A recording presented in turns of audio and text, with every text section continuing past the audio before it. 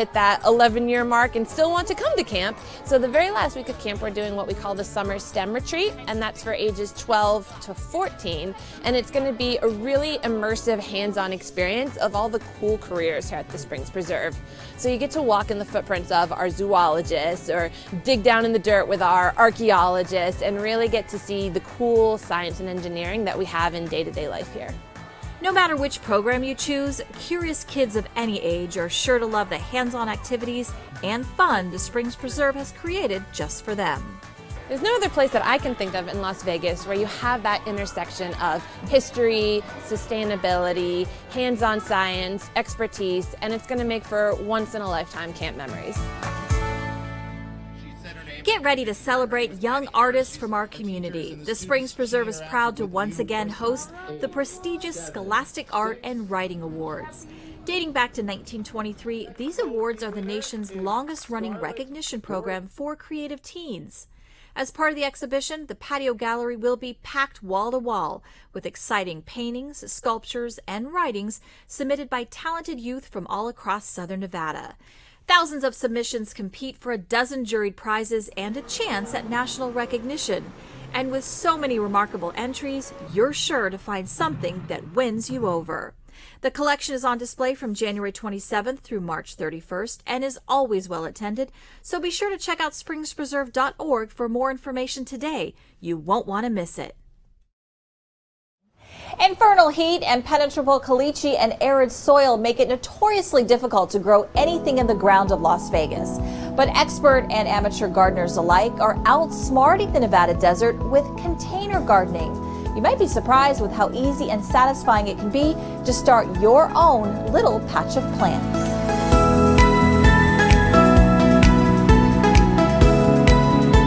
I love having containers in my garden because they add a little art and a little flair to it too. You can use pretty much anything that will hold soil enough to support the plant and support the roots, and that will allow water to drain through. It's a great way to start, especially if you don't know much about gardening. You can just start with one container, so you don't have a whole lot invested in it, and you gain your experience, and then you can add once you learn. Unlike in-ground gardening, container gardens fit well with the average Las Vegan's lifestyle, fitting into both busy schedules and limited spaces. You can even grow your plants indoors. All you need is soil, sunlight, water, and a container with drainage. And consider starting with easy successes like edible plants or cacti. You can have edible plants indoors in containers. You just need to make sure that they get enough sun exposure, and most edibles need at least 6 hours. Edible containers are great, and if you want to start with those, herbs are some of the easiest plants to kind of learn the tricks of the trade, if you will. They don't need a whole lot of attention, plus you can snip them off for your culinary uses or for teas and things like that. Cacti you can put indoors or outdoors, just make sure that you have the right exposure. And what's wonderful about containers is you can put them on wheels and move them around to kind of optimize those as well. Naturally, different plants have different needs, but species with similar needs can successfully grow together in a single container, provided it's roomy enough and has the right kind of soil.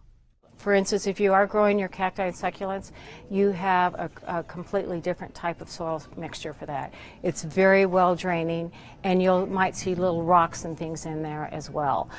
With edibles and other container gardens, you want it really fluffy, because what ends up happening in your containers is the soil starts compacting. That's just kind of a natural occurrence. So you can add things like perlite, small lava rocks, or pumice to keep that fluffiness in there.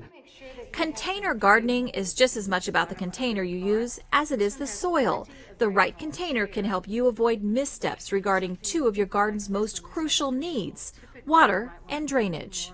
First of all, you need to know that containers typically dry out faster than in-ground beds. And it also depends on what type of container. Your terracotta pots, I love how they look, however they wick the moisture away, so they dry out even faster. The smaller containers dry out faster, and the more shallow containers dry out faster. You want to make sure that you have drain holes in your containers. So a lot of those wonderful ceramic pots don't have holes in the bottom, and so when you're pouring water into it, you think it's dry when the water's collecting at the bottom, and then it causes root rot and things like that. And be sure not to let some of the old gardening myths get in your way of success. A lot of times, and this is a mistake I made way back when, is I put rocks in the bottom of my container for the drainage, which in reality it makes the pot very heavy, but it also decreases the soil for the roots to grow in, and it also decreases the amount of water that can work. So don't use rocks. Typically what I'll use is either a paper towel down in the bottom or a coffee filter, and then that way the soil won't fall through and you can still get that drainage. Container gardening is a great way to beautify your home, optimize water use, and keep tasty culinary herbs at hand. If you're ready to try your green thumb at it, you're in luck. The Springs Preserve has upcoming classes covering topics such as Gardening 101, Natural Garden Design, Pruning, and Drip Irrigation. You can always drop by to talk to our experts about any questions you have. For more details, visit springspreserve.org. Our ever-popular butterfly habitat will soon reopen for the spring season here at the Springs Preserve. Featuring hundreds of butterflies and spanning several different species, this enclosed habitat provides the opportunity to enjoy and learn about these beautiful but elusive insects. Wander through the seasonal exhibit and witness the fascinating dance between free-flying butterflies, the plants that sustain them, and their important role as pollinators in the ecosystem. Beginning in March, the habitat will be open from 10 a.m. to 3 p.m. daily. The schedule is subject to change based on weather conditions and special event availability. Admission is $2 for value members, $3 for non-members. Bronze and above members receive free admission. All guests ages 2 and up must be ticketed. For more information, see springspreserve.org. As the only source of life-sustaining water for miles around, the Springs Preserve has always been a gathering place.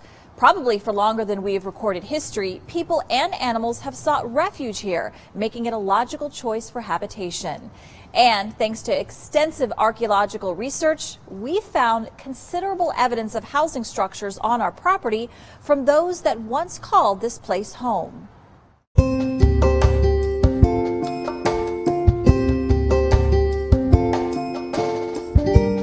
The earliest evidence we have of habitation, of people actually building homes here at the Springs Preserve, comes from our pit house area. These houses were very shallow constructions, maybe excavated down about 3 feet or so into the soil, and then over the top there would have been a superstructure or sort of a dome made out of willow or mesquite or other woody plants like that. The constant search for food or need to flee marauders meant these shelters had to be easily disassembled or abandoned, so they never left much of a footprint over time. So it took some pretty sophisticated equipment operated by experienced scientists to finally unearth these early homes. After the Springs Preserve was established in about 2008, we brought in a crew to do remote sensing work. We did ground penetrating radar and electro-resistivity to judge what may have been under the surface of the ground rather than dig it all up. And we got some great results on that. We were able to re-identify a pit house that we had excavated in the early 2000s and found 2 more pit houses that we have remained unexcavated on the site. Built by the area's indigenous people, these shelters were known as wickiups or kani and were surprisingly effective against seasonal temperature extremes and as protection from the elements. Even though they were small, they accommodated most of the daily activities of life. So inside of these pit houses, you would have had a fireplace or a hearth, usually centrally located. In some of these other pit houses, you would have had storage pits that would have been excavated into the ground. So you would have had your stove and your refrigerator inside the floor of your house there. And so types of artifacts that we found in our pit house here include stone tools, things like projectile points or scrapers. We also had different types of ceramics, mostly cooking type vessels that would have been used in the fire to help cook their meals. Moving forward in time, the very earliest European settlers also found this spring site to be a desirable place to make roots. We know that Mormon missionaries came here in the 1850s and constructed the Mormon fort. We know that they did some activities out here at the springs as well, but they didn't build any houses, they didn't build any habitations. The next evidence we see of actual occupation here on the Springs Preserve site dates to the late 1800s, anywhere between 1870 and 1890. We know that J.B. Williams and John Howell were two ranchers that lived in here and owned two sections of land right next to each other. And John Howell, to the best of our knowledge, lived out here at the Springs. And once again, work done by UNLV in the early 1970s identified a dugout structure. Similar in concept to a pit house, a dugout employed improved technology to add square feet, depth, and much more durable walls and roof structure. Now here at the Springs Preserve, we were able to identify, in our dugout, we were able to see the adobe bricks. We were able to see cottonwood beams holding up the roof and roof beams on top. And very clearly, it had a south-facing entrance facing directly onto the creek there. When European settlers came into this land, they soon realized they needed to take some lessons from the indigenous people that preceded them. Locally sourced dirt beneath your feet can be compressed and mixed and turned into adobe over time. You don't have to go out and cut a bunch of timber down from Mount Charleston and bring it down into the valley. Your building materials are expedient, they're close to you, and you can use them from pretty much anywhere. As pervasive as adobe construction is across the American Southwest, it was unusual to not find any on site here at the Springs Preserve. Then, an archaeological survey done in the early 2000s uncovered the ruins of an unusually large adobe building just north of the Spring Mound. They identified an area that looked like adobe melt. It looked like adobe bricks or an adobe wall had over time eroded and sort of flowed down onto the ground around it. This location, we found this adobe melt, very closely fit a picture that was supposed to have been taken out here, dated to 1906. And the picture is really fantastic. It's a woman sitting on her horse in front of a collapsed adobe brick structure. And the fascinating thing about seeing this woman on the horse is you get an idea how big this house was. And the house was pretty substantial, probably about 20 by 40 feet in size. For that time period, that's pretty big for being made out of adobe bricks. Perhaps a century had passed from the building of that adobe dwelling and the taking of that photograph, and another century has passed since then. In that time, the population of this area has swelled to over 2 million people, and technology has advanced exponentially. But as our environment warms and water becomes more precious, we are now realizing that in order to make our modern homes as efficient as those built before, it might be a good idea to look to the ways of the past.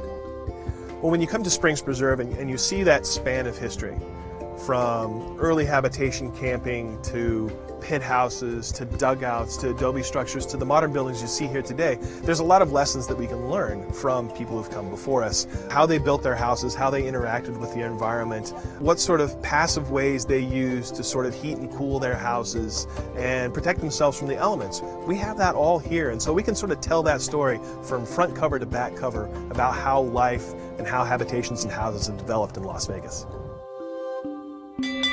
Take a 20-minute narrated ride down the Preserve's 2.2-mile exploration loop trail on our trackless train, or grab a Boomtown transfer if you just want to visit our historic recreation of Las Vegas's 1905-era Main Street. These round-trip trains leave hourly, starting at 9:30 a.m. daily, with the last transfer leaving Boomtown at 4:30 every afternoon. For ticket pricing and more information, visit springspreserve.org. Originating in the Middle East, this 14th century recipe has been so popular it rapidly spread across Europe and onto the Americas, being adapted along the way to suit local tastes and cultural influences. But Chef Cicely wants to take shakshuka back to its origins with all its inherent spices and rich flavors.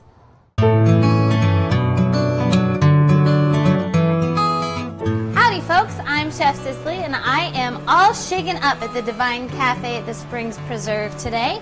I am making shakshuka. Shakshuka is traditionally a Mediterranean and Middle Eastern dish. It has different variations all over the globe, and we're going to put a couple of those variations on it today. The first one is a variation on the spice that is used. I have some paprika. Oh, and you'll see my pan is smoking right when I put it in. That's exactly what I want. I had some coriander, which is ground cilantro seeds. I have some cayenne pepper and some caraway. Now what I'm doing right now is, whew, there's a good aroma coming off it there. I am toasting the spices. And you can see that as I do it, the spices all get brown. That is an Indian cuisine trick. And as soon as they're aromatic and start browning, I'm going to put in some oil.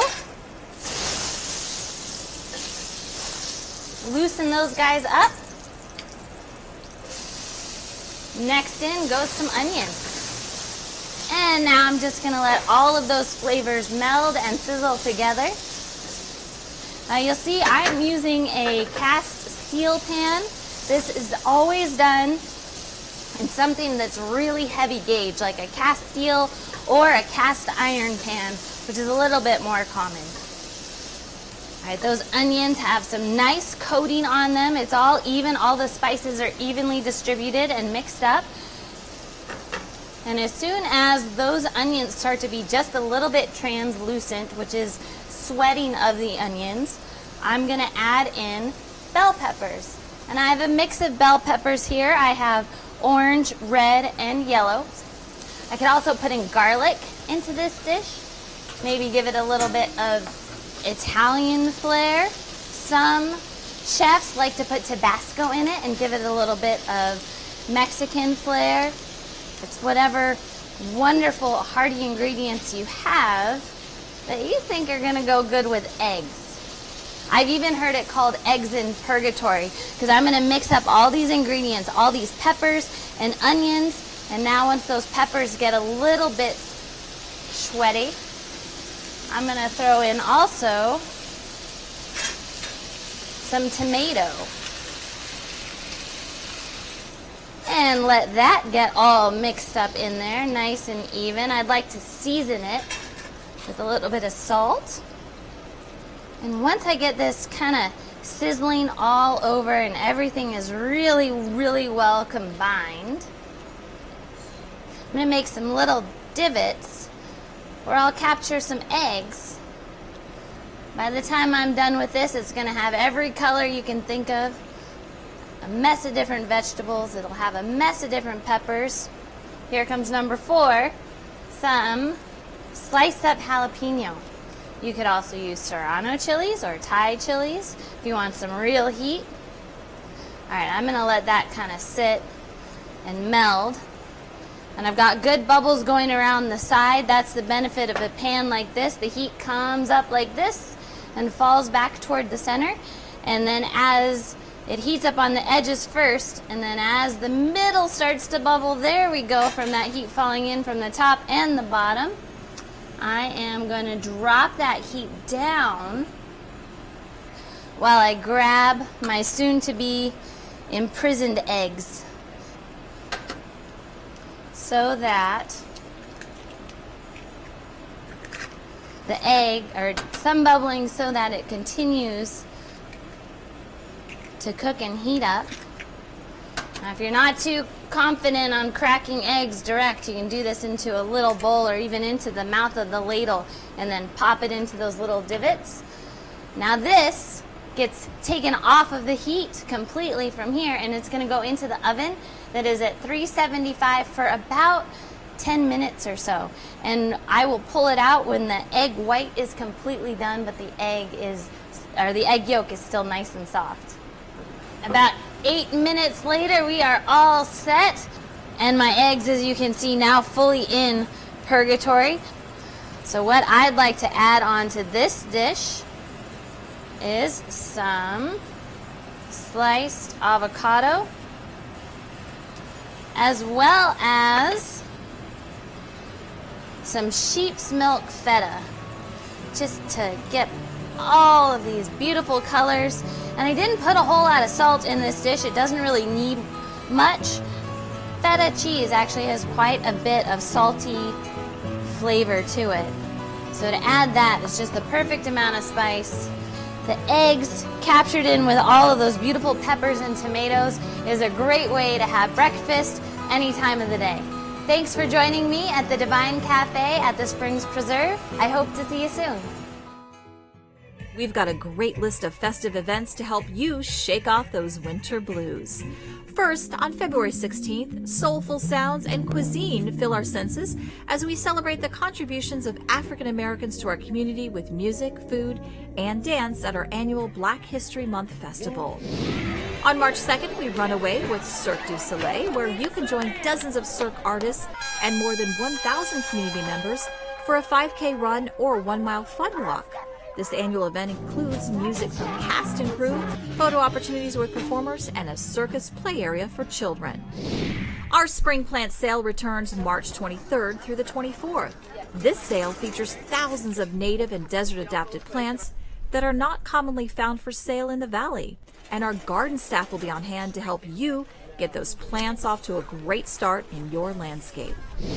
April brings out the child in all of us with our very popular Dia del Niño celebration on the 27th. We honor children and celebrate childhood with clowns and magicians, face painting, a petting zoo, live entertainment, and much more. As the weather warms in May, we look to cool it down with two of our most popular events. On the 11th, we feature Red Hot Blues and Ice Cold Brews at our annual Brews and Blues Festival. We offer up dozens of artisan beers, and local restaurants and vendors will have plenty of tasty food options on hand. Then, a week later on the 18th, we satisfy our sweet tooth at our annual Ice Cream Festival. This family-friendly event will feature stations serving ice cream sundaes, novelties, floats, and ice cream cones, an ice cream eating contest, and more. So make your plans and get your tickets early, as all these events are very popular and sell out fast. There's really no better place to welcome spring than at the Springs Preserve. There's a lot more to discover, so join us next time here at the Springs Preserve, where the explorers of National Geographic, the excitement of campers, centuries of home builders, and even a little bit of rain mingle to bring new life to Las Vegas.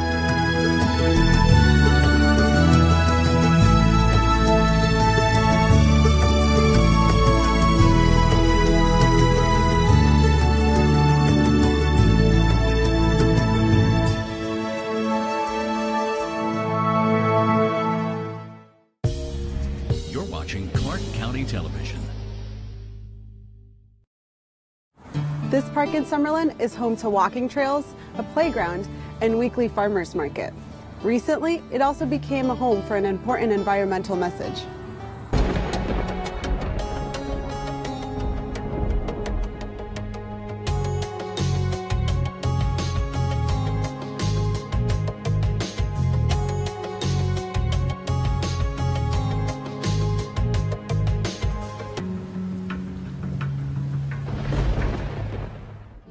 Welcome to the Flood Channel. I'm your host, Beatriz Martinez. Trump Park is one of the 6 locations the city of Las Vegas chose for an artist to paint the storm drains. But as you'll see, it's more than just sprucing up the area.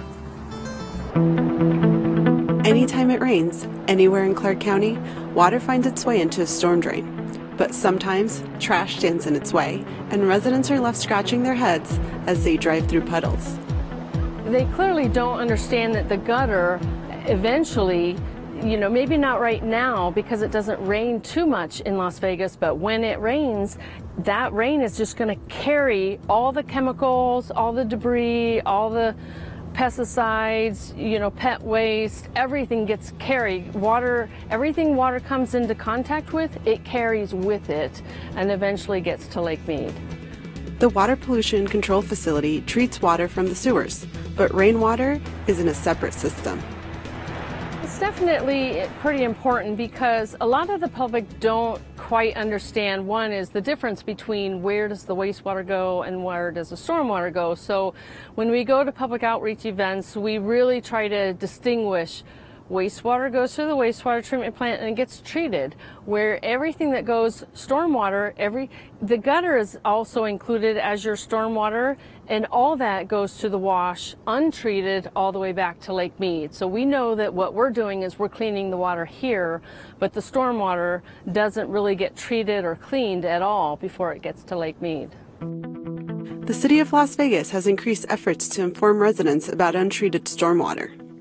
we do public outreach events, and our goal is to reach out to the community, to educate them, to help them understand that they can play just a little part in helping us protect our drinking water source by protecting the Las Vegas Wash and Lake Mead, by picking up pet waste, or collecting all the oil when they change their oil in their driveway, those sorts of things, picking up garbage, litter. As part of this awareness campaign, the city decided to take the message directly to the streets. This year, the city sponsored a public art program to help make the storm drains stand out. This was my proposal. So this is Kip the Fish, but in this case, because we had to have Kip the Fish in there. But in this case, he's skeletons because of the pollution, the water pollution that we need to curb. And this is the cute cat that I had, and I wanted to make it cute and colorful to attract attention. Shala is one of 4 artists chosen by the city to paint storm drains in locations in each of the city's 6 wards. She previously painted utility boxes and thinks caricatures draw people in. To create something really colorful and something that brings a type of entertainment to people, to passerbys. Shan Michael Evans is primarily a digital artist, but he was thrilled to take on the city project and paint storm drains. I would say I'm pretty much environmentally conscious, but at the same time, there's very little I know about it or how to help. I was quite surprised to see how filthy the drains are. As I'm working right there and just, peer over to the right of me, you can look down the drains and the amount of trash. That was a bit shocking. So it makes sense to put some sort of notification there to let other people know as well. The city wanted artists to incorporate the old storm drain marker mascot, Kip the Fish. Artists also needed to mention that it drains to Lake Mead. Especially as an artist, it's quite an undertaking to deliver that message. And personally, there's nothing more that you want on all levels than for someone to take that to heart. And sometimes I find there's no better way than through art, colors and, even words, something that just draws attention to it, something that people need to be drawn to. We strategically placed and decided the locations based on all the different wards, the city wards that we have, and strategically placed them where there's a lot of foot traffic, near parks, near schools, near libraries, just so that we can reach out near the walking trails as well, so we can reach out to more people. Even though there isn't a public outreach event happening right now, people are reading this as they walk by. Shala studied the locations she was awarded to determine the best fit for the space. Her art can be found near Centennial Library in the Northwest and at Trent Park in Summerlin. When she started, she did not know stormwater drained to Lake Mead.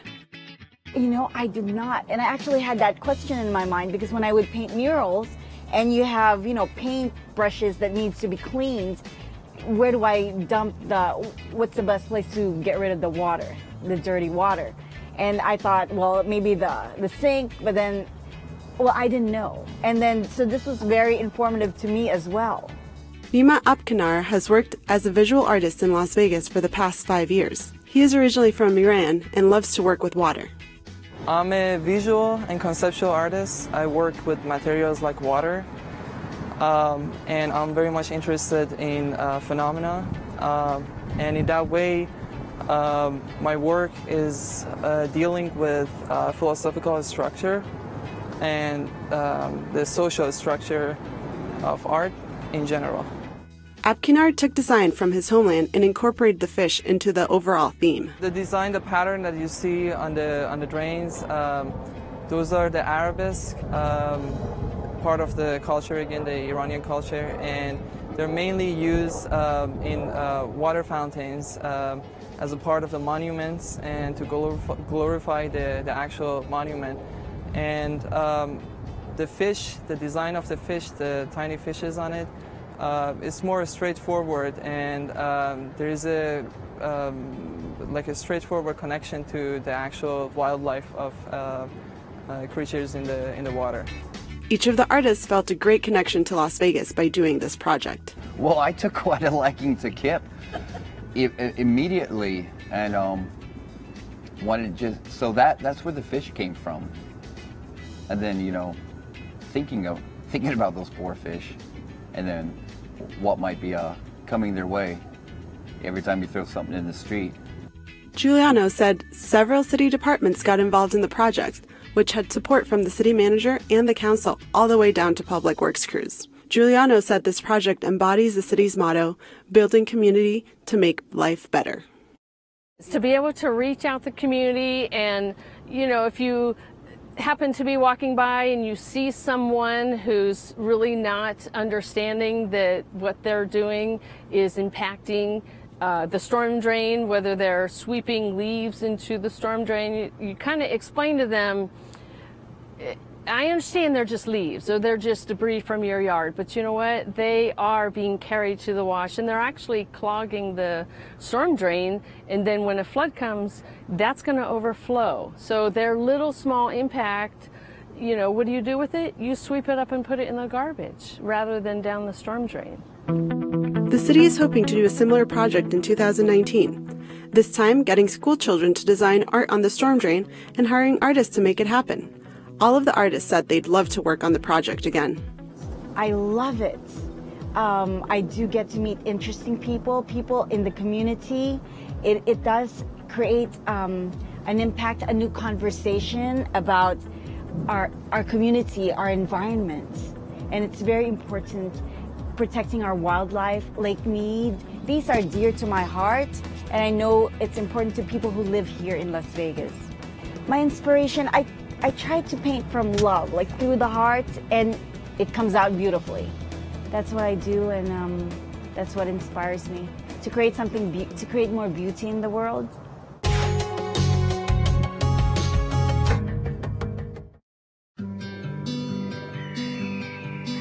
Lake Mead is full of life, a seemingly endless aquatic parade, attracting and sustaining busy desert creatures. It's one of the most diverse ecosystems in Nevada, with species found nowhere else on Earth. But every time soap suds run down your driveway, oil drips in the streets, fertilizer washes off your lawn, or random trash gets swept in our storm sewers, their home gets a little uglier. They get a little sicker. If we don't take simple steps to change our ways, soon you'll wonder where all our friends have gone. It's time to clean up our act, Southern Nevada. To get your home or business lake-friendly certified, visit belakefriendly.com.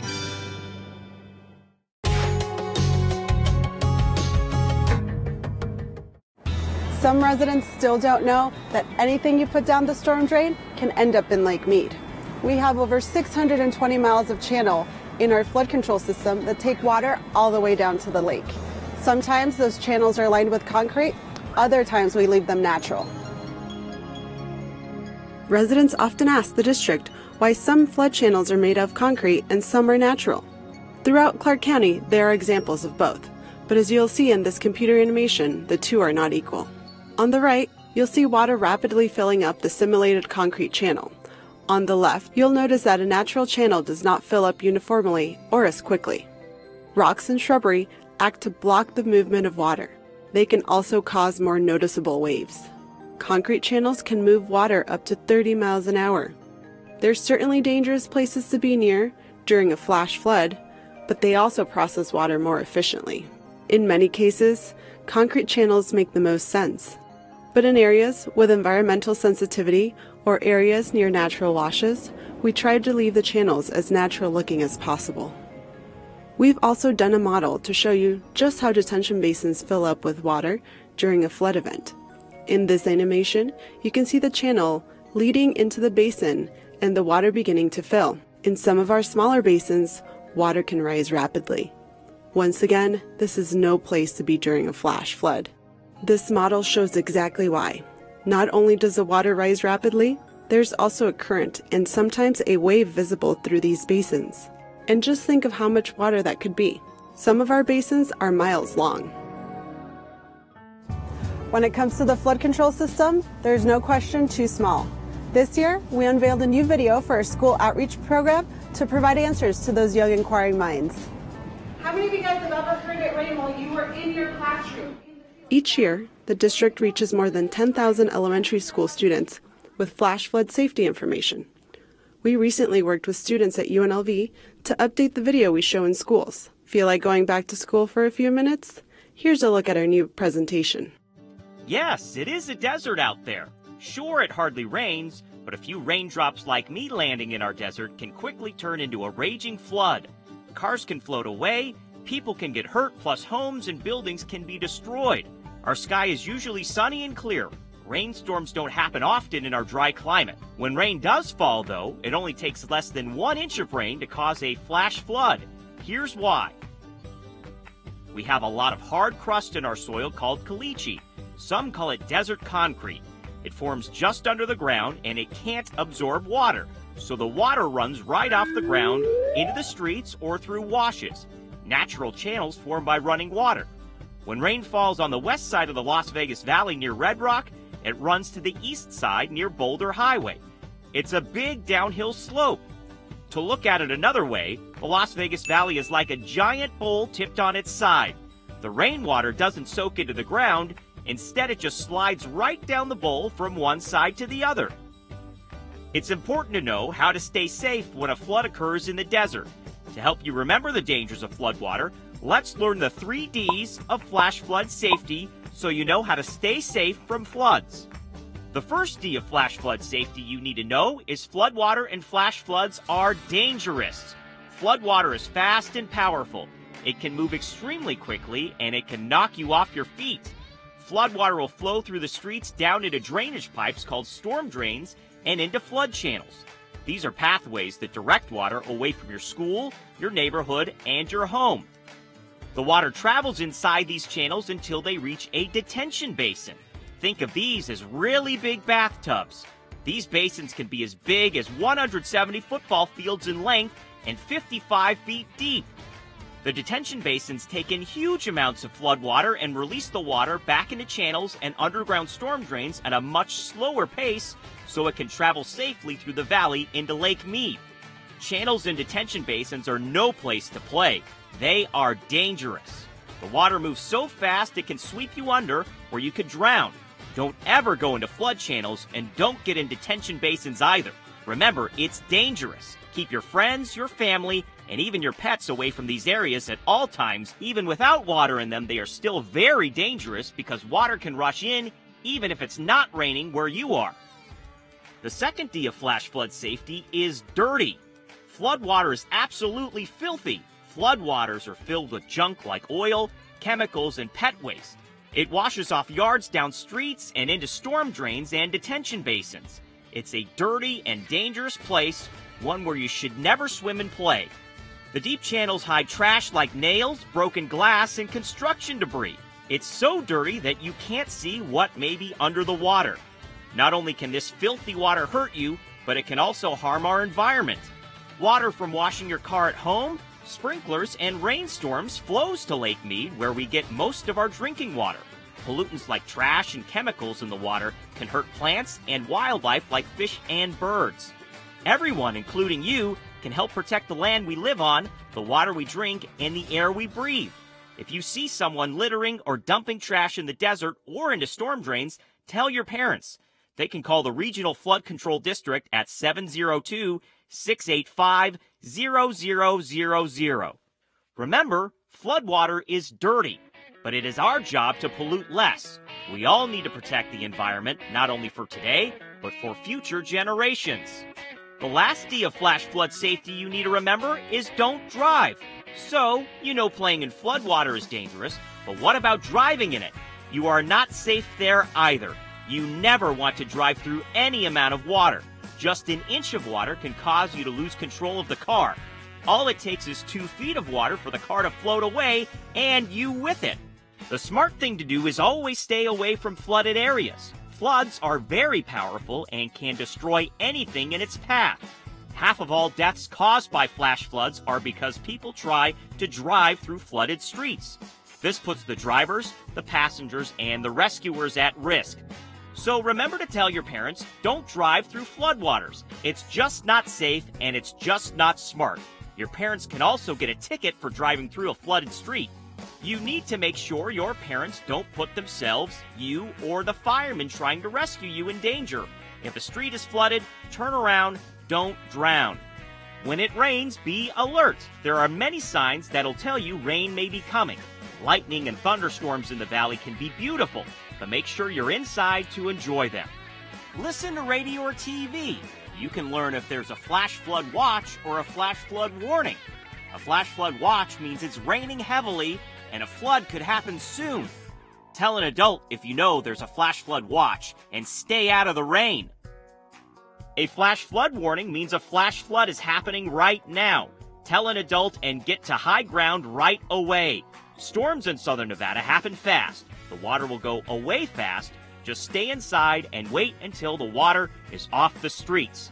You can also check out the Regional Flood Control website. There you'll find out how much rain is falling around the valley. If a lot of rain is falling, stay inside and away from the water. Flash flood season starts July through September, but floods in southern Nevada can happen anytime and anywhere.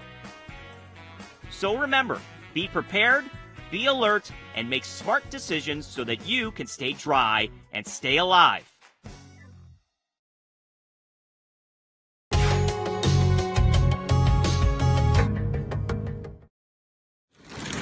Oh my God, this car's gonna hit us. Oh my God! Oh, we're floating! We're floating! We're floating! Oh my God!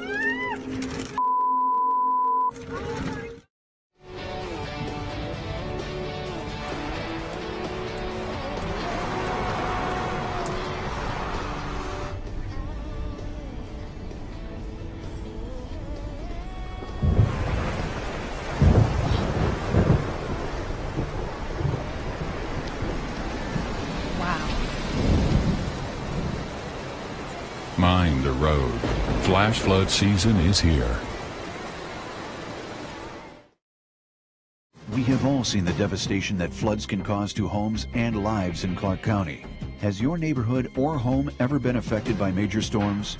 Federal flood insurance is a smart and cost-effective investment if you think your home is vulnerable. Some easy-to-understand assessments can help determine if you need flood insurance. Call your insurance agent or call 1-888-CALL-FLOOD or visit the Regional Flood Control District's website for guidance. See if flood insurance makes sense for you.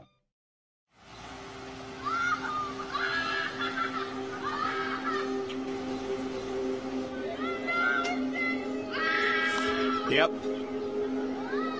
Look, it's floating.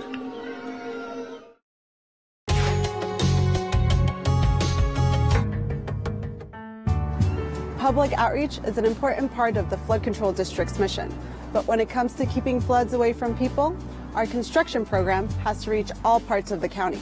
Let's take a look at this new project in Searchlight. Some of the district's projects are massive, like the $23.5 million Pittman North Detention Basin. Others are a lot smaller in scope, but are still priceless for residents in the outlying areas. Work is finishing up on a $2 million storm drain project under Encinita Street in Searchlight, Nevada. This project started a year ago and including installing 2,800 linear feet of reinforced concrete pipe. It was a big deal for this town an hour's drive south of Las Vegas. Randall Hastings lives on Encinitas in a home whose occupants have watched the flooding since the 1960s. Since the street kind of slopes up right here, a lot of the water comes down right through this area here, and during the monsoon season it gets pretty heavy in the rainfall. The county managed this project, and the Regional Flood Control District provided more than $2 million in funding for the new storm drain. Crews held frequent meetings during construction to make sure everyone was on task. Yeah, and honestly, sometimes they can get a little scary. The water, like I said, during the monsoon season, it really rains hard here, and it comes quick, and it floods real fast. You know, and then being on this embank right here, it kind of just comes down real quick. The project connected Encinitas Street to existing facilities at the south end of the city. Now, water will move underground and take away the big problem for residents. It's kind of dangerous for the kids. Usually when it rains like that, we'll keep them inside. We don't let them go running around the park or nothing because, you know, I mean, it's not waist high or anything, but it's still dangerous. I mean, even if the water just knocks them down or, you know, it don't really have to be that deep to do that. So I think having that drain will help deal with the water situation. The Searchlight project was built by Wadley Construction. The road is now paved and the pipes are underground, ready to carry water away from Hastings' home in a safe way. Here in the park, it's easy to remember why we have to keep our environment clean. So make sure you do your part and put litter where it belongs. For more information about the Flood Control District, go to BeFloodSafe.com or follow us on Twitter and Facebook.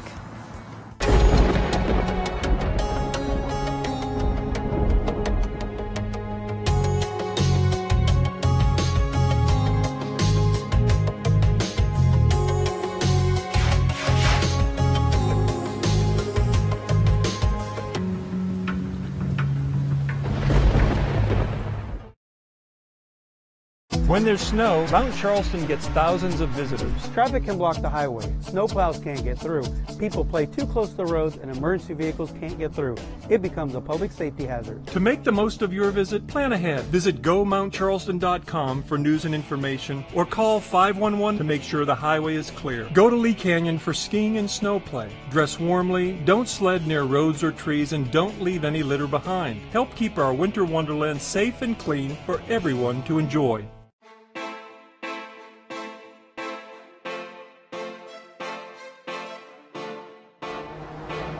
Clark County is a county located in the very southern tip of Nevada. It's about 8,000 square miles, population of about 2.2 million. The 400 square miles we cover here in the Las Vegas Valley, including the Las Vegas Strip, which is in Clark County, is our busiest part of that response area. At any given time, we have upwards of 300,000 visitors from all across the world here in Las Vegas on the beautiful Las Vegas Strip. The influx of visitors on a weekly, monthly basis is really a game changer for us in law enforcement. The way the city changes each weekend, each special event, that presents a whole new set of challenges. Clark County, we try to hold ourselves up as an example. And instead of just doing business as usual, we as a team are really looking for, some achievable solutions to some of these age-old questions. As we were coming out of the recession, still stuck in some of our recession funding years, our call volume was very, very high. We had many of our vehicles at more than 5,000 calls a year, and that's just an unacceptable number. We were sending these big, expensive rigs with 4 personnel to calls that were, in a lot of cases, not really warranting that robust a response. So with staff, our medical director, and our district attorney, we got together, we pulled several years of stats on medical calls, and we looked at what calls percentage-wise turned out to be actually critical calls. So we started to massage a new plan that came out to be called the X model, and we massaged it to where we were able to send the right resource to the right calls, and on those non-emergent calls, we stopped sending fire department assets to those calls, and we let the private ambulances handle that. We also looked at handling of intoxicated individuals on the Las Vegas Strip. That's a big number for us. So all those things combined, we knocked about 30,000 calls off of our units in a 1-year period. If you get down to the root cause of some of these challenges, they're very solvable if you just do a little homework. Las Vegas presents a lot of challenges, a lot of unique opportunities. We have to be in front of possible threats, and Las Vegas has the potential for all different types of threats that we have to be aware of. So partnerships is important to us. Being proactive is important to us, really in helping protect and serve the citizens of this community. The relationship of the Clark County Fire Department with Las Vegas Metropolitan Police Department, the other Valley Fire Departments, the other Valley Police Departments, and the FBI is amazing. We have trained together. We have built response programs and plans that are now used nationwide. Last year, we suffered an unthinkable tragedy on October 1st of 2017 when we had the 58 people gunned down on the Las Vegas Strip attending an outdoor concert. Everything that we did for the years, like 6-7 years prior to that night, training, ICS command and control training, getting our guys and gals from both police and fire to match up and go to work together. On that night, we had 19 integrated police and fire rescue task forces in operation that night. October 1st is a great example of collaboration. Our partnership with the city, with Chief Castle, was evident right away. We have to all be in sync, obviously, so communication in that was huge. We all partnered at the incident command structure for really kind of joint operations to figure out what the long-term response is, what the short-term response is. It's one thing to say that you have great relationships. Certainly one thing to say it when you have it at the top. But the reality of it is that you have to truly exercise that down to the level of the men and women that are doing the work on the police and the fire side. It takes bold leadership on both sides, the police and the fire department, to get us to where it is that we found ourselves on 1 October. We are big proponents of task forces. The FBI puts together lots of task forces where different agencies come together to work particular threats. We have terrorism task forces, violent crime task forces. This is where we all sit together, work together on a side-by-side basis to really target whatever that particular threat is. This is about getting better. And when you have really honest conversation between police and firefighters at the line level about things that could have gone better, it prepared us to do exactly what it is that we did on 1 October. What we're really excited about is we have such a great young core of men and women in this organization, and they're going to carry this torch going forward of the pride, professionalism, and dedication that this department provides day in and day out to our residents, to our visitors, to our police officers and our law enforcement counterparts at the federal level. We've got a great group, a great plan going forward to keep at the level that we're at.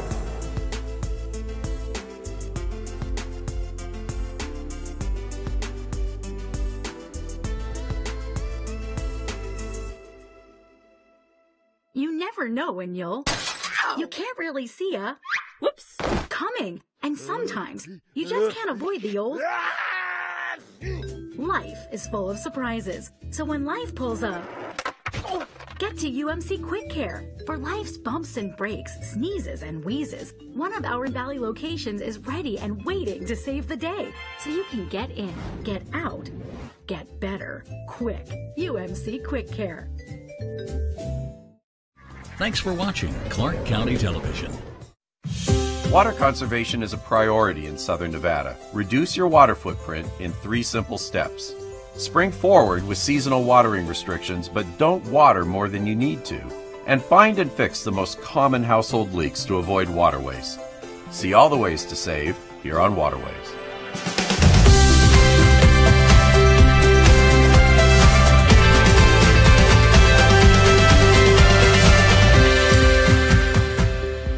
Mandatory watering restrictions can help us all water wisely, avoid overwatering, and reduce water waste.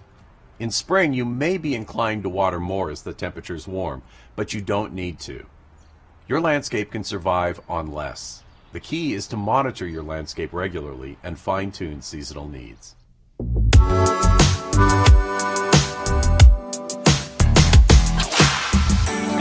On average, Valley residents use about 60% of their water outside. That means outdoors is also where residents have the greatest potential to conserve water. One of the most effective ways to save water is to follow mandatory watering restrictions. In March and April, both sprinkler and drip watering are limited to 3 assigned days a week according to your watering group. Properties in groups A, C, and E can water on Mondays, Wednesdays, and Fridays. Properties in groups B, D, and F can water on Tuesdays, Thursdays, and Saturdays.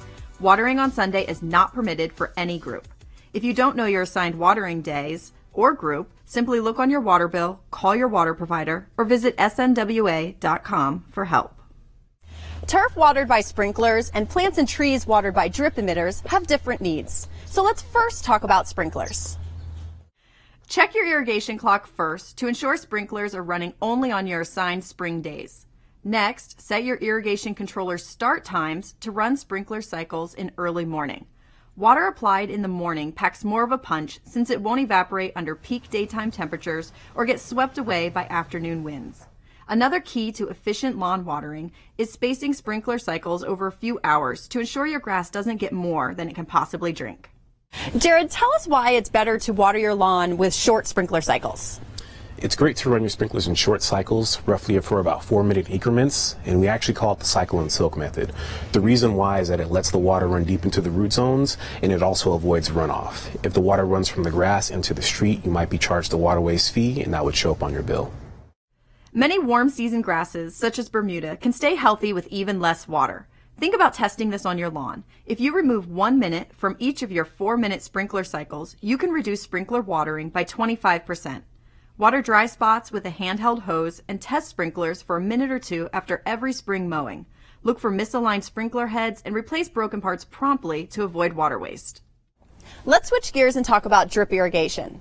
Drip watering is needed less frequently, however, you'll set it to run longer, typically 30 minutes or more each time. That's because drip irrigation delivers water more slowly and deeply to a plant's root zone in gallons per hour rather than gallons per minute. Delivered properly, drip irrigation promotes deep roots that provide better anchoring and stability, protection from hot surface temperatures, and a greater amount of nutrients. Drip irrigation is permitted 3 days a week in spring, but established plants often do well with less. Just because you're scheduled to water 3 times a week doesn't necessarily mean that you need to water your plants that many times. What you generally want to do is to monitor your plants and make sure that you transition them well. So for example, in the early spring you can water them once, and then eventually twice, and then eventually 3 times a week. That way you make sure that your plants are going to be growing correctly, and that when it warms up they have the correct amount of water. Like sprinklers, you should routinely check your drip system to keep your landscape's lifeline in good working condition. Walk through your landscape monthly and look for broken lines or clogged emitter heads. Flush your drip line through the end cap in both spring and fall. If you've got some spring landscaping projects planned, the key is to think smart from the start. New desert-adapted plants will need extra watering as they get established, which is allowed for the first 30 days under watering restrictions. After that, it's time to cut back. For more spring watering tips, visit snwa.com. If you're caught watering outside your assigned watering days, you could receive a water waste fine. SNWA member agencies conduct water waste investigations throughout the valley and cite water wasters. A property owner is given an opportunity to correct the problem, but if it continues, the property will be fined for wasting water. If you see water waste, report it immediately to your water provider. A smart irrigation controller can help to reduce water waste by helping you manage your outdoor water use. If you have an older irrigation controller, consider an upgrade. The SNWA offers a rebate for qualifying smart controllers, which use weather data to assess and apply water only as your landscape needs it. New smart controllers allow you to control your watering needs from the palm of your hand through mobile apps. So you can do all of that activity right here from your phone. With a simple app, I can stand anywhere on my property or really anywhere in the world and tell my irrigation system to change its program, and all those changes would be reflected right here. So I can just choose a particular area, I can edit the program, I can choose the days of the week, what times to start. I can even put in pictures of the areas of my landscape so that I remember which zone connects with which portion of the landscaping. So this is all happening now for about $100. And with our Smart Controller rebate program, you'd get 50 of that back. Visit snwa.com to learn more about Water Smart Controllers and to print the coupon. Mandatory watering restrictions can help us all water wisely, avoid overwatering, and reduce water waste. In spring, you may be inclined to water more as the temperatures warm, but you don't need to. Your landscape can survive on less. The key is to monitor your landscape regularly and fine-tune seasonal needs.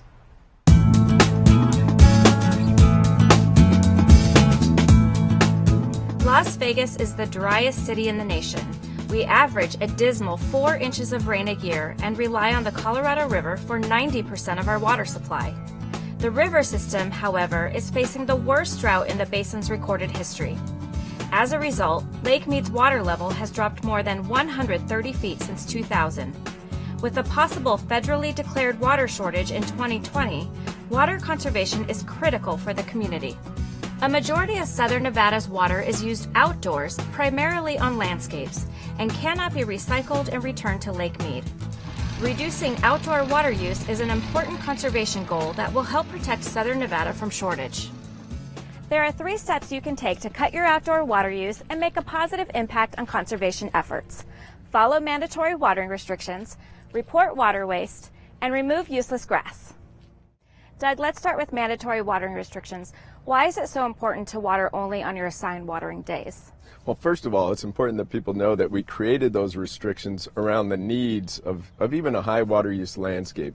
So you can certainly keep your landscape healthy and still comply with the restrictions. What's cool about the restrictions is it seems like a fairly small and simple thing for people to do, change their clock 4 times a year. But if everybody gets on board, everyone in the valley complies with those restrictions, we're talking about saving billions of gallons of water every year. Don't know which day you're supposed to water? We can help. Visit snwa.com and type your address where it says Find Your Watering Days and Group right on the homepage. You could incur a water waste fee if you're not following the mandatory watering restrictions. Define water waste and what issues could result in a water waste fine. Well, the most conspicuous type of water waste is allowing water to flow or spray off your property. So when you see water just flowing down the street, that's obviously not doing anyone any good. It's not helping a plant, simply throwing away a valuable resource. But the other ways that you can violate the water waste policy are by watering on a day that wasn't assigned to you. So remember, never on Sundays, and look up your watering schedule and know it. And also during the midsummer, we even have time of day restrictions. We don't want to run sprinkler systems in the heat of the day when that water is simply just evaporating before it can even reach the ground. Water waste fees for SNWA member agencies start at $40 to $80 for most residential customers and double each month if the water waste continues. Properties with larger meters pay significantly more for wasting water. These charges appear on your water bill. If you're wasting water, fix it before you incur a water waste fee and report water waste to your water provider when you see it. The biggest water guzzler is grass. If the only time you step on your grass is to mow it, take it out and receive a cash rebate when you replace it with WaterSmart landscaping.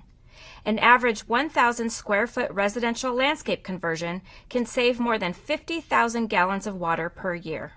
But when we do remote sensing, use aerial images to look around the valley, we suspect that there's still as much ornamental or non-functional turf in the valley as has been converted to WaterSmart landscaping. So we're about halfway through what we consider to be an important project. We've been doing this now 18 years. And so we're working with some of the customers that are most resistant to these types of changes, and it's important that they reevaluate what they're doing, reevaluate what their needs, how their needs might have changed. In some cases, people's lifestyle has changed and they might be ready now to undertake these projects. And we're also offering the largest incentive we've ever offered. So we're trying to reach that remaining non-functional turf in the valley, things where people only get on it when they're pushing a lawnmower. We can't afford water for that. Businesses and residents can apply for the SNWA's WaterSmart Landscapes rebate online or by calling the Conservation Helpline. Once you've completed the application, the SNWA will review your lawn and conversion areas and answer any questions you may have. You must participate in a pre-conversion site visit before removing any grass. If you don't have grass but you live in a community where there is useless grass, like this, ask your homeowners association to remove it and replace it with desert landscaping. Many of us live in an HOA and we know it can be a little bit complicated. So you have all these common areas. You got to work through a board. The board is trying to meet the needs of the residents and so forth. So it's not as simple as convincing a single family household to change their landscaping. What we're doing is a lot of outreach. We're doing mailings. We're trying to get ourselves in front of those boards so we can explain to them what the options are, how we might be able to help, what the financial assistance that we can provide to their project is. And likewise in the business community is also hard to reach because in some cases a facility may not be controlled by the people inside that building. And so we have to go find parent companies and so forth. Same thing, we're trying to reach out to them, get an audience with them, and have a discussion with them. The Water Authority has teamed up with the Las Vegas Lights Football Club to encourage the community, including residents, businesses, and HOAs to remove grass that serves no purpose.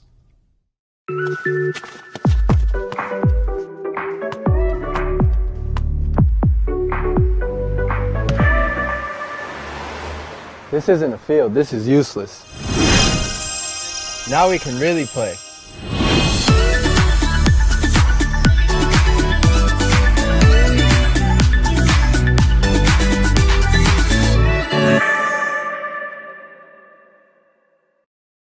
The SNWA will pay you to remove useless grass.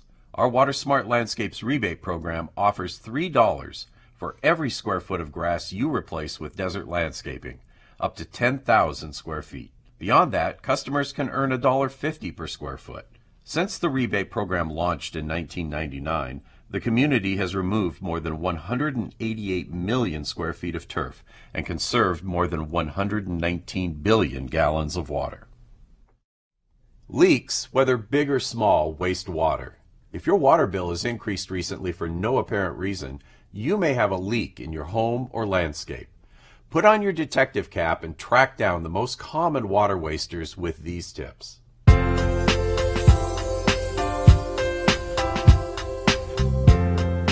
Many U.S. homes can waste on average more than 10,000 gallons of water to leaks each year. That's enough to fill a small swimming pool. Nationwide, household leaks can waste more than 1 trillion gallons of water annually, and that's enough to fill 40 million swimming pools and 24 billion baths. Closer to home, fixing your own leaks can make a big difference on your water bill while conserving our most precious resource. Common sources of indoor home leaks include worn toilet flappers and dripping faucets or shower heads. Most can be relatively easy and, yes, inexpensive to fix. To help get you started, the SNWA offers a free indoor water audit and retrofit kit. With the kit, you can test the water efficiency of your home and upgrade some of your fixtures. So the indoor audit and retrofit kit serves two purposes. It has several items that you can change in your house that actually are more efficient to help you save water. And then it also provides a couple of tools to find leaks inside the house. So together, it kind of gives you opportunities to save around the house. So some examples of things that are included are a shower head that is a low flow shower head. So it's a higher efficiency shower head, performs like your normal shower head, but uses less water. Then we also have things like a flow bag, which actually you can go around the house and test the flow of the different devices, like your aerators, your shower aerators. We give a couple sample aerators. There's dye tablets to see if you have leaks in your toilet.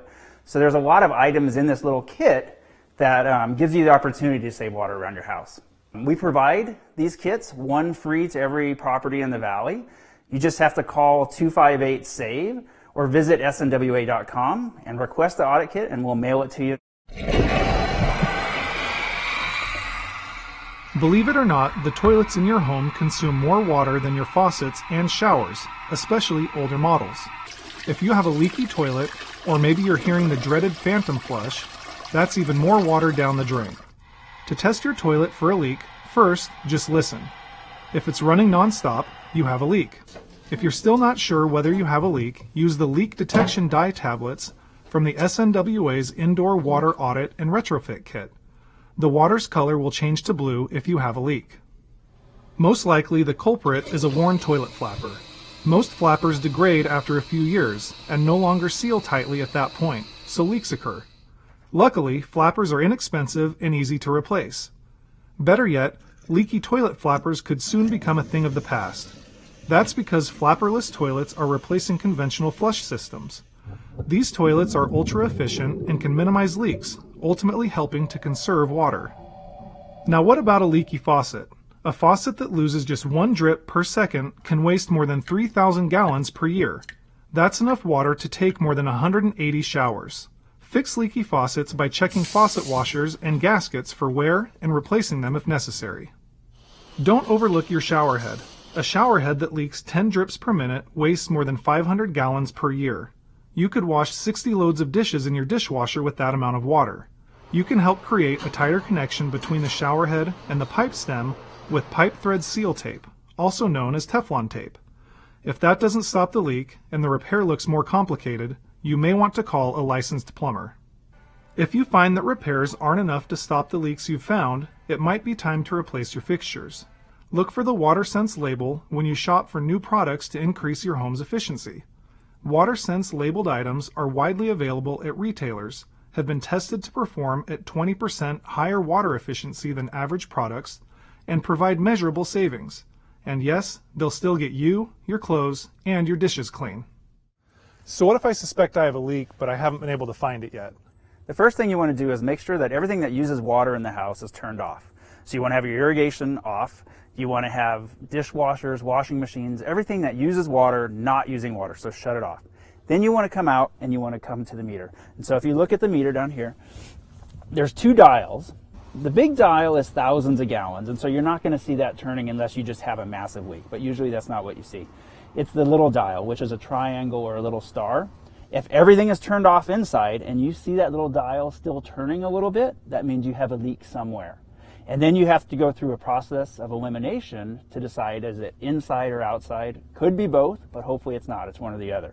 And so we'll walk around and we'll turn the irrigation system on the outside off, and then you can kind of go inside and see if there's anything inside that may be the cause of that. Outdoors, your irrigation system is susceptible to leaks that can waste far larger volumes of water than, say, a leaky indoor faucet. That's why regular checks are vital. Systems are subject to frequent use and high temperatures in summer, along with an occasional freeze in winter. Both extremes, along with wear and tear, can lead to cracks and breaks in both pipes and drip lines, as well as broken sprinklers and emitters. To determine whether you have a leak in your landscape, turn your irrigation clock to the manual setting and run each line or station on your system for 1 to 2 minutes. Walk through your landscape. A visual inspection should turn up obvious breaks.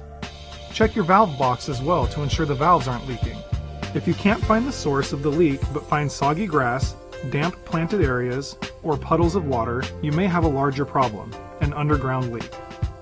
So through the process of elimination, by turning the backflow off and the irrigation, we think we've eliminated the outside. We've gone around inside and we haven't found anything. So really the next step is possibly a mainline leak or something that's underground. And for that, you really want to hire a professional. They can come out, they can kind of determine, they usually can find it, they have tools to do that. And so, somebody you want to hire to bring a professional to take care of it. Repairing water damage caused by leaks can cost thousands of dollars for homeowners. Thanks to new, smart leak detection devices, you can prevent or mitigate water damage at your home using a smartphone app. So leak detection devices is kind of the new technology that we're really excited about. It will help address water loss or water damage caused by leaks, which can kind of be a big issue for homeowners. And so these new devices basically will strap on to your water lines in your house, and then they will communicate to the customer through their phone.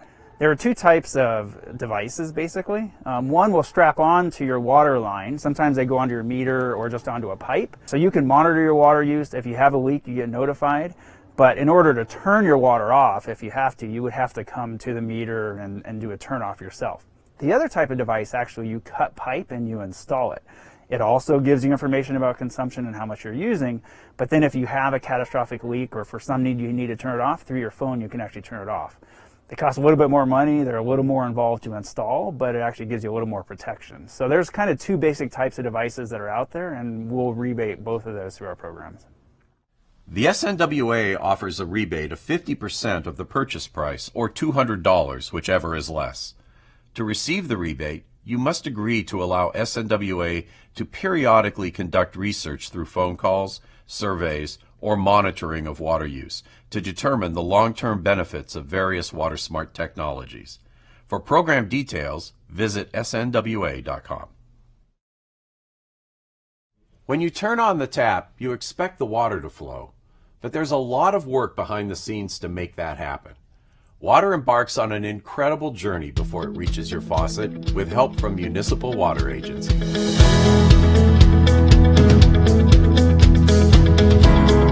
Nearly 90% of southern Nevada's drinking water begins as snow or rain in the Rocky Mountains of Colorado. After the snow melts and drains into the river, the water travels hundreds of miles before reaching Lake Mead. The Southern Nevada Water Authority draws and pumps this water to its state-of-the-art water treatment facilities. Following treatment that ensures water meets all state and federal Safe Drinking Water Act standards, water flows through an intricate network of pipes, pumps, and reservoirs before reaching its final destination, your home. As a regional agency, the Water Authority secures long-term water resources and oversees conservation planning. The Water Authority also provides water treatment and wholesale delivery for Southern Nevada, delivering treated drinking water from Lake Mead to area water providers, who then deliver water to you, the customer. SNWA helps to ensure safe and reliable water delivery by operating two of the nation's most advanced water treatment facilities, River Mountains and Alfred Merritt Smith. Water quality starts at Lake Mead, the largest man-made reservoir in the nation.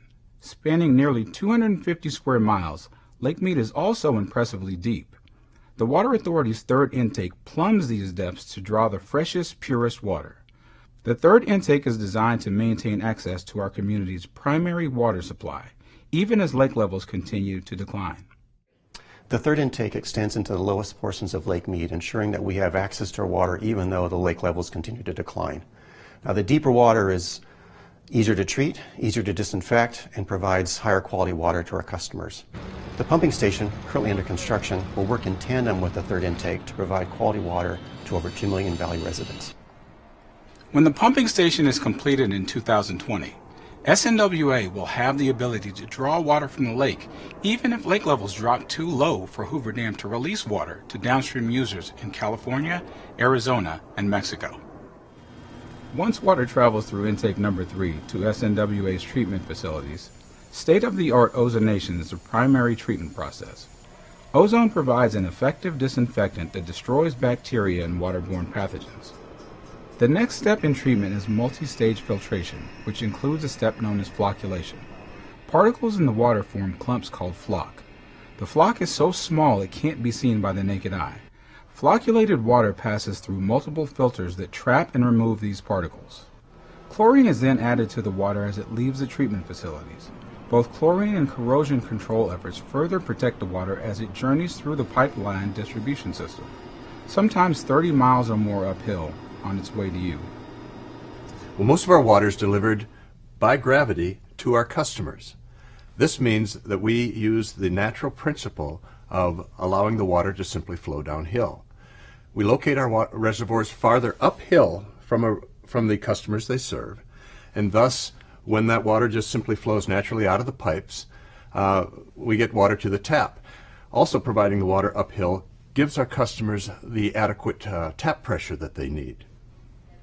Highly skilled operators guide water through a series of pumping facilities to move water to reservoirs and water tanks throughout the community. Reservoirs provide sufficient storage to meet our home and business water needs, as well as fire protection to support our community's first responders. The Las Vegas Valley Water District, the cities of North Las Vegas and Henderson, maintain more than 100 reservoir basins and tanks that collectively hold more than 1 billion gallons of water. The Las Vegas Valley Water District is building its first reservoir in 10 years. Well, this reservoir is designed to meet the growing needs of Summerlin. We're about 33 miles as the crow flies from Lake Mead, where we get most of our water, and this will hold about 10 million gallons of water. It takes a lot of energy to pump that water up the hill from 33 miles away. We do that primarily in the evening hours.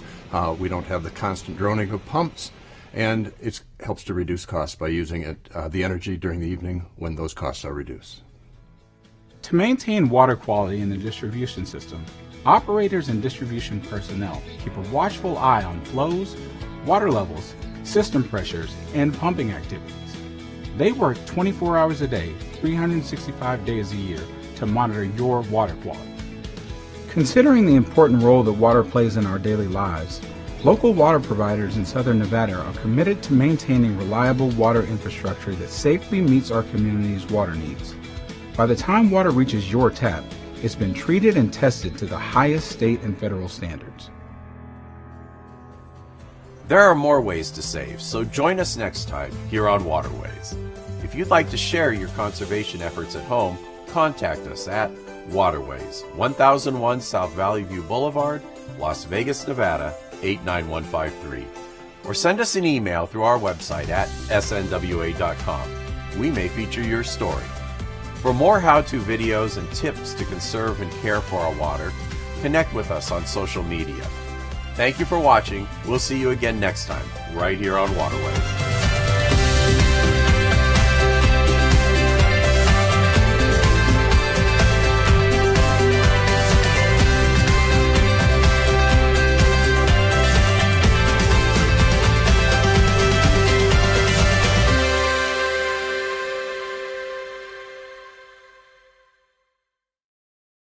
Win or lose, our children need a natural green grass space in which to run, romp, and be a kid, especially out here in the desert. What is your team color? Ours is purple. We are the Clark County Water Reclamation District. You may have seen workers installing our purple water pipe system at Silver Bowl Park. Yes, purple, the signature color for reclaimed water. The playing fields and landscape at Silver Bowl Park are now irrigated using reclaimed water. This water surpasses the high standards set by the state, saves our potable water for drinking, and reflects our abiding commitment to wise management of our precious water resources. Reclaimed water is the right water for the right use. The Clark County Water Reclamation District, in partnership with the Clark County Department of Parks and Recreation, is pleased to use reclaimed water to provide this green grass space where everybody wins. Great job!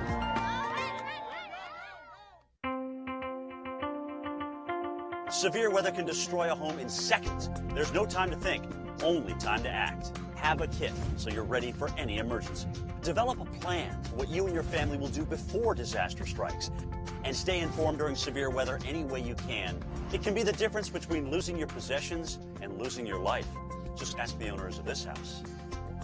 Visit weather.com/ready and let the Weather Channel help you prepare your family for emergencies.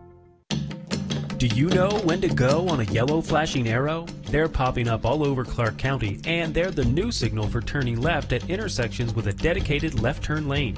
Here's what drivers need to know. A flashing yellow arrow means turns are permitted, but you must first yield to oncoming traffic and pedestrians. Then turn with caution. Keep in mind oncoming traffic has a green light.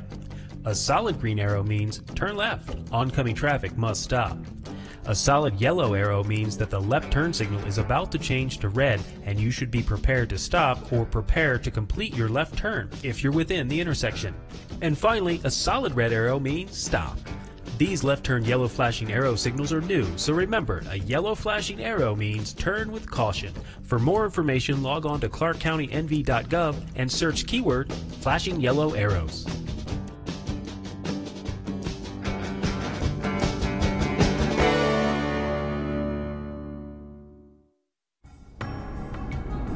Community, our home, Clark County, Nevada. Thanks for watching Clark County Television, the best access to your local government.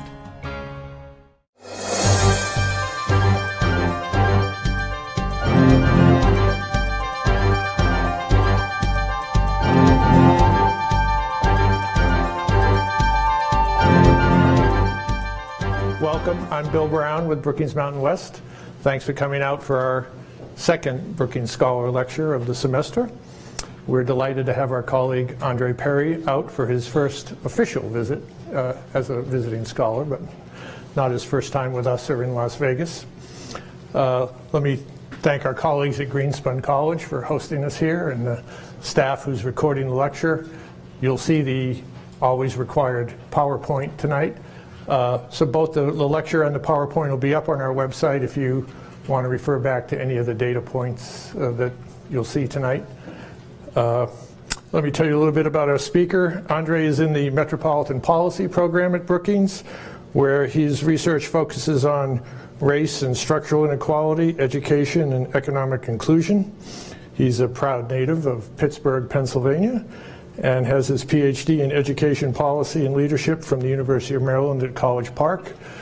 Like our visiting scholars, he's been meeting with faculty and students, speaking in a number of classes. Some of you, as I look around the room, have experienced that firsthand. He's also meeting with community leaders and is going to give us a national perspective on this important topic and then bring it down to the local level and give us some Las Vegas metro data. So we'll have his presentation, and as you know, the best part Well, I shouldn't say that, given he's going to give the talk, but the second best part is the Q&A that follows. So get ready with your questions and comments, and I'll bring Andre up. Thank you. Thank you very much. How's everyone? I always start off with a conversation about home. If you recognize Pittsburgh at all, if you know anything about it, you will recognize the bridges. And bridges are important for me in a lot of ways. They're metaphorical. But I typically come out to music. I love music. I love hip hop. I'm a hip hop snob. If you love hip hop like I love hip hop, you probably are familiar with Mos Def. And you might be familiar with the song "Fear Not of Man," and I introduce this a line from the song "Fear Not of Man" because it really represents what I'm trying to do with this project. And as you can read, then how do people get better? Well, from my understanding, people get better when they understand that they are valuable. This understanding that you have value has important, empowering repercussions. You must know that you are valuable. This is my childhood home. As it was told to me, and there's some mythology to it, but most of it is true. When I was born, an older woman, she's Elsie Boyd, she was 63. She came to McGee's Women's Hospital, and she picked me up after I was born and took me to this house. My mother was under duress. More than likely she was abused. I don't know. But I do know that my father, by the time I was one, was a full-blown addict. He eventually moved to Detroit. He eventually was incarcerated. He eventually was murdered in prison. During that time, the woman who raised me took in other children. So I was raised during my until I graduated from high school with about 12 other kids who spent intermittent times in this house. We are brothers and sisters. She was an older black woman, but she raised white kids and black kids alike, biracial children, which was not uncommon. I wasn't in foster care. I wasn't. I was informally adopted. I like to say she just took in kids.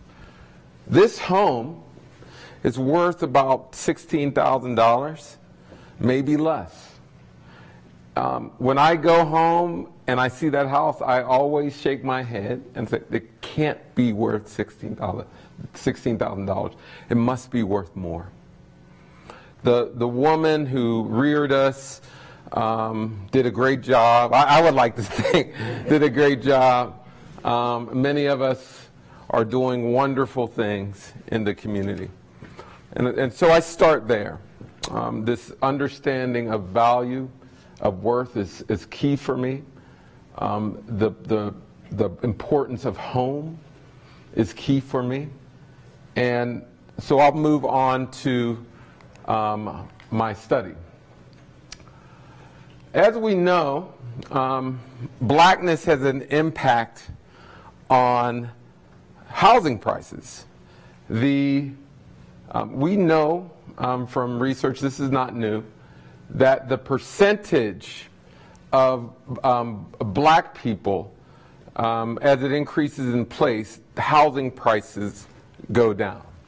So as you can see here, in homes in which there are less than 1% black, the share of the population is 1% black, homes on average are worth about $341,000. As you go all the way down, where in communities where the share of the black population is 50% or higher, the homes are worth about $184,000. So in essence, homes are worth, homes in majority black neighborhoods are worth 50% less than those that are mostly all white. 50% less. Now, when people see that statistic, that homes are worth 50% less, they go, well, yes, because the home quality is worse. Schools are worse. There's more crime. All of these things.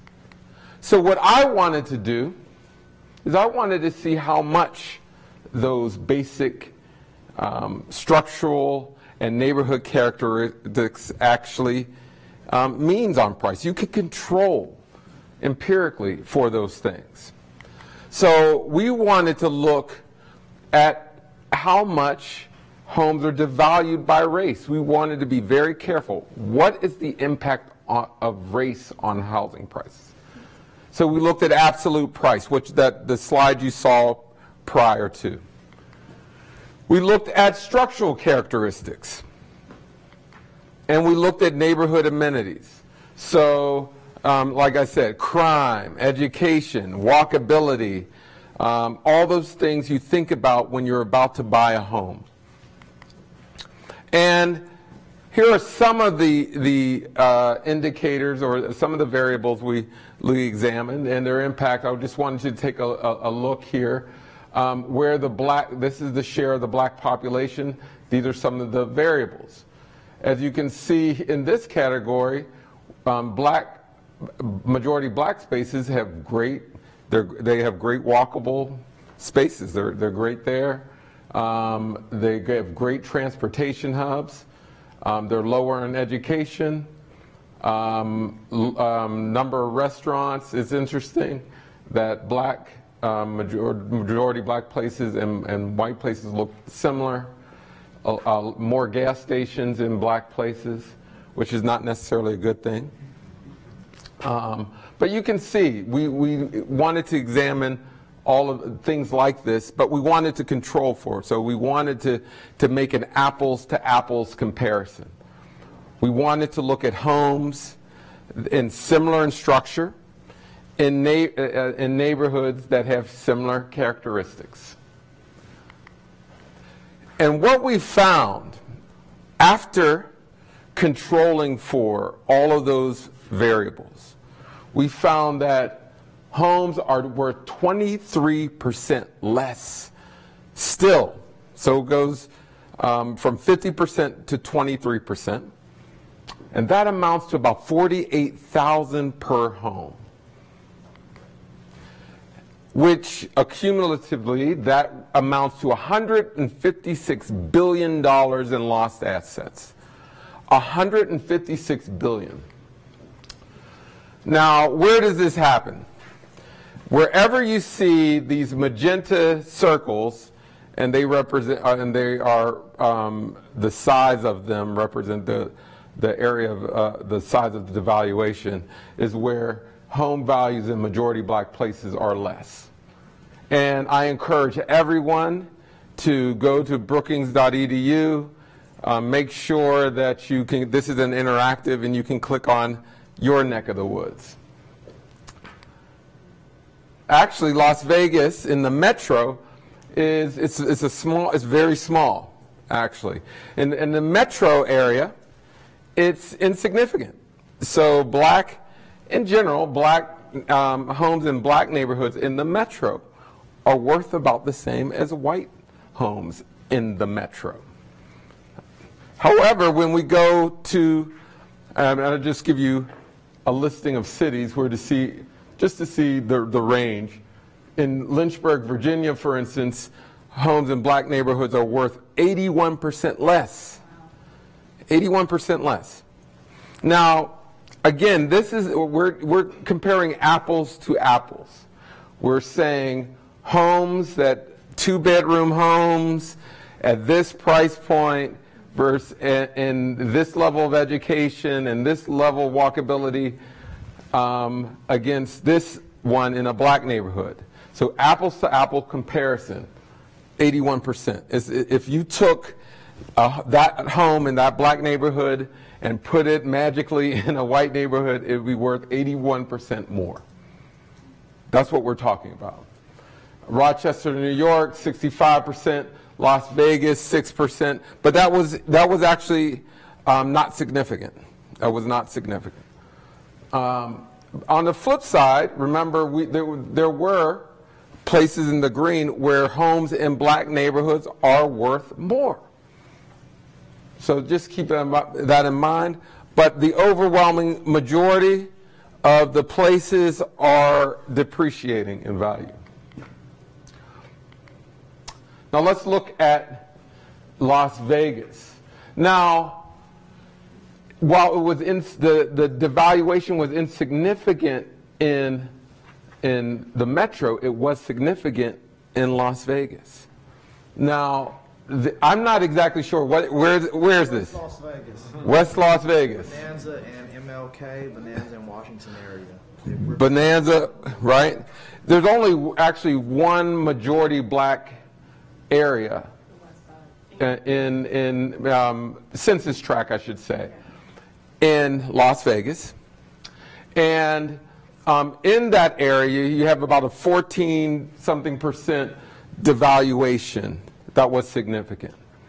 Now, but we could see that as areas, and you can see by the shading, the darker the areas, the less black folk, but there's still devaluation in general at that rate. And so what we did was we took that rate of 14% and we essentially said, let's look at the proportion of black folk in those census tracts to see accumulatively how much that is losing, how much Las Vegas is losing in revenue. And that came out to about $78.5 million in lost revenues because of devaluation. Now, again, this is not the previous map. We looked at places where they were 50% higher. That's not true. So we had to look at places on the gradient of blackness, so to speak, places 30%, 20%. So that's where you get this number. But I want to go back to this, right? And I want to go back to my father. You know, the narrative is he made poor choices, that he hurt people, he hurt himself, he belonged in jail, he needed to pull himself up by his bootstraps, so on and so forth. Personal responsibility, that's the narrative. I want to give you a sense what 156 billion is. If on average we took what black business owners start with, 156 billion would have started 4.4 million businesses. It would have paid for 8.1 million four-year degrees. It would have replaced the pipes in Flint 3,000 times. It would have essentially paid for all of Hurricane Katrina. That's what 156 billion does. In essence, it's the money that people should be using to uplift themselves. It is the money that municipalities should be using to fund their schools. It's the money that they should be using to fix their roads. Racism is robbing people of the ability to lift themselves up. We're talking about people who are purchasing homes, doing everything society asks of them to do, and we're taking money away from them.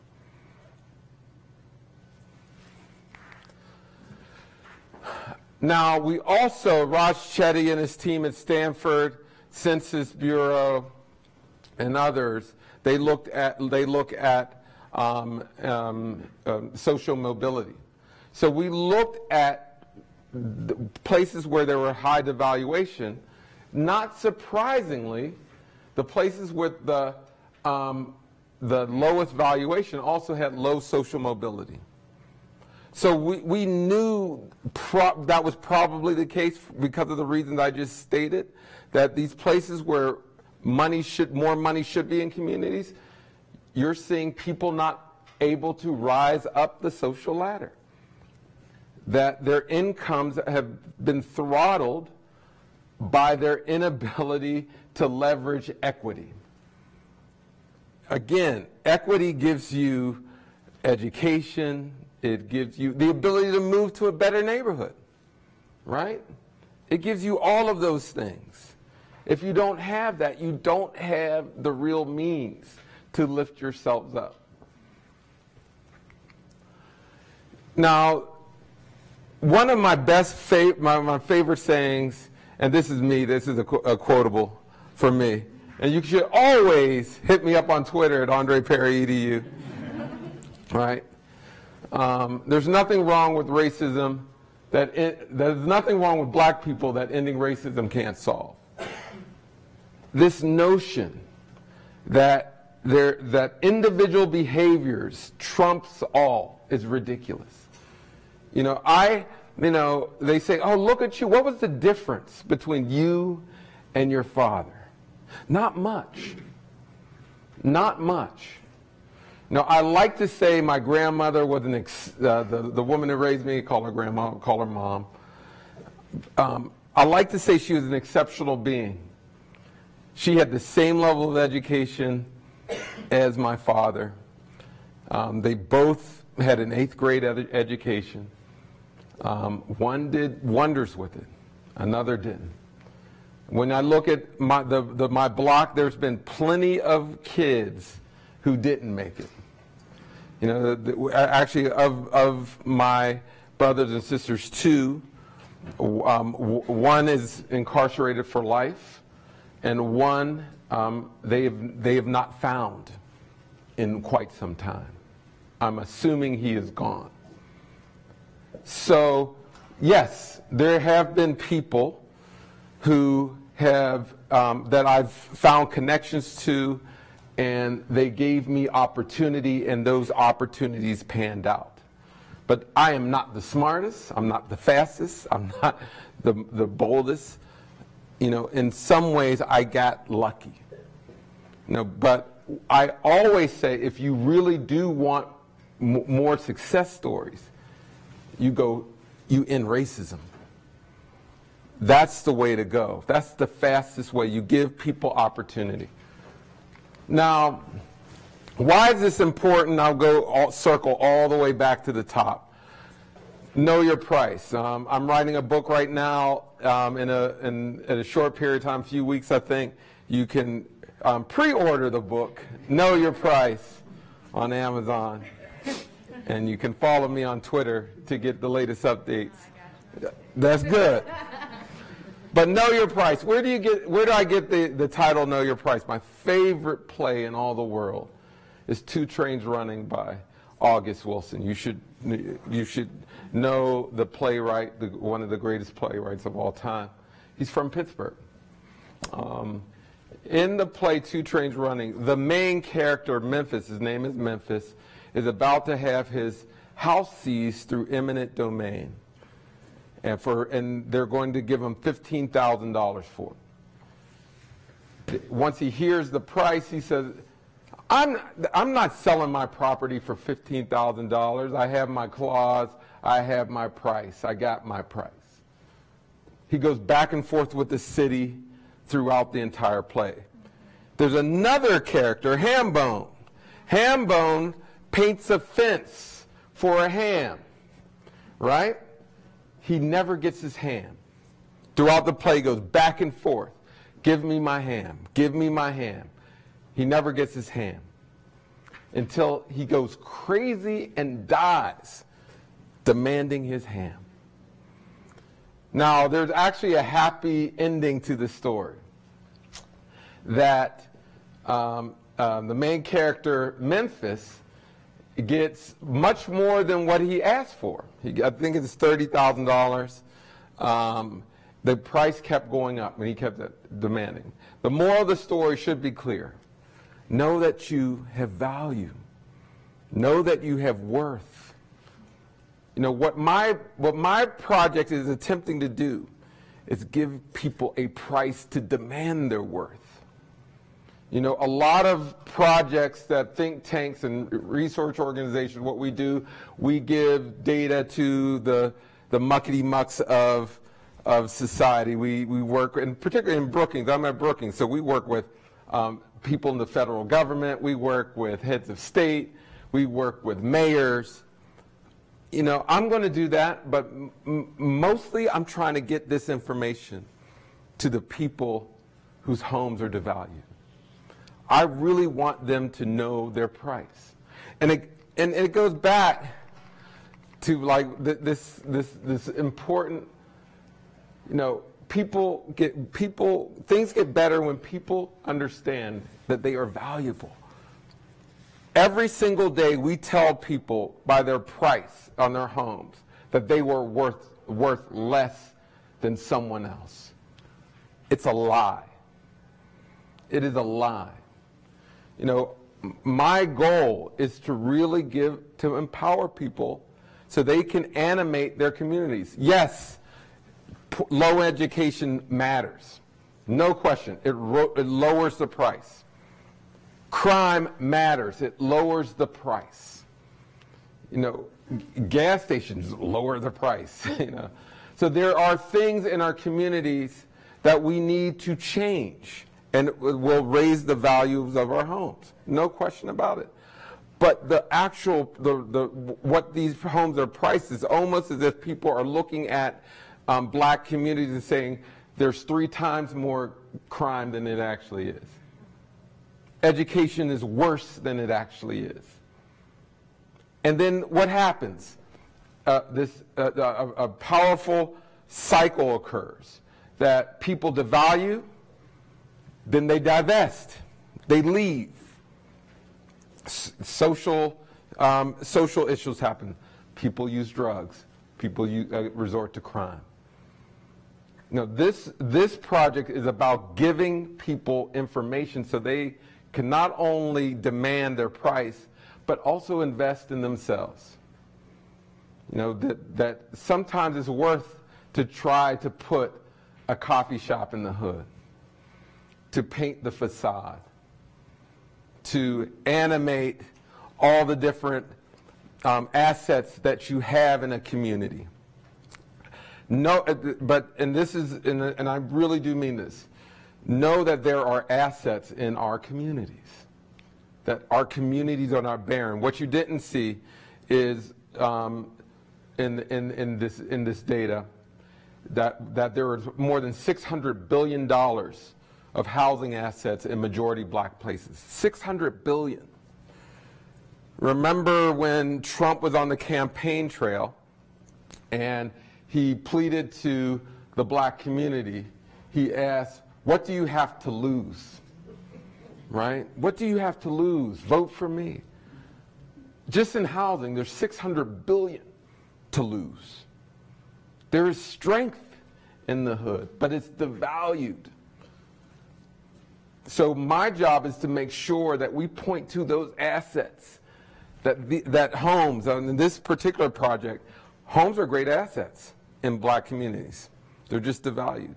But guess what else is, what else are devalued? Leadership. Teachers. Infrastructure. I mean, we racialize public transportation all day long. It's actually good to have great public transportation. These are good things. So I'm going to conclude there. We're going to take some questions. But know that you have value. Know that when you look at black communities, that there's value there, that we should be identifying assets, because no one's going to invest in deficits. No one's going to say, hey, I'm going to pour a ton of money in a bunch of deficits and problems. We just don't do that. But we will put money into strength. And many of our communities deserve it. So thank you for that presentation. We're right at my moment where I'm going to start taking questions. So who's going to be the first brave one to take a question. You can give me a round of applause at this point.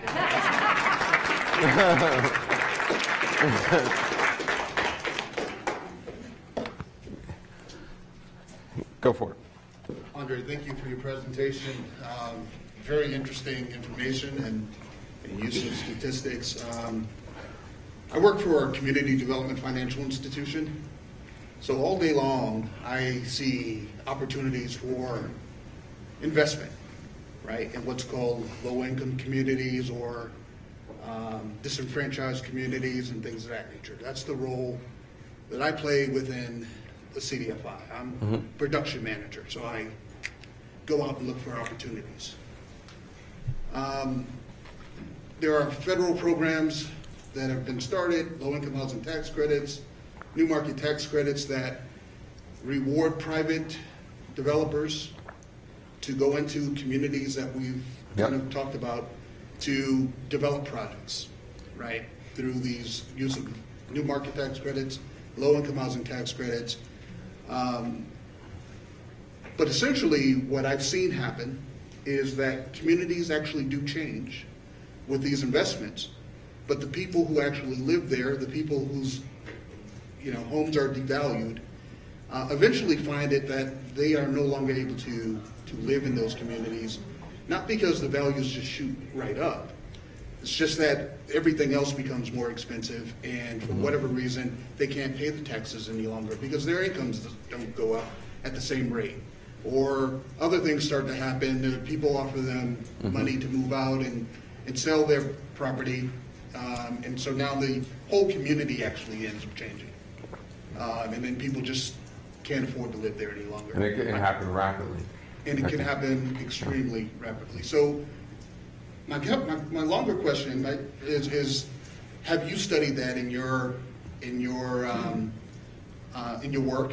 And what are some of the best practices that maybe you've seen that can control for displacement and gentrification and things of that nature, while also improving the value for everybody? As a general rule of thumb, you always invest in people and not places. When you invest in places and not people, you get gentrification. The goal should always be to find ways to employ people, to give people enough entrepreneurial opportunities, to have them actually own businesses and homes. We know how to invest in physical things, buildings, and give tax breaks for folks who invest in things. What we don't know how to do well is invest in people.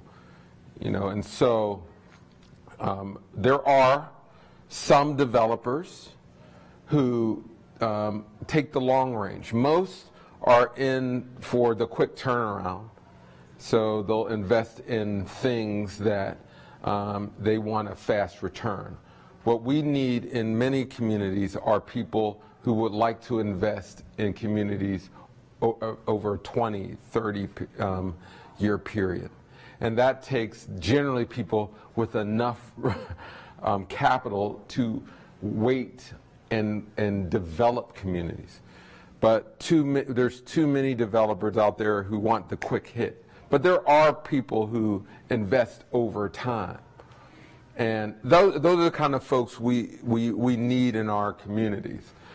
Because, as you know, in many cities, because of the tech boom and other things, folks are priced out just like that. And so we need places, people to have a long-range strategy in developing people. What are your feelings about revolving funds, and how have you seen them work? Because there is a push right now in West Las Vegas to sort of get involved in this, and I think it has some hope, but I'm afraid that it's going to be outpaced by developers who want to come in and do a quick turnaround, which I'm also hearing the same things. People are now showing interest in doing that. And so, you know, how does a revolving fund push back? I'm gonna not answer because I don't know enough about it. That's one of those things I'm just not up to speed on. But it sounds like you have some ideas. I mean, if you could just briefly share some of those. Okay. Because I'm always saying, I know people got great ideas. Well, I'm not in leadership, but we have an organization here in Nevada. Don't devalue yourself, one, but go ahead. I'm not going to devalue myself. Okay. I'm telling the truth. So the Nevada Preservation Foundation has been around for 7 or 8 years, and they've decided they want to come into the West Las Vegas area and do a revolving fund. They've gotten grant money to do some studies, and they're asking for input from the community. And so I've run for office, I've been active, and so I got pegged. So I'm very interested in it because I think housing is important. I love what you said about the devaluing of public works. If you took a few minutes to drive through the West Side, you would see how poorly the streets are kept and how poorly maintained sidewalks are, the basic things that people need to get where they want to go, right? What makes a community walkable, what makes it attractive, what makes people want to live there. Do we have bicycle lanes? Are they protected? Are there trees? Are they buffered? So those kinds of public works things I felt for years have been wanting. I'm going to offer this though. Okay. I know that just a few weeks ago or last week, I can't remember, I invited a guy by the name of Bill Bates. He's the president of the American Institute of Architects, the AIA. I might have that incorrect. And he works with the Preservation Society in Pittsburgh. He's the national president, but he's from Pittsburgh. And he believes that the reason why you work with existing property, because one, it develops slowly. So if you develop things in mass, you're more than likely to displace people and give a lot of people an opportunity to come in to displace and raise rent. So he believes in the pacing of rebuild, and also in understanding that there's a connection between architecture and former buildings and community, that folks are connected to prior buildings. And so I do think, though, that it's clear there's a demand for low-income housing. I mean, so it's probably a combination of developments that we need in places. The problem with mixed income developments is that you lose the wealth building capacity of those properties. So when you want to develop low income housing, you're essentially going to take away the ability for it to make money. Now, I'm okay with that, because the other conversation that needs to be had, there needs to be a diversification of wealth building opportunities particularly in black communities. What you saw in Detroit and in other places was that during the recession, it wiped out black wealth, essentially. You saw it here also, but black folk disproportionately have their wealth tied up in the real estate. And so there needs to be a conversation also about how do we diversify wealth building in communities. Because the American dream is rooted in owning a home. We all want to own a home, but it's probably not going to be as big a wealth builder as it was in the past. So we need to think about other ways. Baby bonds, for instance. I mean, there are creative ways that people are thinking. Derek Hamilton is somebody that comes to mind, an economist at Ohio State, the Kirwan Institute, and others. And so I'll leave it at that for now. Other questions? Go for it.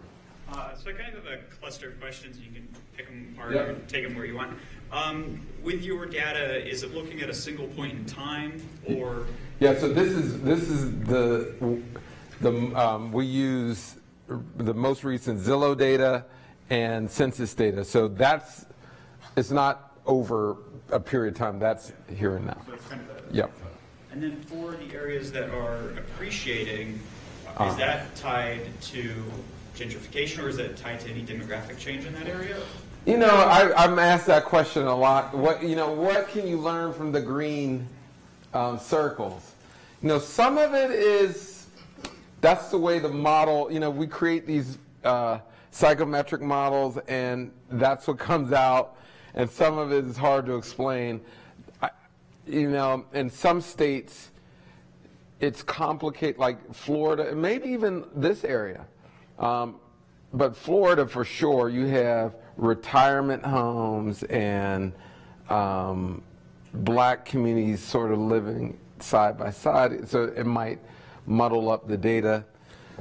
The number one thing I can guess is that in many places, wealthy black folk live in the same place near low-income working-class whites. So Boston, for instance, is one of those cities where it's appreciating. You know, the bougie black folk live in one area of town, and there's a lot of low-income whites living by. So you'll see those home prices valued higher. But I would caution anyone from thinking that those places where the green dots are less racist.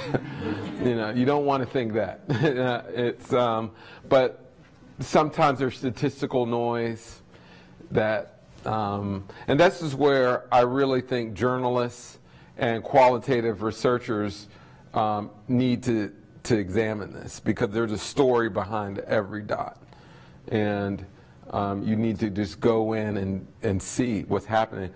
You know, the West, and Las Vegas included, there's less segregation, which is a good thing. So that in that metro number that was I mean, there was a negative number, but it was insignificant. So there's I mean, homes are very similar, and that's generally because you're not as segregated as in the East, in the Midwest, where there's stark lines. So that's a good thing. It's a good thing, but still there's some devaluation, particularly in Vegas, the city of Vegas. And then finally, in the most devalued areas, what percentage of the homes are owner occupied?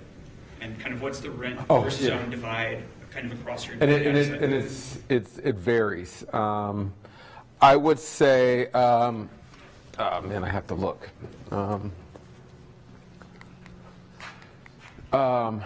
The worst.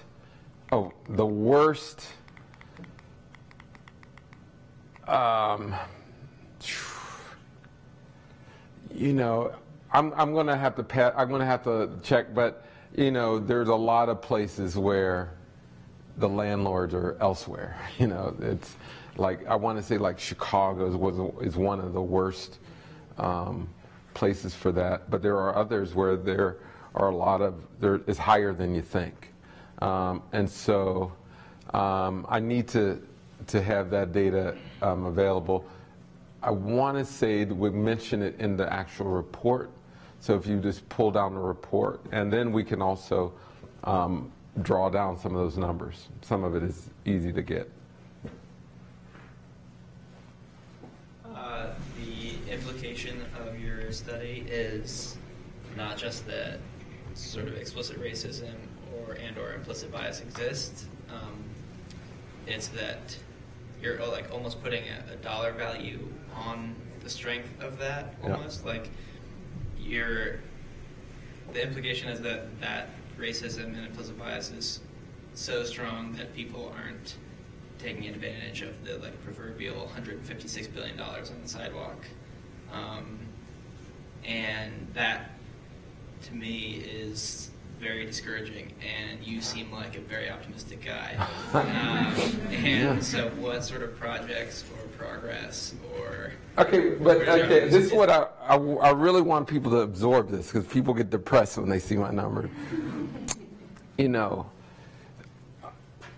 There's a lot of people who've said this for years: my home is worth more than this, and did not have the evidence. When you have evidence, you can do things with it.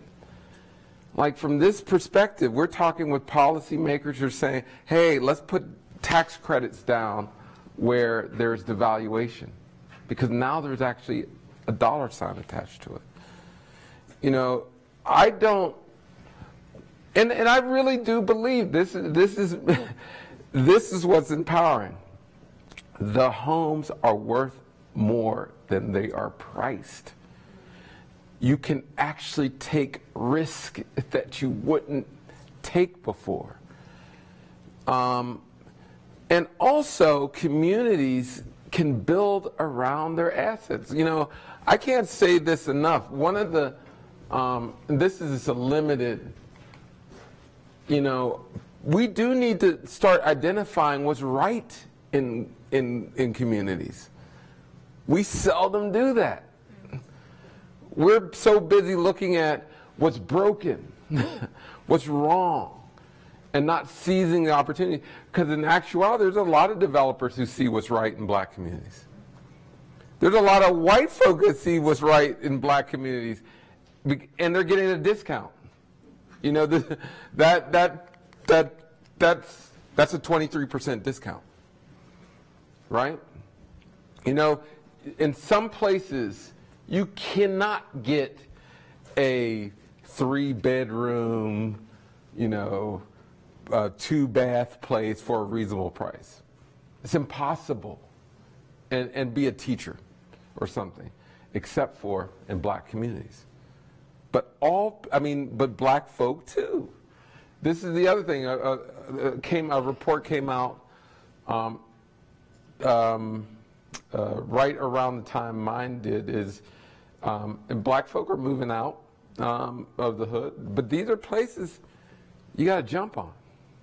And this is the other thing. If you're black, they're culturally safe. You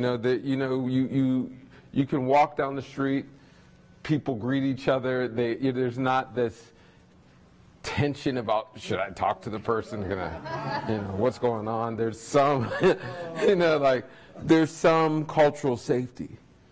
There's benefits to living in the hood. So we just gotta figure that. So be hopeful. Always be hopeful for information, here and then and there.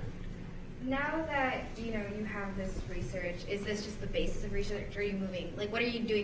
Good. This? Yeah, because I'm not a housing advocate. I'm not a housing expert. Right, because second part of the research is qualitative anecdotal evidence. Uplifting the stories of the people who are successful when it comes to. But that's why you should get the book "Know Your Price" for one. Know your price. Know your price. But this is also about understanding that businesses in black communities are devalued. We can look at leadership, schools, other infrastructure.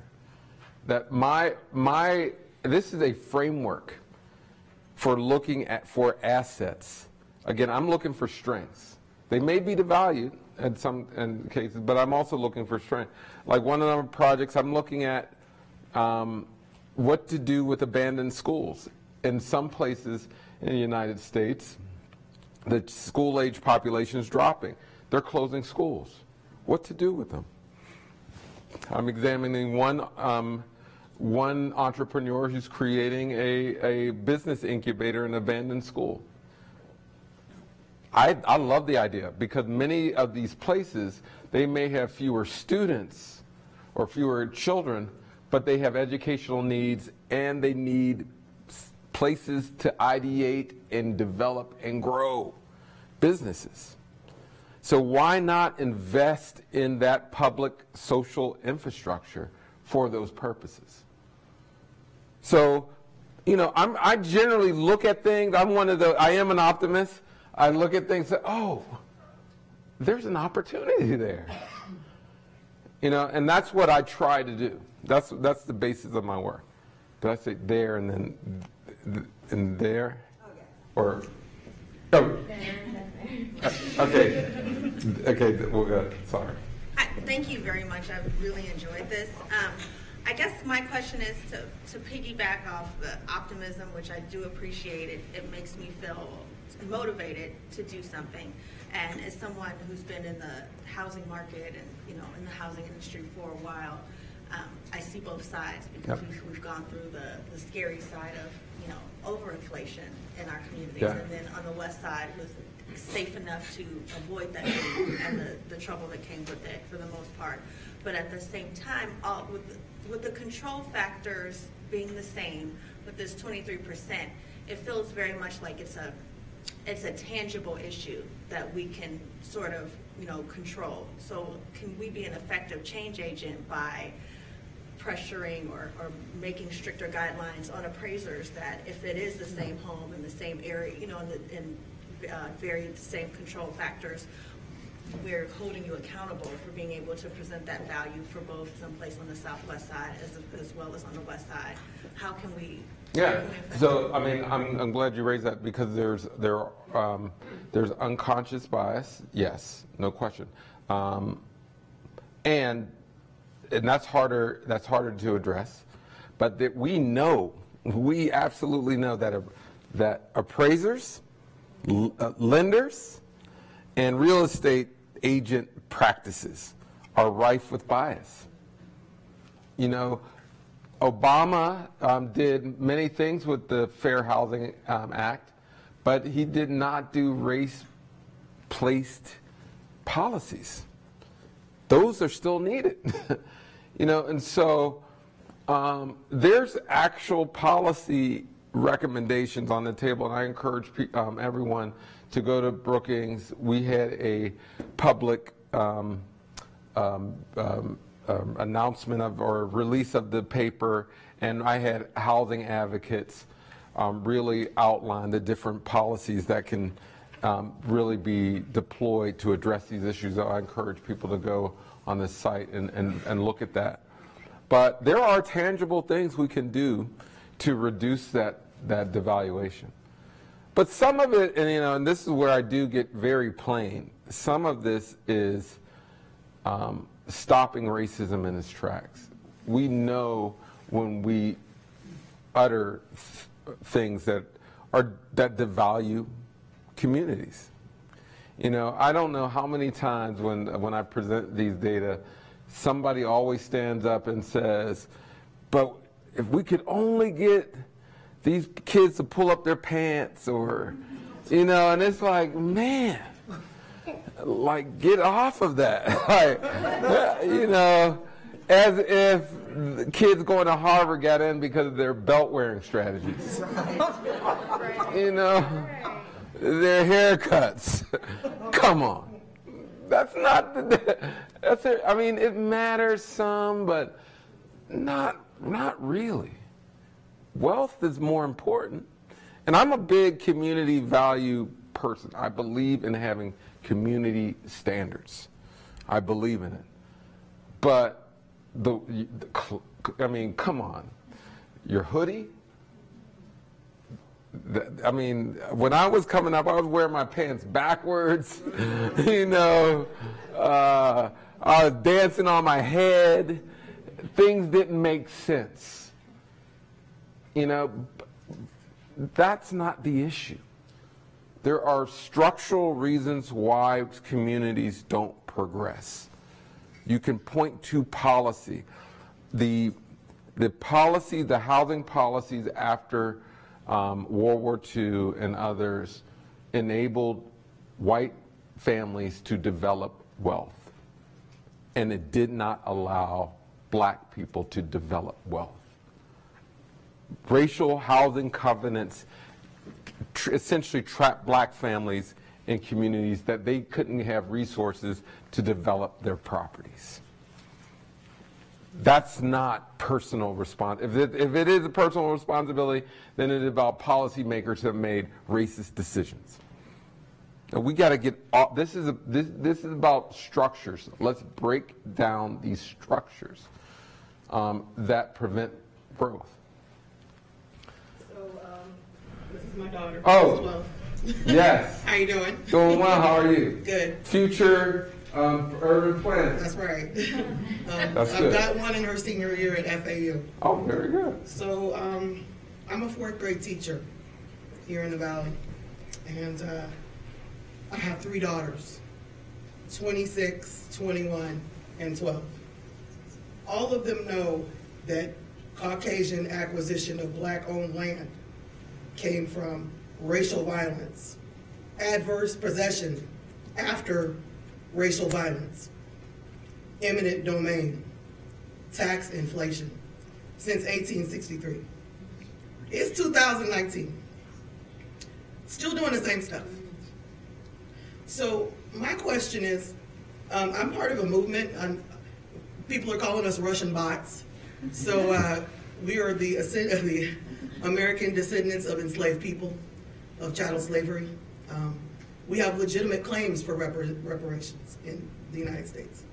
So John, he's been trying to get this bill passed, H.R. 40, for 20 years now, just to do a study on whether reparations are a legitimate claim.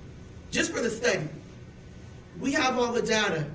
You're here standing tonight as living proof that we have the data. So for me, it's simple. And that is, we groom African Americans, specifically ADOS children, for urban planning leadership. We don't ask, we just do it. We don't ask white people, we don't ask bougie black people, we just do what we need to do for our kids. That's what we do. Now, you have a study. What is this study going to do for bringing the tangibles that we are looking from these black people who are running for president, who dance around these issues that you're talking about, who have no problem locking people up, no problem locking truant mothers, children of, and I'm a teacher. I understand that some kids don't come to school because they're habitually sick, whatever. What is it that your study can do to bring the tangibles, to bring out those tangibles that we're looking for in the leadership that's thrown at us for? Well, one study, and I'm a trained academic. I've been a practitioner, and I've said this all the time. If you're ever waiting for universities and think tanks to bring social justice, you're going to be waiting a long time. Right. And I mean that.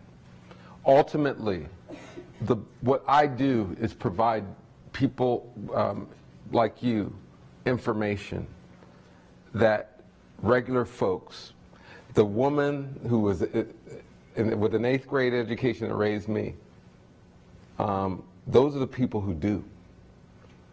What this project is attempting to do is to give people ammunition that they can use to mobilize their communities.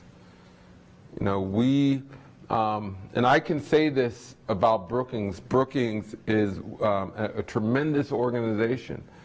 We're now starting to do this kind of work. We are diversifying our scholars because I'm glad you said we need urban planners. I was in an article recently that talked about the lack of economists in the field, and I'm not an economist. Obviously I do work that enters that field, but we need people who are doers. There's no question. We need urban planners. We need teachers. We need architects. And folks need to take that information and run with it. So I never want to come off as a savior. I really do believe that academics, think tank people, we have a role. There's no question. We have a powerful role to give people information, but never discount where change is going to come from. It's going to come from people like you. So I see I got 30 seconds to close out. So that was a great way to close. I want to thank you at UNLV for having me and Brookings Mountain West. It's been wonderful. You can clap again. Man, come on. Yes. In case you forgot, Andre has a book coming out. Yeah, that's right. Thank you, sir. Thank all of you for joining us. We'll be around for a couple minutes if you have an unasked question or comment.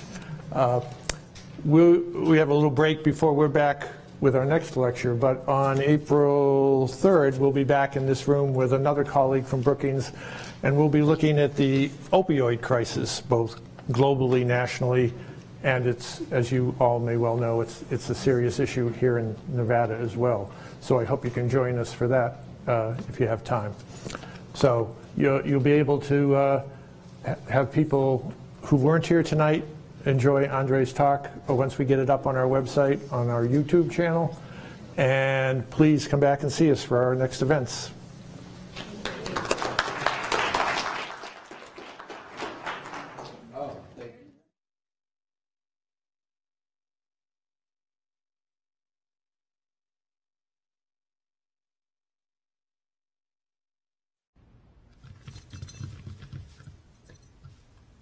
There's a shelter pet who wants to meet you. Meet one today. Visit theshelterpetproject.org. Adopt. Hi, I'm Robert Smith, and I want to tell you about Positively Kids, a nonprofit foundation dedicated to providing medical care for children in our community. Here's Fred Schultz to tell you more. Our facilities care for mentally fragile children and their families at no cost. Help us as we embark on building a long-term pediatric care facility to handle the growing needs. Visit our website. Support the Foundation for Positively Kids. Together, we can create our own all-star team. After October 1st, people started saying, Vegas strong. But the truth is, I don't always feel strong. Some days I feel scared. Alone. Exhausted. Overwhelmed. Hopeless. Anxious. But I didn't think I needed help. Because I thought things would get better. We didn't have physical wounds. But what happened that night affected all of us. And it's never too late to get the help you need. Reach out to the Vegas Strong Resiliency Center to see how they can help you. Hi, I'm Ed Burgess Taylor, part of the Clean Water team at the Clark County Water Reclamation District. We're asking all our residents in our community to be a part of the Clean Water team by properly disposing of kitchen grease. Never pour grease down the drain. It can clog the pipes in your home, yard, or street. Instead, simply crumble up some newspaper or a paper towel and place it in a can. Then pour in the grease. After it cools, just throw it away. Remember, don't pour grease down the drain, just can it. Brought to you by the Clark County Water Reclamation District. Our community, our home, Clark County, Nevada. Thanks for watching Clark County Television. Water. Without it, life as we know it would cease to exist. No one understands this better than those who live in the desert. Southern Nevada's water supply originates in the Rocky Mountains. Snowmelt drains into the mighty Colorado River, which winds its way through the southwest states to Mexico. Along its course, a series of dams and reservoirs manage the river's flow, delivering water for nearly 35 million people and more than 5 million acres of irrigated cropland. Many communities are dependent upon the life-giving waters of the Colorado River, but none more so than the city of Las Vegas. Las Vegas is located in the Mojave Desert. Without a reliable water supply, Las Vegas simply can't exist. So there's nothing more important than being able to guarantee that. Nearly 90% of the Las Vegas water supply comes from Lake Mead Reservoir, fed by the Colorado River. But Lake Mead's water level has been dropping, putting Southern Nevada's water system at risk. Since 1999, the Rocky Mountains has been going through a very severe drought. We've always known that droughts are part of the natural cycle. What's most concerning about the current situation is that we're seeing a natural drought combined with the beginning of climate change.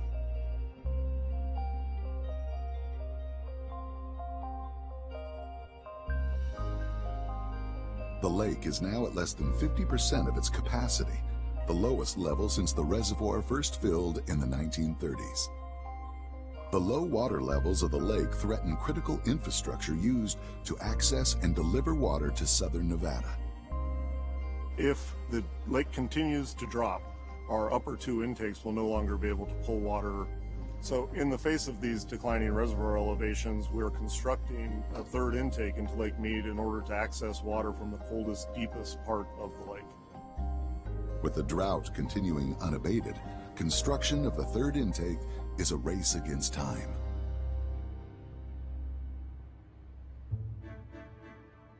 I feel pretty honored to be down here, you know. It's not easy work, you know, but by the end of the day, you feel like you've accomplished something, and you know, a little sweat never hurt nobody. Intake number 3 will draw water near the bottom of the lake. Its construction will be one of the most challenging tunneling projects ever attempted. To build it will require excavating a shaft more than 600 feet deep. A tunnel boring machine will be lowered to the bottom of the shaft and excavate a route 3 miles long under the lake.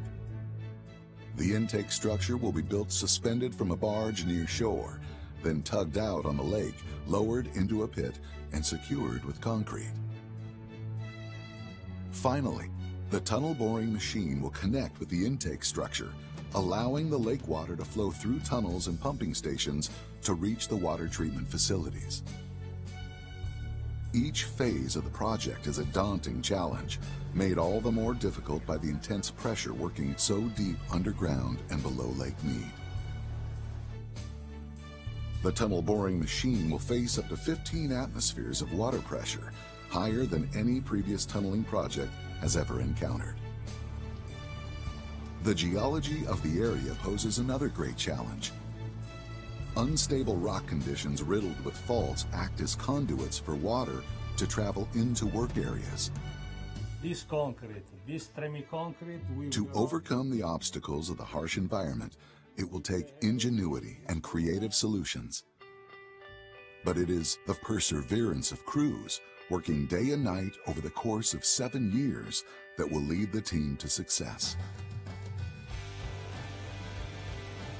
Working underground is dark, dirty, and wet.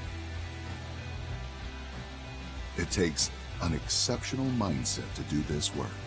I like this kind of job. I love being underground. Drilling and shooting dynamite, TVMs. I like it. To excavate the shaft, workers apply a drill, blast, and muck technique. The first step is to drill long holes into the rock face. Workers then insert dynamite into the holes.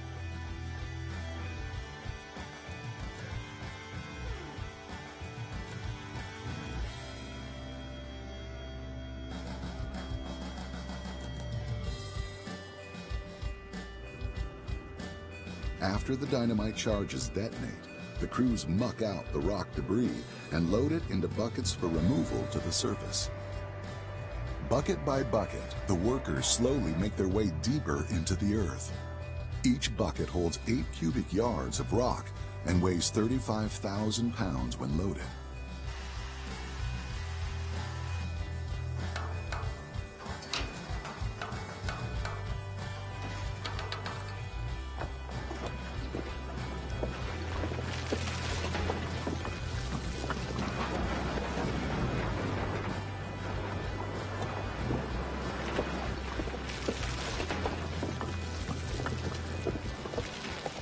Working day and night, it takes over a year to reach the full depth over 600 feet below ground. At the bottom, workers excavate a large chamber and starter tunnel, which makes room for the incoming tunnel boring machine. Then, on June 28, 2010, the workers get a shock. You know, it was like 5 of us down here, you know, working on the ground. And I seen the water changing color. That's what I knew something was gonna happen. You know, so I called those guys on the top and had that basket ready. A torrent of mud, gravel, and water surged into the work area. a little bit scared. You know, I won't deny it. You know, everybody was scared. You know, but thank God we got my guys out. Everybody's safe. That's what mattered. Over the next 4 days, water and approximately 6,600 cubic yards of mud and gravel flowed into the starter tunnel, bearing equipment and bringing the project to a standstill. I personally have never seen anything like this myself. Engineers launched studies to investigate and identified a series of near vertical faults that channeled the material into the work site. This just goes to show that despite your best efforts and the best information you have on hand, that things that are underground are almost impossible to completely predict. And Mother Nature is a powerful entity, and sometimes she wins. The inflows are a major setback. Crews spend the next year recovering and pursuing a new route for the tunnel that skirts the problematic fault zone. Meanwhile, crews excavate another tunnel to join the shaft to the existing tunnels and pumping stations that convey water to the treatment facilities. On the surface, the German-made tunnel boring machine is assembled. This machine is named Kokopelli, which is a southwestern Indian spirit, or god, if you will.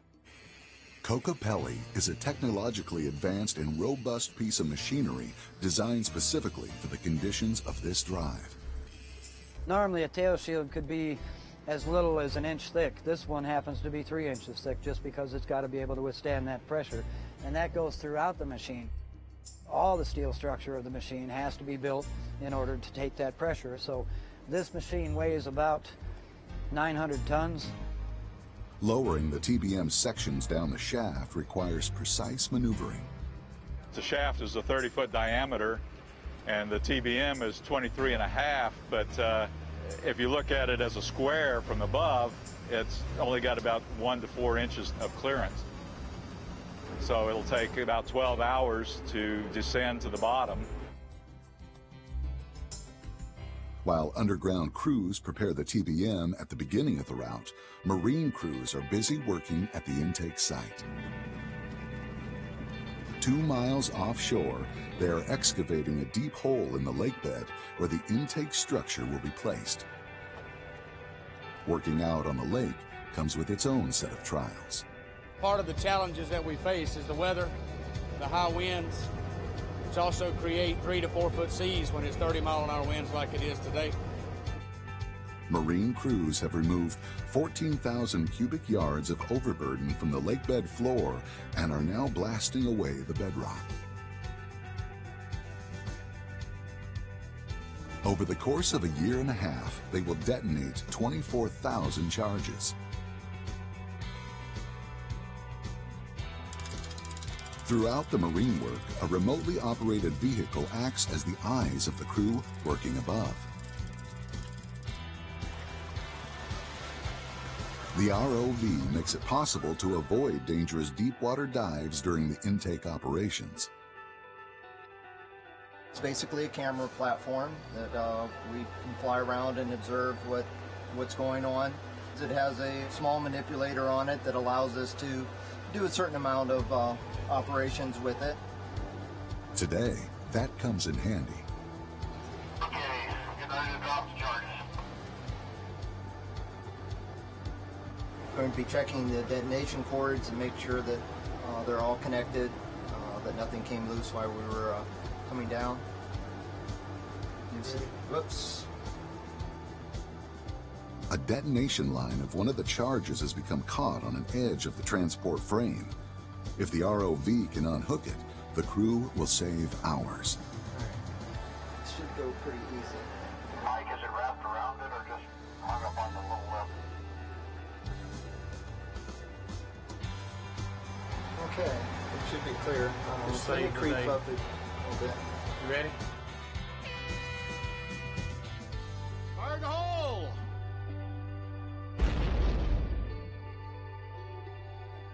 Every day, the hole underwater becomes a little deeper and wider. Off-site, crews are manufacturing the concrete ring segments that will be installed by the tunnel boring machine and serve as the final liner of the tunnel. The segments are manufactured to tight tolerances. They must vary in size by no more than 1.5 millimeters.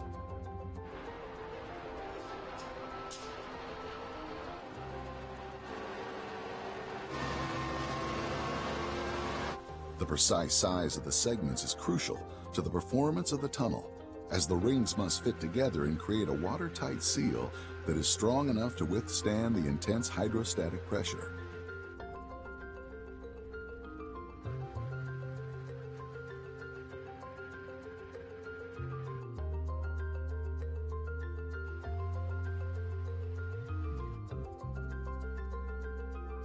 In all, over 14,000 segments will be cast for this tunnel drive.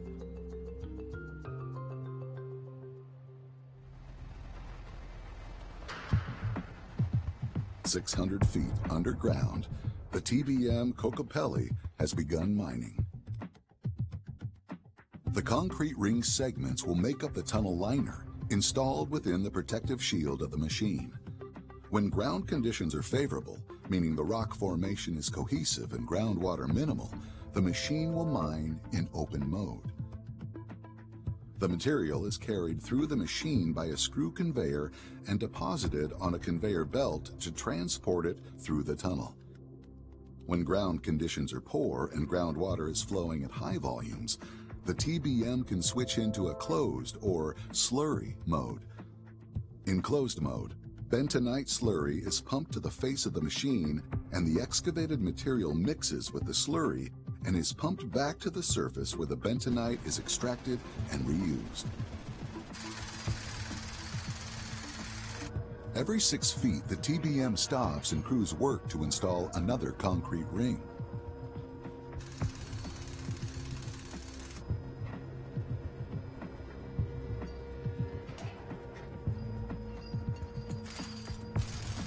The tunnel boring machine pushes off the newly completed ring to move itself forward, then excavation begins again.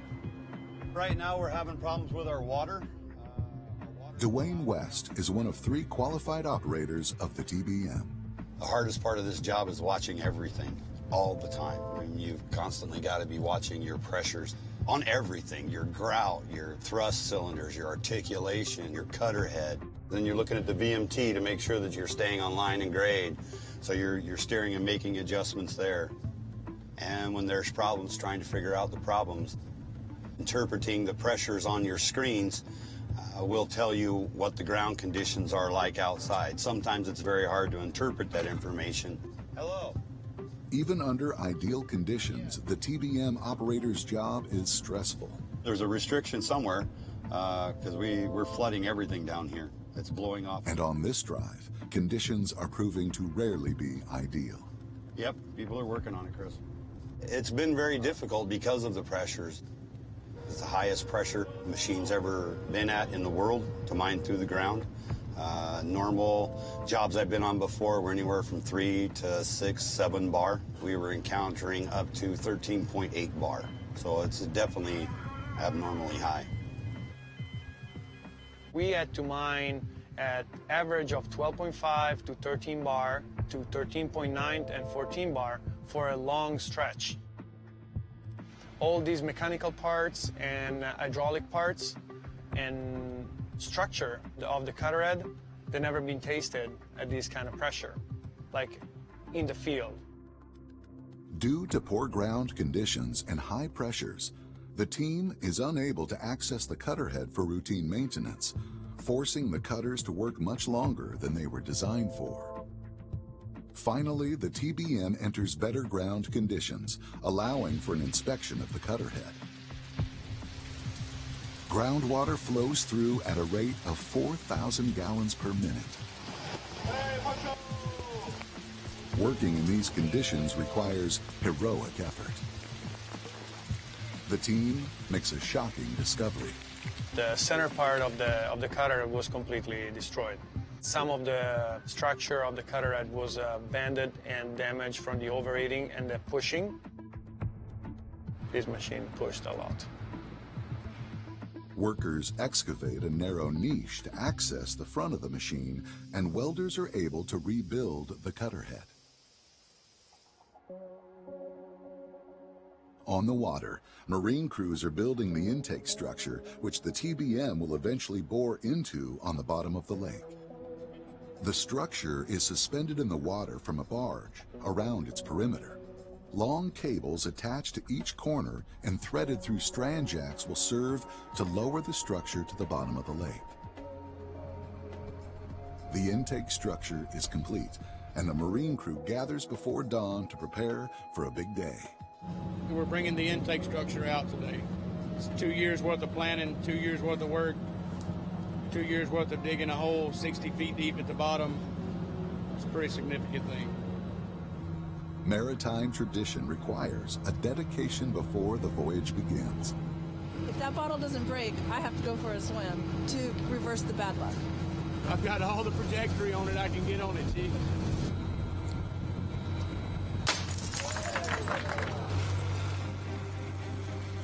The anchors are cut, and it's time to push off. At more than 90 feet tall and 1,400 tons, moving the structure in the lake presents quite a challenge. All eyes are on the weather. The barge is a big sail, and the wind will push you off course. And if it pushes you off course, then you run a risk of running aground.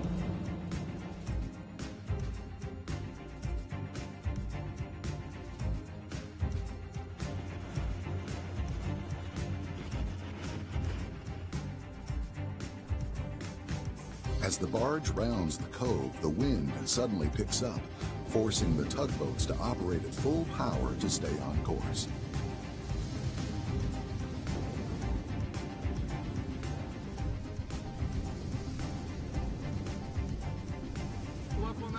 Despite the wind, the intake structure safely makes its way to meet up with the crane barge on the lake.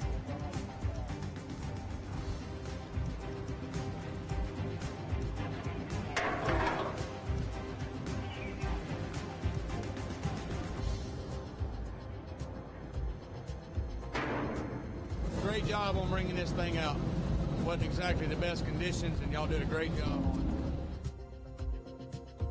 The intake structure begins its slow descent to the bottom of the lake.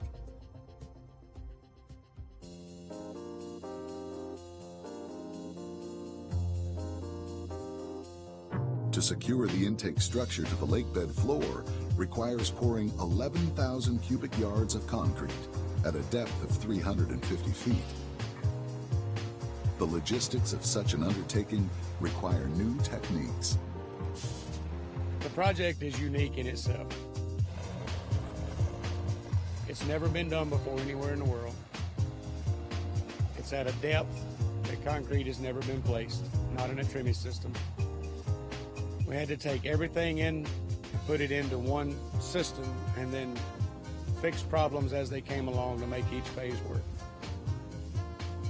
Engineers worked for 18 months to develop a method of delivery and a specific concrete mix designed for the unusual environment. The concrete, it has to stay very fluid during the transportation, and getting it out to the placement barge with the ready mix trucks is very difficult because it takes around 2 hours to get it there.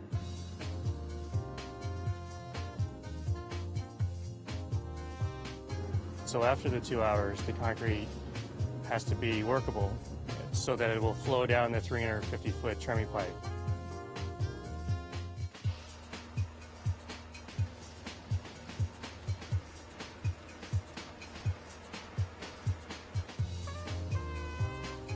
The pour itself is a marathon, running around the clock for 11 days straight. 3 barges loaded with concrete trucks rotate continuously from the shore to the site on the lake.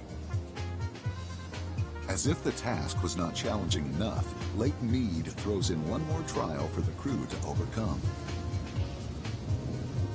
5 days into the pour, the wind picks up. It's supposed to be 75 miles an hour. The tugs can't push the barges like that. It's too much weight. Today's gonna challenge us. All right, guys. Crews wait out the worst of the storm, and the barges are soon back to work. Finally, the base of the intake structure is fully submerged in concrete. For the marine crews, their job is complete, and they depart knowing they've had a hand in something momentous.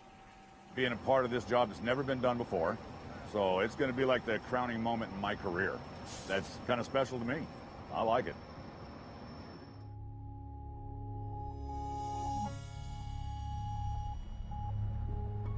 After 3 years of tunneling, the TBM Kokopelli is approaching the end of her journey. Took so long. We're right in the end now. All right, good morning, guys. Right now, we are halfway through push 2425. When we hit ring 2427 is when we should be pushing through the intake structure. Very close, very close. All right, guys, let's go. Let's do this. The hole through has been a long time coming.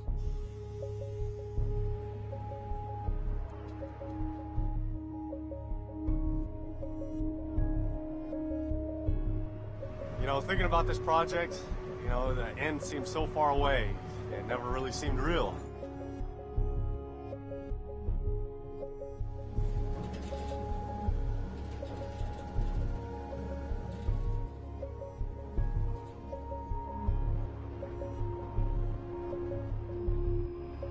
The crew below advances the TBM at a cautious, slow pace. We'll pull a couple up and lay them back up there so we look at them. Above and below ground, on land and from the water, all eyes are watching for signs. At the separation plant, pieces of fiberglass rebar prove that the TBM is boring through the soft eye of the intake structure.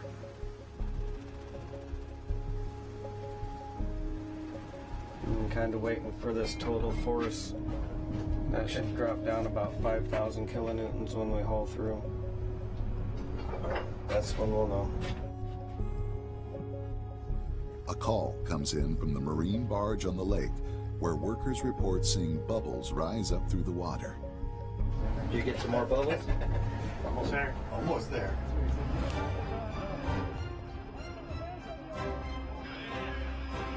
At last, there is no denying. Yeah, that's it right there. The TBM has holed through into the intake structure. Yes, sir. We're broke through. It's a done deal. Yep. Along the top, along the top. Good job, everybody, guys. It's over. It's over. It's over. Finished. After 6 years, it's over. Okay, Game man. over. It's over. Long time coming, but it's done. Yeah, good job. Good job to everybody. Very proud of what they've accomplished. After all the hard obstacles that we had on this job over the years, people that worked together to get it up, to get it done. So without them, we would go no place. Feels great. Feels real good. All of the preparations that went into excavating the tunnel are now reversed. All this structure will be cut out. The cylinders, the main bearing structure, everything will be for the outer ring of the shield. The outer ring of the shields will be welded together and it'll actually be part of the tunnel. The TBM pieces, miles of pipe, utilities, and rail lines are hauled up the shaft. The tunnel is ready. To equalize the pressure from the lake, the tunnel is filled with water from the surface. There is just one last milestone left in the project. A temporary bulkhead in the intake riser is all that separates the lake from the new tunnel. Today, it's coming out. So, you ready to bring her out? Let's do it. Hey, Mike, go ahead and come on up slow. You're about a quarter of the way out. Roger, coming up. She's clear, Mike. You're clean to the surface. All right, Carrie. Today was a big milestone. Finally, after almost 7 years, we can call it complete. This was a very difficult project. We've set the world record for mining at the highest pressure with a tunnel boring machine in the world to date. We encountered variable ground conditions, unstable ground, and very high pressures. So we had to really fight for every inch along the way. But it was really the workers, the contractors, engineers, everybody that's involved coming to work and bringing their best and putting their heads together and working through these challenges. That's why it was such a success. Uncertainties of drought fueled by climate change will undoubtedly continue to challenge the arid Southwest. But by looking ahead and planning for the future, the Southern Nevada Water Authority is mitigating some of its impacts.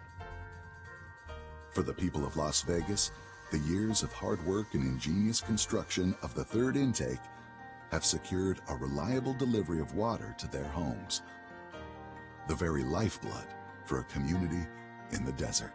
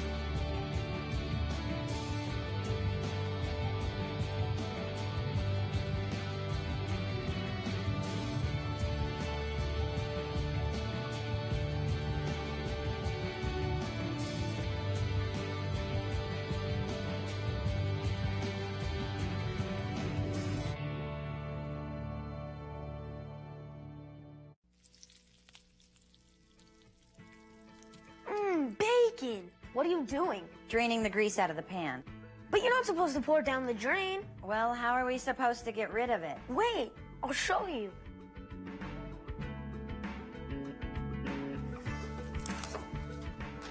We learned this in school. Pouring the grease down the drain could cause the lines in our house and the lines in the street to clog up. That could cause a real mess. Just put the crumpled up paper in the can, pour in the grease, and let it cool. Once it cools, you could just throw the paper and the grease into the trash. So all we have to do with the kitchen grease is just can it? Just can it. After all, you wouldn't want to be a pain in the drain, would you?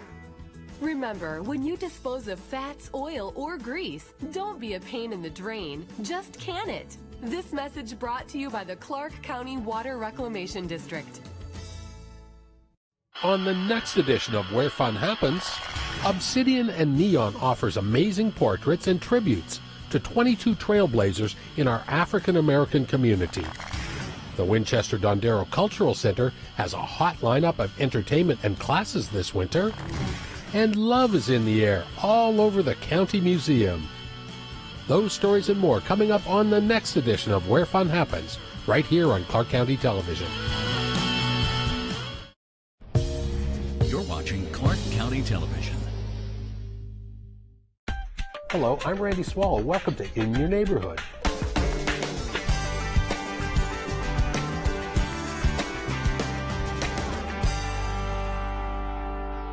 For the next half hour, we'll talk county issues and District F issues with a man who represents the area, your Commissioner, Justin Jones. Good morning, Commissioner. Thanks, Randy. Appreciate the opportunity to be here. Excellent. We're here at the Chinatown Plaza on Spring Mountain Road in District F. District F is one of the largest commission districts, stretching from the central part of the valley west to Red Rock and Blue Diamond. Other rural communities in District F include Sandy Valley, Good Springs, and Jean. Here's a quick look in your neighborhood, District F. District F is home to the newest downtown in Clark County, Downtown Summerlin. The county's largest master plan community has developed a couple million square feet for dining, shopping, entertainment, and more in a mixed-use, fully walkable marketplace. Other major game-changing private businesses choosing to slide into District F include the swimmingly successful Wet 'n Wild Water Park. And expect furniture fans to flock to the iconic blue and yellow behemoth IKEA store near the 215 Beltway in Durango, a Swedish-designed retailer that is the world's largest. And another master planned neighborhood, Mountain's Edge, continues to rise in District F. Thousands of residents now enjoy recreating at Phase 1 of the newly opened Mountain's Edge Regional Park, with some of the coolest facilities in town. Desert Breeze Regional Park continues to be one of the best, with an indoor-outdoor aquatic center and hundreds of acres of green space and more. And the rural portions of District F include Sandy Valley, Blue Diamond, Good Springs, and Jean, lending a slice of the slower lifestyle compared to the fast-paced urban growth for residents and businesses in District F. Commissioner, this is the Las Vegas Chinatown Plaza. This is basically the epicenter of Chinatown. About 25 years this place has been here and part of District F. Why did you bring us out here today for District F? Well, I think it's an exciting time of year. We're celebrating the Year of the Pig. It's a Chinese New Year, so I figured what better time to be down in Chinatown Plaza than right now. And again, everyone seems to know this place with the pagodas and roof tiles and everything like that. And what the county has had a good relationship with Chinatown and with the people here in this area. Well, I think Spring Mountain right now is just booming. You've seen Lotus down the street as the first true residential high-rise development down here in the Spring Mountain corridor. We've worked very closely with the folks here along the Spring Mountain corridor to continue the development down here. It's just hot. This is a place to be right now. I'm not sure how much you know about this, Commissioner, but the county entered into the Chinatown Overlay District in 2005. So what does that mean to the folks that live here and as well as this district? Well, you know, look, our Asian American community is vital to the vibrancy of Southern Nevada. And I think this is really a meeting place for the community, but also a place where folks can come and have a great meal, try a new cuisine, and do fun things on the weekend. It's a little bit different in some ways, as the owners here have been telling us. This is also the Asian Pacific American Cultural Center, so you will see some sorts of businesses that will never be here. And what does that mean as far as, just as far as that goes? Well, I think it's an opportunity for people in the community to participate in cultural activities. You'll see, obviously, during the month of February, a lot of activities surrounding the Chinese New Year, but there are activities that go on all year long, and it's an opportunity for learning in our community. We keep saying Chinatown, but obviously the Asian population in our community is burgeoning. In fact, one of three, our ballot is in Tagalog, which appeals to the Filipino community. And how big is our Asian community? How important is it?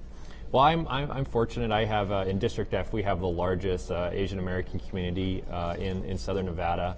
And it is critical to our community here to have that kind of diversity. One of the difference between the Asian American community and the Hispanic community is that language is really, I would say, a barrier when first generation folks come here. And that's why we're trying to do a better job in terms of outreach to make sure that we have resources that are in multiple languages. Obviously, there are a variety of languages in the Asian American community, and making sure we have the resource.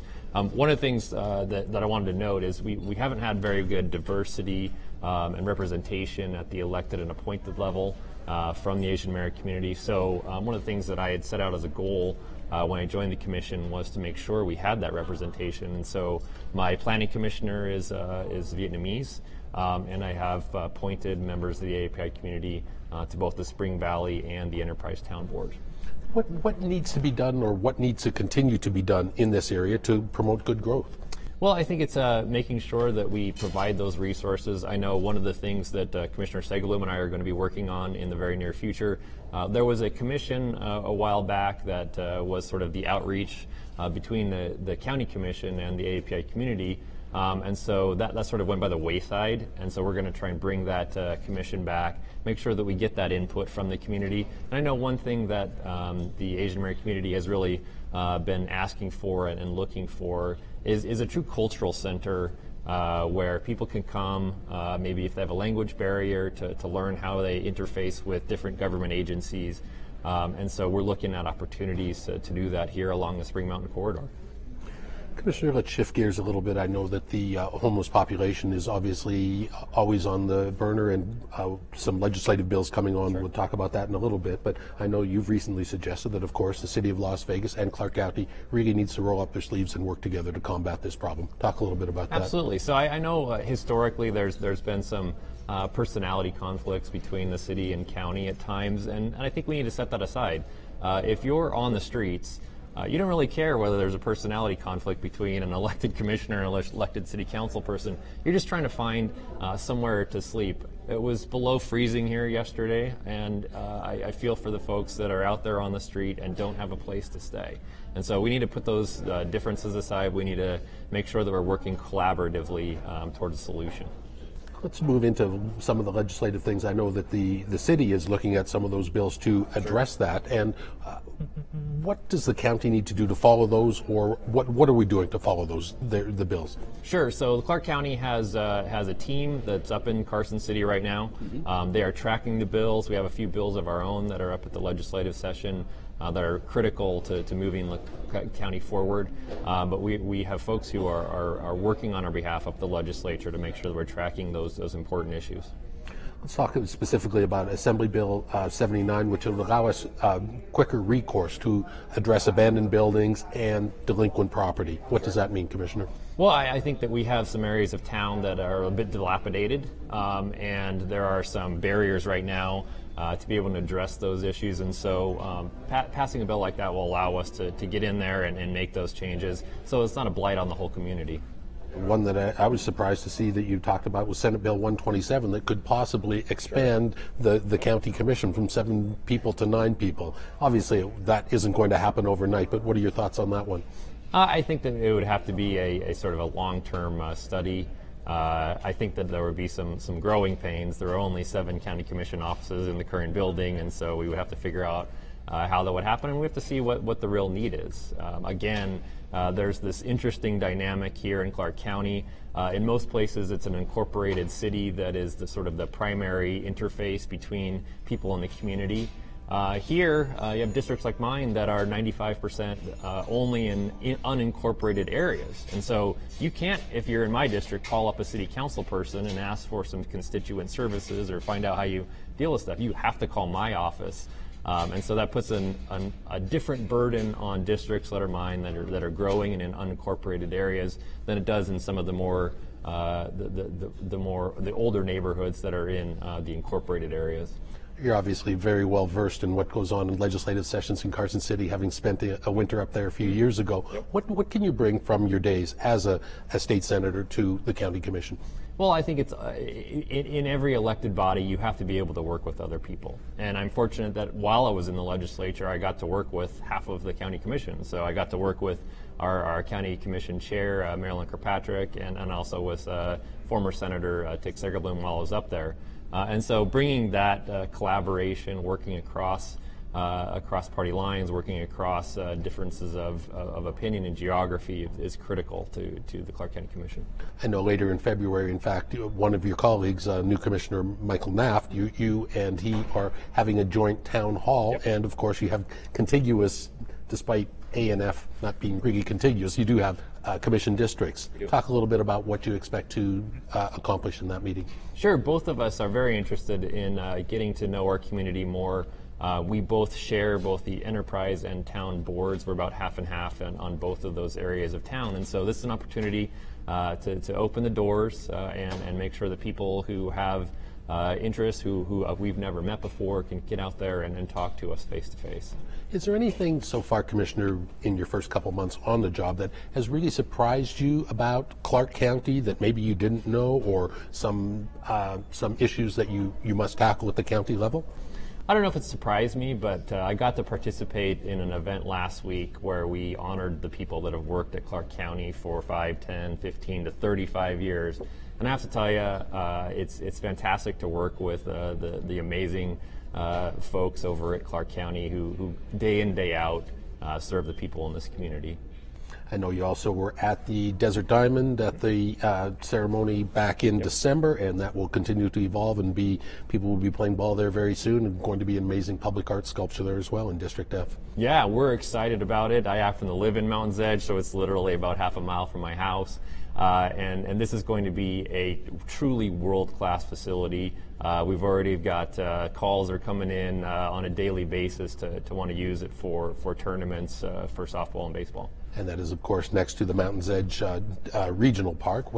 Bring us up to date on what's going on out there? Sure. So it looks like we'll hopefully have a certificate of occupancy here by the end of February. They anticipate that the first tournament will be played the first week in April. So I think we're exactly where we need to be in order to use the facility as soon as possible. All right. We must take a quick break. We'll continue in your neighborhood here at the Las Vegas Chinatown Plaza with District F Commissioner Justin Jones. Stay tuned.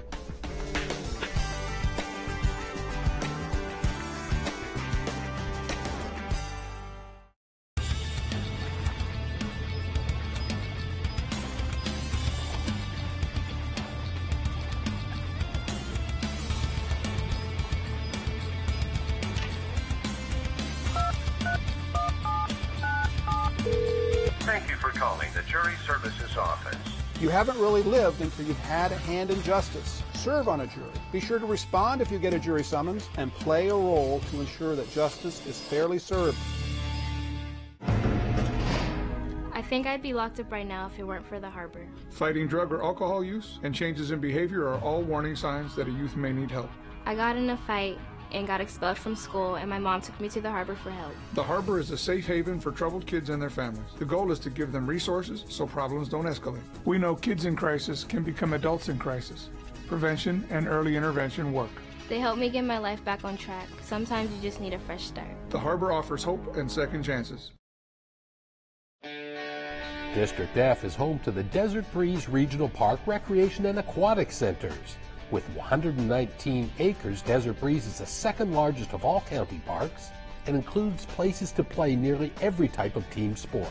The Aquatic Center offers indoor swimming and classes year-round, and the outdoor pools are open during the summer months. The Rec Center offers a variety of classes and programs. The gymnasium and workout facility are well-utilized places for sports and fitness. Desert Breeze is located at 8275 Spring Mountain Road in District F. And speaking of District F, we're just a few miles down the road at the Chinatown Plaza, talking with your Commissioner, Justin Jones. Commissioner, during one of the last couple of recent zoning meetings, segments of the Board of County Commissioners, you've been on there a lot. Plenty of activity going on in District F and continuing the good growth, not here in the Chinatown area, but more in the the southwest areas. It just continues to flourish. What's going on out there? The southwest part of town is burgeoning right now. There's a huge demand for residential and commercial properties out there. It's exciting to see the growth, but we also have to do it in the right way. And so we want to make sure that we have access to affordable or attainable housing at the same time that we have a continuation of business development efforts along the 215 corridor and in other parts of the southwest. Why is that area booming so much? Well, I think part of it is just land. There are not that many areas of Clark County where you can still build. And there are still parcels out in the southwest part of town, but I think it's also the access. I mean, for my house in Mountains Edge, I can get to the airport in 18 minutes.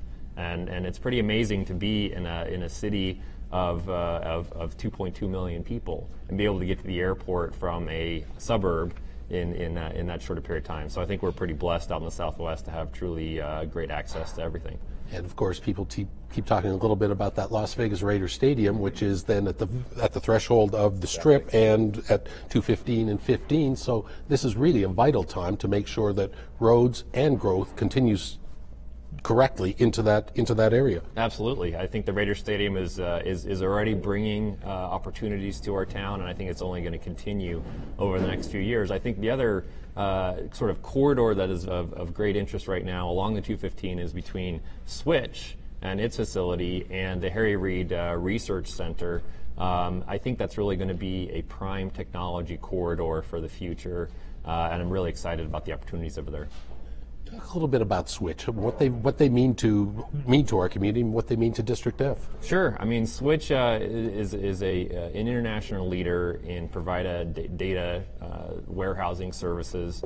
They were able to take advantage of some pretty amazing technology and have only managed to continue to expand their operations where they are, but also expand around the nation as really a model of how to do secure data warehousing.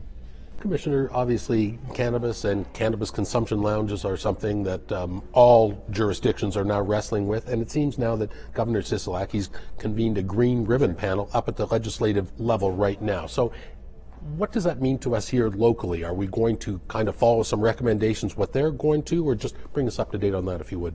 Sure. So the county had a Green Ribbon Commission, and they sort of were framing things as it related to Clark County. But I think Governor Sisolak, former Commissioner Sisolak, sort of saw how things work down here. I want to make sure that we had sort of the big picture. And so the commission that he has appointed will look at these issues more broadly. And I think the most important thing is that this isn't a commission that's going to sit around for 3 years and then maybe make some recommendations. He's given them very firm deadlines so that the jurisdictions, both City of Las Vegas, Clark County, and jurisdictions around the state all have some guidance as to what the best practices are, and so that we can be on the same page. I think it only makes sense to coordinate with the cities on how we're going to address this issue.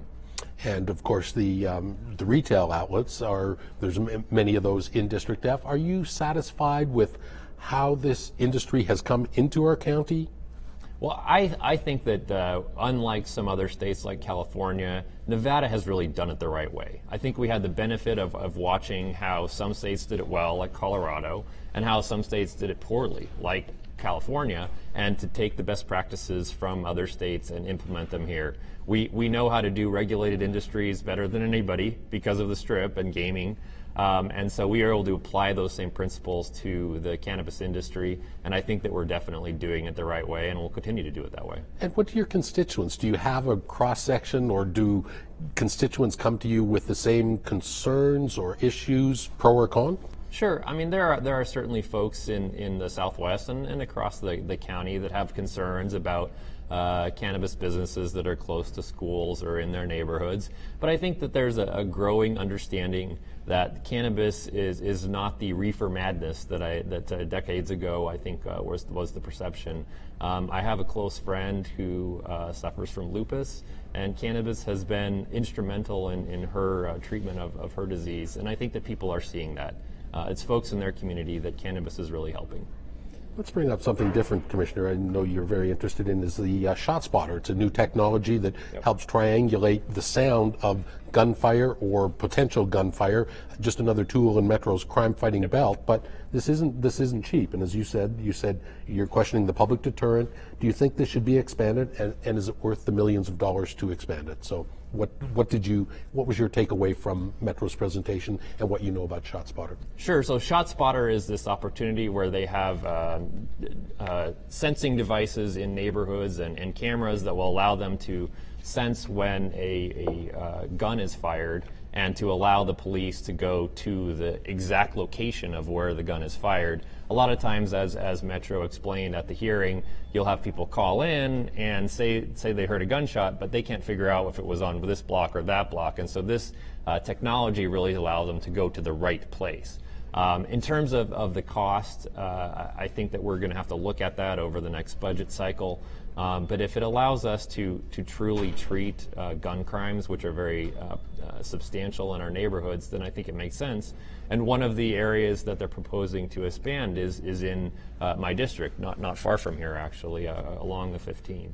So I think that it's something we definitely need to look at and really might be a tool that Metro can use to address gun crimes. This Shot Spotter is a technology used in hundreds of cities across the country, including Boston, New York, and proven technology here in the county in District B and District F in smaller areas, so you do have a sample size of... Yep, they were two study areas that they did through the Cooperative Extension, and I think that it was proven to be successful in those two study areas. So what's next on the ShotSpotter questions? Sure, so there were some proposed additional areas that they were going to expand to, and that really gets into a budget discussion, and so I think we'll continue to have those discussions. We're in a budget cycle we're starting to go into next month. Commissioner, I know you're a fierce warrior for environmental issues and water, and recently there was, it's seemingly an agreement between the 7 basin states and the Colorado River, but then maybe there isn't. Can you bring us up to date on this murky water situation? Sure. So as I think everybody knows, we're in a pretty severe drought. Despite the recent precipitation, we're well behind where we need to be as a basin along the Colorado River. There were some pretty serious concerns with Lake Mead dropping to what's called dead pool, and so if we drop below that level, then there's severe cuts that we made in what everyone along the basin can take in terms of water. Southern Nevada has done a masterful job of conservation of water. We clean every drop of water that goes through our system and put it back into Lake Mead. But if we had not entered into this agreement, then it wouldn't have mattered if we dropped down too low. And so 7 states and the country of Mexico signed on to a drought contingency plan that will hopefully stave off for the next several years any severe restrictions that might have gone into play. Moving from the water to the mountains, I know as far as Red Rock goes, you've been on the point as far as updating the status as far as Red Rock and Gypsum Resources plan to build houses up on Blue Diamond Hill. Bring us up to date on that if you would. Sure. So they had got their concept plan approved back in 2011. There were some things that happened in 2016 where they brought a new plan, and it got a little messy there with the county commission. But they proposed to move forward back in December of last year, pushed it off to January, and then in January, after discussions with some of the county commissioners, they said they would come back in 90 days. And so we'll see what they come back with in 90 days. Commissioner, you're a new commissioner, and this is a new year, so we're trying something a little bit different here. I'm going to throw something different at you, some either-or questions. You pick Sure, one or the other, okay? Are you ready? Are you ready? Okay. Sunset Park or Desert Breeze Park? Desert Breeze, it's in my district. UNLV basketball or UNLV football? I'm going to go with basketball. My wife is a diehard fan from the Tarkanian days. So. The Vegas Golden Knights or the Las Vegas Aviators? Ooh, that's a tough one. I go to a lot of the Golden Knights games, but the Aviators are coming to my district, so I got to go with the Aviators. Okay. Commissioner, I know you're a very active, athletic person. Running or biking? I have to go with running. It's still my love. I can walk out my door any day of the year and go running. Mount Charleston or Red Rock? Got to go with Red Rock. It's my backyard. I can get up there in 10 minutes. And I know you are a big fan of avocado toast, so Makers and Finders or Publicus? They're both delicious, and I go to both of them all the time. I'm very diplomatic. We must take another short break. We'll continue in your neighborhood with District F Commissioner Justin James. Stay tuned.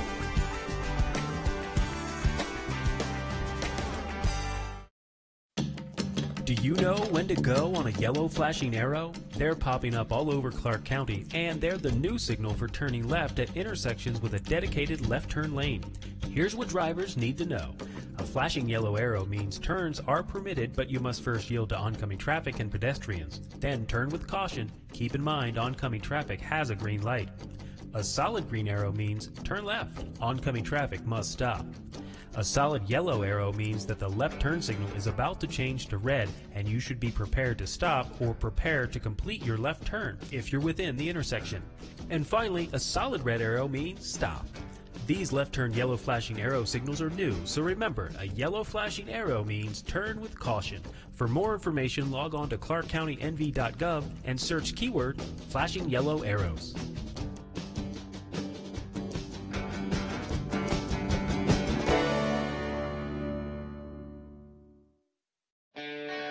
District F is home to much of the master plan community of Summerlin, including the constantly evolving downtown Summerlin. This place is miles from our city center, but downtown Summerlin offers an impressive array of shopping, dining, and entertainment choices.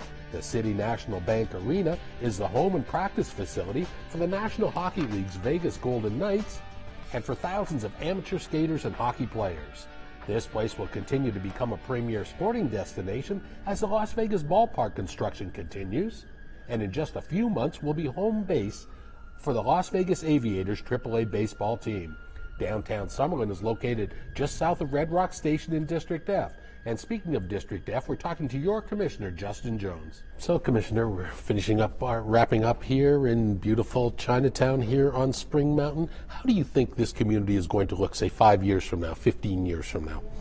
I think we're an exciting time, and I joined the board at a time where we're really moving in the right direction, thanks to a lot of the work of the commissioners who have been around for much longer than I have. So I'm excited about the prospect of expanding our community. We've brought in a lot of sports teams, which I think is critical. I think we have opportunities in the technology sector and in the healthcare field to really continue the amazing diversification of our economy here. I joined the board of the Las Vegas Global Economic Alliance, and I'm really looking forward to working with a group of 50 board members over there to do the right thing for our community. Tell us a little bit more about that. I think most people know something about the Alliance. What's on their plate?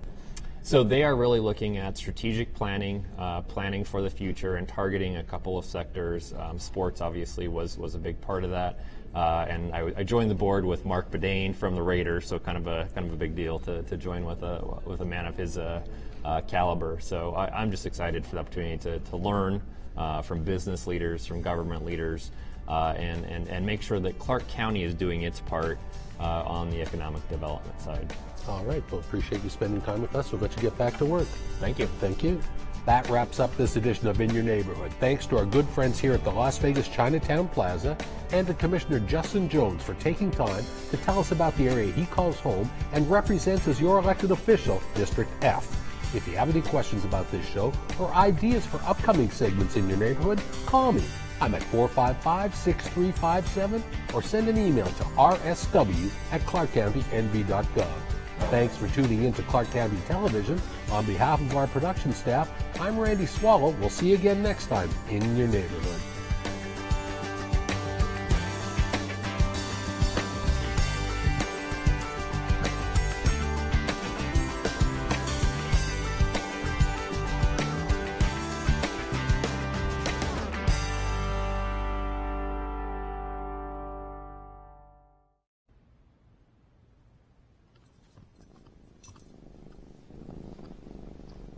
There's a shelter pet who wants to meet you.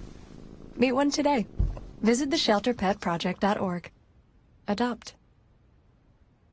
When there's snow on Mount Charleston, visitation soars. So do impacts to one of Southern Nevada's most precious outdoor spaces. Mount Charleston isn't a secret anymore. When it snows, it welcomes thousands of people each day. We all need to do our part to keep it safe and beautiful. Especially on weekends and holidays, the mountain can become too popular for its own good. Traffic can block the highway, snowplows can't get through, people play too close to the roads, and emergency vehicles can't get through. It becomes a public safety hazard.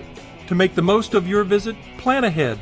Visit GoMountCharleston.com for news and information, or call 511 to make sure the highway is clear. For skiing and snow play, Lee Canyon is best. Remember, dress warmly, don't sled near roads or trees, and don't leave any litter behind. Help keep our winter wonderland safe and clean for everyone to enjoy.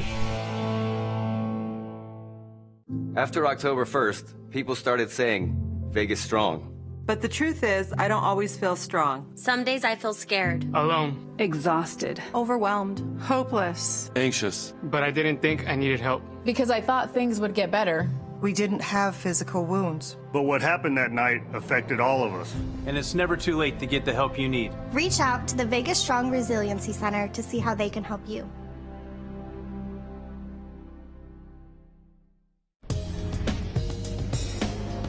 You're watching Clark County Television, our community, our home, Clark County, Nevada. Straight ahead on UMC Digest, we'll head into the classroom for a stuffed animal clinic, learning what happens when Jeffrey swallows a penny. Also, how this robot can perform surgical procedures more accurately than even human hands. And how you can help save a life by knowing exactly what to do in an emergency. The UMC Digest starts right now.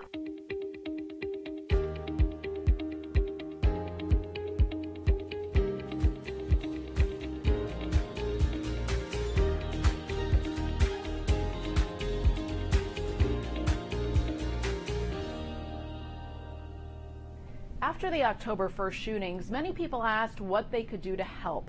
The number one thing you can do is be educated onto how to literally stop the bleed should another mass casualty unfortunately occur, or even if you come upon someone who is bleeding to death in a car crash or other accidental trauma. UMC offers complimentary Stop the Bleed classes, education that is just as important as knowing how to do CPR. Take a look at a recent Stop the Bleed course taught by UMC for Red Rock Search and Rescue. If you come upon an accident scene or witness a life-threatening injury, would you know what to do to save someone's life? Stopping the bleeding immediately as it happens. So you're at the scene, you are a bystander, and now you are a rescuer. So you are going to literally stop watching someone bleeding and intervene in stopping the bleeding by applying direct pressure or possibly a tourniquet if you have that, of one of the bleeding control kits that we are advocating. Knowing what to do before someone is literally bleeding to death in front of you could save their life. Calling 911 at that time as the blood's pouring out, it's not going to save their life. It's just not. There's not enough resources, not enough time. These guys are great and could be there in a few minutes, but it's not going to happen. A tourniquet placed appropriately will stop the bleed while emergency help arrives. And the whole concept of tourniquets and bleeding control is to apply the tourniquet above, more what we call proximal or closer to the heart from the bleeding source. So if the gunshot wound's in your thigh, you obviously want to apply it higher than that to prevent the blood that's coming out. That's hurting. What are you doing? It's supposed to hurt. Oh, okay. That means I'm getting off the... Oh, okay. That means It's killing me. I'm super glad about that. Okay. That means you're not going to die. All right. I haven't encountered a time when I would need to use this yet, but you know what? You never know. You never know when you might. Right. And the thing is, we train for all kinds of scenarios and eventualities, and so that we'll be prepared to help anyone that we might come across. How do you know you put the tourniquet's on correctly? The bleeding stops. During the Stop the Bleed course, participants also learn how to pack a wound. So what will happen is for you to be able to have some basic concepts and basic knowledge that we'll take you through tonight and be able to just literally stop the bleeding. The number one cause of mortality and deaths in trauma that would be preventable is just hemorrhage, exsanguination. A lot of other things you can't control, and that's unfortunate, but bleeding is one that you can literally stop just by applying direct pressure or a tourniquet. Those couple of techniques done in just a few seconds could help save a life. I want every single soccer mom, everyday Joe, every high school kid, every person that works at a golf course, every person that works at a casino, any person at all is able to do this training. We can teach this to young kids. This is something that if you see bleeding happening, you can actually intervene and stop the bleed and save a life. Here at the UMC Trauma Center, we have a 97% survivability rate, including patients who come to us with less than a 1% chance to live. We are very proud of those statistics and also aware that even with the best of medicine, sometimes patients are given a life-limiting diagnosis or, despite best efforts, are on a journey to the end of their life. UMC's Integrative Therapy and Tranquility program helps to make those moments more comfortable for patients and their families. A little bit. Were you feeling that? In my stomach. Your stomach? At UMC, healthcare is about more than medicine and procedures. So let's not talk about the treatment part anymore. I just want to find out how you are. UMC's palliative care and integrative services takes our treatment pathway to a new level. we're not just going in, just pushing some meds and leaving the room. We're with the family, we're bonding. You find out the whole, for me it's holistic nursing because I'm a holistic nurse as part of the Tranquility program too. So I like to think of the whole family. So when you go in and you're working with the family and finding out what was that person like, what were their goals, what did they want, what was important to them, who's their family members, who's at the bedside with them. It guides the family basically with the end of life choices. I mean, a lot of family doesn't know where to go. Most patients come in, doesn't have advanced care planning, doesn't have a living will, and they just listen to maybe one physician or a couple of the residents. Having Dr. Estrada and their team come over here, pretty much explain what's palliative care, what's hospice. It's really needed. I mean, I'm glad that we have it here at UMC. Patients with life-threatening injuries or life-limiting illnesses such as cancer, dementia, cardiology, or stroke issues that come along with burdensome symptoms can all benefit from palliative care. The frontline teams are really great at having those discussions. They talk with families. As most of us know, when there is difficult news that is coming up, sometimes you hear a little bit of the news or parts of the news, or you just need some sort of gentle reinforcement. So we are the second line team that comes in to support the frontline team's assessment. We affirm prognosis, and then we let them know from a risk to benefit standpoint what is happening with treatment, what are the best treatments, what treatments may be more harmful than helpful, and what treatments could be contributing to a good quality of life. So we help them weigh the risk to benefit, and we help them make some very difficult decisions together. Lab tests and clinical observations can help physicians and families with those decisions. Then palliative care is used to care for patients and families. We're able to help families and patients understand the situation, and we look at how to make these moments the best moments possible for the patient. And if it's pulling back on some of the aggressive treatments to just honor whatever process is happening, whatever journey is happening, it makes for a better journey for them. We don't have to palliate symptoms caused by very aggressive, harsh measures if they're not appropriate. In a true end-of-life situation, they're walking that walk, and my team and I are walking that walk with them. That walk with Dr. Estrada turns from clinical to very caring. I can speak for myself and my team when I say that every time we approach a patient and a family, we approach them as if they're our own family.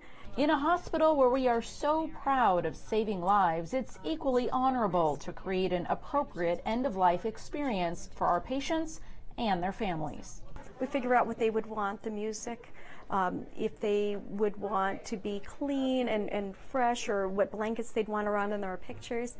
And then we do everything we can to make sure they're very comfortable, to make sure that families around and very close, no matter what we're doing, even if we're removing a patient off ventilatory support, we bring everyone close in there, and we make sure they're holding their hand and they're with them, and then we take a step back.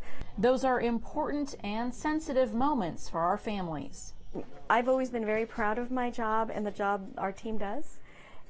It's quite incredible, although death and dying can be devastating, as I mentioned. It's happening. It's something we can't control. One is being called to a higher power, to a higher place, and there's nothing any of us can really do about stopping that process. I mean, we try to sometimes, but there is also a way of honoring that process, so it's a change in thinking.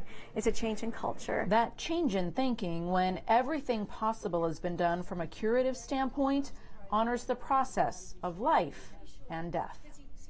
When you think about it, one is going on a certain journey, may it be a very difficult, burdensome journey with a serious illness or an end-of-life journey, the journey's happening. They can walk this walk with us or walk it without us. And luckily at UMC, they have the option to walk it with us. And if we do our jobs well, and we work so hard to do that, under our watch, they will not suffer.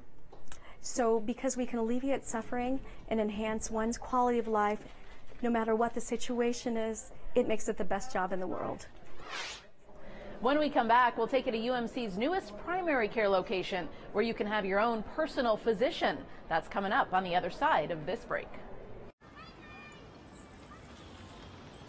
There's no time for downtime. Better get better, quick. UMC Quick Care has 8 locations, and you never need an appointment. So get in and get better. UMC Quick Care. Find a dock in my neighborhood. The nearest dock is the Port of Long Beach, 284 miles away. Find a dock. Doc! Calling Doug. Finding a family doctor in your neighborhood is as easy as visiting a UMC Primary Care. Locations valley-wide, there's one near you. Find nearest Thai food. Typhoons occur in the North Pacific Ocean. There's no time for downtime. Better get better, quick. UMC Quick Care has 8 locations, and you never need an appointment. So get in and get better. UMC Quick Care. Welcome back to UMC Digest. We're glad you're with us. UMC offers the full range of health care for your family, from our quick care locations where you can get in, get out, and get better quick, to our main hospital and primary care, your own personalized physician to take care of you even when you're feeling well. Hi, Kim. Hi, good afternoon. Dr. Tan has been Kim's primary care physician for 5 years. So you sit here? Right here. Primary care physicians serve as the overall director for your health. The primary care is the one who would treat the patient as a person rather than a disease. And preventative maintenance, just like you do with your car, is key to your overall function and health. Let's give an example about the 50 years old and above. So everybody, as in everybody, when they reach 50 years of age, needs colonoscopy. All female, when they reach the age of 40, they should have a screening mammogram. Blood pressure screenings and cholesterol checks can help catch the signs of cardiovascular disease before it's too late. They are making a gamble in their health. That's certainly. If you are not seeing your primary care, then you are missing the benefits of a health screening. Sharing your medical history, having up-to-date screenings, and yearly visits with your primary care physician helps build a meaningful partnership in your overall well-being. Patients can feel when they can trust their provider. Their demeanor, the way they interact with you. When you say things to your provider and then they pull through with their promises that I'm going to do this for you, I'm going to help you get to your goal in terms of your health. When everything gets fulfilled, I think that's how you build that bond. A bond that has helped keep Kim healthy for years. Dr. Tan always sits with you, always, make sure that before you leave the door that we both understand that this is our goal, we're both going to reach it, and you agreed, you put your opinion, I put my opinion, and then it's a collaboration between the patient and the doctor. UMC's new electronic medical record called UMC Connect helps you further stay connected with your health. You can easily view lab results and upcoming appointments. Children's Hospital of Nevada at UMC is the only children's hospital of its kind in Nevada. We're home to Nevada's only designated pediatric trauma center, offering the highest level of care available anywhere in Nevada. Last year, we saw a devastating rise in child abuse deaths, children coming to us with fatal injuries at the hands of a caregiver. So now we're reaching out and speaking out, educating our community on how to prevent child abuse. Dr. Jay Fisher is the medical director for Children's Hospital of Nevada at UMC's Pediatric Emergency Department. He cares for the sickest of sick, those with life-threatening illnesses. But the most heartbreaking patients for him are the ones who suffer their injuries at the hands of someone else. These young children are defenseless and at the most vulnerable part of their lives. They deserve the right to grow up. Shockingly, child abuse rates have doubled from 2016 to 2017. Any number above 0, of course, is too many, but we cannot stand by idly as a community or at the Children's Hospital of Nevada and see this number continue to rise. So we're calling upon all of you to help us to address this difficult problem. Oftentimes, it's a little-known caregiver creating a pattern of abuse. You should know that child abuse fatalities typically aren't an isolated incident. It isn't usually just one event. There's typically numerous events that have antedated these fatalities. Signs of abuse include malnutrition, poor hygiene, unexplained or odd bruises or burns, delayed development, or when a child appears frightened of a parent or caregiver. Be very careful who you ask or hire to watch your children. I would say specifically, obviously, that anyone with a substance abuse issue should not be caring for children or babies. That substance abuse can be alcohol or any of the other substances that you see abused in your community today. And all parents can always use a reminder about the importance of a timeout for themselves. We also ask caregivers to take a moment when they individually feel overwhelmed in their role as a child caregiver. We all here at UMC are mothers and fathers and aunts and uncles of young children. And we know that raising children is a 24/7, 365 enterprise. And that these stresses can make each and every one of us, no matter how strong, have points of weakness. We ask you to pause during those times and step away so that you don't become embroiled in a situation that could lead to a child death. When we come back, we'll head inside the OR for an up-close look at the Da Vinci robot. That's coming up on UMC Digest next. You never know when you can't really see whoops, coming. And sometimes you just can't avoid the old. Life is full of surprises. So when life pulls up, get to UMC Quick Care. For life's bumps and breaks, sneezes and wheezes, one of our Valley locations is ready and waiting to save the day. So you can get in, get out, get better, quick. UMC Quick Care. Mom, we're out of cereal. Can I go to Jennifer's tonight? No, you said you were going to take me to dance. There's no time for downtime. Better get better, quick. UMC Quick Care has 8 locations, and you never need an appointment. So get in and get better. UMC Quick Care.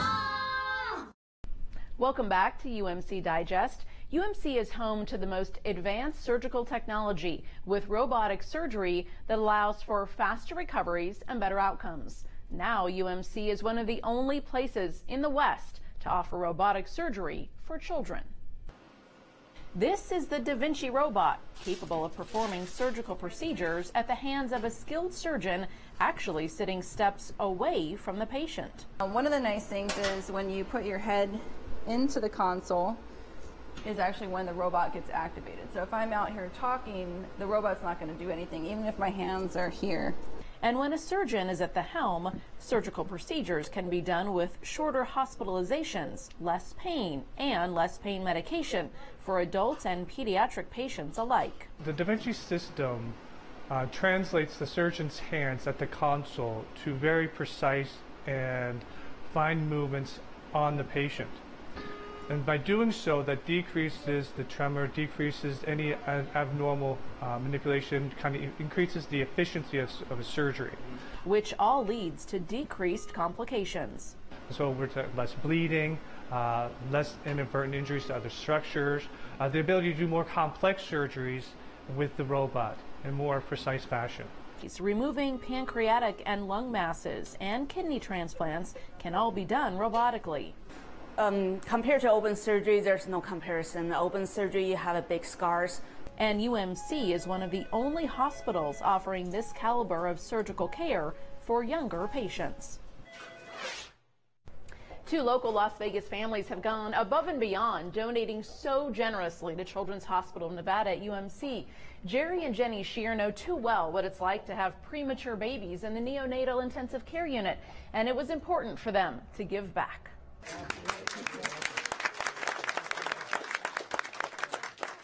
Over the past 2 years, Jerry and Jenny Shear have donated more than $500,000 to Children's Hospital of Nevada at UMC. Part of that donation was used to buy state-of-the-art incubators called giraffes for our tiniest patients. The critical care beds support healthy neonatal growth while protecting neurodevelopment. This is really useful for resuscitation, so it's all integrated in one. You don't have to have any extra equipment. That very kind donation helped us to purchase 3 of the giraffe care stations. You see now that they have state-of-the-art equipment to help care for children in the NICU, in the emergency room.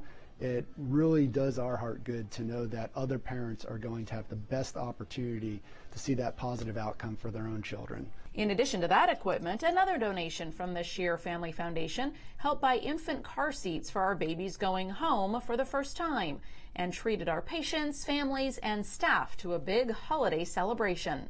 My wife Jenny and I could not be happier to see this equipment here at Children's Hospital at UMC being put to good use. The team here is so amazing. The doctors, the nurses, the entire staff, the outcomes that they have with the children is just excellent. Since then, the Scheers have donated several $100,000 more to providing more innovative equipment and recently donated the funds to create an important video message about child abuse prevention. I'm glad it's here, but thank you so much because we've been wanting new stuff for our hospital for so long. We provide excellent care here, but we were somehow not having the funding to be able to get the latest and do the best for our children in Nevada. And with you guys coming on board and becoming our partners, it has really helped us a lot. Today is a very happy day for us, but it's a happier day for the hospital and the Las Vegas Valley, and that's what's important to us. The Scheer family donation is entirely appreciated by UMC staff and our patients and their families who benefit from your generosity. Thank you. Children's Hospital of Nevada at UMC hosts a stuffed animal clinic at local schools to help give children an inside and very fun look into the world of healthcare. Take a look at how Jeffrey the giraffe became our patient and how these students might become the next generation of doctors and nurses. Can you hear that? Yeah? Now let's listen to your giraffe's heart. Do you hear that? Does he sound okay? All right, you're my expert. A first look inside healthcare for these students is a bit less intimidating thanks to Children's Hospital of Nevada's team who takes the stuffed animal clinic on the road. So we get the penny, we put it in a bag, and we send it to the lab. All right? So now he's fine. He's good to go. In this particular case, Jeffrey has swallowed a penny, which sends him to the hospital. Then all is well. Well, until he snaps his giraffe limb. So I took the picture. Now we come over here and that sends it to my computer so we get to look it up. And let's see if it's really broken. What do you think? Where's the break? Yep, that's it. That's a broken leg, all right. No worries, though. Jeffrey gets a quick cast, and he's on his way. Probably feels better now, huh? There's that, and then you're going to go over to the pharmacy. Toys R Us generously donated the giraffes for our clinic, and this little guy sure seems to get into a lot of mischief.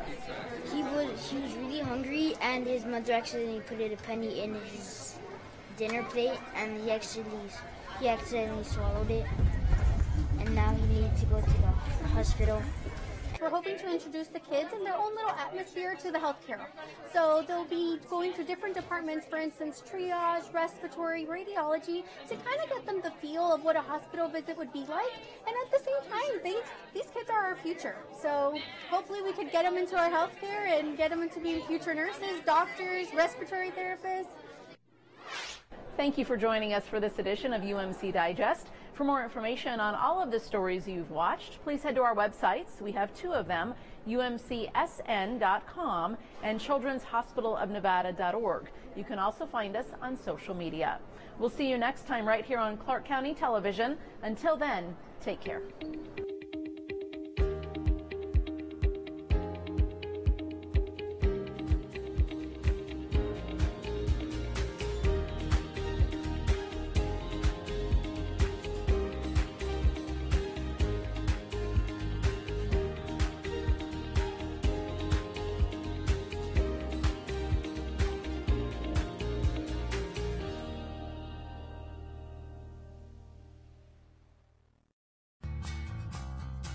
Welcome to Club Ride. Club Ride is a free employee benefits program that encourages and rewards the employees that would like to or currently carpooling, walking, biking, taking transit, or even motorcycling to and from work. Club Ride has excellent programs and services for commuters, such as Guaranteed Ride Home, Club Ride Discounts, Easy Rider, and the monthly price drawings.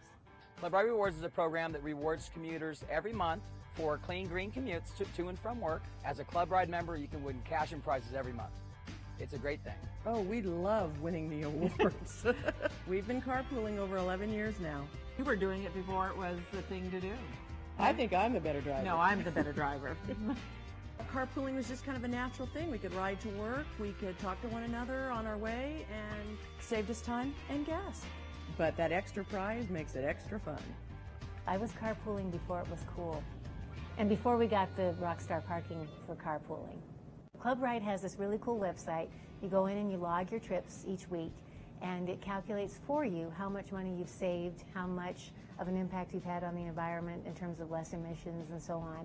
So I know for a fact I've saved $300 each year carpooling.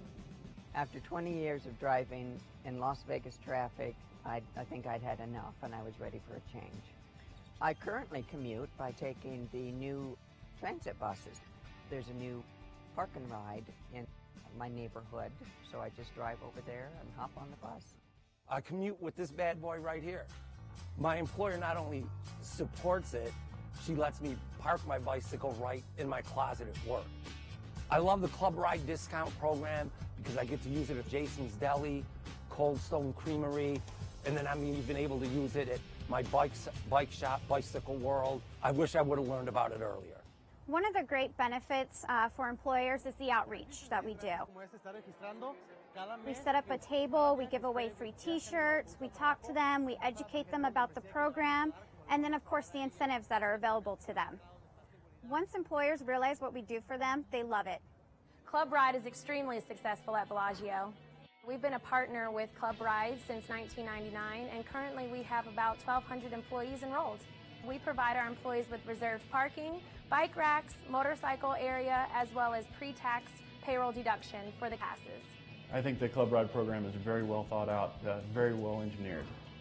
Cox is really committed to being a Club Ride partner. We have swipe machines at every entrance where employees can log their commutes.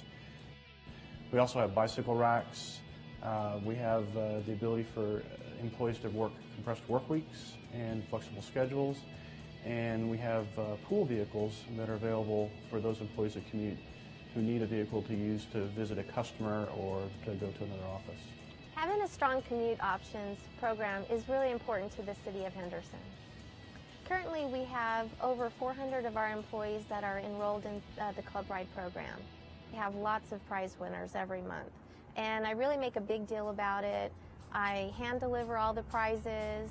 They're just really excited, especially if one of the other employees sees that they're getting this prize. That kind of motivates them and they want to be part of that. I'm Joan with Cox Communications. I'm proud to be a carpooler, and I think you should be too. Less traffic and cleaner air, and that's a good thing. Less traffic, cleaner air. Carpooling is a good thing. I'm Joey over at the Rio, and I love being a Club Ride member. I'm Bill with Cox Communications, and we're a proud partner with Club Ride. Commute options are a good thing. Partner with Club Ride today. To find out more, visit the Club Ride website. Or call 228-RIDE or go to your HR office and speak to your transportation coordinator. That's a wrap. That sounds good. That's a wrap. Or can I do like Janis Joplin? That's all, folks. Find a dock in my neighborhood. The nearest dock is the Port of Long Beach, 284 miles away. Find a dock. Doc! Calling Doug. Finding a family doctor in your neighborhood is as easy as visiting a UMC Primary Care. Locations valley-wide, there's one near you.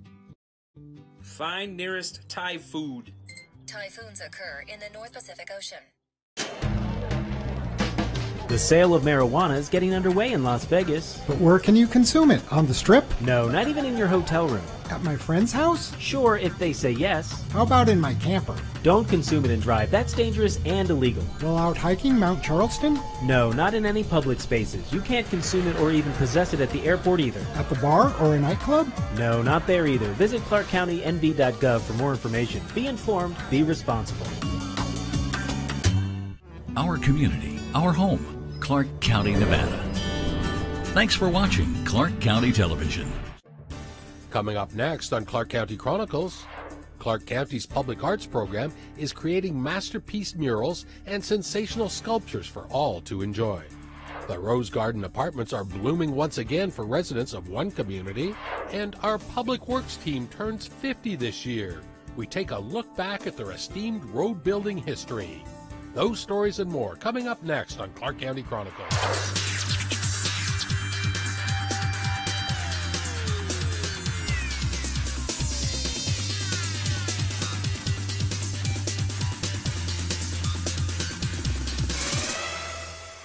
Hello, I'm Randy Swallow. Welcome to Clark County Chronicles. Despite having the vast majority of the population here in the valley, much of Clark County's history has rural roots some 60 miles away. A Las Vegas artist, Jig DePio, created a massive masterpiece that depicts the people, places, and things of the Mawapa Valley community. The Mawapa Valley Community Center is a modest building located in the sleepy rural section of Clark County. But artist Jig DePio's colossal interconnecting canvases inside comprise his most recent work, Through the Muddy. The 460-square-foot mural is equal parts artistic narrative, an unfolding time capsule, and a tribute to local lore. The artist heaps praise on a Logandale author, Virginia Beezy Tobiason, for an enormous amount of his research. Beezy's book is called The Muddy Valley Reflections. It's 600 pages, and I must have read that book about 3 times and took notes each time, and there's so much detail in there, and it was very rich. I started to generate this kind of movie in my head, like Gone with the Wind or something, and it was this actual movie in my head, playing the short stories, or putting them together, stitching them together. We first caught up with Jig in September 2017 at his home workshop as he began this enormous project. Confidence plays a huge role, and when you make any hesitations about these things, and I paint wet on wet, I don't wait for layers to dry. And so he spent 15 months painting and immersing himself in the area's local history, creating the short stories that he stitched together using oil paint to create Through the Muddy.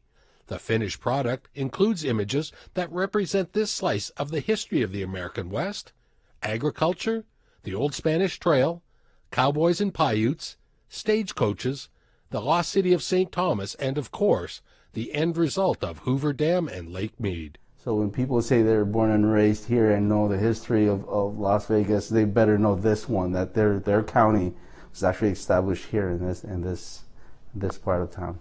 The artist's Nevada knowledge was acquired much later in his life. DePio was born and raised in the Philippines and moved to the United States in 2002. His permanent installation in Mawapa Valley is his creative gift to the community.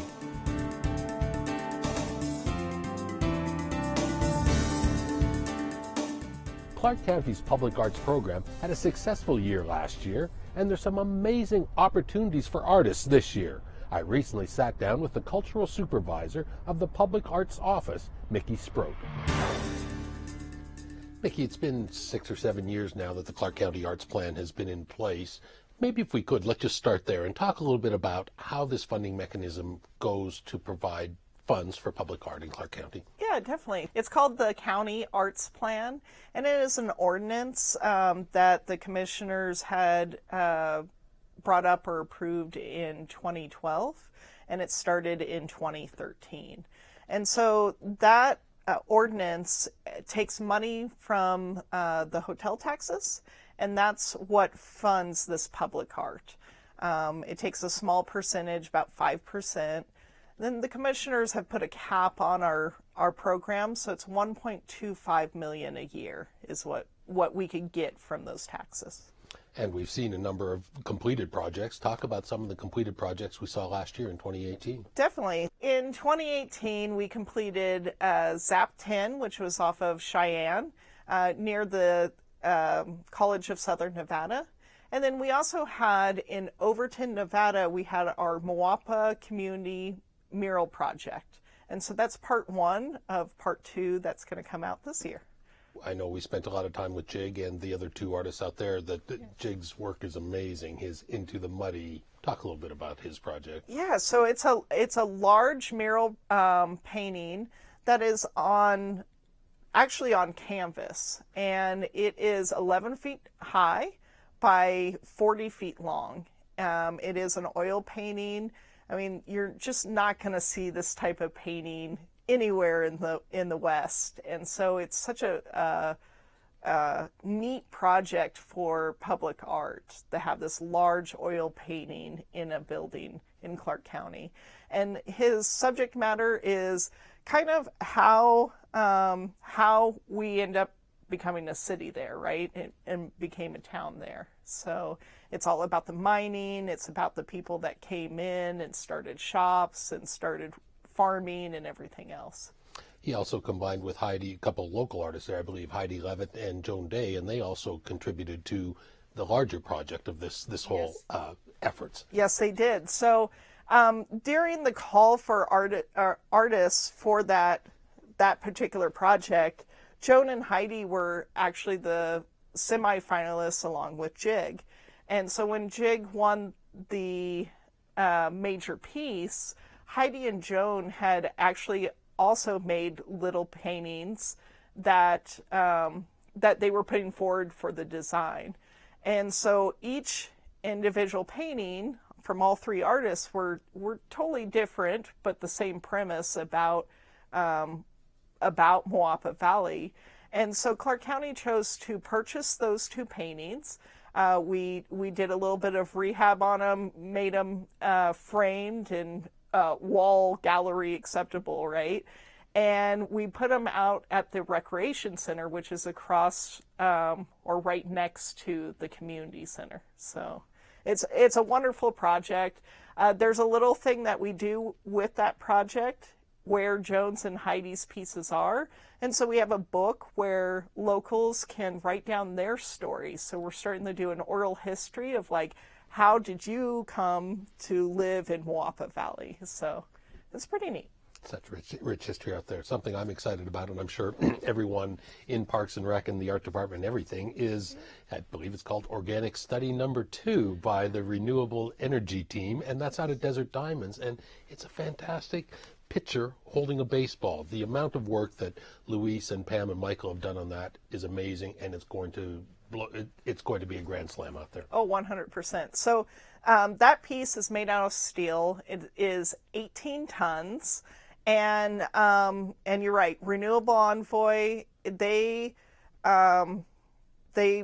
basically took sheets of metal and they had a plasma cutter that cut out basically these large puzzle pieces. And then the artists started to stack and weld those pieces. So it's just an awesome piece. It's nothing that Clark County has ever purchased before. It is a unique piece. So we're very excited about that. We're going to have a reception here pretty soon.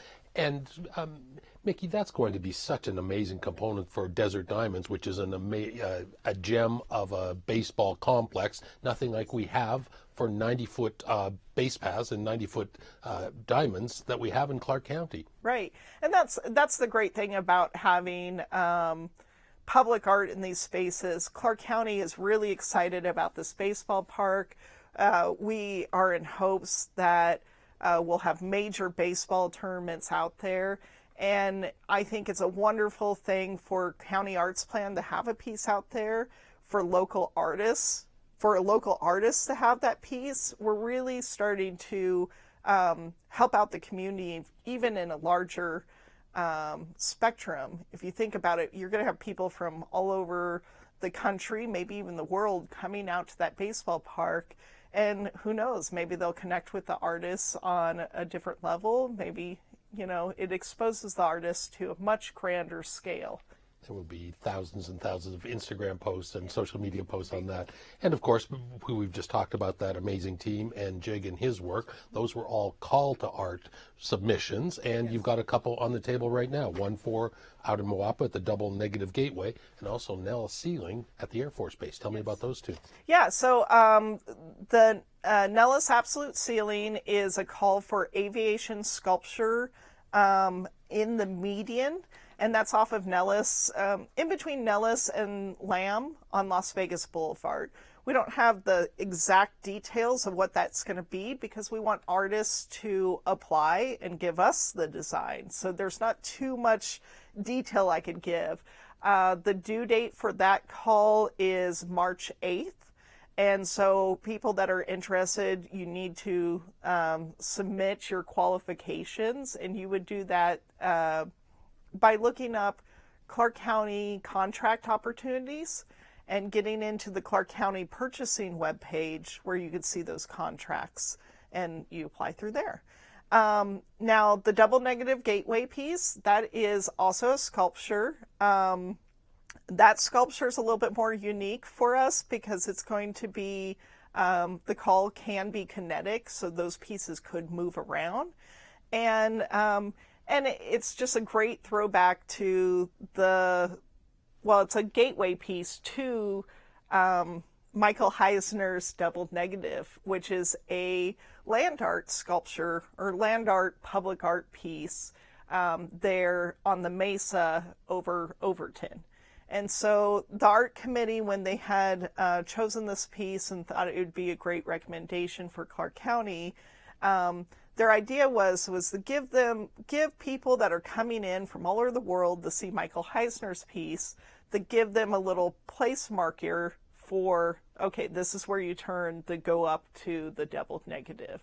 And so it's going to be right outside of where Jig's piece is. And so we're kind of making this nice little hub right there in Overton of Clark County facilities, and then bringing the Clark County art there as well.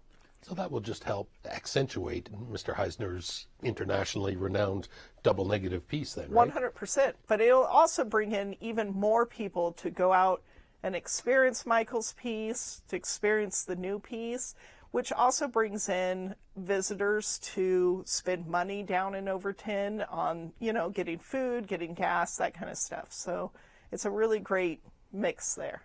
We're sitting now about, 18 months after one of the most horrific days in our city's history of October 1st. And finally now the time seems to be right with the UMC Healing Garden design. Is that something that will be tied in as a memorial to the 1 October tragedy? So it won't be a tie-in. The Clark County Commissioners had approved this project back in 2016. And we do have a healing garden already in City of Las Vegas for 1 October. And our Arts Fund does have money set aside for a 1 October memorial. But UMC even though anyone could go and see this garden, it was really meant to be for patients, for loved ones of the patients, and even hospital staff to get away and get into an area where they could kind of calm their mind, calm their anxiety. Healing gardens aren't a new idea. It was much popular back in the day, and it's kind of petered out since. And so the art committee just wanted to bring that back into the fold of, a good place to go. We have so many amazing local artists here, and maybe one of the most unlikely locations and one of the coolest pieces of art is Jesse Carson Smigel's piece out at the Clark County Shooting Complex. I told you not to paint it hot orange. I told you not to paint it hot orange.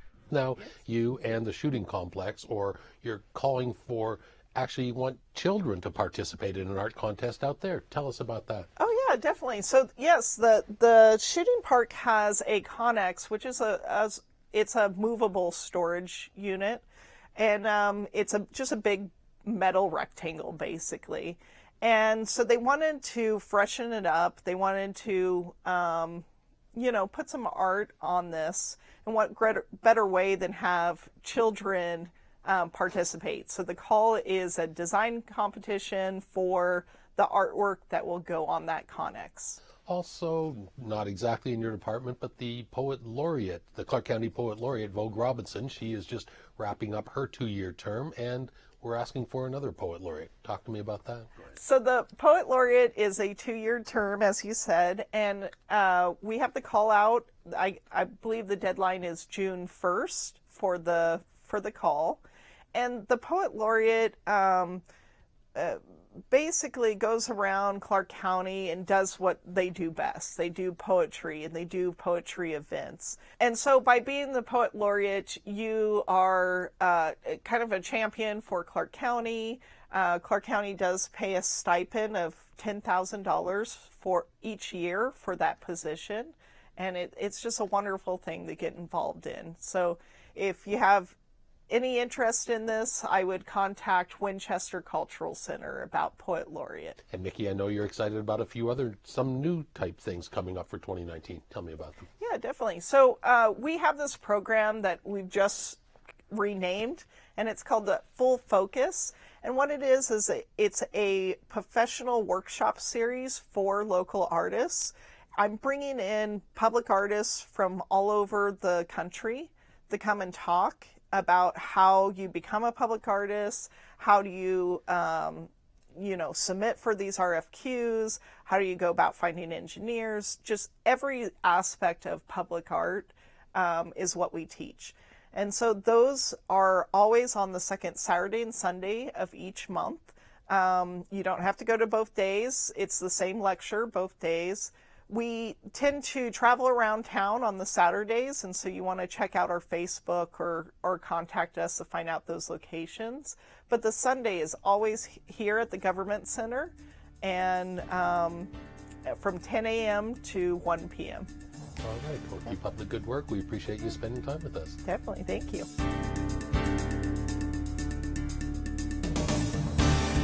We must take a short break, but I'll tell you about new lights here at the Welcome to Las Vegas sign and at the Eiffel Tower when we come back to Clark County Chronicles.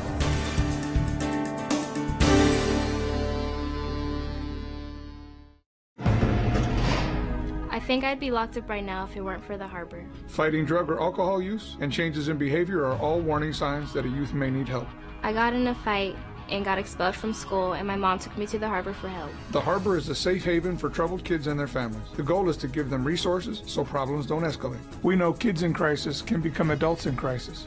Prevention and early intervention work.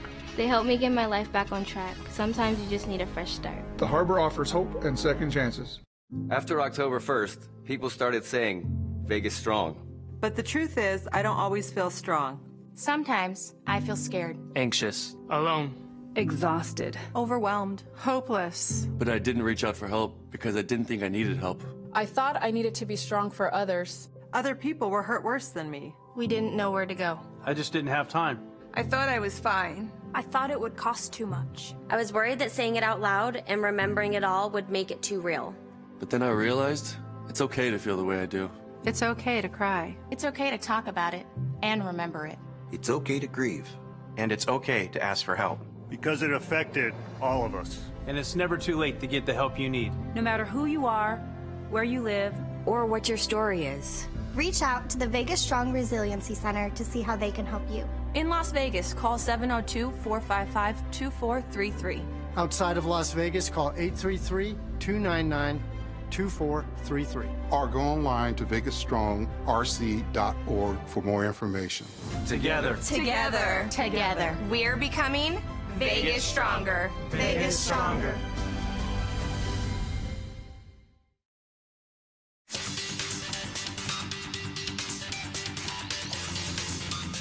An icon on Las Vegas Boulevard, the Eiffel Tower beamed a little brighter recently as the Paris Resort unveiled a brand new light show, 46 floors above the Strip. We're going to count in French backwards. Commissioner Jim Gibson joined casino executives, superstar chef Guy Savoy, and legendary entertainer Leen Renault in flipping the switch to bring the City of Lights a little closer to the Strip. 3, 2, 1... More than 1,000 lights were installed, creating a choreographed synchronized light and sound show that will be shown every night on the iconic Eiffel Tower. The Las Vegas Eiffel is half the size, 541 feet, as the Grand Dome in France. And Paris Las Vegas is celebrating its 20th year in our community, so it was only natural to install a dazzling amount of bleu, blanc, et rouge to their resort. Paris Las Vegas opened September 1st, 1999. Imagine that. 20 years ago. This iconic resort brought passion, romance, and sophistication from the City of Light, Paris, France, to the heart of Las Vegas Strip.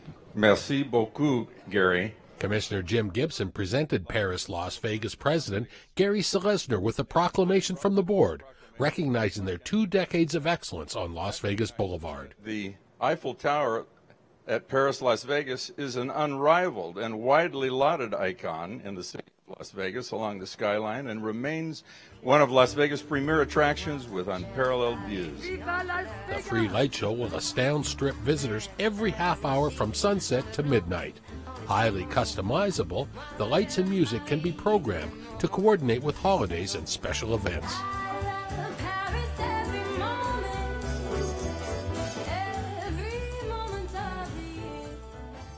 A couple hundred happy residents moved recently to the new Rose Garden, replacing the old, outdated Rose Garden directly across the street. A group of community leaders, affordable housing experts, and elected officials snipped the ribbon, signaling the open of the Rose Gardens Apartments in North Las Vegas. The 4-story, 120-unit Rose Gardens is now open, providing a new home and community for happy senior citizens who now occupy the spacious 1- and 2-bedroom apartments. I'm a classic example of why this works. 4.5 years ago, I was in transitional housing. Then I got fortunate enough to go to the old building, and then now I'm in this brand new building 4.5 years later. Just a lucky guy. All 120 units have balconies, energy-efficient appliances, stone countertops, and high-quality laminated flooring. Built at a cost of $21 million, the new Rose Gardens replaces the dilapidated old one just across the street.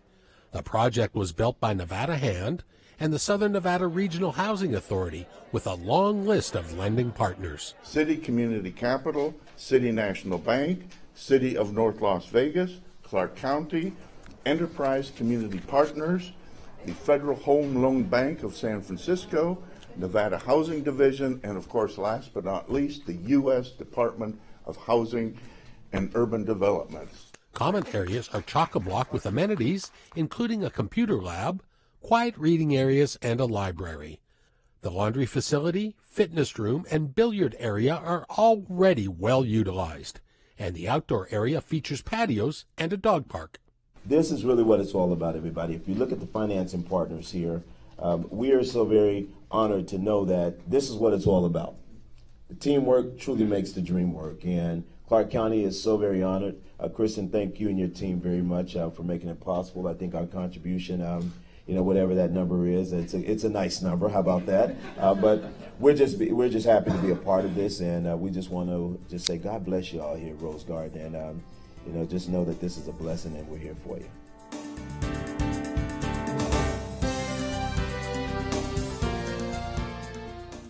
Clark County's most famous sign was given a red light bulb color change in February, a most appropriate color to salute the American Heart Association. For all of y'all who are wondering, why are all these people in red? This is National Wear Red Day, right? As we kick off the Heart Association's American Heart Month.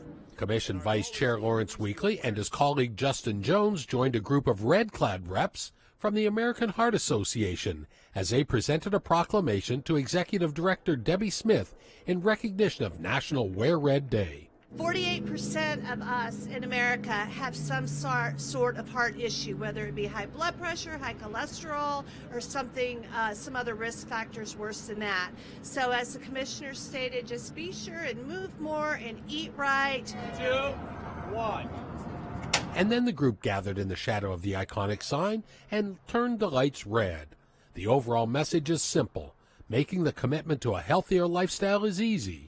A few daily changes will benefit your heart and your health. Though increased awareness and education, we can fight heart disease. And we can all start with little changes to our daily routine. Skipping an afternoon or late night snack, taking the stairs instead of the elevator, and making sure that we see our doctor regularly.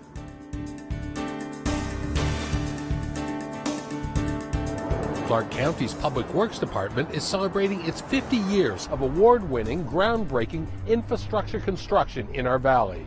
One of their most significant projects in history, the 215 Beltway. Could you imagine the traffic in our valley without the 215 Beltway? It wasn't that many years ago when the 53-mile stretch of roadway didn't even exist. The Beltway provides gridlock relief and highway travel around 3/4 of the Las Vegas Valley and was planned and constructed by Clark County in the 1990s, with the first section opening in 1996. Clark County's explosive growth was the engine for the much-needed Beltway. An innovative, proactive approach delivered the I-215 project. For the first time ever, a county built an interstate without using federal or state funding. In the next 2 decades, work continued, providing jobs to tens of thousands of Beltway builders. A deliberate blueprint yielded almost yearly construction completions as individual Beltway segments, overpasses, flood control systems, ramps, arterials, and much more opened on time and under budget. By 2003, the Beltway footprint was complete, providing a limited access expressway from Railroad Pass near Boulder City to north of the Las Vegas Motor Speedway. You can stand here today and go nonstop all the way out to Henderson and come back just for the heck of it. In 2004, the Board of County Commissioners rechristened the road, calling it the Bruce Woodbury Beltway to honor a man unofficially known as Mr. Transportation in Clark County. You know, if you're going to be in public service, you have to do it because you want to make the community better than it might otherwise have been. The Beltway has become a shining example of efficiency in the public works world and has won many awards, including a prestigious Top 10 Road Project Award by Roads and Bridges magazine. The final pieces of Beltway construction continue, with airport interchange additions near McCarran and the elimination of a few signalized intersections on the northern segment. And it's quite possible that I-215 will adjoin the country's newest interstate as I-11 gets built and will link together Nevada and Arizona. It's impossible to overstate the Beltway's impact on our overall master transportation plan in southern Nevada. Well, that's our show. For more information on anything you've seen on this program or anything relating to your Clark County government, visit our website at clarkcountynv.gov. On behalf of all of us here at Clark County Television, I'm Randy Swallow. We'll see you next time here on County Chronicles.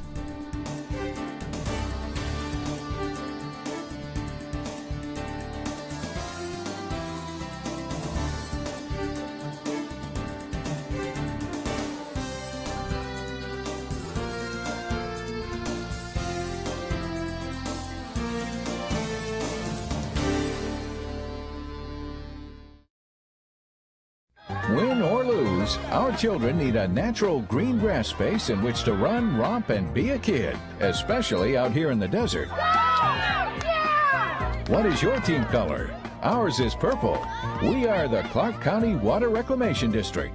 You may have seen workers installing our purple water pipe system at Silver Bowl Park. Yes, purple, the signature color for reclaimed water. The playing fields and landscape at Silver Bowl Park are now irrigated using reclaimed water. This water surpasses the high standards set by the state, saves our potable water for drinking, and reflects our abiding commitment to wise management of our precious water resources.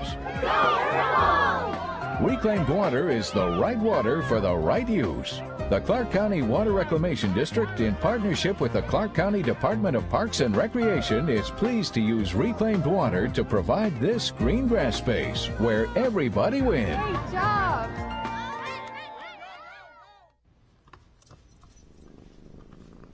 There's a shelter pet who wants to meet you. Meet one today.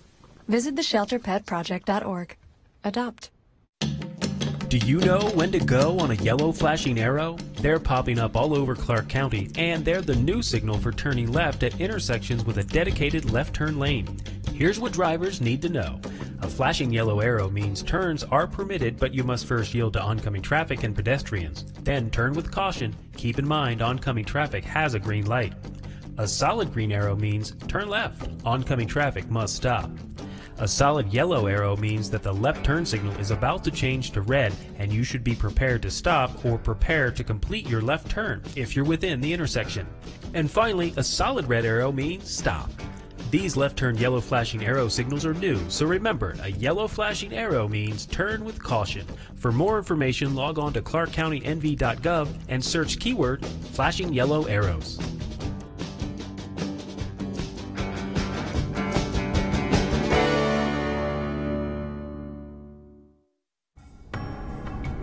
Our community, our home, Clark County, Nevada.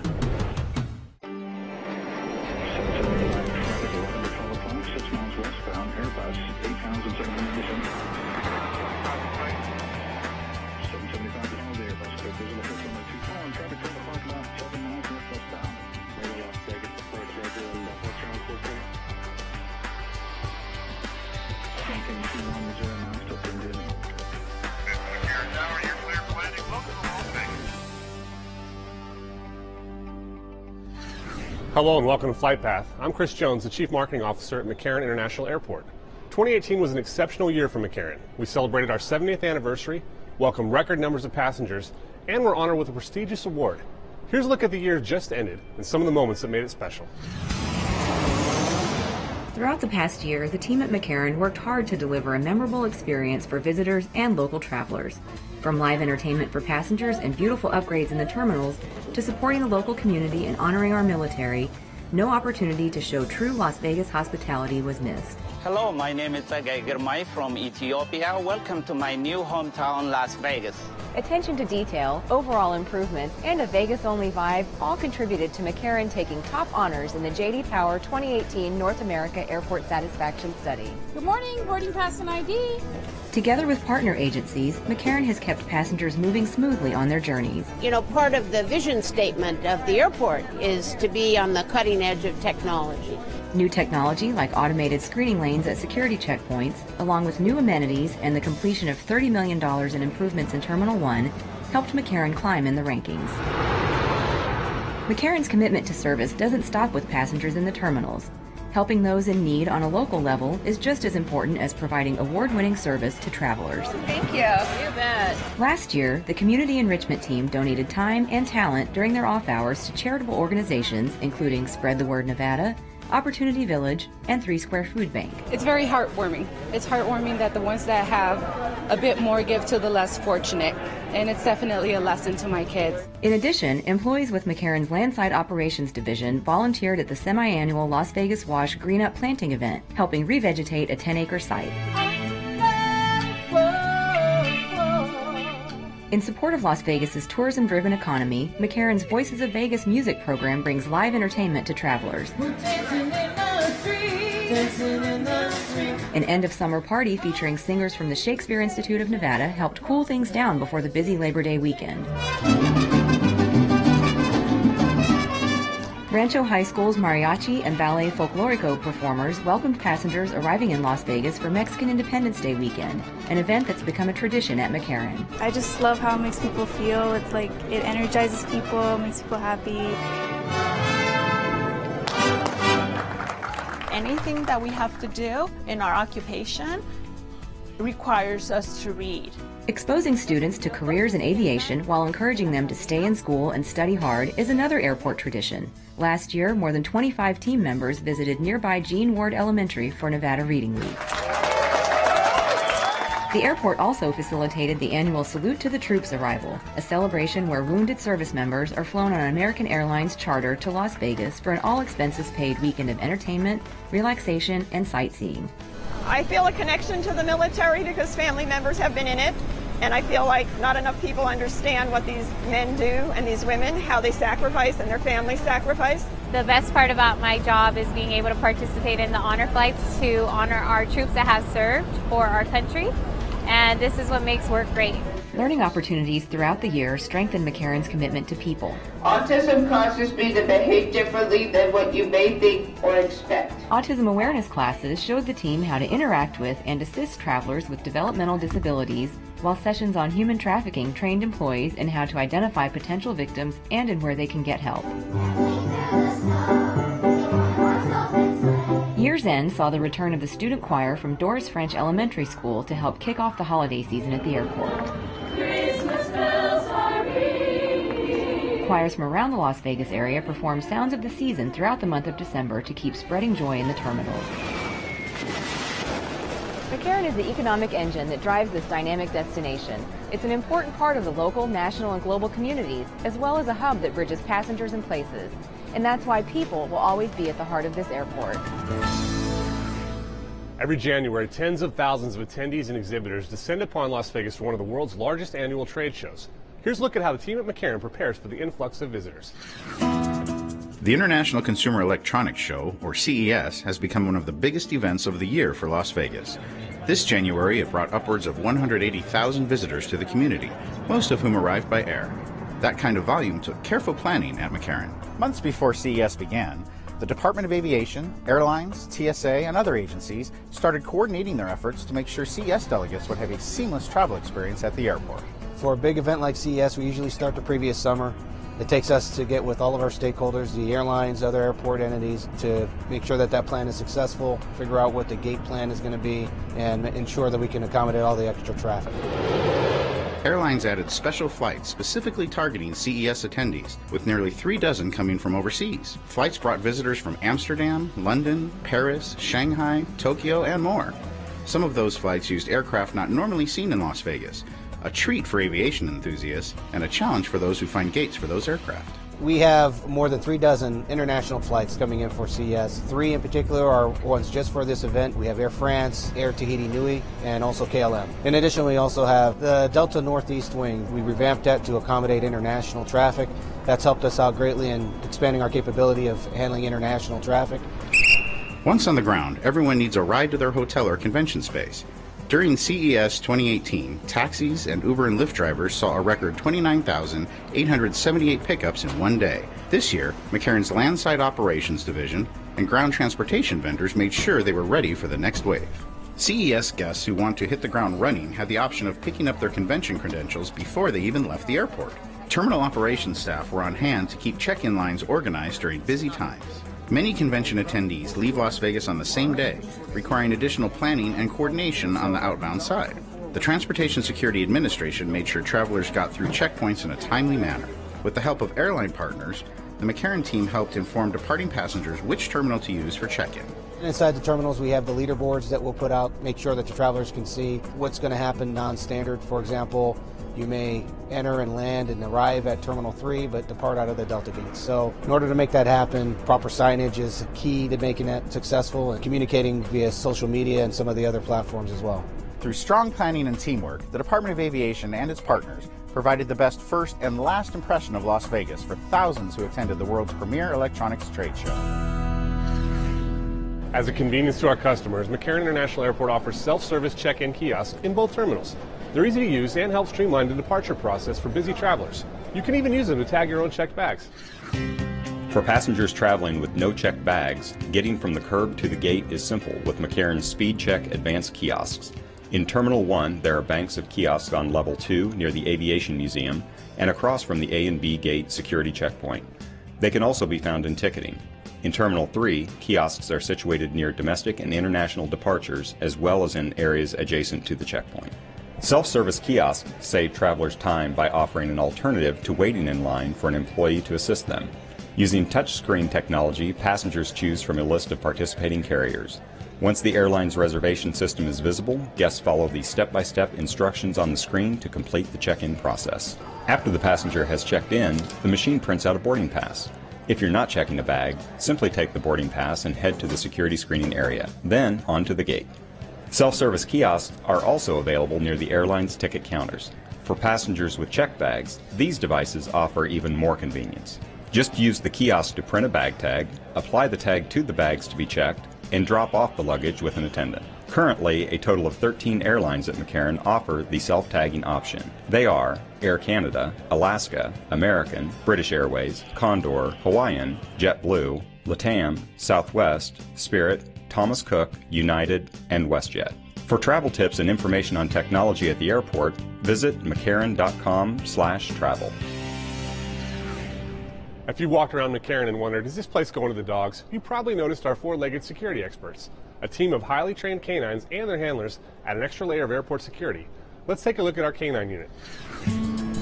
Explosives are known to be the greatest threat to the aviation system. With their super sensitive noses, specially trained canines are ideal for sniffing out trouble. Come on, Buff. Good. The Department of Aviation has numerous explosive detection canine teams working in shifts to provide coverage 24 hours a day, 7 days a week. The McCarran dogs receive training at Lackland Air Force Base in San Antonio, Texas. After arriving in Las Vegas, there is site-specific training to help the dog adjust to the airport environment. Zeke.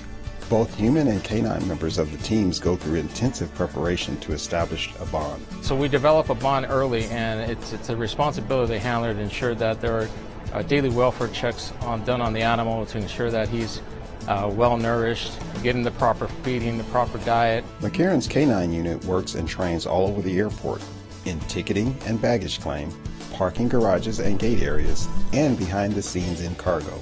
The teams handle thousands of unscheduled calls for service each year, responding to requests to inspect unattended vehicles and bags, and assisting with special baggage screening situations. They also support security details for traveling dignitaries and VIPs. It's a very unique unit. It's something that requires a lot of hard work and something that requires a challenge working with an animal. I felt like that was a perfect role for me, and I've been loving it ever since. Good job. The Transportation Security Administration has a group of dogs and handlers of its own. TSA's passenger screening canines work the security checkpoints at McCarran, helping keep the lines moving during peak times. They expedite the screening process by essentially allowing everyone cleared by the dog to be screened as a pre-check passenger. The McCarran dogs are sociable, but they are working canines and should not be petted or fed by anyone but their handlers. Most are outfitted with Do Not Pet vests, and handlers are proactive about preventing unwelcome contact with their pups. With their keen sense of smell, the specially trained working dogs of McCarran are an effective tool for detecting danger and keeping the airport safe and secure. McCarran was the backdrop for last fall's Las Vegas Girls in Aviation Day event. Nearly 100 local girls spent a day exploring the variety of career opportunities in the aviation industry. Here's a look at what they learned.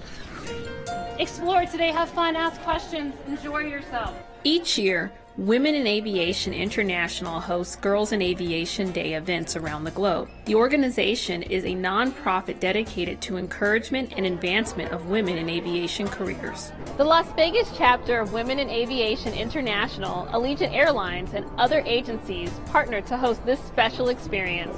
Girls with a variety of career goals attended the event here at McCarran.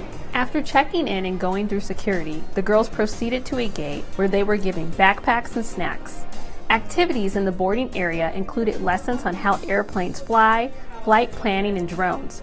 A career panel featured women in a variety of aviation jobs. The event was meant to encourage, educate, and inspire the next generation of women in the industry. And so to be able for a little girl to see someone who looks like her in a field that she's interested in really helps to say, I can do that and I can be that. And so that's really what the organization really focuses on, and then Girls in Aviation Day specifically focuses to encourage those girls to pursue any type of career in aviation that they're interested in. The girls got up close to an Allegiant aircraft down on the ramp, where they did a pre-flight walk-around inspection led by female pilots. And we also make sure when we come over here to the side, you guys see all the little nuts and bolts around? We have to make sure that all of those are in there. Then they boarded the aircraft, and a Las Vegas-based crew showed them the cabin, flight deck, and all the controls used to fly a plane. I think it's just very important to see the motivation. There's nothing like coming to work and having the little girl wanting to come into the flight deck and asking questions, what does this do, what does that do? So it brings a lot of joy to me to see that. The tour allowed the curious young ladies to ask questions and explore the inner workings of avionics systems, engines, and safety procedures. In the event of emergency, if you have to get out fast, It all comes off really fast. They also learned how to read aviation maps called sectional charts and how pilots use these navigational tools to fly from place to place. If you look at the Mariana Airport, there's an obstruction there. The event was a hands-on approach to learning that the girls enjoyed. I really like seeing stuff in person and learning it in person. Pilots from all sectors of the industry, including military, general aviation, and commercial airlines, served as role models at the event. However, Girls in Aviation Day is not just about becoming a pilot. The young ladies were introduced to many careers in aviation, such as engineering, air traffic control, rotary flight, medevac operations, airport safety, and aircraft maintenance. From speaking to professionals one-on-one to seeing planes up close, the day was packed full of lessons the girls will not forget. I've been on a lot of planes and I'm interested to see because a lot of people in my mom's family had to do with planes. Girls in Aviation Day was held in nearly 100 locations worldwide and introduced a record number of girls ages 8 to 17 to the career and lifestyle possibilities in the aviation industry. To reach out to our growing number of Hispanic customers, each episode of Flight Path features a segment in Spanish with English subtitles. Here's Gabriela Muro to tell us more about how travelers can find good food on the go and a look at the wide range of meals and snacks that meet a variety of dietary needs and preferences. Los aeropuertos son lugares donde los clientes tienen una variedad de opciones de comida. McCarran cuenta con una gran variedad de opciones para el viajero, desde comidas para llevar, bocadillos y restaurantes para sentarse. Para los clientes que tienen alergias a los alimentos o aquellos que simplemente prefieren seguir una dieta específica, los restaurantes del aeropuerto ofrecen opciones veganas, vegetarianas y sin gluten. HMS Host is really engaging with our customer, and our customer are health focused. They're really looking for those options. Los clientes que buscan comidas bajas en calorías mientras viajan pueden visitar el PGA Tour Grill. Aquí, los alimentos del menú incluyen las ensaladas griega, el salmón a la parrilla y una hamburguesa de pavo. El restaurante también cuenta con la popular ensalada Power, con quiona, tomate, pimientos asados, garbanzos, rúcula, aguacate y hierbas frescas, para ofrecer a los viajeros conscientes de la salud más opciones. HMS Host introdujo recientemente una nueva gama de comida, aperitivos y bebidas. We have developed with several nutritionists is paleo boxes and lunch boxes and protein boxes. They're all under 500 calories, no high fructose corn syrup, no added sweeteners. It's really that experience to be able to go into an airport and eat healthy. Las comidas que come bien y viaje más lejos están disponibles en los kioscos Fresh Attractions. Hay alimentos y bebidas basados en las tendencias populares de bienestar, como las bebidas probióticas, orgánicas, los bocadillos saludables como las chips de col rizado, los garbanzos asados y las frutas secas orgánicas. Las cajas de bentón como la lonchera vegana, las cajas de bocadillos paleo y la lonchera de proteínas también amplias las opciones saludables para los viajeros. Los clientes vegetarianos y veganos pueden visitar Payway, donde el menú incluye edamame, rollitos de primavera de vegetables, arroz frito vegetariano y fideo vegetariano lo mein. Para los viajeros que desean una hamburguesa, pero que la quieren sin carne, PGA Tour Grill, Sammy's Beach Bar and Grill y José Cuervo Tequilería, Las Vegas Chop House y Burke's in the Box ofrecen la hamburguesa imposible. For those passengers who are looking for a vegan option, it's a great option to try. It tastes amazing and it's really a revolutionary product. Para los pasajeros con sensibilidad al gluten, California Pizza Kitchen y Wolfgang Puck en las puertas D ofrecen pizza sin gluten. Además, los restaurantes de todo el aeropuerto ofrecen aperitivos y ensaladas sin gluten. Para obtener más información, visite nuestro sitio de internet mccarran.com para conocer las opciones de restaurantes disponibles en McCarran. As the second busiest airport in Nevada, North Las Vegas Airport is a vital part of the Department of Aviation system. We recently completed a major upgrade to the terminal building, and a new look has captured the attention of all who use this facility. North Las Vegas Airport is a convenient and economical gateway to downtown Las Vegas and the world-famous Strip. To reflect the dynamic community it serves, the Clark County Department of Aviation has recently added some sparkle and shine to the facility. The remodel gives the whole space an updated, modern feel. There's a new color palette woven throughout the design, and beautiful new terrazzo flooring brightens the rooms. The material is easy to clean and easy on the eyes. We've given our terminal a facelift, and it is very exciting to bring the modern era in here. The terminal also boasts new ceilings, stainless steel handrails, column surrounds, and an updated paint scheme. In keeping with the commitment to customer service, designers were sure to provide fully accessible restrooms and drinking fountains, and to upgrade the fixed-based operations areas. We are a full-service FBO, which is a fixed-based operator. We offer ground transportation, we offer baggage handling and fuel services for the aircraft. Custom artwork on the walls enhances the modern look while showcasing the importance of this airport and the aviation community. The conceptual designs consist of overlays of lines depicting runway configurations, flight arrival and departure tracks, helicopter tour paths, and the airspace surrounding the airport. With its modern new design and team of dedicated professionals, North Las Vegas Airport is poised to soar into a successful future serving its customers and the community. Airports can be a challenging environment for individuals with intellectual or developmental disabilities. To help educate and make McCarran more accessible, we've worked with Magnus Mode to offer a customized mobile app. It helps people with autism and other special needs navigate the airport.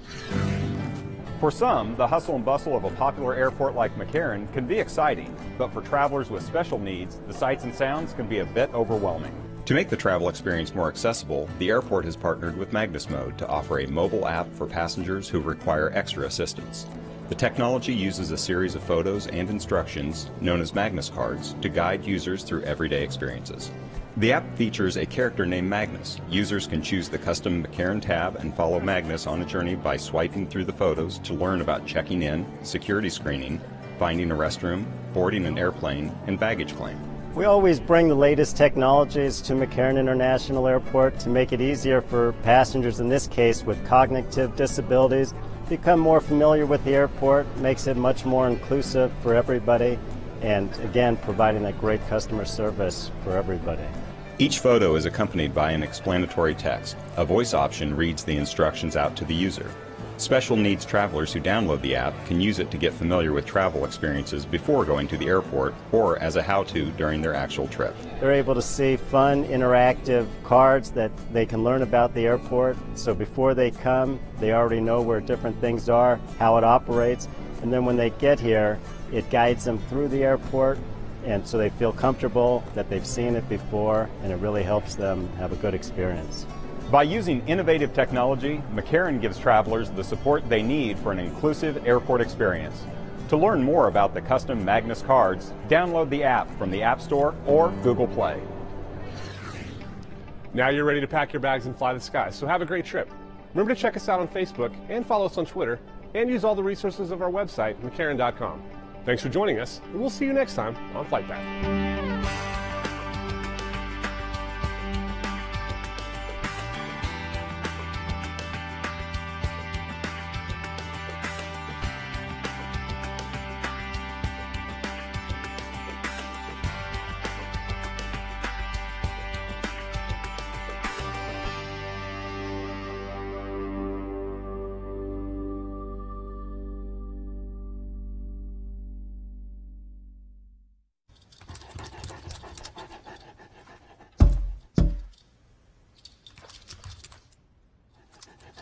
There's a shelter pet who wants to meet you.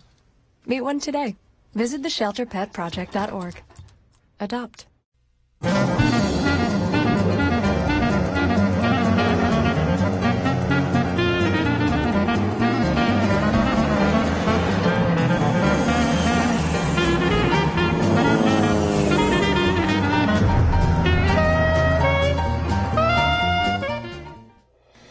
Hello, I'm Mark Hall Patton, Administrator of the Clark County Museum System.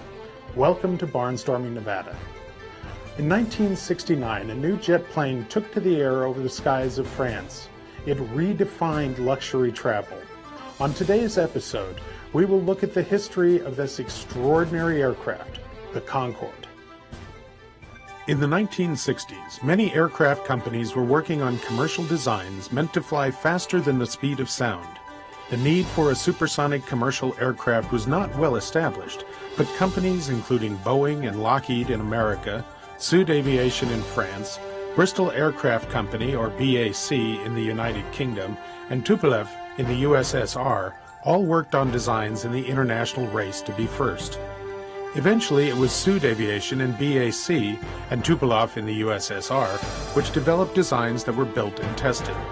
Tupolev's design, the Tu-144, was a failure in the West, and a crash of a Tu-144 at the Paris Air Show in 1973, along with 2 other crashes, sealed the fate of the aircraft. The Lockheed and Boeing designs were reviewed by the U.S. government, which chose the Boeing design for further development, but it was never brought into service. The successful aircraft was built through a partnership between Sud Aviation in France and the Bristol Aircraft Company in the United Kingdom. The Concorde, the result of that partnership, became one of the most iconographic aircraft of the 20th century.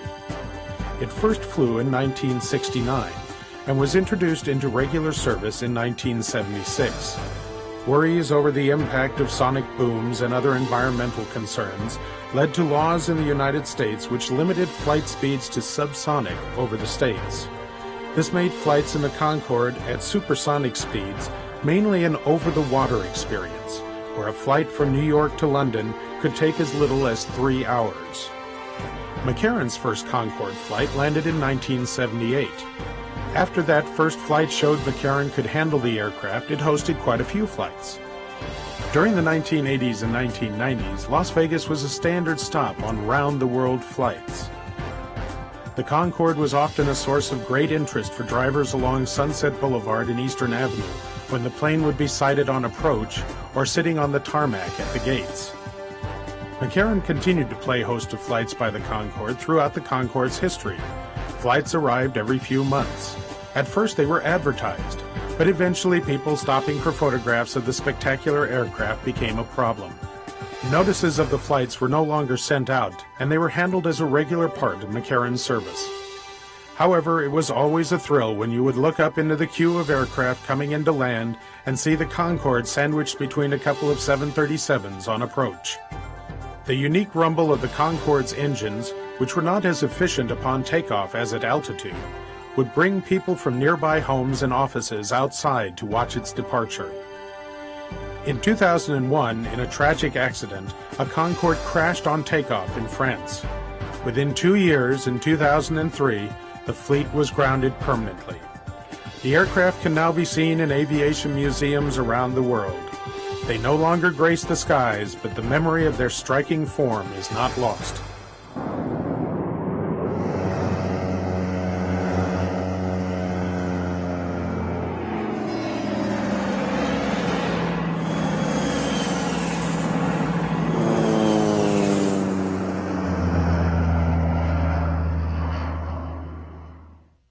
When there's snow on Mount Charleston, visitation soars. So do impacts to one of Southern Nevada's most precious outdoor spaces. Mount Charleston isn't a secret anymore. When it snows, it welcomes thousands of people each day. We all need to do our part to keep it safe and beautiful. Especially on weekends and holidays, the mountain can become too popular for its own good. Traffic can block the highway, snowplows can't get through, people play too close to the roads, and emergency vehicles can't get through. It becomes a public safety hazard. To make the most of your visit, plan ahead. Visit GoMountCharleston.com for news and information, or call 511 to make sure the highway is clear. For skiing and snow play, Lee Canyon is best. Remember, dress warmly, don't sled near roads or trees, and don't leave any litter behind. Help keep our winter wonderland safe and clean for everyone to enjoy. From a distance, it's easy to feel close to wildlife. They're beautiful when they're safe in their natural habitat and we're safe in ours. But when our environments overlap, there can be dangerous consequences. The threat of physical harm, damage to property, and disease become very real. That's where we can help. Our wildlife biologists work to find safe, humane solutions to the conflict, finding the best balance between humans and wildlife. That's the nature of our business. After October 1st, people started saying, Vegas strong. But the truth is, I don't always feel strong. Sometimes I feel scared. Anxious. Alone. Exhausted. Overwhelmed. Hopeless. But I didn't reach out for help because I didn't think I needed help. I thought I needed to be strong for others. Other people were hurt worse than me. We didn't know where to go. I just didn't have time. I thought I was fine. I thought it would cost too much. I was worried that saying it out loud and remembering it all would make it too real. But then I realized it's okay to feel the way I do. It's okay to cry. It's okay to talk about it and remember it. It's okay to grieve. And it's okay to ask for help. Because it affected all of us. And it's never too late to get the help you need. No matter who you are, where you live, or what your story is. Reach out to the Vegas Strong Resiliency Center to see how they can help you. In Las Vegas, call 702-455-2433. Outside of Las Vegas, call 833-299-2433. Or go online to vegasstrongrc.org for more information. Together. Together. Together. We're becoming Vegas Stronger. Vegas Stronger.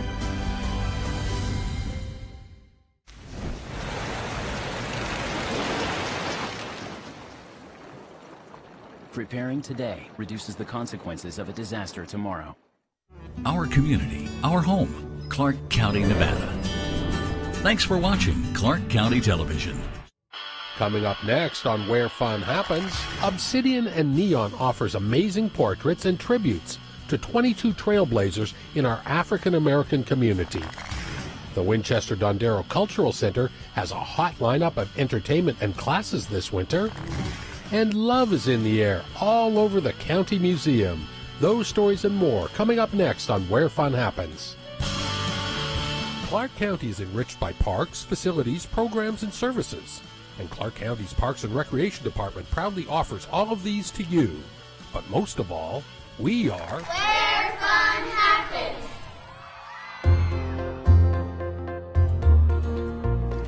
Their story is relevant every day, every hour of the year, not only during Black History Month. This has become a month to celebrate openly those stories, but every day we should be living those stories, and that's why these stories are relevant.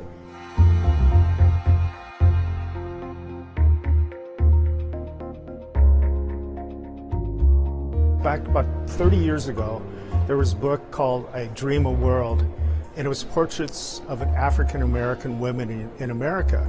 And I always struck myself as like, you know, someday I want to do this in Las Vegas because I think there's so many unique people. And my only regret, I wish I would have started doing this 40 years ago.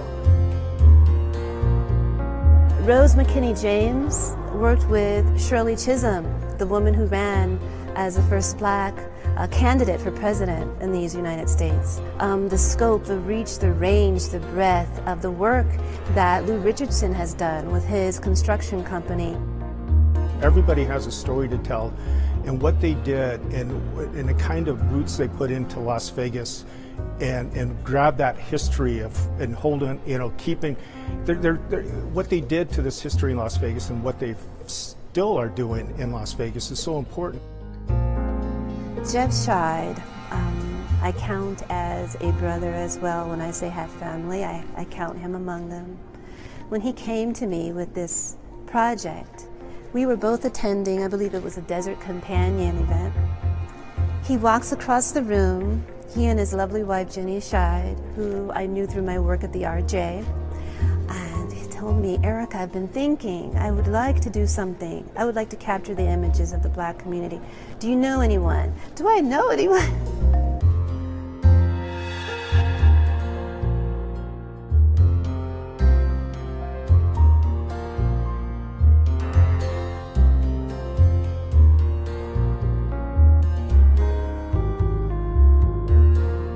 Eric and I go back well over 25 years. She used to work with my wife at the RJ. And so we've had this friendship, and I've always admired what she does in the community, and such an amazing spirit in her own right. In these photos, and what I did is made sure that I told them before we did the photo shoot to make sure there was something in the photo that was important to them.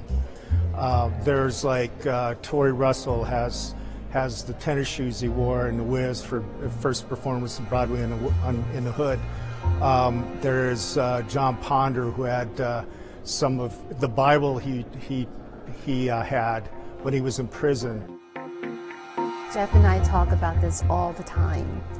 The fact that this ranks so high in the spiritual work that we're all here to do.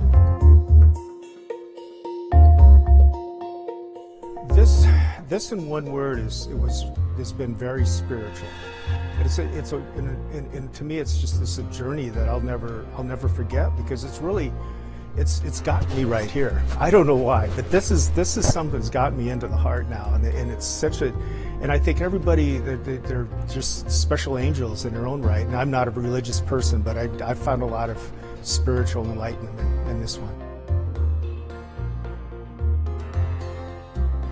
It's really, again, that deep work of recognizing and honoring the human spirit, you know, honoring the spirit within us and within this community.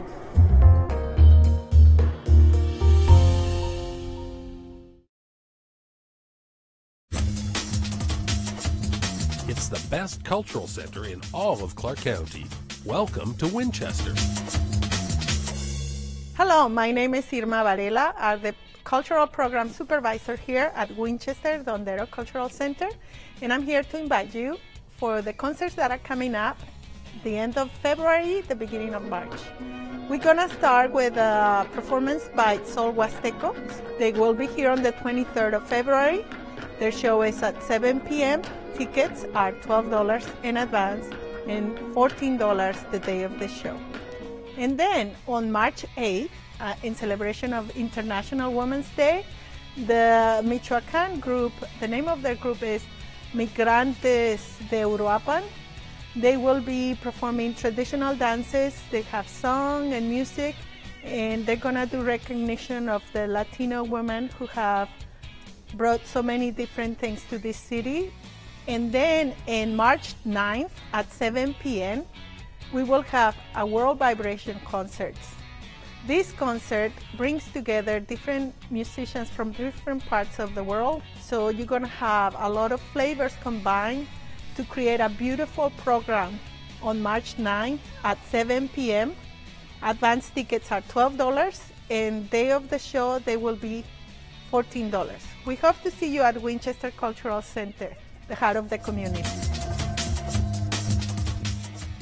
Hi guys, this is Adam from Winchester Cultural Center. I want to talk to you about a couple of our workshops and classes we have coming up.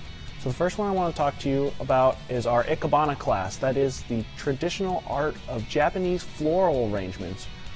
It's cutting the flowers and arranging them with all natural materials to make a beautiful centerpiece. That class is going to be on the 23rd of February for $30 from 1 to 2:30. Come down, all you need is a pin frog and maybe some Ikebana scissors, and you're ready to go and make a beautiful piece. I also want to talk to you guys really quickly about our Zumba class. Our Zumba class is still going strong, but we're always looking for new members. That is $18, and it is from 6:30 to 7:30 on Fridays. The only way to make that class better is if you're in it.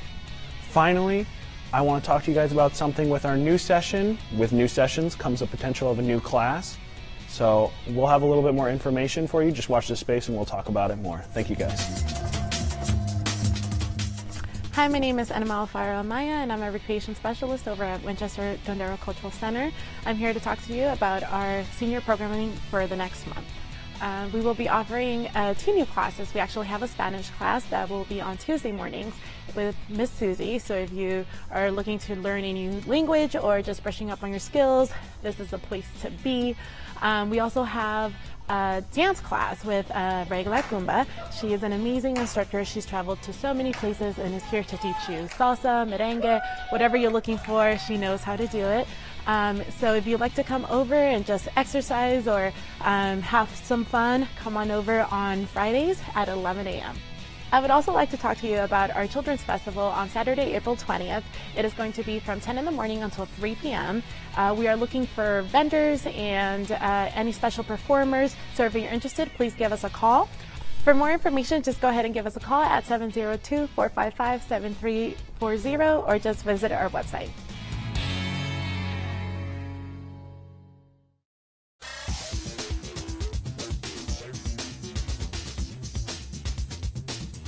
Hi, I'm Aurora Buffington, exercise physiologist and registered dietitian nutritionist here at the Hollywood Recreation Center. It's February, also known as American Heart Month, so I thought it would be a great time to introduce a life-saving technique that you can learn in just 2 minutes and you can use in the event that someone's heart stops beating, at least until help arrives.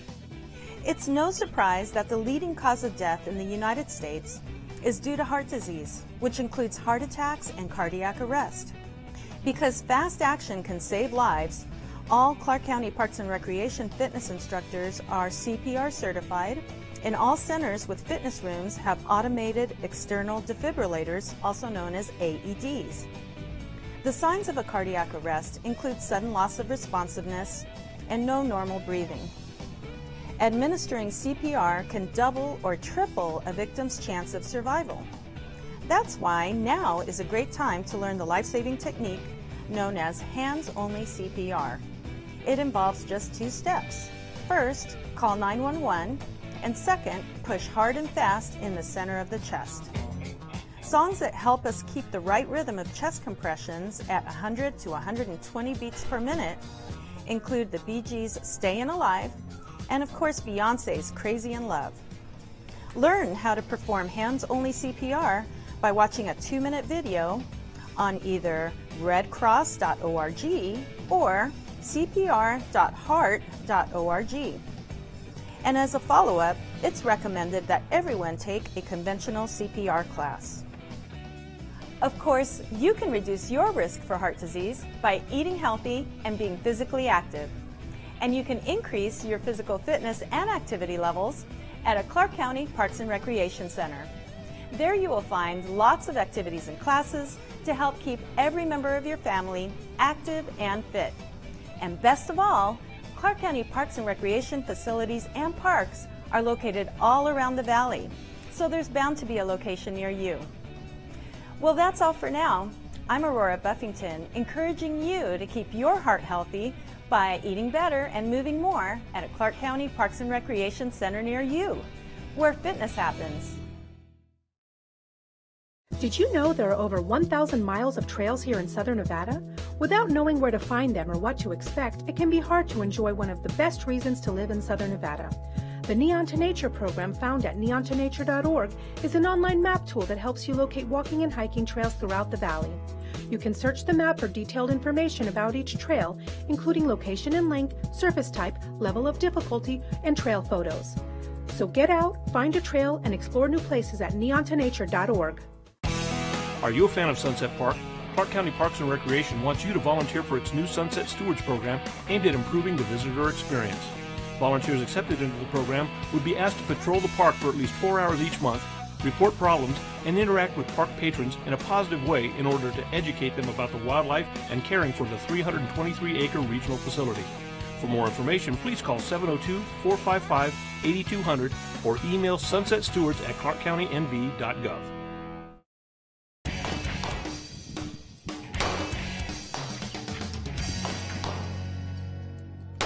Hi, I'm Doug Miles out here at the Clark County Shooting Complex. I'd like to talk to you today about some of the programs we offer and some things we have coming up. First, we have this Connex you can see behind me. It's going to be a children's art project, and this project is open to children 13 years and younger living in Clark County. Submissions need to be received by Monday, April 1st by 2 p.m. All the details for that are on our website. A couple events down here at the archery range. We have a merit badge program that we offer for the Girl Scouts, and you can register online with that with the Girl Scout Council.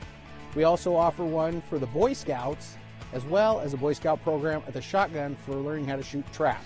A couple other programs we offer is a Learn to Shoot program, so if you've never shot archery, shotgun, or handgun, you can come out and use that program on Friday mornings from 8 to noon, and you can register at the Shotgun Center or at the Rifle Pistol Center for those.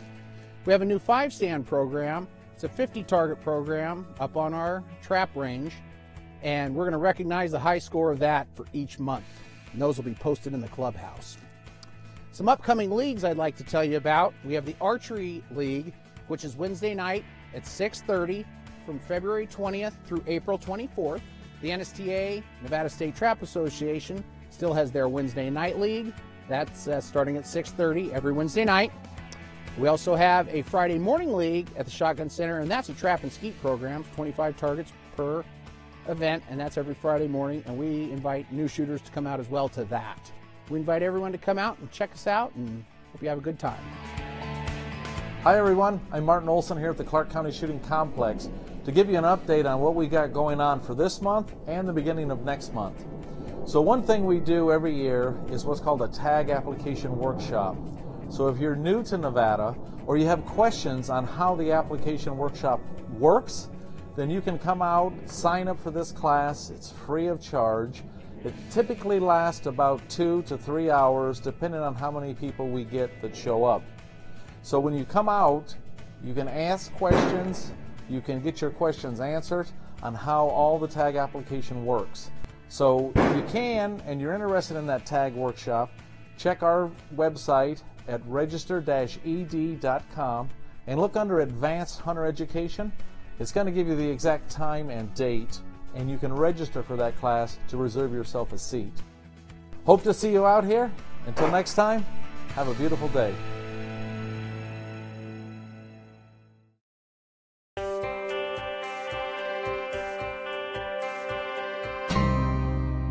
Hi, I'm Vogue Robinson, your Clark County Poet Laureate. This is Mick. Hello. You're so funny. This is Mick Axelrod. I'm an actor, a poet. I feel like I should say thespian instead of actor. Renaissance man is what Renaissance man. A lot of skills. All of the skills. So yes, I enjoy your poetry. I feel like there is always a theatric element, but just recently at a poetry slam, you did a poem and you did it more stripped down. What made you decide to perform? How do you make decisions about how you perform your poems? For me, it's about reading the audience, getting a feel for the space as well, and whether or not the projection will work. You know, some spaces they'll actually eat the sound. Right. You'll find that in a lot of karaoke spots in town. I feel like that's on purpose. Like, yeah, just absorb that. Try and minimize it just a little bit. But so reading the space, reading the audience, and then just my own energy level at the time and how I'm processing the poem at the time. Very cool. And then if people want to find out where they can find more information about you, if they want to find your poetry, can you let everybody know where they can do that? So if you'd like to find my poetry online, you can find that at an oralcarload.wordpress.com. I've done a lot of National Poetry Writing Month. Most of the stuff that I write, I put directly onto there. And I've also got a script writing challenge that I did where I wrote a play a day. And I wrote 31 short plays in there. So most of those are up there as well. I'm lucky to get something out a month. That's pretty cool. I know that feeling. It was, I did a lot of preemptive work, so I set myself up with prompts, and so I knew what I was going to bang out, even though a lot of the stuff changed as I ended up writing it. That makes sense. Writing is a process. Right. So what we're going to do, of course, is have you share a poem. Happy to. So you just let everybody know what the title is, and then do your thing. All right. I'm going to get out of the way. Wonderful. This is called Bye Bye by the Book. The anonymous, coverless book in his hand is tattered, as battered as if it had been kicked across America and picked up some new languages along the way. Reading now in Portuguese, Spanish, English, and French, Russian, Korean, and all of the rest. She is given just a glance and notices after the dance of the subway car those shifts and dips getting twisted for the turnings, the tattoo on his left wrist as it peeked from beneath his long sleeve briefly. She feels the yearning to see it clearly, nearly as if it were so intricate that she could spend her lifetime studying it and never see it wholly. Intimately, she recognizes the relic around his neck is holy. She recognizes the relic around his neck is holy. Its eye, unblinking, it watches over his fortune, persistent, guarding against slipped words which might bring him undue attention, and she prays it will not push her away. She wants to worship at his altar. She wants to flitter, not falter. She wants for wishes to make her ambitious. She wants the wafers and all of the wine. She knows not the time she has before he gets off the line. See, her ride was like life, lingering and lengthy, and her heartbeat had kept quick as commuters abandoned the car, and in the shuffle, he sat across the way. Couldn't be but inches. Wouldn't be but wrapped twisted in earphones. Wouldn't take off his pair of girl's glasses, those big lenses blackened. She bit him brightly beneath barely a breath that played in her head. Wed to the notion, the novel, the palace, draped in refinements both bold and placid as pallid pumpkin turned to chariot, drawn by coarser mice, that will reform to norm when bells toll 4 times thrice. These fantasies are like flatulence. They're flat in full hot air. Looking up from her flight of fancy, she saw he wasn't there. He'd gone. No question that the charm had warbled with her reason while hazards were at bay. Well, she weren't wont to mourn, for next her stop had come. In truth, in her desire, she had lost her want to stay. Nice. Thank you. Lovely. Flatulence. That's the word of the day is flatulence. Brought to you by the letter F. Thank you very much for coming on and sharing your poems. Thank you for having me. Please check out Mixed Poetry, and then if you just want to know about general things going on in the Valley, check out poetrypromise.org or eatmoreartvegas.com.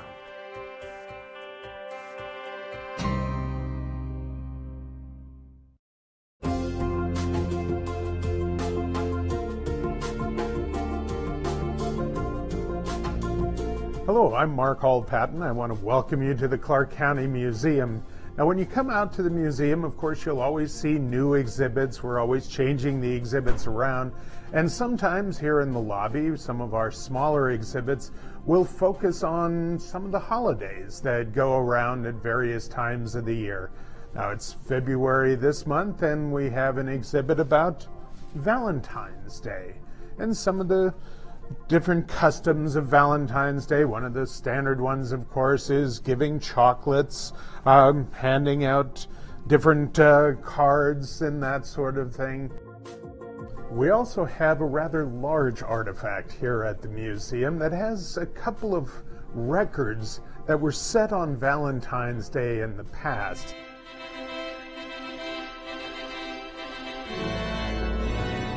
Now, we are here inside the Candlelight Wedding Chapel. Now, the wedding chapel itself was built in 1966, but in 1981, on Valentine's Day, the wedding chapel set its first record.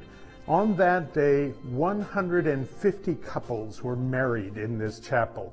That was a record that made the Los Angeles Times. Now, you might look at this and say, how could you fit 150 couples into here?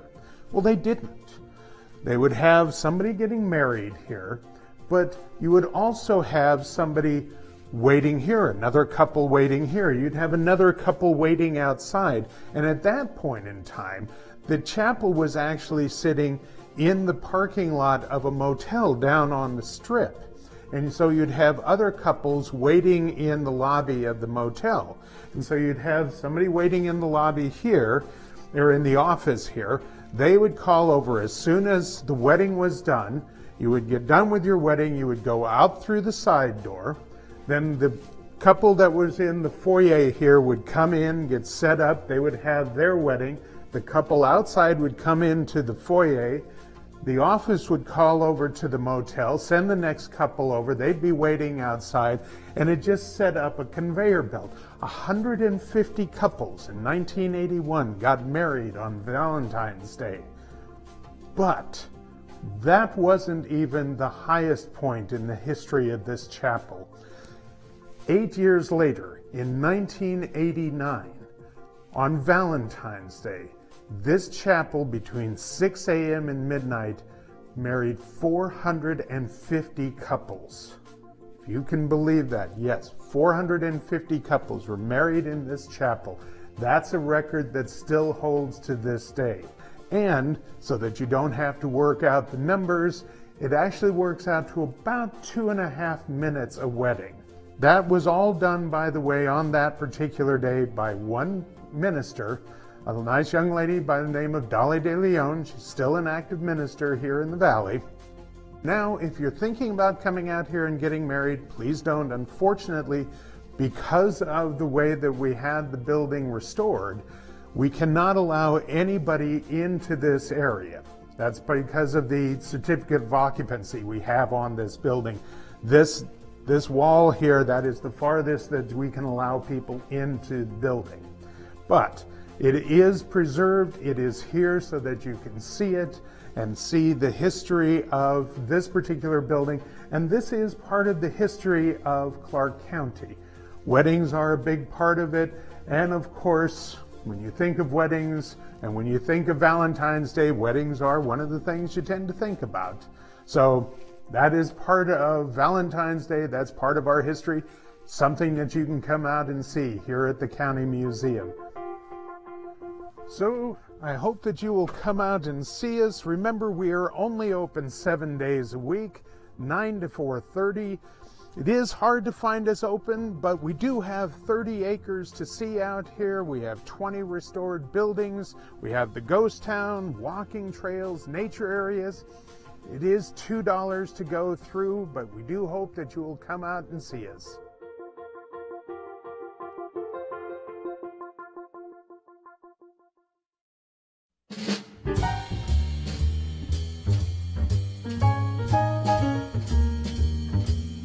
Hi, my name is Kelly Lux. I'm an archivist with the LVCVA's Las Vegas News Bureau. I'm here at the Winchester Dondero Community Center to look at the exhibit Las Vegas lineup. The Las Vegas News Bureau and the Nevada State Museum Las Vegas partnered together to create this amazing exhibit. We have thousands and thousands of unidentified images in our collection, and we're reaching out to you, the community and our visitors, to come on down to the exhibit and help us identify people in the photographs. Each photo has multiple people, they're numbered, and you can fill out a ballot slip to tell us who is in the photo and who you think you found. And we're even take guesses, whatever information you have. I've got something to say that might cause you pain. I have to tell you that boy again. Everybody loves the Beatles. The Beatles came here in 1964, and we have several photographs of the event and the crowd. And in this photo, we have Liberace and 2 unidentified people. I've been trying to get these 2 folks identified for 2 years. We would love any help, in particular with these. This is also a photo of a woman just overexcited at the Beatles concert. It was such a great series of photographs that the Las Vegas News Bureau took. We do it to preserve the history. Las Vegas has a rich history, and this exhibit has everything from locals. I partnered with the Nevada State Museum on this, and they have a lot of photos of birthday parties, bar mitzvahs, church, the police department. And we have several photos all the way up to celebrities, on stage, off stage, at the golf course. And we want to preserve this history, everybody's history, from the locals to the celebrities, because that's what makes Las Vegas unique, is we have this rich history, and it's combined between the Strip and between our locals. And so the more information we have on each photo, the more information we can add to the descriptions. When we first did our very first exhibit, we had a woman call before I even got back to the office. We did an interview, and it was a showgirl at the Copa Room at the Sands. And she was so excited because it was her aunt, and she couldn't believe she had that photo. So we were able to talk with her, she sent us photos, and we were able to send her that photo of her aunt. And now forever, it's recorded in the history of Las Vegas. Each and every one of those stories, each and every one of these people are important. They're a part of our history, and they deserve to be preserved for future generations. It's so important, it's a rich part of our history. And the more information we get, if we're able to identify somebody, maybe 20 years down the line, you're looking for a photo of your aunt, and they were identified in this exhibit. And that has happened already. So please come on down. The exhibit is open through March 16th.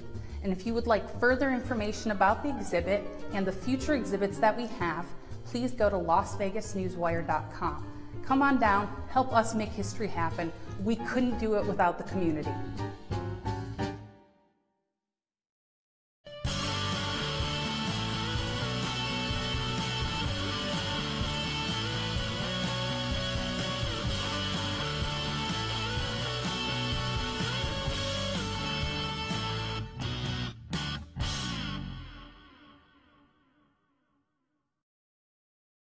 When there's snow, Mount Charleston gets thousands of visitors. Traffic can block the highway. Snowplows can't get through. People play too close to the roads and emergency vehicles can't get through.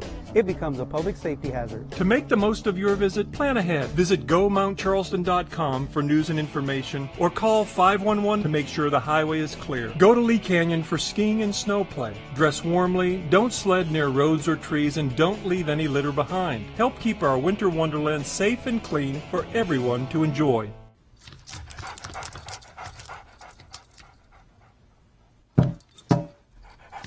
There's a shelter pet who wants to meet you. Meet one today. Visit theshelterpetproject.org. Adopt.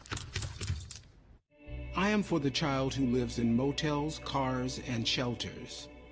Now in foster care, a group home, where he sleeps not on a bed, but on a temporary cot. He is the child I am for. I am a CASA volunteer. I am you.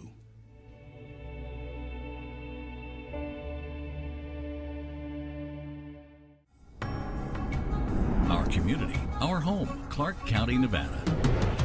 Thanks for watching Clark County Television, the best access to your local government.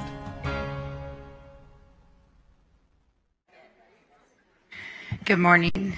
We're going to go ahead and call back to order the Board of County Commissioners meeting for Wednesday, March 6th. Good morning, Commissioners. The first item on the agenda is public comments. Okay, this time is set aside for public comment, so if you'd like to speak on any item on the agenda, Ms. Coleman, you have to pick an item on the agenda. Yes. Okay. Item number 1, public comments. Nice try. You want to stay for the end, but you got to have an item on the agenda. That's what the first part is set aside for. Well, that is on the agenda, and it is public. So let me rephrase it. Concerning And I homes. apologize because I send in traffic since 8, so let me rephrase it and slow down for a second. So the first public comment is set aside if you'd like to speak on any item that's posted on the agenda for today's business. So all of these items are zoning issues. So is there a particular zoning issue that you would like to speak about, or you'll have to wait to the second time that we set aside for public comment? Well, I won't be rude. I'll wait. Thank you, Ms. Coleman. Anybody else wishing to speak on public comment, please come forward and state your name for the record. And if you speak now, you won't be able to speak on the item that's heard. So which item would you like to speak on, ma'am? Number 14. Item 14, okay. Thank you.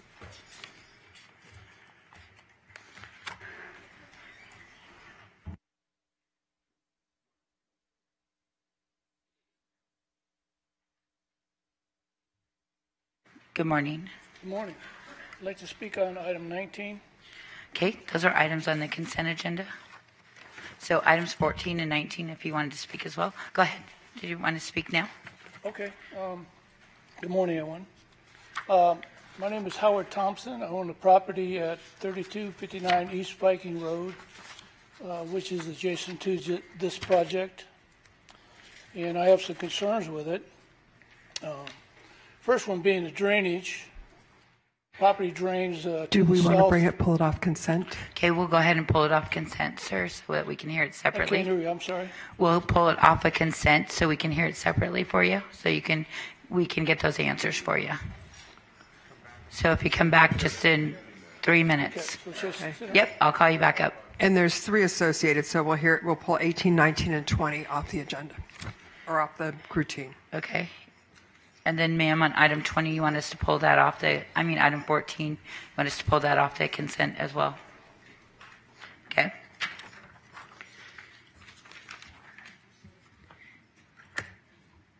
Anybody else wishing to speak on an item? Seeing none, I'm going to, come on.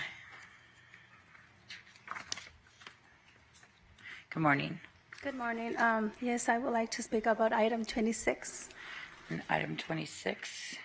That is a regular scheduled public hearing, so we'll go ahead and wait. You can either speak when item 26 comes up, or you can speak now, so it's up to you. Okay, I'll speak now. Okay. I'm here because my property that's located right in the corner of Cactus and Aphrodite. It's the lot 39 in Silverado Summit.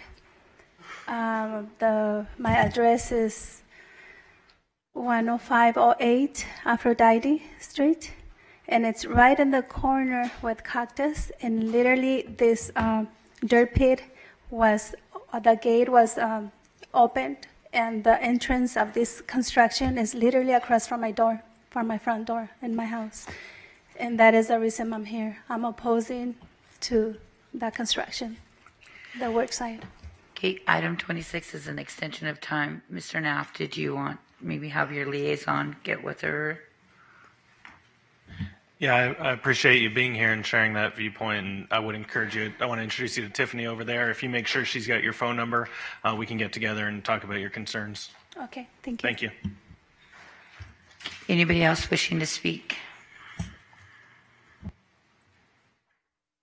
Yes, Mike Maloney, 6790 Gold Euro Street, Las Vegas, requesting that items 48 and 49 be pulled off for specific comment. They will be. Okay, this will be a public comment. Okay. Anyone else wishing to speak? Seeing none, I'm going to go ahead and close the public hearing. And the second item is the approval of the agenda after considering any additions or deletions of items. Staff has received the following request. Item 8, ET 1840254 and ZC 44915, hold to the March 20th, 2019 BCC meeting per staff to allow the applicant to attend the March 13th, 2019 Enterprise Town Board meeting. Item 10, ET 1940006, ZC 81116, the applicant has requested this item be withdrawn. Item 12, UC 18913, hold to the May 8th, 2019 BCC meeting per the applicant. Item 15, VS 190009, the applicant has requested this item be withdrawn. Item 16, WC 1940007, WS 18148, the applicant has requested this item be withdrawn. Item 17, TM 1950010, the applicant has requested this item be withdrawn. Item 23, WS 190026, hold to the March 20th BCC meeting per the Commissioner. Item 27, UC 18-753, hold to the April 3rd, 2019 BCC meeting per the applicant. Item 30, WC 1840070, ZC 66307, hold to the April 17th, 2019 BCC meeting per the applicant. Item 31, BS 181013, hold to the April 17, 2019 BCC meeting per the applicant. Item 32, WS 191012, hold to the April 17, 2019 BCC meeting per the applicant. Item 33, TM 185000236, hold to the April 17, 2019 BCC meeting per the applicant. Item 34, WS 18996, hold to no date certain per the applicant. Applicant is advised re-notification fees are required prior to placing the item back on the agenda. Item 37, WS 1922, hold to the April 3rd, 2019 BCC meeting per the applicant. Item 38, WS 1941, the applicant has requested this item be withdrawn without prejudice.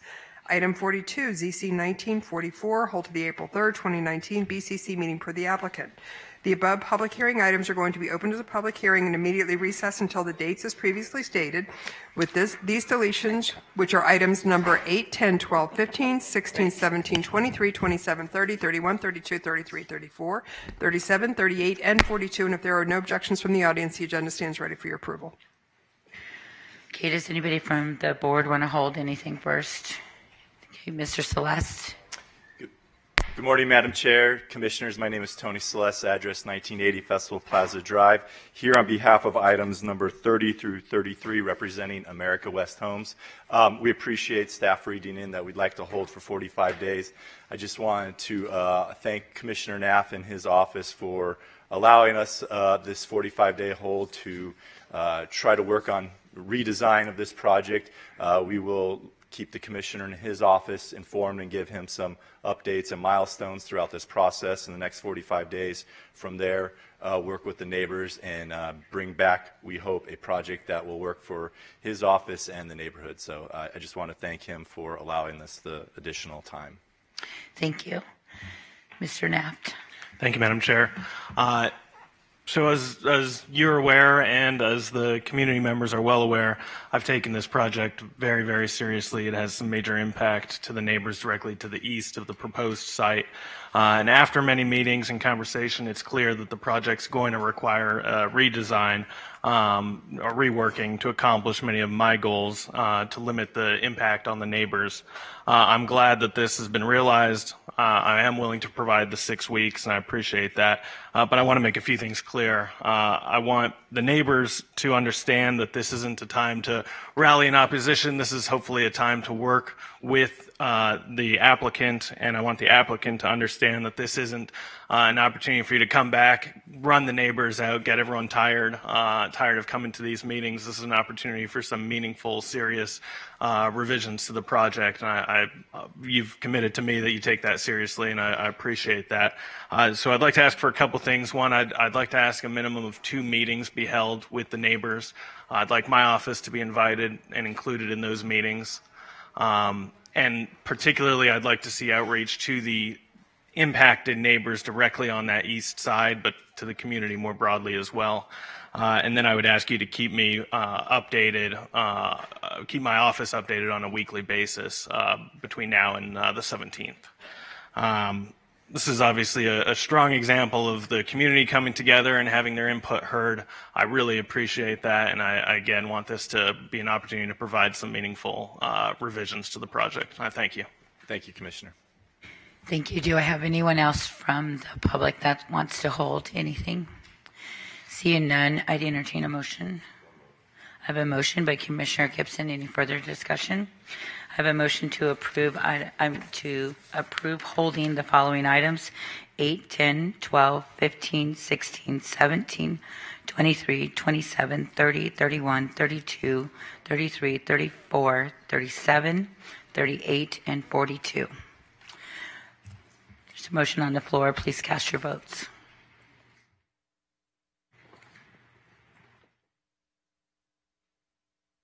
Motion passes. The third item on the agenda is the approval of the minutes. However, there are no minutes ready for approval at this time. Item 4 are the routine action items, which consist of items 4 through 24, except those items that have been previously deleted. These items may be considered together in one motion and are subject to the conditions listed with each agenda item. In addition, we will hear items 14, 18, 19, and 20 separately. We have the following amendments and/or comments for the routine action items. Item 11, ET19 40009, UC 45815. Staff requests current planning bullet number 1 be revised to read until January 16th, 2020 to complete. Item 21, WS 18 473. Staff requests a condition be added under current planning to read applicant to continue to work with the East Wellington Estates Homeowners Association and neighbors and install a dimmer to regulate the brightness of the 3 freestanding pylon signs on Silverado Ranch Boulevard. When the public hearing has been opened for the routine action items, any person who does not agree with the conditions recommended by staff should request that at this time that the item be removed from that portion of the agenda and be heard separately. As I noted, we will hear 14, 18, 19, and 20 separately. Additionally, items that are recommended for denial or with different conditions of approval by the respective town boards are not automatically removed from the routine action agenda.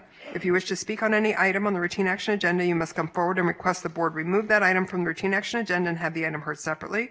With these amendments and with no objection from the audience, the routine action portion of the agenda stands ready for approval. Okay, do I have anybody that wants to pull anything else off the consent agenda?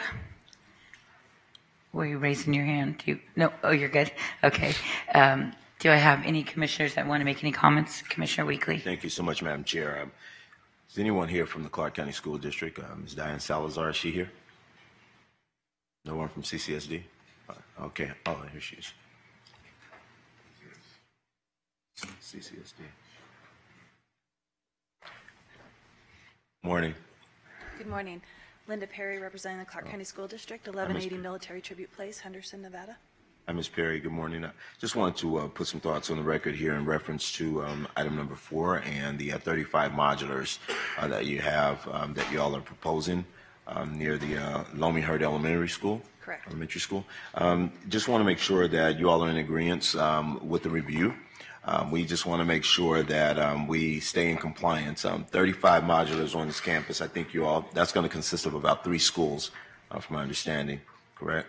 In that area, yes. Yeah, it's going to be a lot of new vehicles coming in the area there, and the residents there have some major concerns. And so just want to be sure that you all stay in communications with us as it relates to your traffic plan and how we're going to move those students in and out of that campus there, especially with the adjacent, or not so much adjacent, but with the existing school that we have there.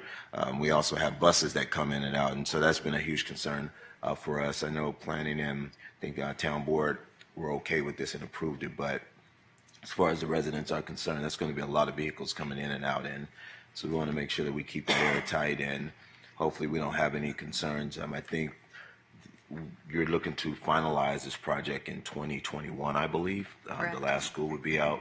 So in the meantime, let's just make sure we keep the communications open, and hopefully if we don't run into any problems, we don't have to have you back too soon. But I think that we do have a review hearing that you all have agreed to come back and give us an update as to where you are. Definitely. Yes. I think Commissioner Weekly, you have another one?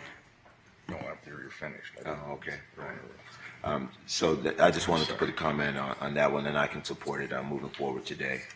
Also, Madam Chair, I wanted to comment on item number 7 as well.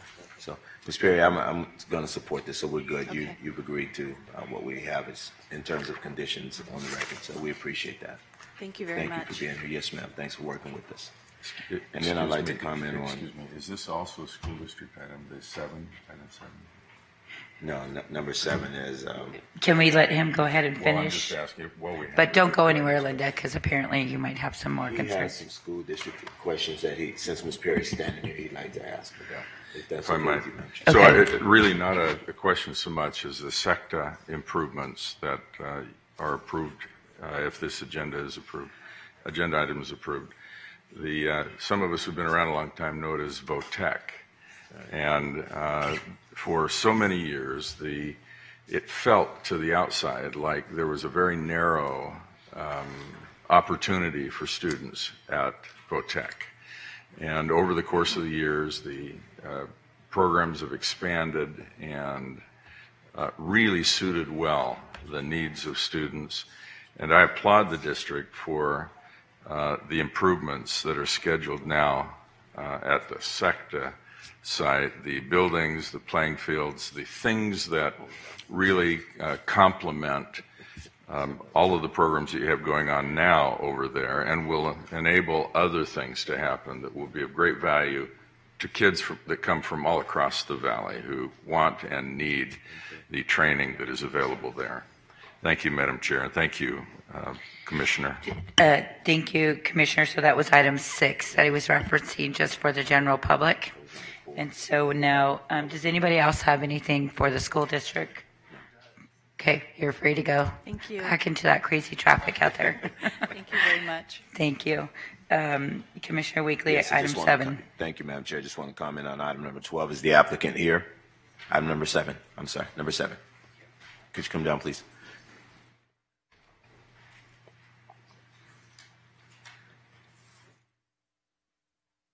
Morning, sir. Good morning, Commissioner, Commission. James Lopez, 6725 Southeastern Avenue on behalf of the applicant. Okay. Mr. Lopez, we appreciate working with you over the years on this site here. We're looking at the 12 metal containers that are on the site, and thank you for keeping the property as clean as you have kept it. I understand that you all are looking to possibly bring in a small towing yard there on the site. Correct. We just recently signed a lease with a towing company. We also have a long-term lease with UPS parking trailers there. Okay. Once you all finalize that and you look to move forward, we'd like to continue to work with you on that because we do have a mobile home park that's adjacent to this site here. And one of the past applicants, we had some major problems with noise as well as odor. With cars coming in, and they would leave cars idling for hours at a time. And there are a lot of seniors that live in this underserved area here, and so I want to make sure that we don't run into some of the problems that we've had in the past. That's why we originally allowed the temporary containers to be there to serve as a buffer for those residents there. But I appreciate how well y'all have kept the property maintained and we want to keep it that way. But we also, too, want to make sure that we keep any type of unnecessary impacts to those residents over there as minimal as we possibly can. Thank you. And yes, the owners made every attempt, including meeting neighbors from the trailer park in the middle of the night looking for cats. One of the neighbors lost a cat, and so he was out there trying to find it. I guess the cat did turn up a few days later, so everything was well on that. But he's very attentive to the needs of the property owners next door. Thank you, and I appreciate y'all working with Kelly Benavides in our office in making sure that we keep this thing as compliant as we possibly can. And then we do have y'all coming back, I believe, Nancy, what is it, is it 6 months or a year? We gave them 2 years. Is it 2? Mm-hmm. Okay. Well, we'll be checking on you in between that time, and hopefully it'll look the same way it does today in the mobile home, and not the mobile home park, but the rec and towing yard will be a good neighbor and do the right thing. Thank you. And the owner is here today if you want to speak with him. No, we're good. You're the spokesperson. That's what you're getting paid for, right? That's right. There you go. All right. Not enough. All right. Thank you very much. Thanks for We your got to time. take that up with the owner. Yeah, you go back up the steps and handle that. We can help you All here. right, I appreciate you. Thank you. Thank you very much, Yes, Commissioner. Commission. Thank you. Thank you. And so do I have any other items from the board? So I would entertain a motion to. If there are no more questions or comments from the board, I'll make a motion to follow recommendations for approval, please, with all conditions. Okay, I have a motion on the floor by Commissioner Weekly to approve the agenda items 4 through 24 with the exception of 14, 18, 19, and 20 with staff recommendations. Seeing no further discussion, please cast your vote. Motion passes. For the audience's information, anyone who wishes to speak on an item should move to the first couple of rows and be prepared to speak as each item is heard. If there are several speakers on one item, it's suggested that a single representative be appointed to present the issues. Commissioners, we would like to move item number 52 to be heard next, if that's all right. Okay, and that is fine with Commissioner Knapp. So we'll open with item number 52. Item 52, AG 19-900107 is a recommendation that the Board of County Commissioners consider a request for revocation of WS 18425 and direct staff accordingly. Commissioners, on July 17, 2018, the Planning Commission approved WS 18425 to allow a video message where not permitted and increase animated sign area to 283 square feet where a maximum of 100 square feet is permitted.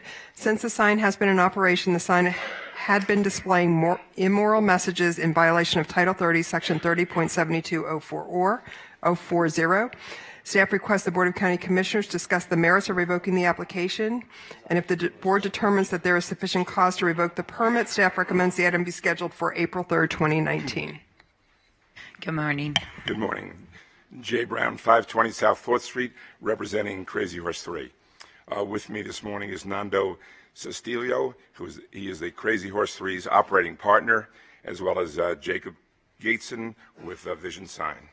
Basically, when Crazy Horse 3 decided to put up the sign, they retained Vision Sign, the second largest sign company in the state, with an impeccable reputation. I think it would be best if I let Mr. Gateson tell you in his own words what happened that caused us to be here today. Okay. Good morning. Members of the board. The sign was turned on to test the display, and the content that was uploaded apparently was incorrect. That sign, there was a malfunction, and it basically got stuck in a loop. The antenna needed to be replaced.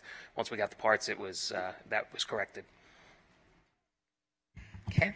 Do you have anything else? And I think also I'd like to say that Mr. Castillo is here, and he's happy to answer any questions and to assure you that he will monitor the work and content on the sign in the future to make sure we're not back here again. So I just want him to reaffirm that for you for the record. Okay. I'm going to, does that complete your presentation? Well, I just wanted to apologize to the board that this happened. It shouldn't have, and it won't happen moving forward. It was just a technical issue, and I'm here to assure you that it won't happen moving forward. Okay, we appreciate that. Commissioner Naft. Thank you, Madam Chair. Just for my edification, what's to prevent an antenna from breaking again in the future? And when it does break, if it were to break again, how could it be more quickly rectified? Well, for the antenna, I mean, we could keep the spare parts on site. I mean, that would be as simple as just Yes. purchasing one. And the other issue was that the content was incorrect. It was that was the issue. So, you know, maintaining we It don't just won't happen again, so it won't matter. We don't generate content, so yeah, as long as we have acceptable content in the Okay, future, well- even if it froze, it would be the correct content. Okay, well, I'll take your word at that, but with the reminder that this is a very heavily trafficked area. It's in the heart of the Stadium District, an area that is very sensitive to the community. I'm hopeful that your understanding of that. Yes. Okay, well, and I appreciate that. And if there's no other discussion, I would move to deny the revocation. And I'd also like to recommend that there be a review 1 year from today. Okay, is there any other discussion? And I just have one question. So if you could just maybe explain to me what is the process to review the content? Because I think this was somebody reported that the content was Right. In the, different. So, I mean, at least so you could state on the record what the process is so that you stay on top of it a little bit better. I have a marketing department that reviews it, and then I personally review it before it goes up. The file that was uploaded should have never been uploaded, and as soon as we tried to take it down, the antenna was broken to bring it back down. So I will be personally responsible for the content. That's who you call Mr. Naft. Personally responsible one. Okay. So Commissioner Naft, do you want to restate your motion? Sure. I'd move to deny the revocation with a 1 year review. Okay, thank you. Okay, Commissioner Naft has made a motion to deny the revocation, and he has his personal word. He knows who to contact and a review period. Any further discussion? Seeing none, please cast your vote. A little bit of rain makes us all crazy. Motion passes. Thank you very much. Thank you. Thank you. Next is item 14, UC 1972, use permit for a vehicle automobile wash, waiver of development standards to waive the Asian Design Overlay District standards, design review for proposed automated vehicle automobile wash addition to an existing convenience store with gas pumps on 0.6 acres in a C1 local business zone in the Asian Design and the Mud 2 overlay districts, generally located on the north side of Spring Valley or Spring Mountain Road and the east side of Arville Street within Paradise. Good morning.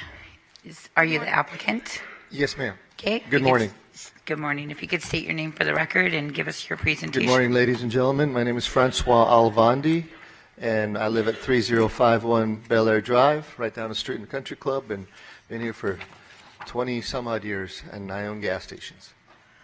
Kate, is that complete your presentation? No. Do you want to have a presentation? Yeah, I'm so sorry. I'll continue with presentation. Anything. Okay. Simona Stevens, 1950 East Warm Springs. I'm the contact for the applicant for the application. I just wanted to kind of go over quick and then have him the opportunity to say why we actually pulling the item to be heard separately. Okay, that would be great. So we have the add-on, the car wash for the existing convenience store, and Public Works has came back with 3 comments, 3 conditions, and we agreeing with 2 of them. One of the conditions to close off one of the drives, the applicant, the owner, would like to address why he has concerns about closing it off. So can I do this? Can you, and I have the Public Works recommendations in front of me, so which one of these, because all of them actually talk about the driveway, so it'd be helpful if you told us specifically. There are 3 of them. The right-of-way dedication, we are showing that. So you agree with that, or you don't? You do? We do. Uh-huh. Okay, so what about removing the southern driveway on Arville? That's the one. That's the problem? Okay. Just so we're all working towards the same discussion. Okay, go ahead. Again, thank you for your time. I wanted to, I've had this gas station for over 20 years, and it's been there for a lot of years, 50, 60 years. And when I went to put in the car wash, because I'm remodeling all the gas stations, all the Arcos in town are going to be all remodeled, and I just did the outside of this completely, and I'm doing the inside after the other one is done. So we wanted to add a car wash to it because I think there's a need in the community. And so when I came in, and they were so kind at at the planning department, and they told me that they wanted some right-of-way, some land from me so they could move the light, which is fine with me. I have no problems. And then they said that they would like to make the driveways handicap friendly, handicap compliant. And I said that's not a problem at all. The only problem I have is the driveway being closed. If you could see the tanks, how that works, the truck has to come in through Spring Mountain, park there, and then there's going to be cones all over the place for them because of security, safety reasons. And then if I have a delivery, what happens is a truck on the other side comes over there on in this driveway, and so the people cannot get out because of the blockage right here. So we've never had a problem before. There's never been an accident or anything. I just think that it would really ruin the flow of traffic, especially because we work on a low margin as an ARCO, and I need to get the people in and out of there, and it would cause a major problem, and that's almost enough not to even do the project, because primarily I'm a gas station and a convenience store. So I would like to kindly ask you guys if you could allow me to have that. I'll do everything else you guys want. If there's a problem, we could always revisit it. I have no problems with that. Okay, does that complete your presentation? Yes, ma'am. Okay, this is this a public hearing? I'm going to go ahead and open up the public hearing and seeing if anybody would like to speak on item number 14. Seeing none, I'm going to close the public hearing and turn it over to Commissioner Jones. Thank you, Madam Chair. I've talked to Public Works about the concern that you have about the closing of the southern drive on Arville, and I guess I'm still not understanding when the fuel trucks are parked for fueling. What is the plan for when cars are trying to pull into that driveway? Because if they're pulling into that driveway, they're blocking traffic. No, you mean when they enter that driveway that you're talking about right Correct. there? Yeah, what they do is they come around and they come around the front and they go to the gas, or they go behind the truck, But if that's closed, then that causes a major problem as far as traffic goes. Well, no, as I understand it, they're asking that you close the drive on Arville, correct? Yes, sir. So I'm trying to understand if someone comes in onto Arville while the fuel trucks are there, where are they going if they're going to run into the fuel trucks? Because if they come in there, they could either go behind the truck or in front of the truck. However, if that's closed and you got to go to the second driveway, then that causes a major problem, because then the people that are getting gas can't get out either. Okay, I guess Public Works, can you chime in here?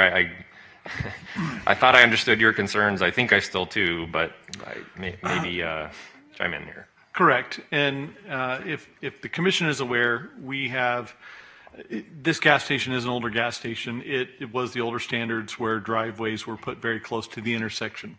For many years now, we have been implementing the standards where we ask the driveways to be further away from the intersection because it is a safety hazard with all those movements that close to the intersection. When we looked at this site, we understand his exhibit is very clear that his driveway on Spring Mountain that's close to the intersection, that is paramount to his operation to keep the gas truck, the fueling truck, to be able to access the tanks. And it is what it is.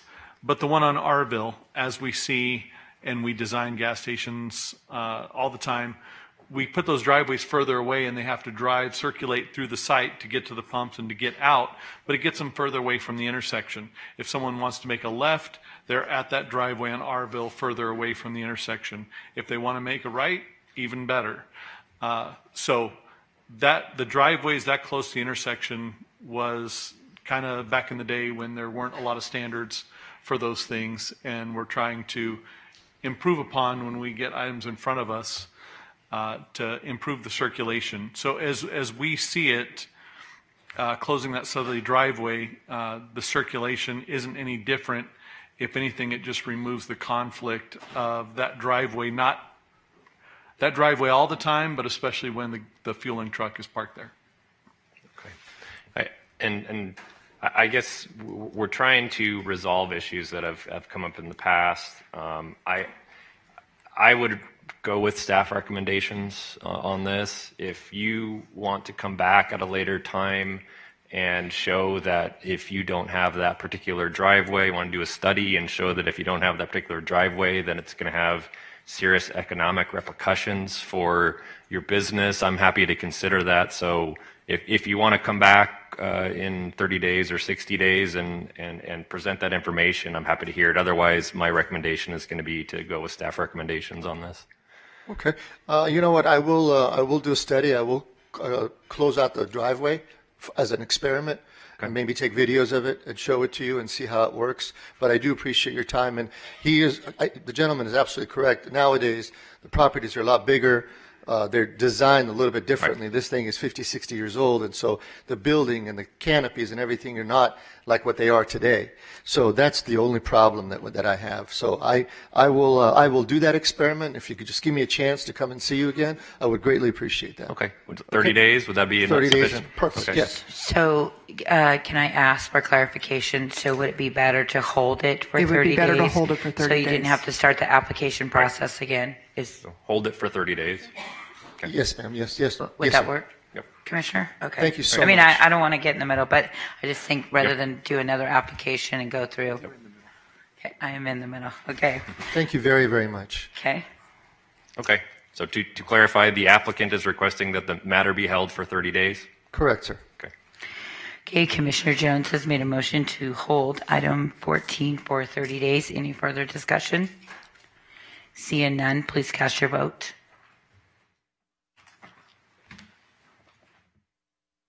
Motion passes. Thank you. Thank you very much for your time. Thank you.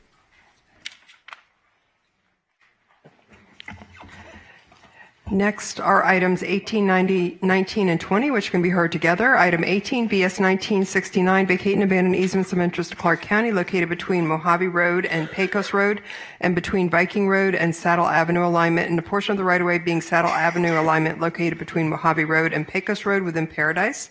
Item 19, WS 1968, waiver development standards to allow non-standard private street and cul-de-sac designs. Design reviews for the following: single-family residential development, increased finished grade on 4.1 acres in an R1 single-family residential RMP3 zone, generally located on the south side of Viking Road, 480 feet east of Mojave Road within Paradise. Item 20, TM 19500020, tentative map consisting of 16 single-family residential lots and common lots on 4.1 acres. Good morning. Are you the applicant? Yes. Lynn Affleck, 2025 Deer Springs Drive, Henderson, Nevada. And I wasn't going to give a presentation per se, but I would like to answer the concerns of the neighbor. Okay. If that concludes your presentation, I'm going to go ahead and open up the public hearing. And I have two that would like to speak, ask the questions. Anybody else that would like to speak on this item, please come forward. Go ahead, sir. Just state your name for the record, and you almost have to chew that microphone so we can hear you. All right. My name is Howard Thompson. Good morning.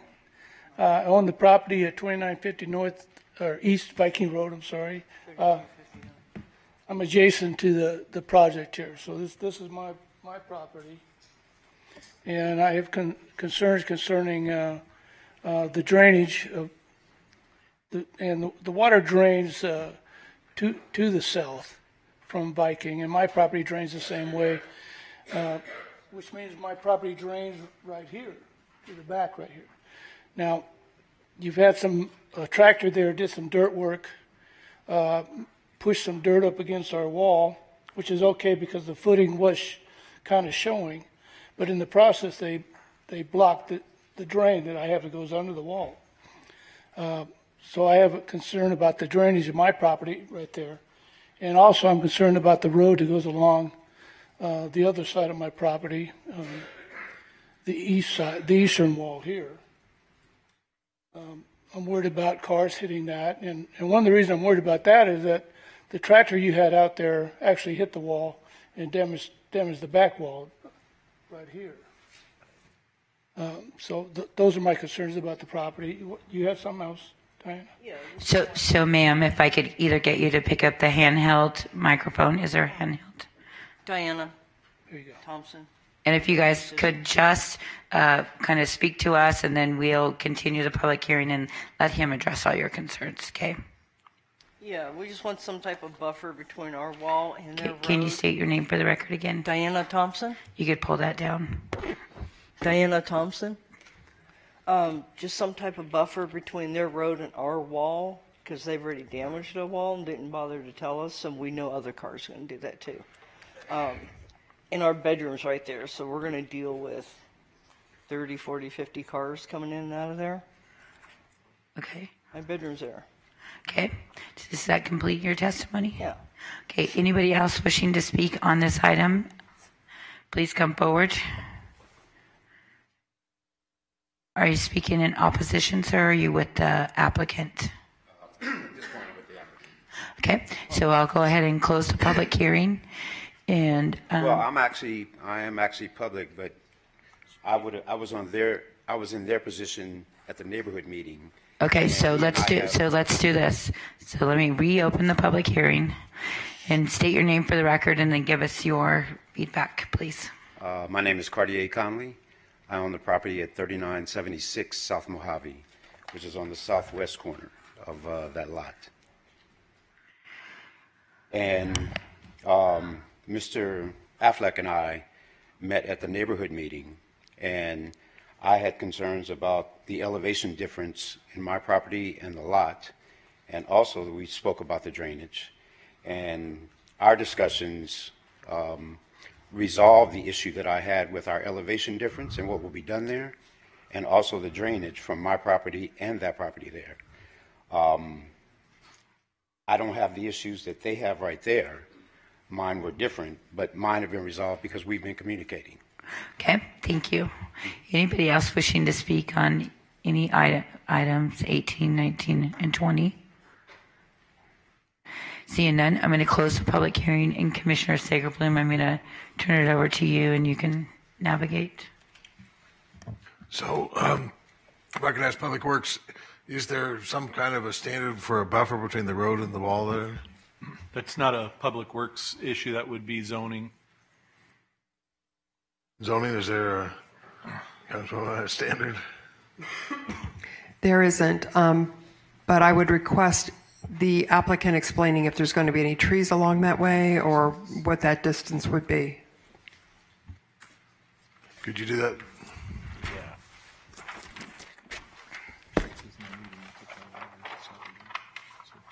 And while he's doing that, can we, what about the drainage? Is that a Public Works or is that zoning? That's us. With this, we've conditioned them to do a drainage study, and they will evaluate everything from the wash on the southern side of the site, how they accept water that's existing, how they put it back into whether the historic location or put it into the right-of-way if it has capacity, and also if these neighbors have a drain where the water needs to go, that will be addressed in the drainage study as well. Okay. Did you understand that just approval today doesn't mean that it's approved, that there will have to be a drainage study that shows that your property will be able to drain? But yes, if you could go ahead and address the issue about something between the road and the wall. Sure. Well, first let me just say that at that time when we do the drainage study, we may need to provide an easement for their drainage to come onto our property, and then the drainage will proceed on down to the corner of our lot, and so yeah, it'll be taken care of. No problem there. So Commissioner Sagerbloom, maybe if I could help. So at least what I heard them say is they have a drainage issue today because of the grading work that's been done, and normally we wouldn't see all this, but at least for today, they feel encumbered on the current drainage issue.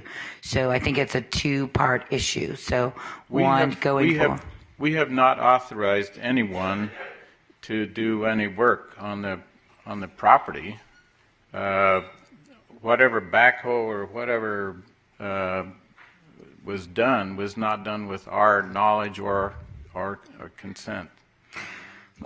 I would just say, because I don't want to get into a sparring match with the residents, but it's probably behooves everybody to at least go out to the site. And I don't want to speak for you, Commissioner, but to go out to the site. It's raining today, and you know, and we've had a lot more rain, is maybe go out there and figure out what's going on today, regardless of who authorized who to do what.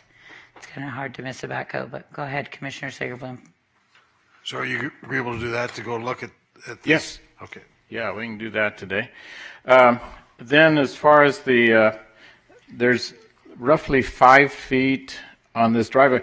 We intentionally put the residential lots on the other side of the entrance so that there would be a separation of our residential lots from the existing residence on this side. This is Renaissance Center 3 over here, so that's a commercial area. So we didn't feel like there should be any problem.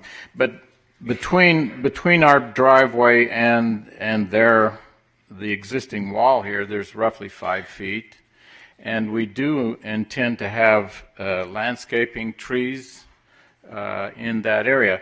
Now, this area up here by the entrance, we are utilizing that because we need to have utilities fixture hardware there.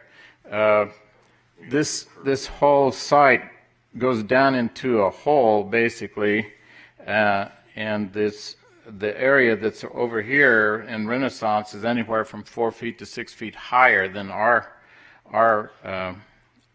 lot. So we couldn't, and then also let's show it on the tentative map. There's an existing drain pipe that's 4 feet diameter that goes all across the south end of our lot, and there's no way to get a sewer out of there without running into that drainage pipe. So we have to have a pump up here, excuse me, a force pump to pump it out onto the sewer on Viking. So that's what we have in mind. That's why we reserved this area without trees in this area. Well, there'll be a curb and gutter at that area? Yeah, there will be curb and gutter, yes. I don't know if I answered everybody's question. I think you did. I mean, the reality is this piece of property is pretty unique. It is. And yes. They're trying to do the best they can do, but they have a right to develop it. And as long as they're willing to work with you as far as the drainage goes, and there are going to be trees along that wall, I can. Yeah, we understand their right to develop it, but, you know, we've had peace and quiet houses, been there since 1977. But they could. I just don't want to keep having to replace our wall if people are hitting it. Oh, that's expensive. That part I can't. I mean, hopefully it won't happen. There's 5 feet between the road and the wall, so hopefully that won't happen. But that's something we can't really control. So I have nothing further. If you want me to make a motion. Yeah.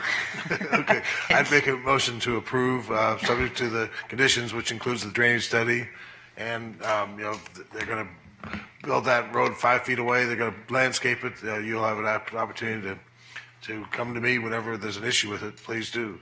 We want to make sure that you're happy with it. But the fact is, it's actually going to be good for that piece of property, in my opinion. Yeah, we want to be happy with you. Okay, and I'm assuming that means, Commissioner, they're also going to go out and work on the current drainage issue today. Right. Yeah. Thank you. Okay, Commissioner Sagerblum has made a motion to approve item 18, 19, and 20, and the developer is going to work with the residents on their current issues and maybe some further communication. Any other discussion? Seeing none, please cast your vote.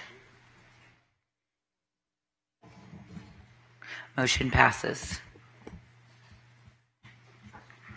Next item is item 25, AR 19400004, UC 72906, use permit 9th application for review of a massage business in conjunction with an existing shopping center on 0.6 acres in a C2 general commercial zone in the Asian Design and Mud 2 overlay districts, generally located 275 feet north of Spring Mountain Road and 215 feet east of Arville Street within Paradise.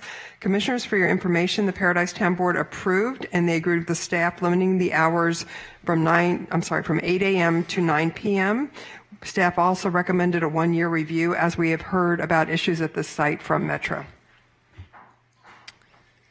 Good morning. Good morning. Kirk Kennedy, 815 South Casino Center. I'm counsel for the applicant. My client is on here for a 9th application review. My client who owns the massage spa there, it's called a Macau Spa, has been the owner since late 2010. My client's a Vietnam War veteran, a retired pilot. This was something he bought and purchased back then as an investment, given his retired status. Of the 9 application reviews since 2008, my client has been involved in 7 over the last years, including this one. Over the last years, the hours of operation have been increased from the 8 a.m. to 9 p.m. all the way to 8 a.m. to 3 a.m. And it got to 3 a.m. because I came here on multiple occasions over the last several years in application reviews showing that my client hasn't had any problems at that spa. This has not been a spa that had previous issues with Metro involvement or county licensing issues, things of that type, and it was so really a matter of good faith on the part of my client showing that he can do it the right way that resulted in the hours being incrementally increased to 3 a.m. So all that good faith went out the window in January when Metro conducted an undercover operation and they did arrest 2 licensed therapists. That case is still pending in the Las Vegas Justice Court system. In fact, there was an initial appearance on February 28th, just last week or so. The DA's office has not filed the criminal complaints on those cases yet. They do have up to a year. But the fact is that my client's great record and spotless record over the last 7 or 8 years was thrown out the window by 2 licensed therapists who have now been let go by the spa, no longer working there. I will tell you that my client, when he learned of this, he was surprised, he was shocked. This is not the kind of spa that he wants to run. It's not the kind of business that he wants to succeed at. He wants one that's clean, that passes inspection, and doesn't have any issues or problems. It's bad for business having these things happen, as we all know from recent events in the news. These arrests, I would say, are an aberration. Again, this is not the kind of spa that has been in and out of trouble with the county or business licensing for the last several years. The town board approved the application with a one-year review, but they wanted to limit the hours back to 8 a.m. to 9 p.m. I was at the town board meeting. What they did not consider at that hearing was the fact that within a quarter mile radius of this spa location, there are at least 12 other massage businesses in the Chinatown area here in Las Vegas that have the 24-hour operation. By limiting the hours, obviously it severely will impact his business and business volume and, of course, income from the business. The town board gave no consideration to this. They just basically ruled, well, you're going to have the hours that everybody else has. But the fact is everybody else does not have 8 a.m. to 9 p.m. They're operating on 24. I'm asking this commission to consider granting the application review, but for a 6-month return, not 1 year. Let us prove ourselves again. Let us prove that this thing was indeed an aberration. Come back in 6 months and adjust the hours at that time if everything has been okay. I'm also asking the board to consider not following the town board's recommendation to reduce the hours to 9 p.m., but instead let's split the baby. We'd asked for, instead of 3 a.m., the town board said 9, we'd ask the board to consider allowing the business to close at 12 a.m., basically at midnight, and to maintain that condition for the next 6 months. And we'll go through another review, a 10th review, and make sure that everything is fine. And we could actually probably have some resolution on the criminal cases of the 2 therapists as well. It might be something to consider at that time. So I'm asking you to follow the town board's approval recommendation, but to reduce the review period to 6 months and to allow the hours to be limited back to midnight. Thank you. Thank you. And does that complete your presentation? Yes, ma'am. Thank you very much. Okay, this is a public hearing. I'm going to go ahead and open the public hearing. Anybody wishing to speak on this item, please come forward. Seeing nobody, I'm going to close the public hearing and I'm going to turn it over to Commissioner Jones. Thank you, Madam Chair, and thank you, Mr. Kennedy, for your presentation. I appreciate your client and you coming to speak with me earlier this week. I certainly appreciate that the owner has operated cleanly until recently, but obviously recent events give me pause. I was at the Spring Valley Area Command last night and spoke to officers there, and certainly that corridor is of great concern to our community.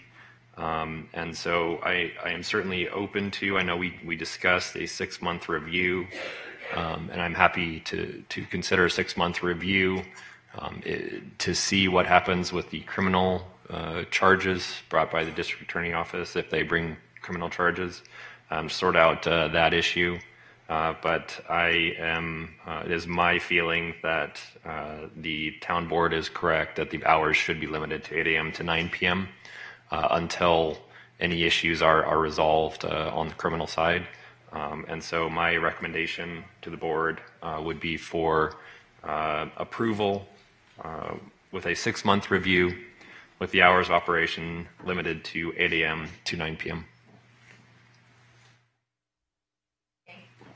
Okay, do you understand the conditions? Yes, of course, yes. Okay.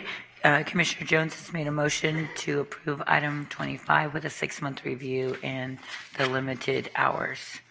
Any further discussion? Seeing none, please cast your vote. Motion passes. Thank you for your time. Thank you. Next is item 26, ET 184000274, UC 209396. Use permit 6th extension of time to complete the following: temporary batch plant, additions to an existing temporary sand and gravel mining gravel pit operation, including temporary associated equipment storage, stockpiling areas in conjunction with a previously approved privately funded stormwater detention basin, and future construction projects. Variances for the following: permitted previously approved privately funded below-grade stormwater detention basin, permitted temporary construction trailer on 58.8 acres in a PF public facility zone and an R2 residential suburban zone, generally located on the north side of Cactus Avenue and the east side of Amigo Street within Enterprise. The Enterprise Town Board recommended approval until 12/31/24. Good morning. Good morning, Liz Delk, 1980 Festival Plaza Drive here on behalf of the applicant. This property is located along Cactus, just east of Amigo. The history of this property is important, and it starts back in 1995 when it was originally approved for a batch plant and water detention basin. It is one of the county's planned detention basins. Since 1995, our client has been privately funding the phases of the batch plant and the detention basin to allow the property to be viable for building. Part of that has been the church that is now there and the western portion that is now approved for homes. Since our last extension of time in 2017, our client has put an additional $2.5 million worth of improvements and backfill on the property to move forward with the detention basin. It's the completion is dependent on the completion of another detention basin that is upstream from us, which has had several delays, but it's now planned to be completed in July. So we are planning on moving forward with that. We have our improvement plans for our next phase in with the county. Realistically, we do believe that it will take another 4 to 5 years to complete, which is why Enterprise Town Board did extend that time limit for us, which we very much appreciate. Our client does have quarterly meetings with all of the HOAs. We did speak with the neighbor who spoke this morning, so we'll be reaching out to her to make sure her HOA is included as well. But we appreciate Enterprise Town Board's recommendation of approval, and if this board is inclined to give us that additional 5 years, we would appreciate that as well. Thank you. Does that complete your presentation? Yes. Okay, this is a public hearing. I'll go ahead and open the public hearing. Anybody wishing to speak on item 26? Seeing no one, I'm going to go ahead and close the public hearing and turn it over to Commissioner Naft. Thank you, Madam Chair, and thank you for mentioning Ms. Vasquez, who opened our meeting this morning. I do want to make sure that her comments don't fall on deaf ears and that she has responded to adequately. We've exchanged information with her, and we'll follow up very soon to make sure that you've been working to understand her concerns. So I want to make sure you will do that, and I appreciate that. With that being said, if there's no other comments from the board, I would go ahead to motion that we approve, that we take the Enterprise Town Board's recommendation of 5 years. Okay, Commissioner Naft has made a motion to approve item number 26 with a 5-year extension of time. Any further discussion? Seeing none, please cast your vote. Motion passes. Thank you. Thank you. Next is item 28, UC 181008, holdover use permits for the following. Allow additional household pets, dogs. Allow existing accessory structures to exceed 1/2 the footprint of the existing residence. Increase the cumulative area of all accessory structures to exceed the footprint of an existing residence. Waivers of development standards for the following. Reduce accessory structure setbacks. Reduce accessory structure separation. Increase wall height. Allow a solid block wall in the front yard in conjunction with an existing single-family residence on approximately 1 acre in an RE Rural Estates Residential RMP1 zone, generally located on the north side of Sunflower Avenue and the east side of Palm Street within Paradise. Good morning. Hello, I'm Letitia Gould, 4444 Sunflower Avenue, Las Vegas, 89120. I have agreed not to go have my dogs. I've agreed to move them. I've asked for permission to have 90 days to move my dogs, which I'm relocating to buying another home in Northern California right now. I called yesterday, but I would like to be approved of the second item there, my existing structures. I received this property in 2005 from my husband that passed away in 2007, and the structures were there. Okay, does that complete your presentation? No. Okay, and are you with her? Yes, my name is Okay. Robert Bateman. I've actually been working on this project with Ms. Gould. We're just asking for we wanted to pull the item 1. We've talked to code enforcement about removing the dogs, and we came to an agreement with them. I believe we have anyway. And as item 2, the setbacks for the items is most of these items were built prior to when there was permits that needed to be pulled on the property, and we now are getting everything up to code as much as possible without having to tear the existing structures down. We're just asking for the board would take into consideration that we to go ahead and approve the setbacks and the waiver standards, development standards for the property as prior to the years, and I have plans. We've also pulled permits for the issues that we had with the code enforcement and the electrical issues. I have a permit here that we have already pulled, and we are in the process of getting that taken care of. Okay, does that complete your presentation? Okay, this is a public hearing. I'm going to go ahead and open the public hearing on item number 28. Anybody wishing to speak on item 28? Seeing no one, I will go ahead and close the public hearing. Turn it over to Commissioner Gibson. Thank you, Madam Chair. So, Ms. Gould, as opposed to withdrawing the use permit number 1, you're agreeing that we would proceed to consider 1, which I intend to deny, and we've communicated that to you. Yes, sir. And give you 90 days to remove the animals. Yes, sir. Do you understand that? Okay. Yes, sir. I don't have a problem with that. It'll give me time to buy a new home. All right, good.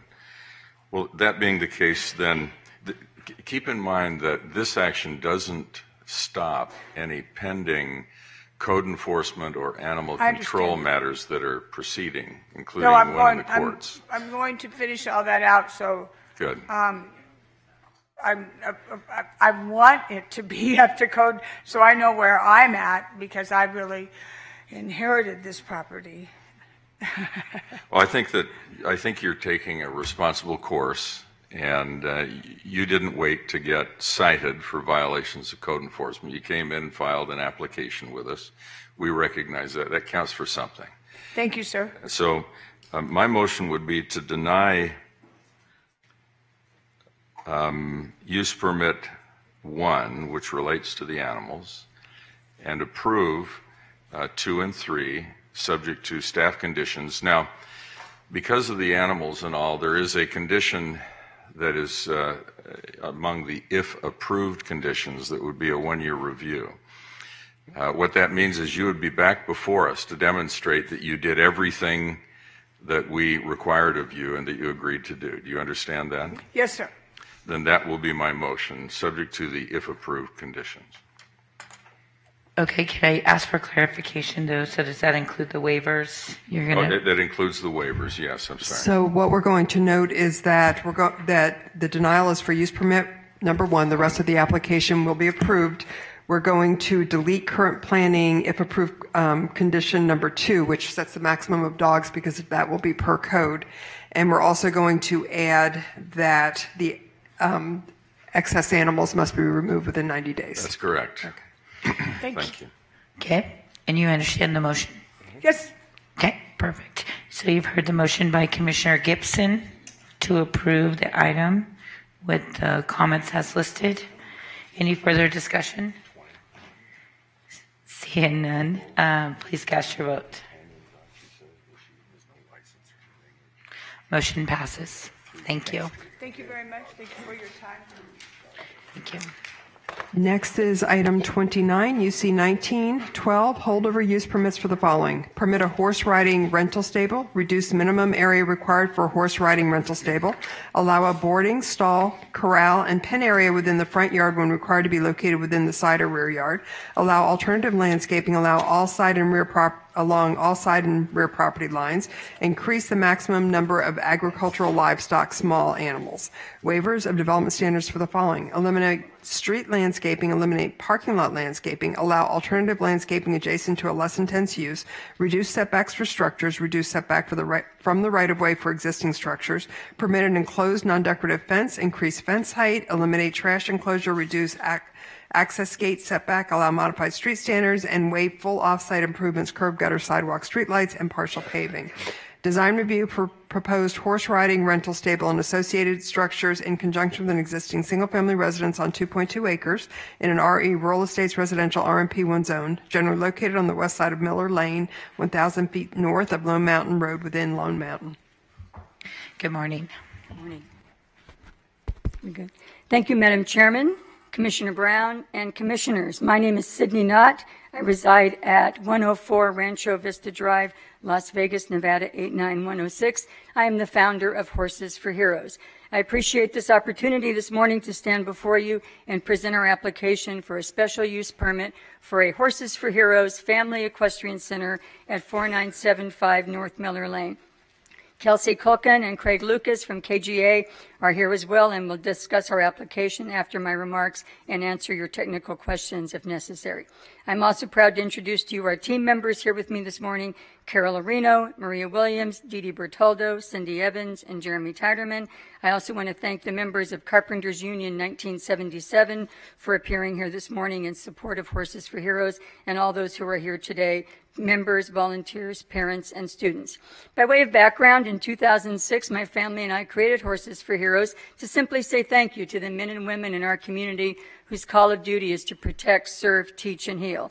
We want to make horseback riding affordable and accessible for these men and women and their families. What started as a high school community service project is now a national organization with affiliates throughout the country, and we are the only national equine nonprofit based right here in Las Vegas. Over the years, we have given thousands of free horseback rides to veterans and their families here in Las Vegas and coast to coast. We operated without incident for 13 years, first in my backyard and for the past 5 years in historic Floyd Lamb Park. I could go on and on this morning about the contributions made by Horses for Heroes and the lives we've touched and the people we've helped, but this hearing is not about Horses for Heroes, it's about land use. Our special use permit application seeks approval to operate a commercial horse riding rental stable, which is a county code designation. The concept of a community equestrian center in a residential neighborhood is not new. There are pockets of these throughout the valley. In your district, Mr. Gibson, Sierra Vista Ranchos, a guard-gated enclave of multi-million-dollar homes with an equestrian center right in the middle with 20 stalls. This center has been used for riding lessons, birthday parties, weddings, and community gatherings. It has been a popular amenity in this community for years and remains so today. But let me address the application. Turning to the zoning map, just to orientate you, we're talking about Lone Mountain is here. Miller is here. Where's Miller? Miller is here. Miller actually dead ends at La Madre. La Madre is right here. This stretch of La Madre is unpaved. There is a 2.5 acre vacant lot across the street from our property. Our property sits right here. We are leasing this property for 5 years. Directly to the south of us is another commercial use. It's a residential care facility, and we are proud that the owners of the property to the south, to the west, the cul-de-sac on the southwest, and a pocket of homeowners around the neighborhood are completely in support of our application, as well as many residents off of the Canoe area, I never can pronounce that right, Cono, and Lone Mesa Estates. When you talk about a commercial use in this area, we do have Levitt Middle School right over here, and as I stated, we have the adjacent property to the south is a commercial use. So having a commercial use in this property is not new. This use is consistent with zoning. Clark County Code allows specific commercial uses in a residential area, including senior living, daycare, schools, churches, and horseback riding stables. As I said, we are not the only use. This property has had horses on it for more than 24 years, and it's been a licensed boarding facility since 2010. The number of animals we propose is actually the same number of animals that lived in our 30,000 square foot equestrian center in Floydland Park. The same number of animals here will be spread over 2.2 acres. We have never had an animal control citation or warning, not one, not ever. We have a successful track record at operating a well-run, well-managed stables with happy, healthy, safe, and sound horses, and we would not have the partnerships that we have in the community if we had issues with dust, noise, traffic, or smells. Okay, so let's go to the property.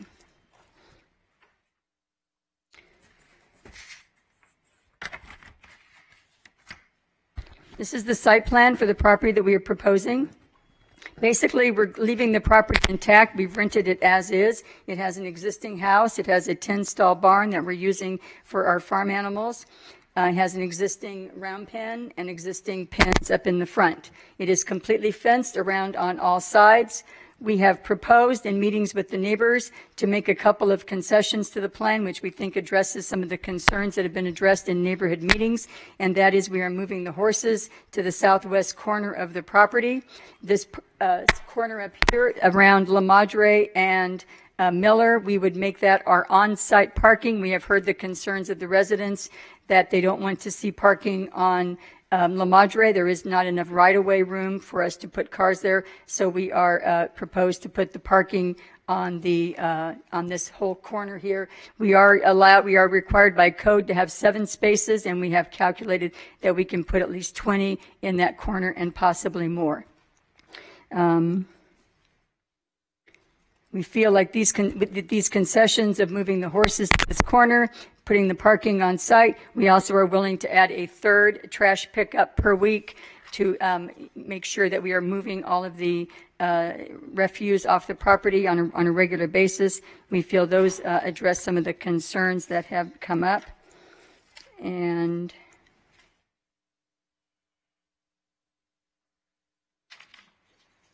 so in summary, we are seeking a special use permit for a riding rental stable, which is an allowable use in the RE zone.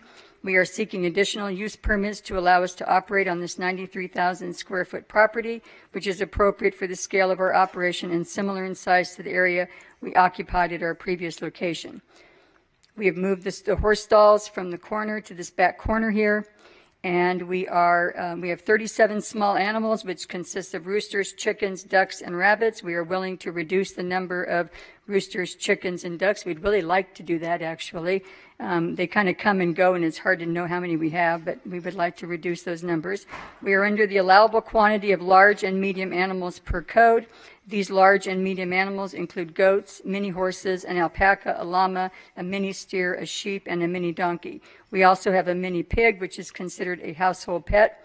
Our 18 horses are greater than the 12 allowed without a use permit, but if the special use permit for the riding and rental stable is granted, we will be under the allowable amount of 23. Additionally, we are requesting several waivers of development standards. These waivers relate to the request for alternative landscape standards, keeping the existing fence and the existing driveways in their current position, the waiving of commercial trash enclosure standards, and the waiver of full off-site improvements, which we feel is in keeping with the rural nature of this area. I also want to note that the property has two entrances, one off of Miller, and there are two gates off of La Madre. We are proposing to close this gate, use this gate for all of our ingress and egress, and keep the Miller Lane gate as a sort of a ceremonial entrance, but also it would only be used for emergency vehicles, fire, and veterinary if that was necessary. Otherwise, this gate remains closed. So in conclusion, in regards to current planning condition number 1, we agree to the review as a public hearing, but respectfully request that the time frame be modified to 24 months to give us the time we need to implement the physical improvements to the property. In regards to current planning condition number 3, we respectfully request that this condition be amended to call for a total of 12 15-gallon trees along the La Madre frontage only. In regards to current planning condition number 4, we request that this condition be amended such that the opaque mesh screening is only required to be installed along the east property line facing Miller. We're proposing to put mesh screen the entire length of Miller. We have met with the property owners to the south. They would prefer that we not, because they like to see the animals. This is a residential care facility, and the residents there like to look out and see the animals. They would prefer not to see an opaque mesh screen. In regards to Public Works conditions number 3, we request that this condition be amended to allow the existing fence to remain in its current position, which does fall within the current day site visibility zones when applied to the existing driveways. And finally, we do understand that all new improvements, including trees, will need to be placed outside of the site visibility zones. We believe it is appropriate to leave the existing fence in place because it does permit a high degree of visibility. We understand that we will need to replace the small section of fence at the corner of Miller and La Madre in order to fulfill Public Works condition number 1, the dedication of the spandrel. And that concludes our presentation. Thank you. And we do have quite a few people signed up to speak. So if that concludes your presentation, we're going to go ahead and open the public hearing. So you could just take a seat and we'll bring you back up to address the concerns. So please don't be shy. I have at least 15 cards. So you can line up at the podium and speak. Please state your name for the record when you do come up. And you are limited to 3 minutes. And if I could just advise you to not repeat your neighbors, that would be great. Good morning. Good morning. My name is Wayne Bamey. I live at 9640 Starfish Reef Way, Las Vegas, Nevada. I'm a union carpenter, and we've worked with Heroes for Horses. We actually helped them set up originally at the Floyd Lamb Park. I actually helped them move over to the new facility. As a father of a veteran myself, I see the need of programs like this for our brave men and women that serve this great nation. But on a personal note, just as carpenters, it's great to see that the veterans that come in and able to go and help us and actually work with them and with them coming back and working with the horses, what a great opportunity it is for them. But as a union carpenter, I'm proud that there's people like Sydney that actually brings programs like this to our great community. Thanks. Thank you. Good morning. Just keep coming because we got quite a few. Morning. For the record, my name is Richard Carrion. I live on 586 Brinkburn Point Avenue. I'm standing here in support of the special use permit. To understand some of the things that may not be discussed, this program not only provides a program, but it also provides a home to multiple veteran organizations that may have a budget for events but don't have a budget for infrastructure. So Horses for Heroes has provided infrastructure for organizations like the UNLV Revel Vets, Emerging Vets and Players, Forgotten Not Gone, and other nonprofits that seek to use their property. In addition to that, Horses for Heroes has utilized the veteran treatment courts as a means of to promote community service. Also, they also bring in other organizations to ensure that the upkeep is up to standard. Pending your questions, I have nothing else. Thank you. Good morning. Hi, my name is Lorraine Caldera. I reside at 9550 West Sahara Avenue, Las Vegas 89117. I first contacted Horses for Heroes because I heard that horses were good therapy. After working with them for the past 6 months, I can honestly say this is true. Not only are they good therapy, but they can be a complete life changer. I suffer with multiple sclerosis and have been unable to work a normal job for about 10 years. I thought I had no real purpose in my life until I heard about Horses for Heroes. When I am having a rough day, the horses always put a smile on my face and lift my spirits. Horses give love, joy, and a feeling of accomplishment. I have been participating first as a student, then as a volunteer, and most recently as a mentor and a teacher working with people who have similar issues. My family background is both military and firefighters, so I understand the concept of structure and order. In addition to my MS, I also suffer occasional bouts of anxiety and depression, along with some PTSD from childhood issues.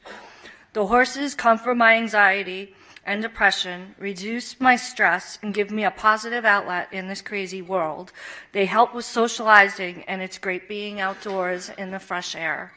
Because of my MS, I have a weakened immune system. I would not go to this facility if dust, smells, or general cleanliness was a problem. Health-wise, it would not be safe for me there due to my low immune system. Their horses are healthy, safe, and sound. Their programs work, and the place is kept clean. As a volunteer, I can tell you Horses for Heroes is well-run, friendly, and welcoming. My mom recently visited from Kwajalein Island, New York, a suburb that's in the Hamptons, and I proudly brought her to visit their former location. She was very impressed with the overall structure and care of the facility, care of the horses, and friendliness of each and every person. Kids 16 and older can volunteer. It's a great way to help the community, and it's for a great cause. In the world today, kids see metal detectors, hear about gang shootings, and all kinds of violence. I know I would feel much more secure knowing my kids and or grandkids had access to a healthy environment like Horses for Heroes. If I had been lucky enough to have a place like this in my neighborhood when growing up, I would have loved it. I hope you will give Horses for Heroes a chance to show that this family equestrian center will truly be an asset to this neighborhood. Thank you. Thank you. Good morning. Good morning. My name is Donna Fong. I live at 3216 Bubbling Bay in North Las Vegas. I moved here several years ago from Reno, where I worked with the wild horses on the Virginia Range. And when my husband's health problems brought us here, I was a little worried that I wouldn't have any more horses to deal with. My husband, who also has PTSD, found Horses for Heroes, and I became a volunteer. And I have to tell you, some of the most rewarding things I have seen are the faces of little children meeting farm animals for the first time, and veterans who only want to hug a horse and have a little moment of peace, and senior citizens who come and maybe were horse ladies in the past and can actually hug a little mini horse and talk to a horse. As a volunteer, when I volunteer, I take care of these animals like they were my own. One of the distinct differences I have is I used to live right behind Floyd Lamb Park and had Horses for Heroes as a neighbor. I never was bothered by smell. I was never bothered by noise from Horses for Heroes. I ask that you give them a chance, and when it's open and running again, come and visit, and you'll see what a great decision you made. Thank you. Thank you. And there's 2 microphones, so if people want to do both, I'm fine with that too. Good morning. I'm Deidre Bertoldo. I live at 9303 Gilcrease Avenue. I grew up in rural Kansas where I didn't really think it was that fun at the time, but so much work ethic was instilled in me, and that's when I fell in love with horses, and so many things that I was able to learn through those experiences. Due to my own medical issues, I was not able to keep my horses here in Las Vegas, and I felt that my son was not going to be, I wouldn't be able to share that same education with my son. And because of Horses for Heroes, I have been able to share that with him, and it has been a huge life changer for both of us, helping me to overcome my medical issues and allowing him to get over some of his anxiety. Just his own self-confidence has changed in being around the animals. And I'm now going to read to you a letter from one of our other supporters who couldn't be here today because she's in Ecuador. Our first encounter with Horses for Heroes was in 2012 when my family was invited to an event for wounded warriors at the property. My husband is 90% disabled as a result of his service with the Army in Afghanistan. At this event, they gave my young twins a turn riding a full-size horse, fully supported by myself and a volunteer staff member. It was at that moment when I saw a change in my daughter. My twins spent their first 80 days in Summerlin Hospital's NICU after being born at only 29 weeks gestation. I watched both of my children struggle to do things that other parents take for granted. Initially, it was breathing, eating, swallowing, but long after they were home, it was things like holding a bottle, crawling, walking. We spent years in physical and occupational therapies. My daughter has sensory processing disorder, so she was 18 months old when she finally conquered walking. But something changed that day when they put her on a horse. The smile on her face brought tears to my eyes. Never before had I seen her so happy and so at ease. When Sydney invited us to their weekly horseplay classes for children, we initially balked. We couldn't afford horseback riding lessons. But when she explained Wounded Warriors get a free membership which comes with low-cost classes, we immediately signed up. We could actually afford this. My children took classes every week for years. I watched as they both became more confident and watched in amazement the first time I saw them controlling the horse completely on their own. They absolutely loved attending Horses for Heroes camp and ride as often as we can. We also enjoy meeting new military families there, sharing stories, and our favorite places to go in Vegas. Over the years, we really have gotten to know Sydney, and I want you to know this woman pours her soul into caring for others. Children who struggle with bullying, women who have been abused, but especially military service members and their families all benefit from her program.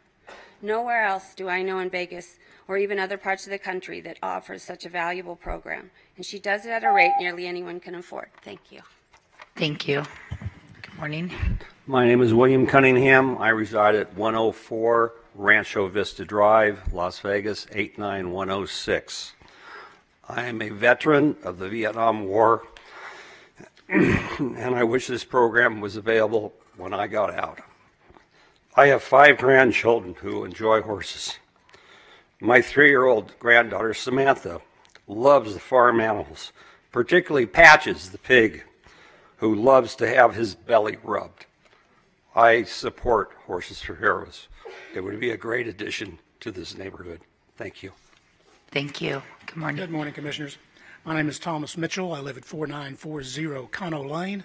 My wife and I have lived at this location for 19 years. It directly abuts the southwest corner of this property. There have been horses and other farm animals on this property that entire time. We have never had a problem with dust, odor, noise. We may have a few more flies than you get in other parts of the valley, but Ms. Knott is talking about mitigating that by putting out traps.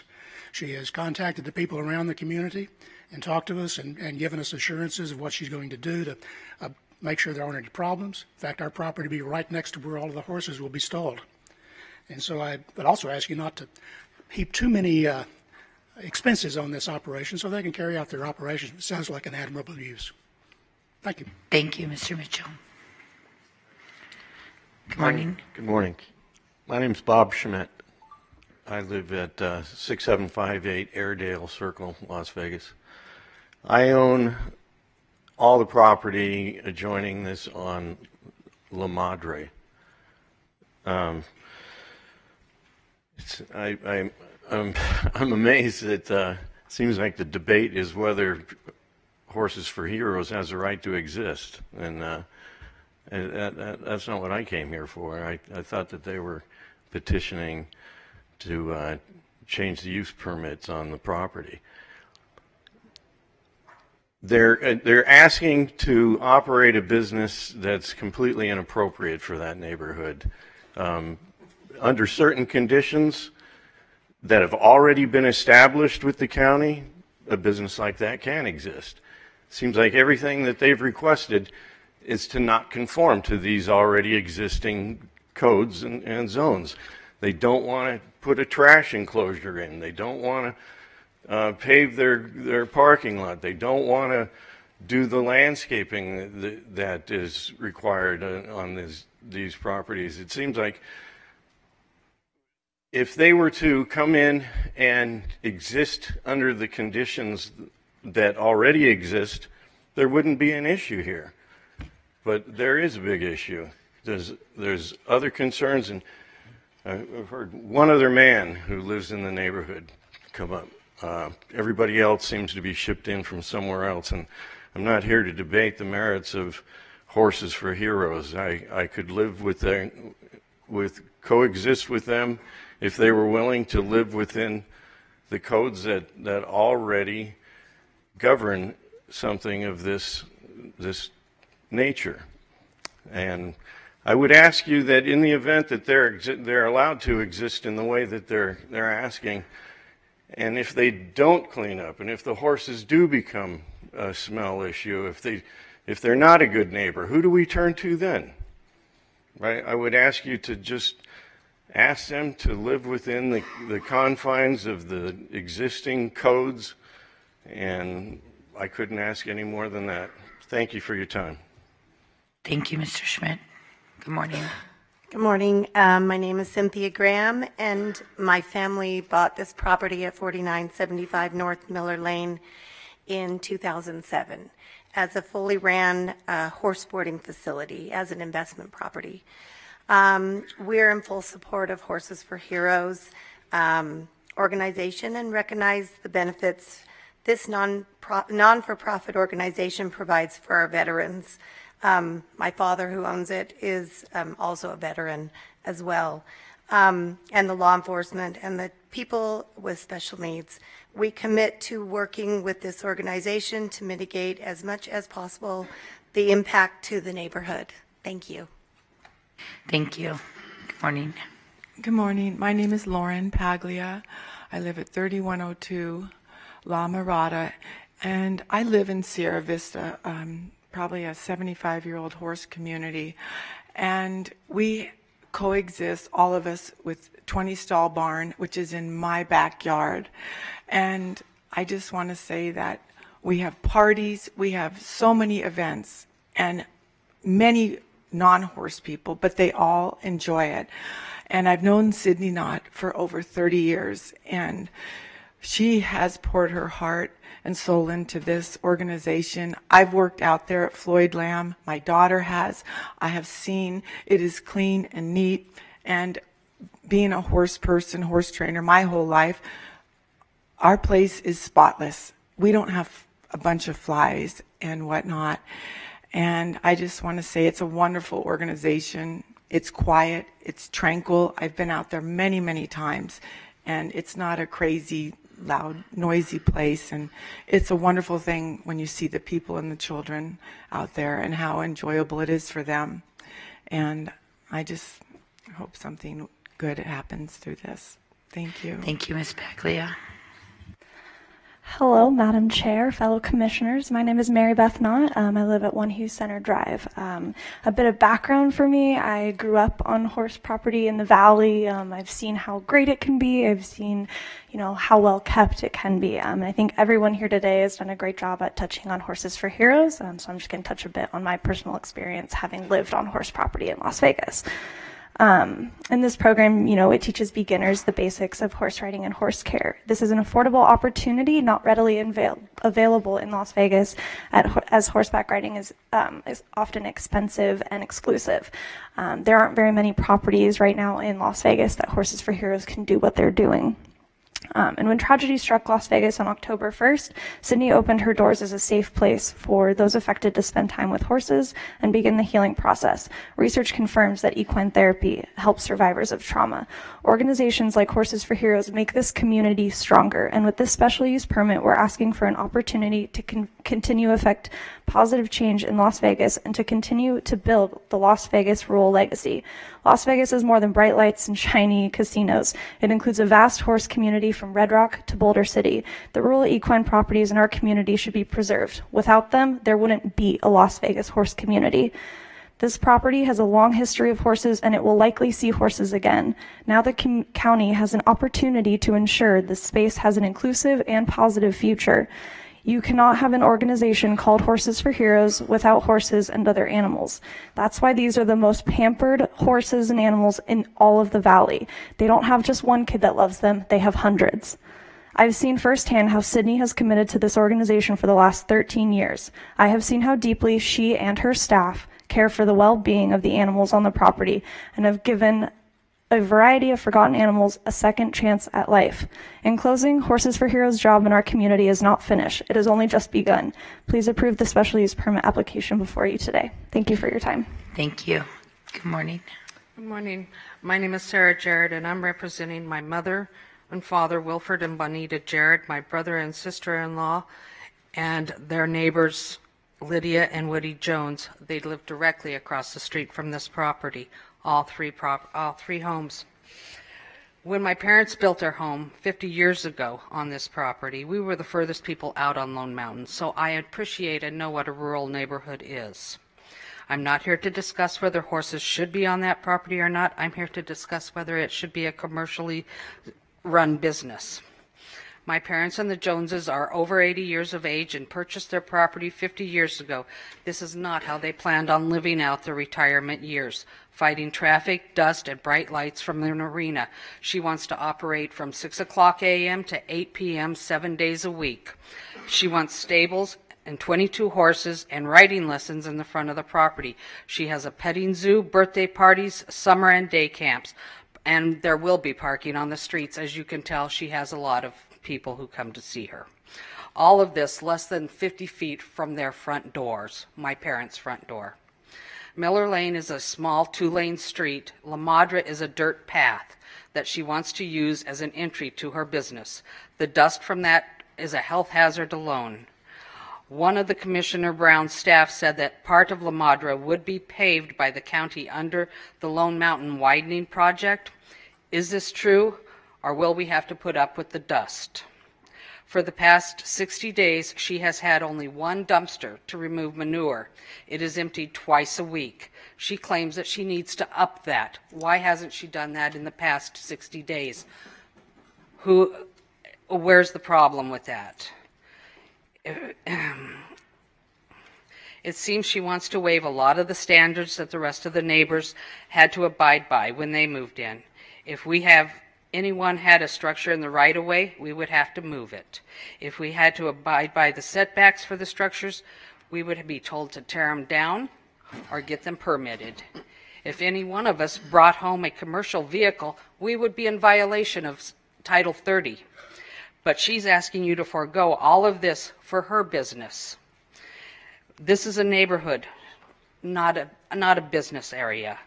She claims a health and wellness program for veterans, heroes, and domestic abuse survivors, but she has no program for that claim, and she will not comply with ADA federal laws. She does not have a plan to live on this property. She's only running her business from it.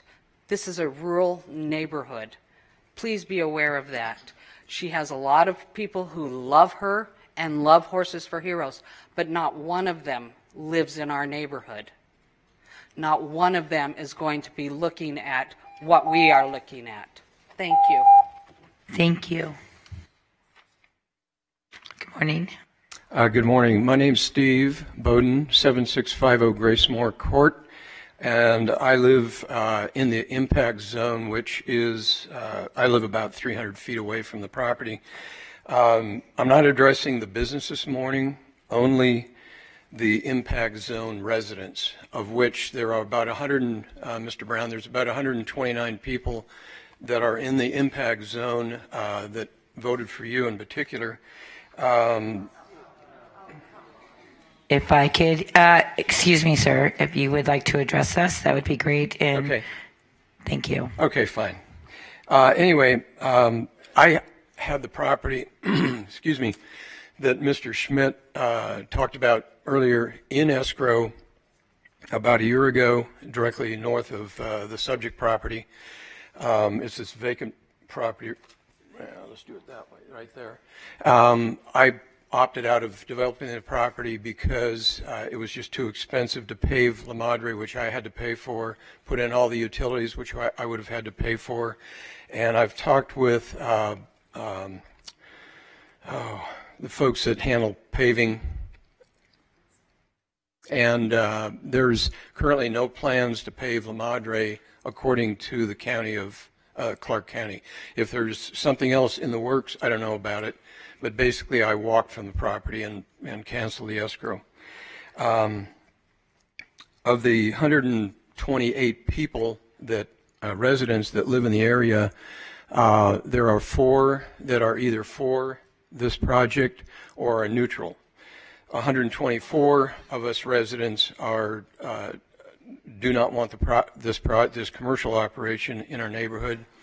It doesn't seem consistent with the 98% of the available land in the impact zone that's already developed as single-family homes. There are a few lots left, but very few. I'm a 16-year Navy veteran, disabled. I've been developing property and working with developers since the 70s. And I've been involved in many special use permits, and I have never applied for a permit that I didn't have to have everything complete before I could occupy the property, the building, what have you. One more comment. Ms. Knott stated to us at the CAC meeting that we should be thankful she's dropping this equestrian development into our neighborhood. And I think Mr. Gibson, there's a project in your area where people can buy homes in an equestrian area, but we opted not to. So that's why we bought the neighborhood. Thank you for your time. Thank you. Good morning. Morning. I'm Mark Bellinger. I live at 7651 Gracemore Court. My wife, Loretta Bellinger, cannot be here today. She asked me to read this statement in her absence. We live in 7651 Gracemore Court within the impact zone of this facility. We bought our home in this all-residential, rural, protected area because that is what we love, and we do not want to reside near a business. Our neighbors are polite and wave to each other. In this large city we live in, it is truly a slice of heaven. Then came Horses for Heroes. Without permission, without a business license, without a plan in place for her 75 animals, and she expects us to be thankful for the opportunity. We are not. Our home is northeast of hers, and the stench of the open dumpsters that is overflowing with animal waste is terrible. From the moment we heard about this, we voiced our opposition and our concerns. These have been not only completely ignored, but literally laughed at and scorned at the meetings. The Lone Mountain Citizens Advisory Council applauded Sydney's supporters, too, of which live in the impact zone. There were 16 in opposition that spoke. They were frowned at and interrupted and told to not repeat themselves. We asked for a meeting with Commissioner Brown and were granted one. At the last moment, 2 weeks ago, this hearing was tabled for today. Sue Baker, who is also supposed to be representing the citizens, told me directly that Commissioner Brown will allow this application to go through with some conditions. Wow. This has already been approved. I believe this is an ethical violation not only by Mr. Brown, but by his liaison, Sue Baker. They are both personal friends of Sidney Knott and should not have been involved in this application. So sir, if I could, I don't want it to become personal, so if you could refrain from... I'm just reading what she wrote. And I'm just telling you that let's not make it personal, So, please. what are we doing here? Well, okay. One, water. This property, which is zoned for single family, is on a well. The state water authority will make her apply for a line to the sewer. Two, this is a 2.14 acre lot, and there are 75 farm animals. She has already received a citation for animal control for having too many farm animals. If you allow her to open and have parking for 20 vehicles, the 2.14 acres goes from approximately 93,000 feet to 70,000 feet, which of course lowers the amount of animals that could be allowed. This has not been addressed at all. Three, Americans with Disabilities Act requires are not being met. The ADA has a pamphlet that outlines what all businesses must do to be in compliance for the act. This means, am I done? No, go ahead. I mean, if you could Okay. wrap it up, that'd This be great. meets none of those. I personally have disabled people in my family.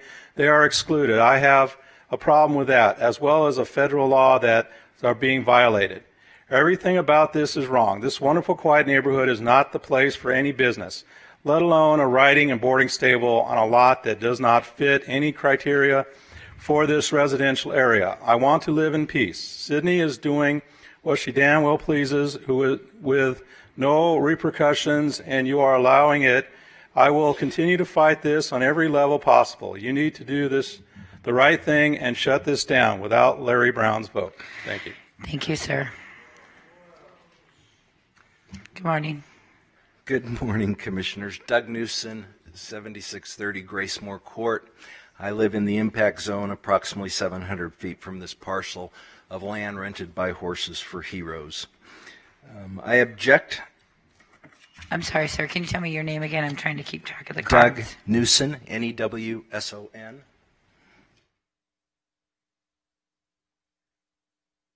There we go. I object to Clark County Commission granting a special use permit to Horses for Heroes. This is not an appropriate use of this land in the middle of approximately 129 single-family residences. As you can see from this map, the subject properties in pink, the homes that we have spoken to, homeowners that we have spoken to in yellow, object to this business being allowed to dump itself into our single-family resident community.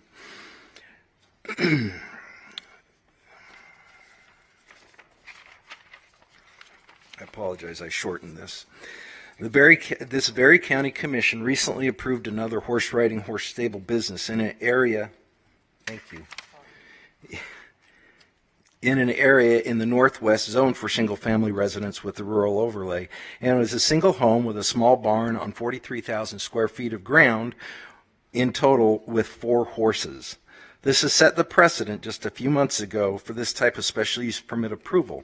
Horses for Heroes is asking for a special use permit on a little over 1.5 acres, subtracting for the house, barn, and other structures on the property and parking to house over 80 animals in total, which includes approximately 20 horses. In my opinion, it is cruel to put that many animals in that small a space. Given that the Commission has already established what should be allowed with this previously approved property, Horses for Heroes requesting a SUP for approximately 1.5 acres to support 82 animals plus workers and volunteers is cruel and unusual punishment for these animals. They simply need more space. You must not grant this permit. This application is also in violation of Title 30, Section 30.16-4, 2A, 2B, and 2C. I will tell you, living right there, the smell is atrocious, and it is only 60 degrees outside. Imagine the power and the force that 7,200 pounds of animal poop and 500 gallons of animal urine per week is going to have when the outside temperatures hit 100 degrees or higher this summer. How about we truck all this to your front yard? We don't want it in ours. Please do not do this to us. I am personally allergic to horses. It's sad to think that I may have to sell my house and move because you all let this commercial business move into the middle of 129 single-family residences. Now, if you do approve this special use permit, please require a complete and full background check for all employees and volunteers. Much of their clientele is children, and this business is located 1 block from Leavitt Middle School. All who work there, paid or not, should be subjected to a complete background check. Thank you for your time. I ask that you vote against the special use permit. And I would also like to state, for the record, we support Horses for Heroes as a business. It's a great thing. My dad was a veteran. My uncle was a veteran. My brother-in-laws are veterans. We support the military. We think what Horses for Heroes does is wonderful. It just, in terms of land use, doesn't belong in the middle of all our houses. Thank you. Thank you. Good morning. My name is Leslie Lamb. I live at 7751 Gracemore Court. My home is in the impact zone. I am approximately 350 feet north of the property at Miller Lane. I appreciate the opportunity to voice my concerns regarding Horses for Heroes special use permit this morning. I have intentionally lived in this rural preservation area for 18 years. I chose this area because of the overlay of protection within the zoning regulations. The two most important are that houses would not be smaller than half-acre lots, and there would be no commercial businesses allowed. I have lived in 3 different homes in this area, 2 of which I was owner-builder. The first home was 4,800 square feet. The second was 5,100 with an additional 1,000 square foot casita in the back. Each were new construction on raw land, and each were finished, turnkey, yards included, within 9 months. I state this to exemplify how much can be accomplished in a 9-month period. I was not given the advantage of time to do fundraising during this process. Instead, I was required to show proof of funding and a history of good credit before I could break ground. I was also required to adhere to county and state building codes and bylaws, which were put in place for everyone directly involved in the community. I was required to attend a class with the Department of Air Quality Control regarding dust, and then required to purchase a dust permit. I was not given entitlement of building each phase of a construction without moving to the next, and moving to the next without passing inspections for each phase of building. Again, inspections are put in place for the good of everyone: utility companies, subcontractors, owner-builders, laborers, and the community. I received no waivers or favoritism. I either played by the rules or my project would come to a complete stop until I complied. In the 18 years, I have been grateful to live in 3 wonderful communities within the Northwest Rural Preservation Area, along with like-minded people, all there for the same reason, to live in a zone-protected area. I was not allowed the option of flying by the seat of my pants. Instead, I was held to a high standard regarding the areas of finances, inspections, safety, dust control, construction ordinances, and I was on a timeline to ensure completion within a 9-month period. The process was a blending of well-organized steps from beginning to end so that I would receive a C of O on time. I am opposed to the special use permit and its waivers, and I ask the Board of Commissioners to deny this SUP. In my opinion, this is the wrong location. At the very least, if it is approved, I ask the board to hold Horses for Heroes project to the same high standards required of everyone else in the Northwest Rural Preservation Area. Thank you. Thank you. Good morning. Hi, good morning. I'm sorry, I'm really nervous. So, Don't be nervous. It's very intimidating. My name is Susan Summers, and I live at 4913 Gray Mesa Street. I've lived there for 18 years, and I live in the impact zone. I am in support of Horses for Heroes getting this special use permit. I've also gotten signatures from 5 of my neighbors on Gray Mesa that are all in support.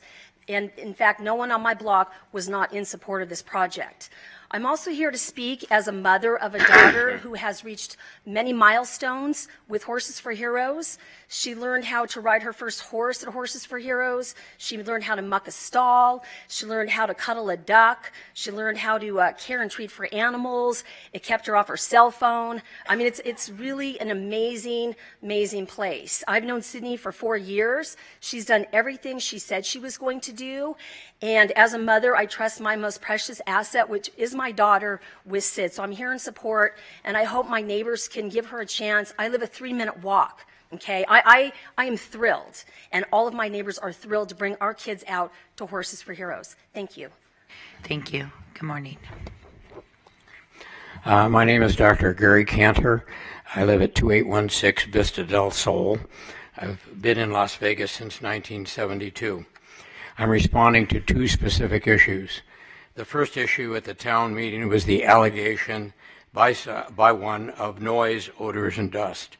I have lived in Sierra Vista since 1990. It's a residential and horse property community with a central barn, two corrals, and a bridle path surrounding the property. Throughout this period of time, we have never had complaints of noise, odors, dust, etc. We've never even had it listed as a complaint on our board meetings, to the best of my knowledge. It's really a non-issue. The second issue that I would discuss is that one of the property owners at the town board's concern was his inability to sell a property, an immediately adjacent property. The issue of a concern of a decrease or a problem with economic value. I don't know if I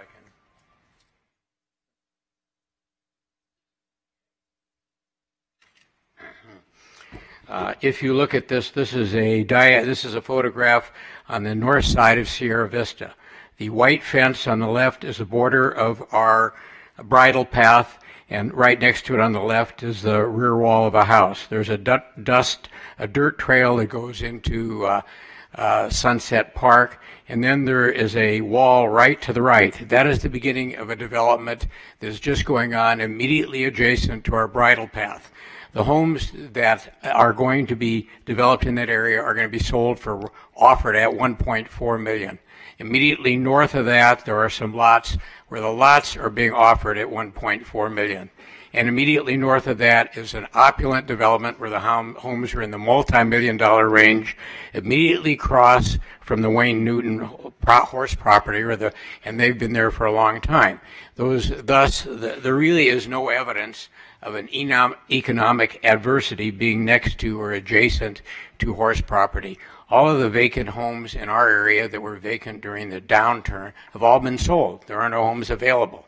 So there is not really an economic issue.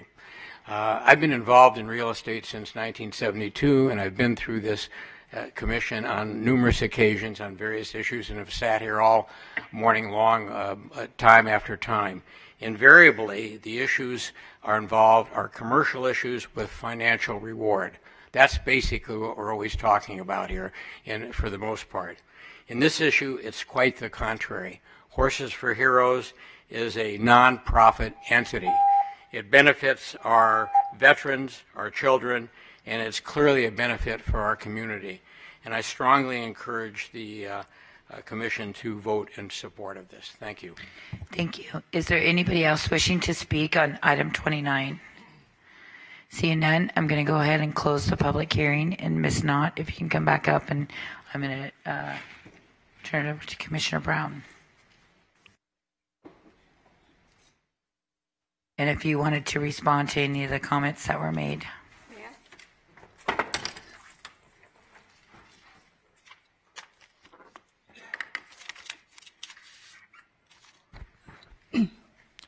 It's okay to speak. One of the things that I just really want to address, I mean, we work and live there too. We have an on-site caretaker. I'm sorry I don't live there myself, but I don't live on horse property currently. But the important thing is this property has had horses on it. When all these neighbors moved in, the last 10 years they've had tenants on there that had horses, turkeys, chickens, and ducks. This is the nature of this property. The use that we are requesting is, by your definition, a commercial use. We are a nonprofit, beginning level riding stable. We are not, in my mind, running a business. We are running a horse instructional operation. Your definition is a horse riding and rental stable. It had a boarding license, but a business license on this property since 2010. It is the owners of this property's intent when they purchased it to have it be a commercial boarding and leasing facility. This is not a new use for this property. It is how this property has been used for as long as I've been aware of the property. I even boarded my own horses there, I think in 2004.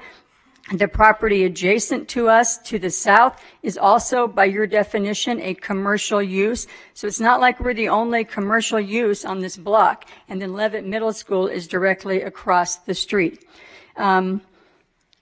It's important that everybody understand that we like it clean and we like it quiet. Our customers wouldn't come. By customers, I mean our students, their parents, our volunteers, and the people that use our programs. If it was a toxic waste dump, nobody would want to come and use it. We are not the NFR moving on to Miller Lane. We are a beginning level instructional facility that has old and donated horses. We do everything at a walk and a jog. We're not doing any speed events. And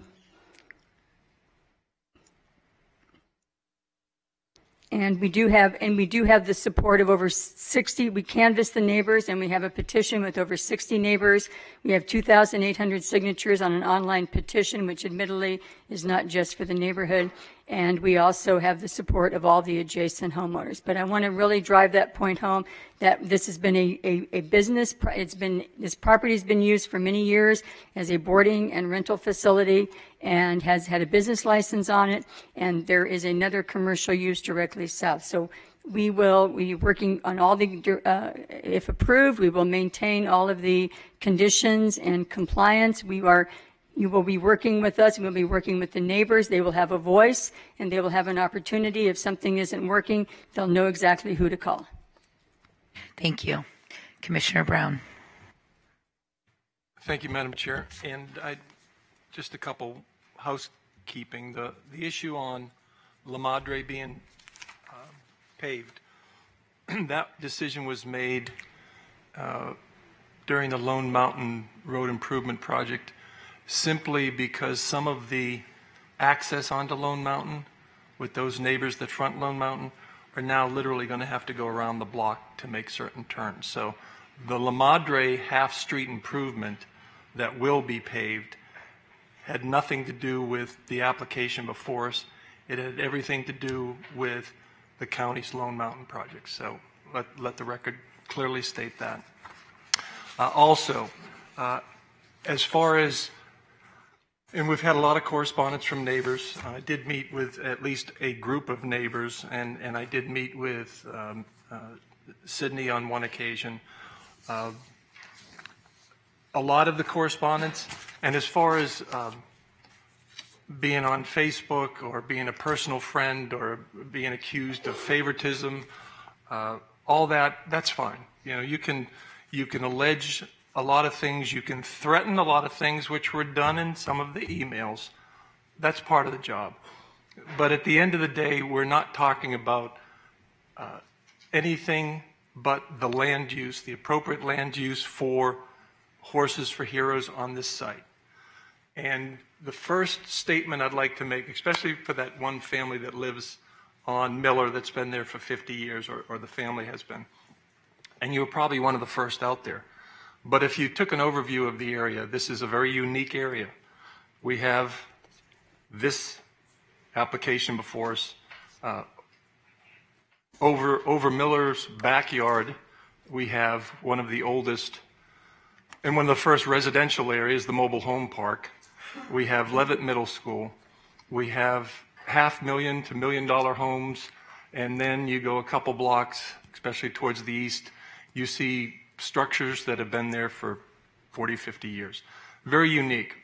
But this is RNP area. And without revising history, it was the homes on Gracemore. It was my neighborhood, Deerbrook, on Craig and Buffalo. It was the half-acre, third-acre homes that were being built in this area that were protested. This is 15, 20 years ago. Homes being built in either cul-de-sacs or like Gracemore's unique design on the street, These subdivisions were protested by the people that have been out there for 50 years, the horse and equestrian community. Over the last decade, certainly this area has become the hot spot for single-family detached homes. But too many people fail to realize you're moving into that beautiful home in an RNP area, which is the only area in District C that allows for the application before us. And it's not a guarantee. They certainly have to meet conditions, and we'll certainly go into a couple of those. But to say that you moved into this area and you don't want horses, you don't want boarding stables, you don't want what's before us today, that's the buyer beware component. District C has certain areas that not only is it the only place that these type facilities are allowed, it's the only place we encourage these facilities to go. And as a side note, I didn't pick this site, although we were accused of doing all the work on the front end, but for the record, that never happened. So the bottom line is, let's focus on, and let me say one last thing. No one, even some of the neighbors that were very vocal and very adamant in their opposition, no one said bad things about the Horses for Heroes and the mission. And I appreciate that, because they at least acknowledged that's what hopefully is being moved forward. And so the decision from my end came down to, is this 2.2 acres appropriate for what's being proposed for Horses for Heroes? And that's where we are today. I have a list of most of my questions have been answered, but I have a list of a lot of conditions if we choose to move forward. And before I get into that, if any of my colleagues want to jump in, now is the opportunity, or I'm ready to move forward. Okay. Nope. Go ahead, Commissioner. No comments from mine. Good. Oh, very good. So Nancy, one of the biggest statements from the neighbors was this is in violation of Title 30. Could you just comment on that? Honestly, the only way it could be in violation of Title 30 is if it's denied and they go ahead and do it. What they've come in for is this use. They've requested waivers for some of the requirements of this use, as well as waivers for landscaping, off-site improvements, and those type of items. But this is not in violation of Title 30 because they have requested all of the appropriate entitlements with this application. Good. Okay. Let me just go down some of the statements, and I'd like this all part of the record. When we come up with any final conditions, they shall either complement or add to the existing staff. So as far as the horse riding, primary and other uses at the facility, daily activities, Tuesday through Sunday, individual riding lessons is the main program, small group activities, a maximum of 20 per group. And that's children, adult riding, evening group activity. Once a week activities, it's been indicated that there's a request to have Girl Scout classes, a maximum of 30, birthday parties, a maximum of 30, workshops targeting veterans, seniors, addiction programs, maximum of 40. Once a month activities is a members group activity event, members only horse event, that would be a maximum of 40 once a month. Twice a year activities, since the organization absolutely is going to survive or fail through fundraising or lack thereof, I'll support twice a year fundraising events with a maximum of 150 people on site, which would include 30 days prior to these events, a parking plan be submitted to the Director of Planning, indicating how we're going to manage the parking. Seasonal kids camps, the daily camp activities, a maximum of 30. And the proposed hours of operation, I'll support October through April from 8 a.m. to 8 p.m. and the remaining time from 6 a.m. to 8 p.m. And 8 p.m. is when things shut down. The animals, which I learned more about small animals, mid-sized animals, heavy animals, but I am in support of getting rid of a lot of these animals because I need, moving forward, I need the applicant to get down to what is allowed. And we can certainly talk about the time frame involved. But the horse riding rental stable, there's a maximum of 23 horses. Currently, you have 20 horses? 18. 18 horses. Plus 5 miniatures. Those are regular, big-size horses. They're about the size of a German Shepherd or maybe a Great Pyrenees. So do you plan on doing anything with that number of 18? We actually own 16 horses, sir, and those 2 are holdovers from our previous operation. So we hope to be down to 16 very soon. Okay, but not to exceed 18. Correct. All right. Small, less than 50-pound animals. Currently, you have at least listed 10 rabbits, 15 ducks, 3 roosters, and 12 chickens. Per code, 20 are allowed. Especially the roosters, which about the only complaint I hear from animals in that area are roosters. So if you could get back to the 20 that are allowed by code, or, yes. Again, I don't know the purpose of 15 ducks on this site, but at a minimum... They came with us from Floydland Park, sir. They just came along with us. They followed you. They followed us. Make way for ducklings. Yes. So a minimum getting back to 20, and I'm going to say 6 months because we'll be out visiting often.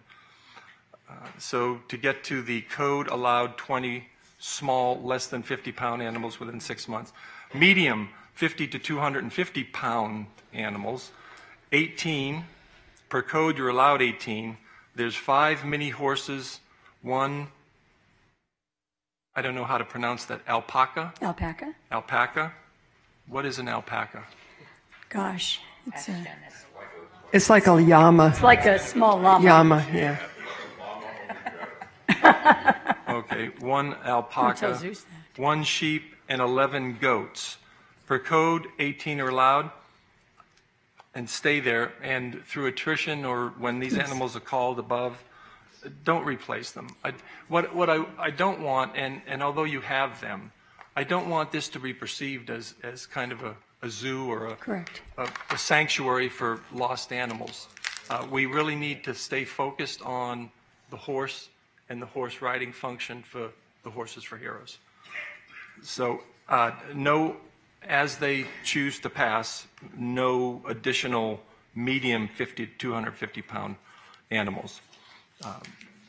Large 250 pounds or more, currently there are 3. 1 bull, 1 llama, 1 donkey. Per code they're allowed 12. Limit maximum large animals to the existing, so 3. We don't want, and again, if the bull leaves or the llama leaves or the donkey leaves, don't replace them.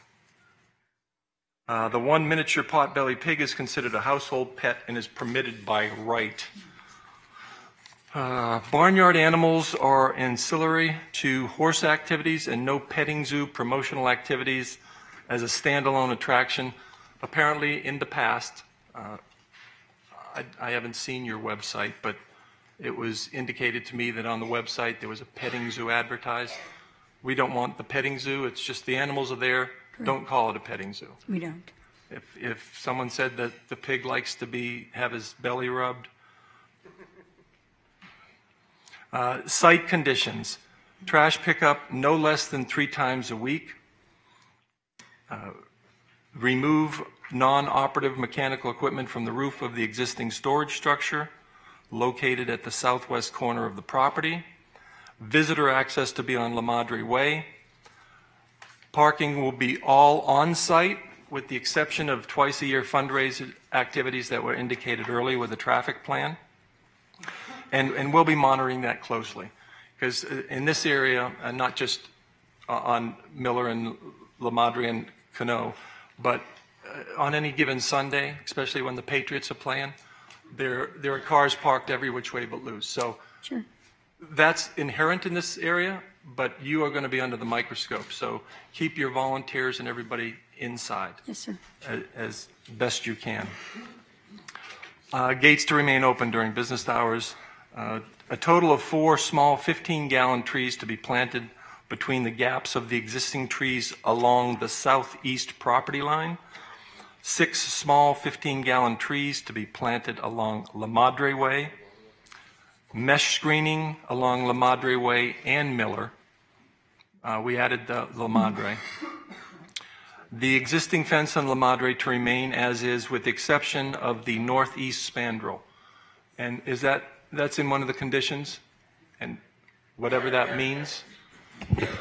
They're going to have to redo that corner to meet the spandrel requirements. Correct. Once they dedicate the spandrel, we just ask that the fence be rebuilt outside of the spandrel. You're aware of that? Yes, sir. Okay. Very much so. A right-of-way dedication to include the spandrel on the northeast corner of the site. Execute a restrictive covenant agreement as far as the deed restrictions. Applicant is, and here's the big one, applicant is required to comply with the rules and regulations of the following. And this is probably my biggest perceived concern, is the applicant will be required to comply with rules and regs from the Clark County Building Department. And I'll pause there because one of the issues that came up, and a legitimate issue, is the ADA component of this facility and the use.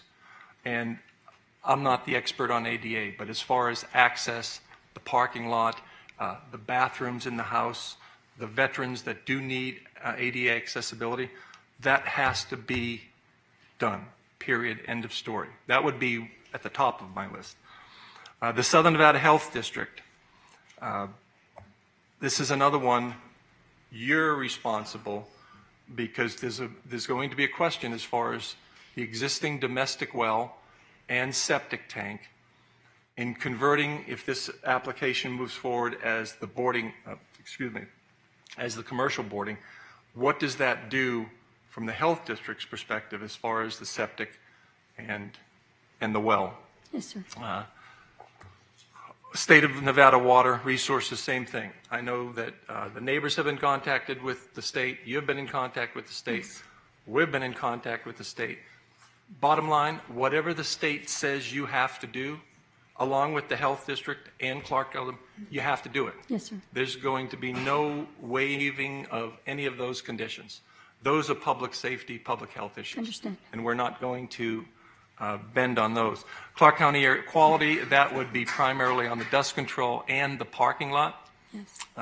We had talked early on in the process as far as doing some non-paved parking areas, and by code now it's just not allowed. In the old days they could do certain materials, but that would have to be paved per the air quality standards. Originally it was indicated, Nitz, that we were going to have a 1-year review as a public hearing. I'd like to keep the 1-year review as a public hearing, but I'm going to indicate to our animal control and neighborhood response on a quarterly basis. Yes, sir. It may even be more frequent. Quarterly reports coming before that 1-year review. I think there's enough eyes from the neighborhood, both those that showed up for and those that showed up against, that we'll have plenty of interaction with the neighbors as far as what's going on site. And especially, we'll ask Mr. Mitchell to keep an eye over his back wall, since he'll be the closest. He likes the roosters, by the way. And the All right, donkey. and additional clarification. Horses for Heroes will maintain an office at the site. Regular office hours, Tuesday through Friday, 9 to 5. The office is to be used by staff and volunteers assisting day to day. The living room will be used for meetings with volunteers, some of those that we mentioned earlier. The meetings, donors and sponsors. Volunteers will be on the property during stated hours of operation. Volunteers assist with, well, that's what they do. A caretaker resides on the property, and that's 24/7. There's someone on the property. Again, going back to building department, make sure everything is set. And that's, I'll pause there, and then before moving forward, I'll ask Rob to weigh in on the next step as far as starting. Go ahead. What do you mean by starting? Oh, I was going to, if anybody, well, then there's a lot to be done. Some of this, I think, and especially if the state or health comes back, where they're going to have to invest significant restructuring of some of the utilities. That can't be done in the next month, 6 months. It's going to be a pretty lengthy process. Do I have the ability to allow the horse riding component to move forward, limiting anything to do with food, parties, things like that until the health district weighs in? Can I give them the approval to move forward on that component? Yes, you can. Okay. Do you want to see if any other commissioners have anything? Commissioner Gibson. So thank you, Commissioner Brown. That's thorough and detailed, and you've addressed each of the concerns that I had and then some. This is a rural neighborhood. Typically, you don't find rural neighborhoods that are structured and have the same history as this property does, and the activities at this property, the business license, and other things that predate any of the activities of these people, maybe anyone in the room. And so you've gathered it all in. I don't have any additional concerns. Anybody else have anything? Commissioner Sagerblum. I just want to say that I know the carpenters are here, and they got a lot of work, but they know how to do it. So please work with her and make sure everything gets built.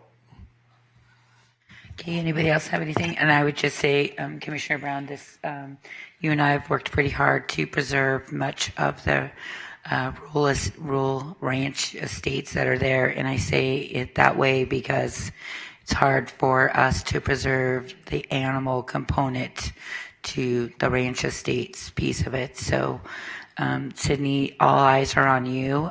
You know that I've worked super hard with Gilcrease and with the farm, which are super successful within neighborhoods such as this one. So there's a lot of expectations, and I'm sure you will be amenable. And remember that, you know, what makes the farm and Gilcrease successful is that it has neighborhood buy-in. So at some point, hopefully they embrace it. But Commissioner Brown, I think that you've put enough restrictions on there and an opportunity for us to bring it back if something goes wrong. But I've never known that to happen. So I appreciate that. Madam Chair. Just real quick, just Commissioner Weekly. Was there a timeline for that pavement of that road? I think I've seen a Public Works schedule, I believe. I don't know if it was Public Works where I saw a schedule. Is that something we want to put on the record? Because I think the neighbors were under the assumption that that was not going to happen. Commissioner, I know they are actively working on that job. I just don't know specifically. I know the contractor's been made aware of that section of paving, but I don't think he has an actual contract for that section yet. It's still in the works. So they've discussed it, but it hasn't been issued yet. Should be forthcoming in the next couple months.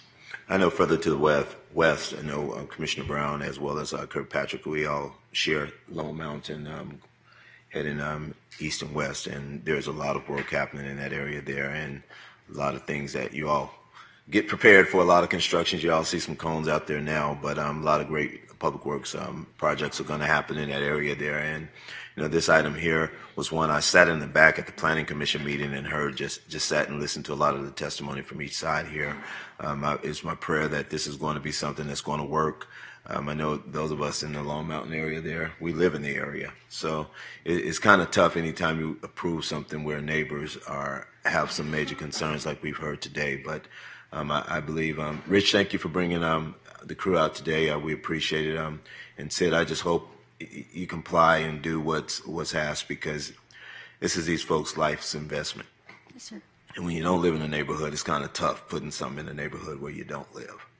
And that's the difference for me. I have a huge investment in this organization. No, we as well, understand. sir. We understand. And I know people who frequent here and hear good things about it. So let's do the right thing. Absolutely. I appreciate it. Thank you. Commissioner Brown.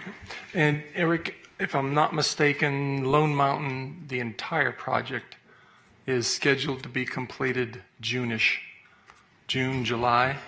So I'll double back, but I would hope that as that project is completed, that this one would be nearing completion. Correct. This was an add-on, and I know the overall project is scheduled for that time. I haven't heard of any other issues like they had in the beginning, coordinating with all the neighbors. So I think that's all behind us, and I haven't heard anything that would break that time frame. And that is on the south side of La Madre, because I think the gentleman that either owns the land or represented the owner, that's all still private property, so we will not be doing anything center line north. That's correct. Okay. Right. So Is that in the form of a motion? I'm going to make that motion right now. Okay. With all those. So I would move for approval with the stated conditions and allowing the use of the horse riding component for Horses and Heroes to begin operations. But until we have a plan from the health district and the state water personnel, then all other activities as far as the parties and fundraisers would be put on hold. Not to say that you can't have the meetings, especially with the veterans groups, that's fine. Just focus only on the horse riding now.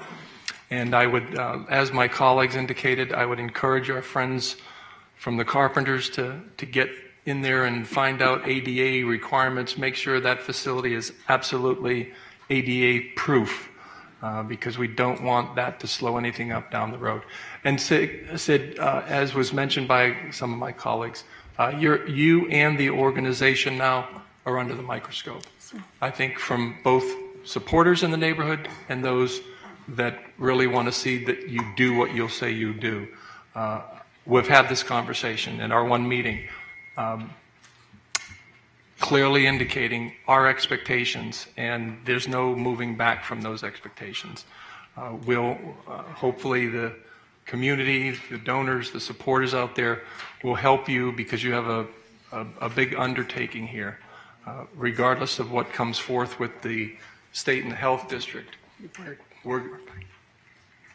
You need to make this work. So go ahead. I would recommend that we say for the record that use permit number 5, which was increasing the number of small animals, is going to be denied, because you did say they're going to be limiting it to what's allowed.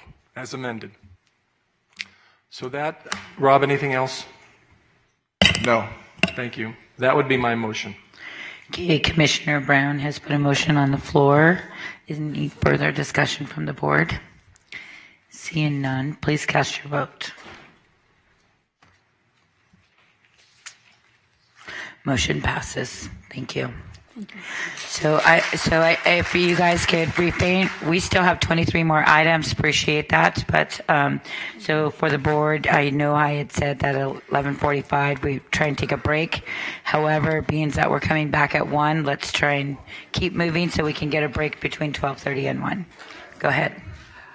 Item number 35, WS 181021, holdover waivers of development standards for the following: increase wall sign area, increase logo sign area in conjunction with an approved marijuana establishment or retail store, design review for signs in conjunction with an approved marijuana establishment in an existing shopping center on 3.3 acres in a C2 general commercial AE 65 zone, generally located on the southwest corner of Harmon Avenue and Paradise Road within Paradise. Good morning. Good morning, Commissioners. Mark Whitehouse, 820 South Wigwam, Henderson, Nevada. Excuse me 1 minute. If I could ask the general public to please take your comments outside. Ma'am, sir, if I could ask you to please, we need to keep moving along. Go ahead, sir. Thank you. Mark Whitehouse, 820 Wigwam Parkway, Henderson, Nevada, representing the item. A little history on the item. We did originally present this item to be a roof sign for the GeoLeaf logo. It exceeded the roof line and was about double the square footage. We have since revised. We withdrew it from our first application. We're now coming back on this application. We've reduced it by about half in size, and it's the same height now as the letters on the front of the building. We did receive town board approval. And a little history on the center as a whole. This particular shopping center has a lot of embellished and extravagant signs. It's got a 30-foot coffee cup, 10-foot teriyaki bowl, a 32-foot liquor bottle, and we just removed a 15-foot hot dog from the premises. So it's outlandish and large and out-of-the-box style signs are very are all a part of this landscape of this shopping center, and this fits right into that area. And so we ask for your support today on it, and I can answer any questions. That concludes my presentation.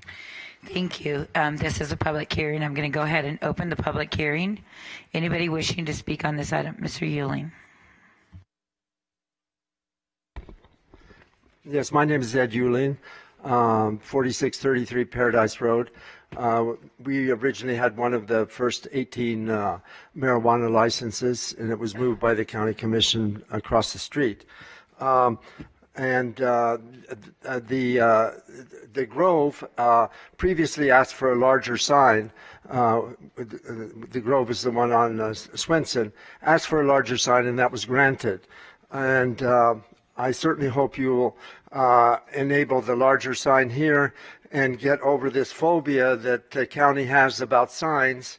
Las Vegas is a city that's over the top in everything, and we shouldn't try to conform to these standards of Des Moines or these other cities.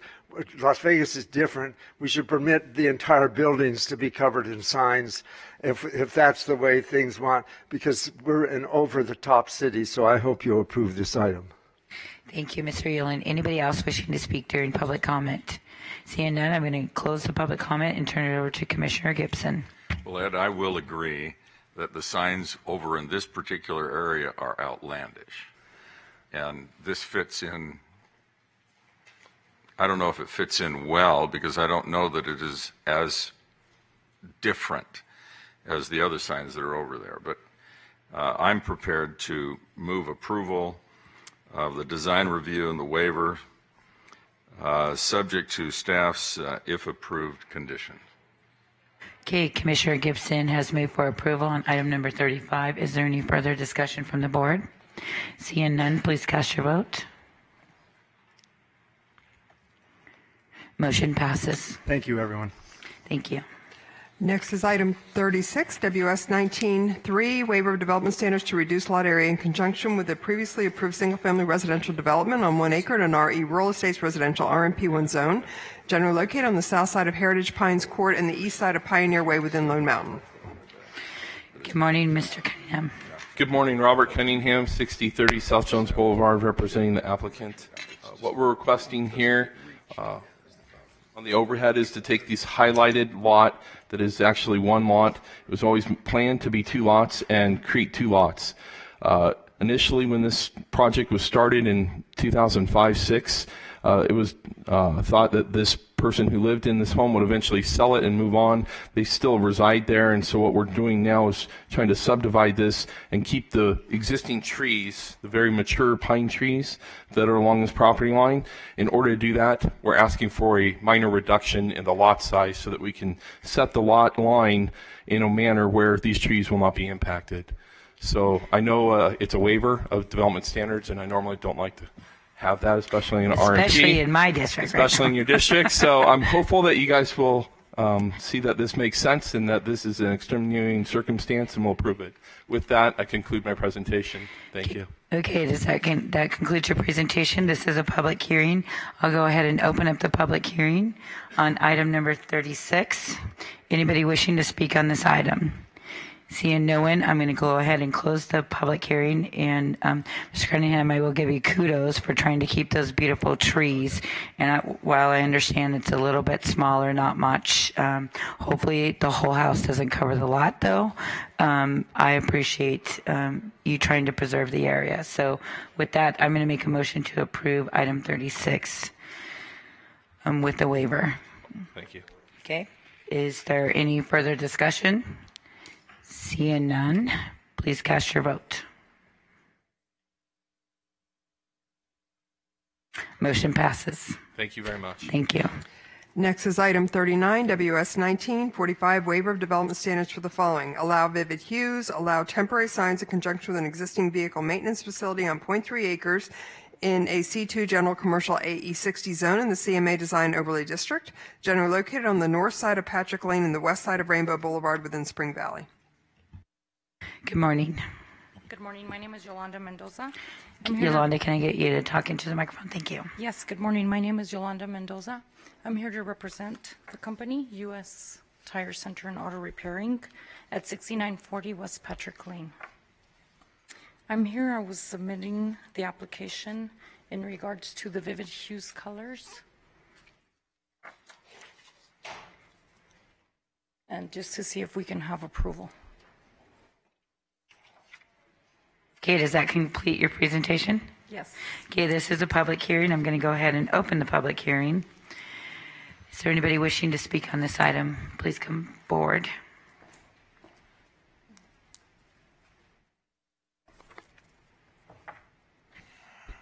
Good morning. Good morning. My name is Jennifer Luthi. I live at 7080 West Patrick Lane, so I'm directly behind this property. So I had brought some pictures. This is a property that they were talking about. As you can see, it's very bright. Underneath here, I have the other properties that are in the neighborhood, either across the street to the right or left or down the road. As you can see, all these colors are muted earth tone colors. Nothing that would look like that bright yellow color. It stands out in the neighborhood. When I go into my backyard, have a cup of coffee, relax, that is a bright yellow color that I get to see. That color was painted maybe about a year ago.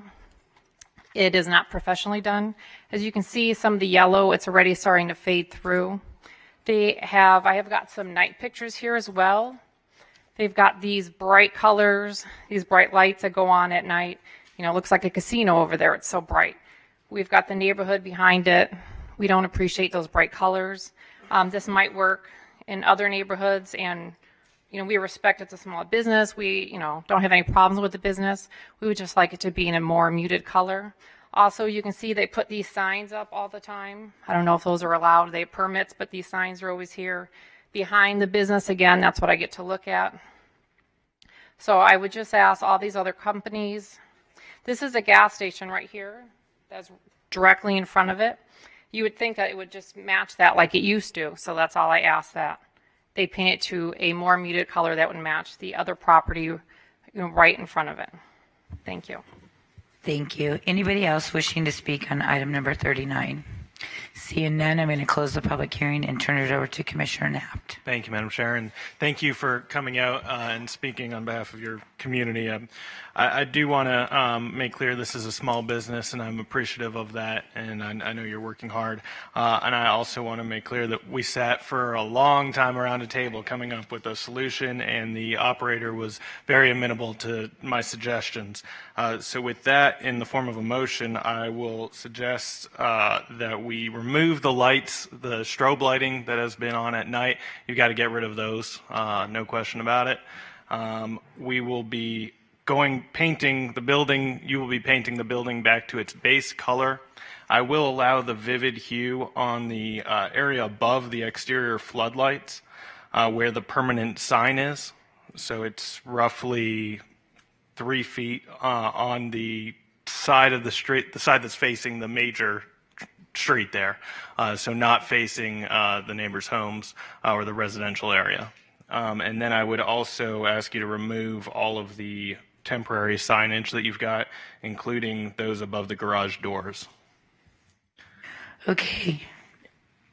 Is that it? That's what I've got. Yep. Thank Okay, and you understand the conditions, ma'am? Okay. Commissioner Naft has made a motion to approve item number 39. Any further discussion? Seeing none, I'm going to entertain, please cast your vote. Motion passes. Thank you. Thank you. Next are items 40 and 41, which can be heard together. Item 40, VS 1966, vacate and abandon easements of interest to Clark County located between Craig Road and Florine Avenue and between Butler Street and Bonita Vista Street alignment and portions of a right-of-way being Durango Drive located between Craig Road and Hickam Avenue within Lone Mountain. Item 41, WS 1965, waiver of development standards for the following: reduce setbacks, increase wall height, reduce net lot area. Design review for the following: a single-family residential development, finished grade on 15.1 acres in an RD suburban estates residential zone, generally located on the east and west sides of Durango Drive between Craig Road and the south side of Hickam Avenue within Lone Mountain. Good morning. Good morning, Mr. Gronauer. Good morning, Madam Chair, Commissioners. My name is Bob Gronauer, 1980 Festival Plaza Drive. I'm here representing D.R. Horton in this matter. I had a lot of items last night for the other home builder. Sorry. As you can take a look on the overhead here, we have approximately 15 acres of property highlighted. To the north of us is Craig Road, which splits the property. Here is Durango in the area here. We're coming in with 45 homes. The homes are going to be single-story homes, as you can see, as I'm showing you here. The home sizes are going to be anywhere from 2430 up to 2630. The home single-story goes up to about 19 feet in height. This is one of these applications that started a long time ago. There was some assembly of some properties with the property owner. It started out with one of my other partners, Jennifer Lazovich, working with the property owner, and I'm here today closing it out with D.R. Horton with respect to the project itself. The waivers that are before you, we're asking for a front yard setback to allow us at 10 feet to the house itself. The reason for that is so we have larger rear yards on the project itself, or on the properties that we're proposing. The highlighted in yellow, I don't know if you could see it on the overhead, but in lots 2, 3, and 4, when we came in previously with the tentative map and the site plan, it did not call out that those were going to have some net square footages below the code requirements, and so we're coming in here with a cleanup item, and we're asking for in the pink area here, as I'm showing you in lots 1, 28, and 29 for some rear yard setbacks. That's with respect to the cul-de-sac in the area that we're proposing and trying to move the houses as closely as to the front of the setback that we can. That being said, we'd ask you to follow the if approved conditions as submitted, the application that's before you, and I can answer any other questions that you might have. Okay. Thank you. Does that complete your presentation? Yes, ma'am. Okay, this is a public hearing. Anybody wishing to speak on item 40, please come forward now and state your name for the record. Seeing none, I'm going to close the public hearing. And Commissioner Brown, this is your day today, I think. Thank you, Madam Chair. Move approval items 40 and 41. Okay, Commissioner Brown has made a motion to approve items 40 and 41, subject to staff's recommendations. Any discussion? Seeing none, please cast your vote. Motion passes. Thank you. Thank you. Have a good day. Next is item 43, ZC 1959 zone change to classify 1 acre portion of a 5.4 acre parcel from RE Rural Estates Residential Zone to C1 Local Business Zone. Waiver of development standards for the following: reduced parking, reduced approach distance, reduced departure distance, reduced throat depth. Design reviews for the following: alternative parking lot landscaping, a shopping center generally located on the southeast corner of Windmill Lane and Rainbow Boulevard within Enterprise. Good morning. Good morning, Ali Kava, 6830 South Rainbow, on behalf of the applicant. This is a conforming zone change, and staff has recommended approval. The only modification we have made on the parking, we talked with staff and agreed to modify the number of parking from 10 down to 5. With that said, we respectfully ask you to follow staff's recommendation of approval. Okay. Does that complete your presentation? Yes. Okay, this is a public hearing. I'm going to go ahead and open the public hearing on item number 43. Anybody wishing to speak? And I can officially say good afternoon because it's 12:01. Linda West, 8296 West Ford Avenue. I live in the general area. There are several other places, one specifically like Durango and Warm Springs has a lot of restaurant type places. There is absolutely no parking in that place. The employees have to park across the street in the Vaughn's shopping center parking. And walk across and stuff. So I am totally against all this reduced parking because it ends up being a hardship later on depending on which kind of businesses end up in those locations. So that's it. Thank you. Anybody else wishing to speak on this? I'll go ahead and close the public hearing and turn it over to Commissioner Jones. Thank you, Madam Chair. Thank you, Mr. Cave, for your presentation here today. You and I had met earlier this week and talked about a reduction of the size of the building, which would allow you additional space for additional parking spots. I want to make sure that I understand what you're saying here today. You're reducing the deficiency in parking spots, but also reducing the building size, which would in theory reduce the requirement for spots? We're not reducing the building size, we're reducing the number of parking that we're asking for a waiver from 10 down to 5. Okay, how are you doing that without reducing the building size? I guess we're reducing the size of the restaurant that we're going to be having. So originally we were applying for the 3,000 square foot restaurant, but with having only 5, we can only have about a 2,000 square foot restaurant. Okay, understood. Yes. All right, then I would make a motion to approve item number 43 with the applicant's commitment to or modification of the parking waiver request from 10 to 5 parking spaces that is deficient. And let's see, so approve the zone change, modification of waiver of development standards number 1 with regards to parking, approval of waiver of development standards number 2, 3, and 4, and denial of design review. Did you present design review? Yes, we have. Okay. That's part of our application. I'm sorry. Okay, then approval of design review. Thank you. Okay, you've heard the motion by Commissioner Jones. Are you, sir, I should ask, I apologize. Are you clear with the conditions? Yes. And you'll be reducing the restaurant space, right? Right. Okay. Yes. I just didn't hear that. Okay. Heard the motion made by Commissioner Jones. Any other discussion? Seeing none, please cast your vote.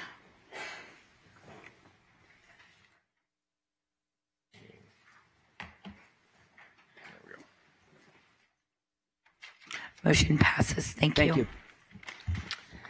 Next are items 44, 45, and 46, which can be heard together. Item 44, ZC 1964, zone change to classify 5 acres from RE Rural Estates Residential Zone to R2 Medium Density Residential Zone. Waiver of development standards for alternative residential driveway geometrics, design review for a single-family residential development generally located on the south side of Windmill Lane and the west side of Edmond Street within Enterprise. Item 45, BS 1967, vacate and abandon easements of interest to Clark County located between Windmill Lane and Meistrel Avenue and between Edmond Street and Joyful Music Street within Enterprise. Item 46, TM 19500018, tentative map consisting of 30 single-family residential lots and common lots on 5 acres. Good afternoon. Good afternoon. Liz Delk, 1980 Festival Plaza Drive, here on behalf of the applicant AMH Development. This property is 5 acres located along Windmill, which is a planned 100-foot right-of-way. We are directly east of an R1 development. Their lot sizes ranging from about 5,200 feet up to approximately 7. To the east of us is an R2 PUD. Those lot sizes range from approximately 27 up to 3,000 square feet. As you can see, we are located in that buffer zone from Windmill. We are planned for residential suburban, which allows up to 8 units to the acre. We had a voluntary neighborhood meeting and presented a 30-lot subdivision to the neighbors. We have since revised that plan a little bit following that meeting, and we've sent revised plans to staff. One of the requests that was made by the neighbors was to match the R1 south border, which had a 20-foot intense landscape buffer. So we've shifted all of our homes up. We are now at 28 lots, and we've included that 20-foot landscape buffer. We've also removed our waiver request, so we are no longer requesting that driveway offset, which removes that waiver. That is the only portion of the application that staff was recommending denial on. Another issue that was brought up at town board was the request to have one-story homes along our western boundary because that R1 development is a single story. These homes are actually built up by about 3 to 5.5 feet. They also have a wall that goes to about 11.5 feet. Our property will be approximately 2 feet lower than that. So once all is said and done, our homes will be anywhere from about 5 to 7.5 feet lower. We only have a maximum height of about 26 feet on our 2-story, so that will bring us down in height with that change in the elevation. We do believe that because we are on that 100-foot right-of-way and we're stuck in between 2 very different lot sizes developments, we believe that our lot sizes are a happy medium for both neighbors on either side of us, as well as the RNP to the south of us. I'm happy to answer any questions, and that concludes my presentation. Okay, thank you. This is a public hearing. I'm going to go ahead and open up the public hearing on items number 44, 45, and 46. Good afternoon, sir. Good afternoon. My name is Lane Theriot, and I live at 8240 Edmond Street. I am kitty corner to this development.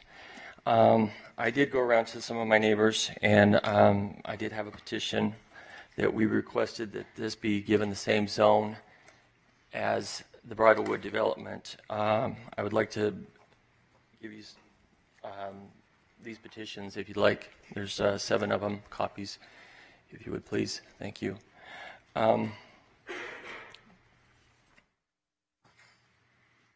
Basically, it looks like I'm the only one representing everyone today because of the rain. We have a lot of people in our RNP that are on fixed incomes. They're older people, and so I can understand why some of them didn't make it today. I would like to say that the people in our neighborhood provide a service in maintaining the area surrounding our where we live. We have many people that use our area as a dumping ground, trash, debris. We also have people that go off-roading through our neighborhood and stuff like this. So this is our concern. We want to maintain the integrity of our RNP. We're a small RNP. We're not very big.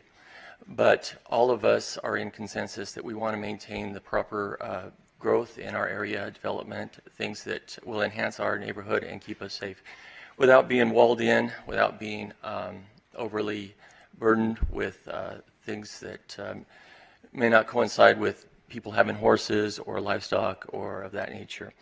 I did do a little investigating with this company. They are American Homes for Rent. So all of these developments, all of these buildings are going to be rental homes in this area.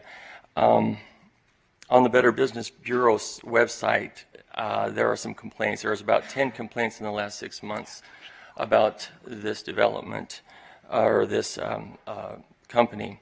There's a 788 complaints total on this.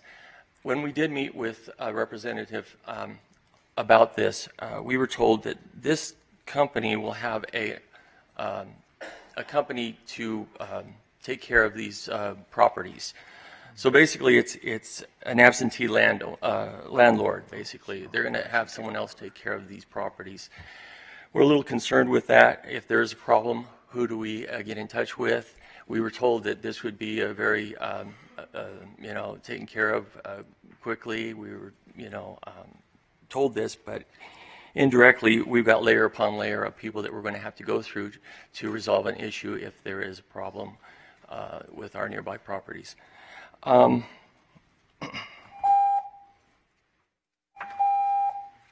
would just like to say that we don't oppose growth in our area. We would like to see growth in our area, development. We just would like to see something that's more compatible with our RMP.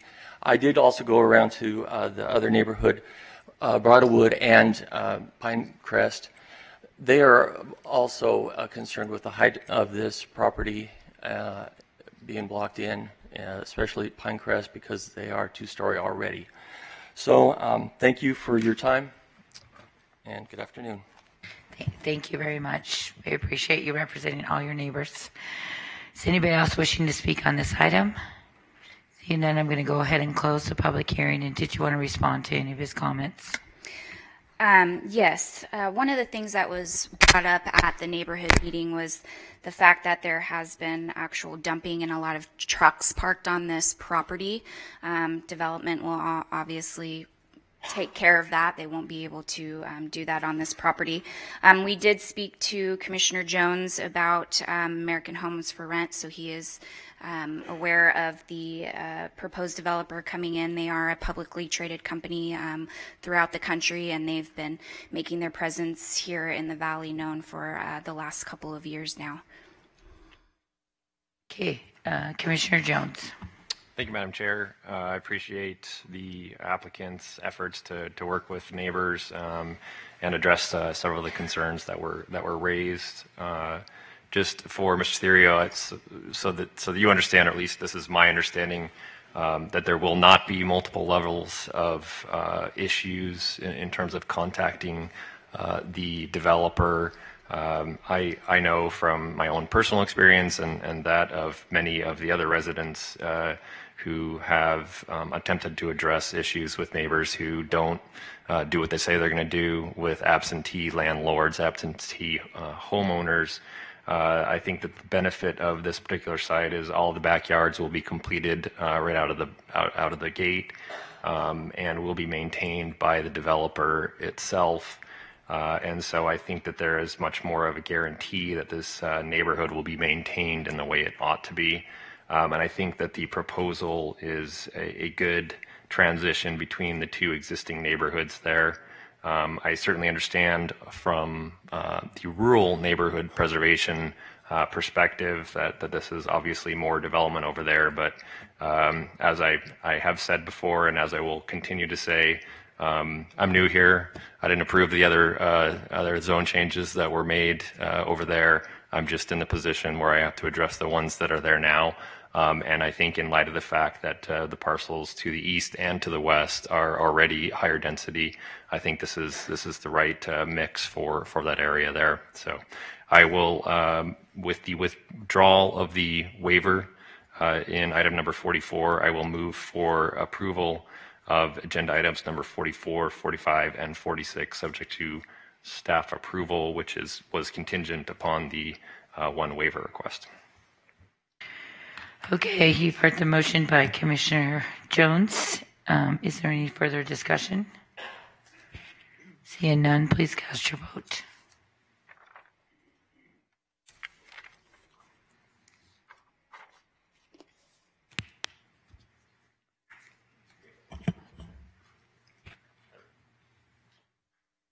Motion passes. Thank you. Thank you. Next three items are plan amendments for Spring Valley. Item 47 is PA 187000001. Plan amendment to amend the existing land use category from BDRP Business and Design Research Park to CG Commercial General on 1.2 acres, generally located on the northwest corner of Rafael Rivera Way and Rainbow Boulevard within Spring Valley. For the board's information, Spring Valley Town Board recommended approval. Staff recommended approval, as did the Planning Commission. Good afternoon. Good afternoon, Commissioners. My name is Nima Kamasi, 8708 Spanish Ridge Avenue. Here on behalf of the owners, my wife and her uncle, here today requesting an update to the land use from BDRP to Commercial General or C2. The subject parcel is located at the northwest corner of Rainbow and 215. If you look on the catty corner, there is the Arroyo Shopping Center, the car dealerships on the other corner, and then I believe a 7-Eleven and In-N-Out being developed on this intersection. The surrounding parcels are all zone C2, so we'd like to update the master plan to CG so that eventually we'd be able to come in with a C2 zone change to match what's already existing on the surrounding parcels. Okay, does that complete your presentation? Yes, thank you. Okay, this is a public hearing. I'm going to go ahead and open the public hearing. Anybody wishing to speak on item 47? Seeing none, I'm going to go ahead and close the public hearing. Turn it over to Commissioner Naft. Thank you, Madam Chair. Given the approval by staff, Town Board, and Planning Commission, I'd move to approve. Okay, Commissioner Naft has made a motion to approve number 47. Any further discussion? Seeing none, please cast your vote. Motion passes. Thank you. Next is item 48, PA 187000002, plan amendment request to amend the existing land use category from RS Residential Suburban to RUC Residential Urban Center on 8.4 acres, generally located on the southeast corner of Sunset Road and Quarterhorse Lane within Spring Valley. Staff recommended approval. The Spring Valley Town Board and the Planning Commission recommended denial. Good morning. Good afternoon. Good afternoon, Madam Chair. Randy Black, Jr. here on behalf of the applicant, 10789 West Twain, Las Vegas 89134. I'd like to request that this item be held as it impacts the next couple of items that are coming up, and we've not had a chance to meet with Commissioner Jones based on scheduling conflicts with the owner's representative who lives here, since the current owners are a foreign representative or a foreign entity. Hey, let me first turn it over to Commissioner Jones.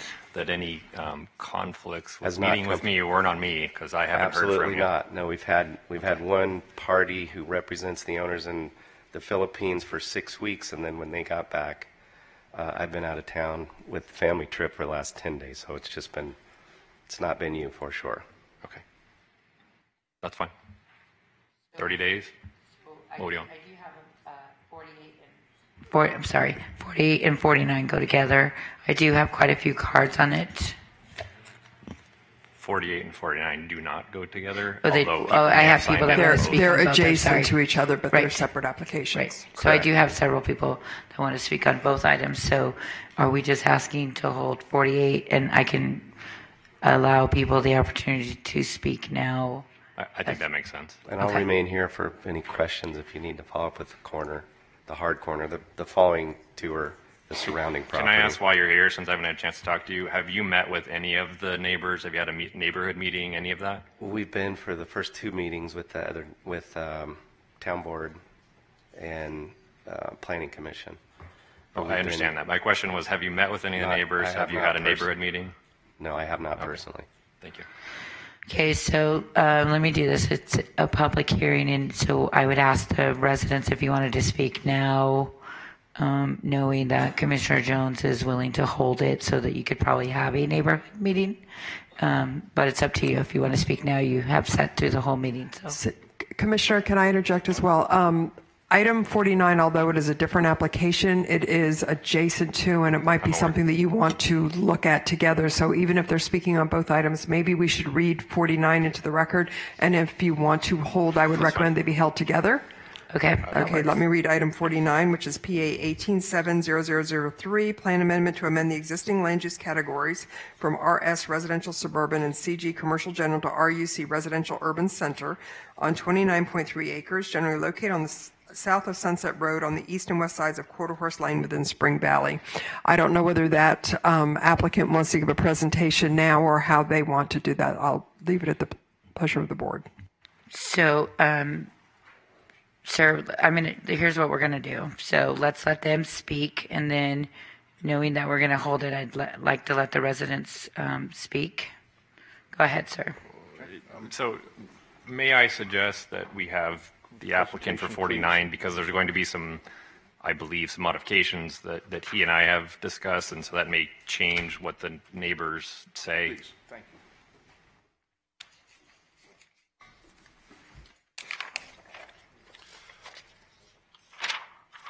Go ahead, Mr. Cunningham. Good afternoon, Robert Cunningham, 6030 South Jones Boulevard.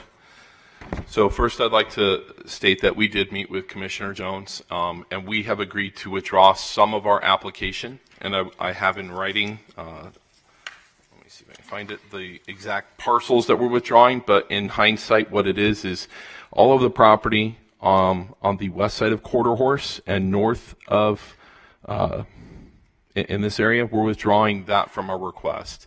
This is something that, after discussing it at length with Commissioner Jones, we think that this is a better suited location. It's directly closer to the freeway. I was going to say, where's your pen at? Because I can't see it on mine. Oh, great. I'm sorry. So, I apologize. Thank you. So maybe the back of the house could refresh the overhead for us. Perfect. Go ahead. You got to start over, Mr. Cunningham. Sure. So if they could zoom out a little. This is what we requested, which included all of this area here. We now are coming before you withdrawing all of the requests for this portion after meeting with Commissioner Jones. So we now have a approximately 15-acre site that I'm representing here to request that this be proposed for RUC land use, which allows for multifamily up to, I believe, 32 units per acre. Granted, there's a lot of things that could be developed in that zone. We believe that this is appropriate as this is Sunset and the 215. There are IKEA and other stuff is right here. This is, if anywhere where you're going to have that kind of density, this is where it should be placed. When a zone change comes forward on this, all the appropriate buffering is built into Title 30, so your setbacks for buildings, for instance, the density limitations, any of that would come with the design review that would be placed before this board for approval ultimately. So with that, we believe this makes a lot of sense, and we've reduced the application at the request of the county commissioner. I know there's a lot of neighbors that are here. I'm going to keep my comments brief now, and hopefully I can reply to them later if you guys have further questions. Thank you. Okay, Commissioner Jones. And Mr. Cunningham, I wanted to clarify, we had spoken also about changing the density from RUC down to residential high, which would change the density substantially from 18 to 32 units to 8 to 18 units. Is the applicant making that also? That is what we had talked about. Okay, if that's what was my understanding, leaving the meeting that we had, that wasn't what was there. But if that's what your wishes are, we'll have no choice but to go forward and move forward with that. Okay. Well, I guess we'll hear from the residents and we'll have discussion. Okay. So this is a public hearing, so I'm going to open up items 48 and 49. So if you'd like to speak on both or either one of those items, please do so now.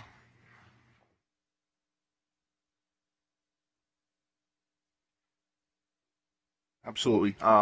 Thank you. My name is Mike Maloney. Live at 6790 Gold Euro, Las Vegas. I am a homeowner, a resident of 19 years, and also HOA president for the 205 house community, which immediately is on the west and south perimeter for a portion. On the map in pink is the proposed property. We do consider both of these being together, and the blue outline is our neighborhood community. We recognize that development in the area is a good thing. We are not opposed to development. We are opposed to this specific zoning change for the following reason. It's a significant variation from the Clark County Comprehensive Plan. As Mr. Jones, Commissioner Jones has already discussed with them, it's a 3-step jump, not a single step jump in the process. So they, on the entire property, they can today build up to 300 plus units on that acreage, which is as large or larger than any one of the yellow properties which have been built within the last 3 to 5 years since they've owned the property. And the only ones that they're not able to build bigger are the orange stickers on the map, and this zoning change would make it allowable for them to build bigger than any of the areas, any of the approved areas that have already been built, and even the uncommon area, which is a mixed use with 875 units coming just down the block. The Spring Valley Board and the Planning Commission were both opposed to this change, and our biggest, one of our biggest challenges is there is no plan submitted. They're requesting this change. All prior discussions today that I've heard have had a plan, and they've talked to the residents. This is the third time within the last 2.5 to 3 months that we have been this far away from the landowners and the representatives, with one exception of Mr. Black, who did, we did exchange numbers, and we haven't had a chance to meet with our HOA yet, but they have not spoken with any of the other HOAs or residents in the area. So we request for your denying the approval of such a significant land use change. And the final thing, I'm very surprised by the last minute change, because I'll just point out that this is the Realtor.com site where their property, this property that they're now removing, was listed as of November of 2017 and has had multiple changes made to the pricing of that property. So it's very frustrating, this last minute removal of that and trying to change the rules. Thank you. Thank you, sir. Anybody else wishing to speak on item 48 or 49? You can go ahead and come now, come down, get in line.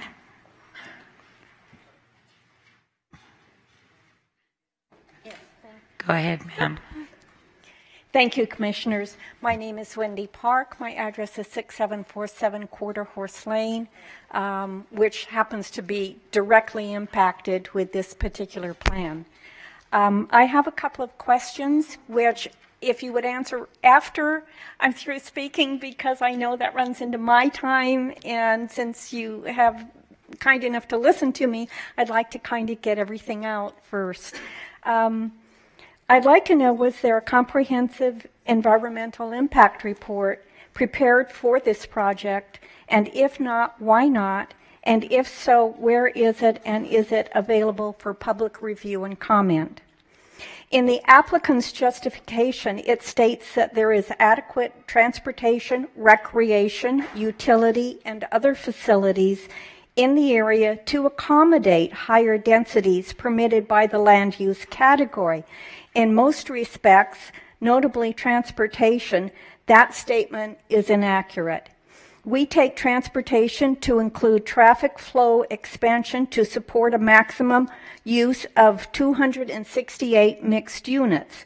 Quarter Horse Lane from Mall to Sunset is a very narrow, undivided 2-lane road that does not even at the present time support drive time traffic from the school and park at Mall Quarter Horse intersection, and certainly not at the Quarter Horse Sunset dead end section, where backup of vehicles attempting to turn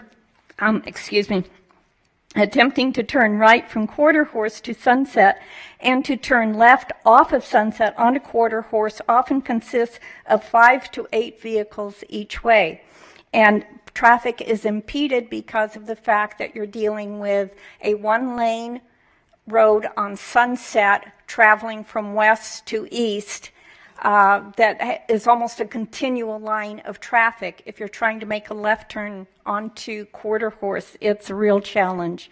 A consequence of the residential development to the southeast of these parcels has already exacerbated and compound the narrow Quarter Horse roadway to overcapacity, speeding, following too close, and other dangerous moving violation traffic issues. Adding the maximum number of units on these two parcels without significant redesign and reconstruction of Quarter Horse Lane, most notably at Sunset intersection, must be a major mitigation requirement. There may be adequate utility facilities in the area. However, it shall be major undertaking and excavations to run adequate sewer, water, power, and other needs to those possibles. Currently, no such facilities exist on the parcels. Apparently, there's not been a site plan or written submission of what the developers actually plan to do with the parcel. So those of us that are directly affected by the zone change cannot adequately determine the actual impact. There's a minimum number of RTC stops, but most dwellers use cars. Bus traffic is not really good.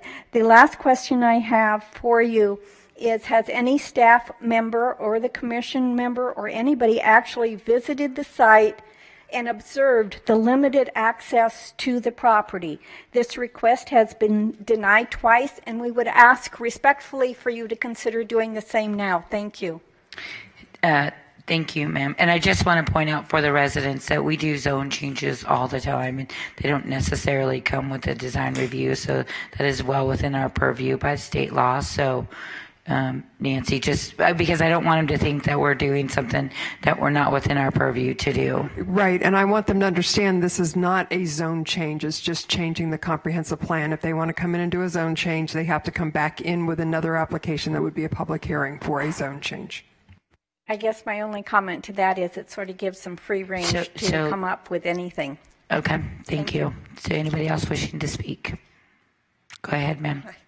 Hi, my name is Jackie Hill. I live at 9285 Dames Rocket Place.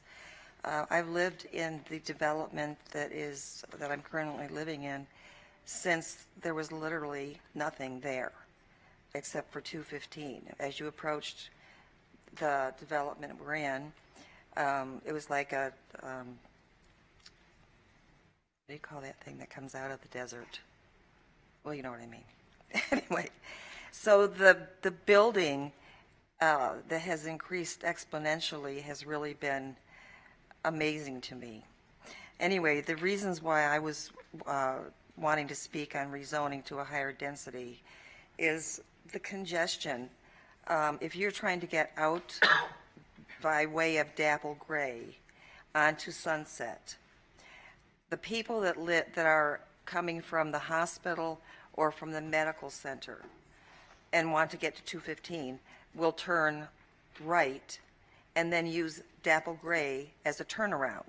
They make U-turns, and the number of accidents that take place there, I've never, obviously not counted them because I've not been present, but there are many, many that have happened. There's an elementary and a middle school nearby. The elementary school already has portables, and we're concerned about the impact that adding these additional bodies will have on the school and their ability to accommodate them. Security is an issue as well. It's well known that crime rates are higher around apartment complexes, which is the one thing that we're concerned about, higher than in single resident areas. And there's already a number of apartments close by. Also, in general, water is an issue in the valley. Overall, there's just many, many, many people that I've spoken to that are concerned about the growth and the effect it's going to have on our ability to have enough water beyond 20 years. Also, in the listing that Mike showed you, I kind of perked up at what it said, the Southwest is crazy, when they were describing the land that's up for sale. And it is. The building is like you drive down a street one day and the next day there's a new development going up, or a new building, or a new something. Having lived here for over 40 years and taught here for 36, No, if you could just wrap up your thoughts. I liked Las Vegas when I came here. It was little, it was friendly. I understand we're a tourist town, but I think that there's a time when we need to stop and look at what we have. What do we really need? Do we need all these new developments? Do we need more sports teams that the locals can't afford to go see? So I think maybe we should step back, take a deep breath, look around, and then make our decision. Thank you. Thank you. Good morning, or good afternoon. Hello, I'm George Link. I'm a resident at Century Homes Community just to the south of the mall. I don't know if we're represented here today. I just decided to show up. I'm going to recommend disapproval because my property backs right up to item number 49, and it's going to totally block out my view, which I don't approve of. Also, I think it would be better use if somebody put in a nice hotel like a Hilton or a Marriott or something. There's nothing in the area. I got family that comes in from out of town, and they have nowhere to stay unless it's at a casino, and they don't like to stay at casinos. So, and also, like they said, West Sunset and Quarter Horse is very dangerous, and the traffic right there is just crazy. You'd have to put in a stoplight or something there. You'd have to redo the whole road. It's hard to get out of there. My wife works at IKEA, and every day we almost get nailed. It's just crazy. So I don't know how putting more people in that small area is going to be beneficial to anybody, unless you just totally redo everything. So that's all I have. Thank you. We appreciate that. Yep, you're welcome. Go ahead, sir. Yes, hi. My name is Michael Rowland. I live at 6736 Pivot Point Street. It sounds like it's right in the same neighborhood as the previous gentleman. I recommend disapproval as well. The infrastructure there from Quarter Horse and Sunset, both eastbound and westbound, you don't have the infrastructure there to support the people that currently live there. If you try to go eastbound on Sunset from Quarter Horse in the morning on your way to work, you could wait there 25 minutes. I have seen a line of cars from Sunset to Martin, which borders that property there. Coming home, I turn south on Quarter Horse from Sunset, and there are so many cars that there's not enough turn lane room. You're actually jutting out into the middle of traffic. You are then impeding all the cars behind you. I can't tell you the number of times I've almost been rear-ended. Also, the number of cars that are attempting to U-turn there, even though it says no U-turns, every morning and every evening I'm seeing cars U-turning there. So not only would I recommend not approving these requests, I would also say that currently, without any infrastructure changes, don't develop anything. We couldn't accommodate more homes, a hotel, apartments. We don't have it there. And I do recommend or agree with one of the sentiments that they're just in this general area, in this zip code, there are too many apartment complexes. I just think if you looked at our zip code versus other zip codes, we have a higher per capita in apartments than anyone else. That's all I got. Thank you. We appreciate that. Go ahead, sir.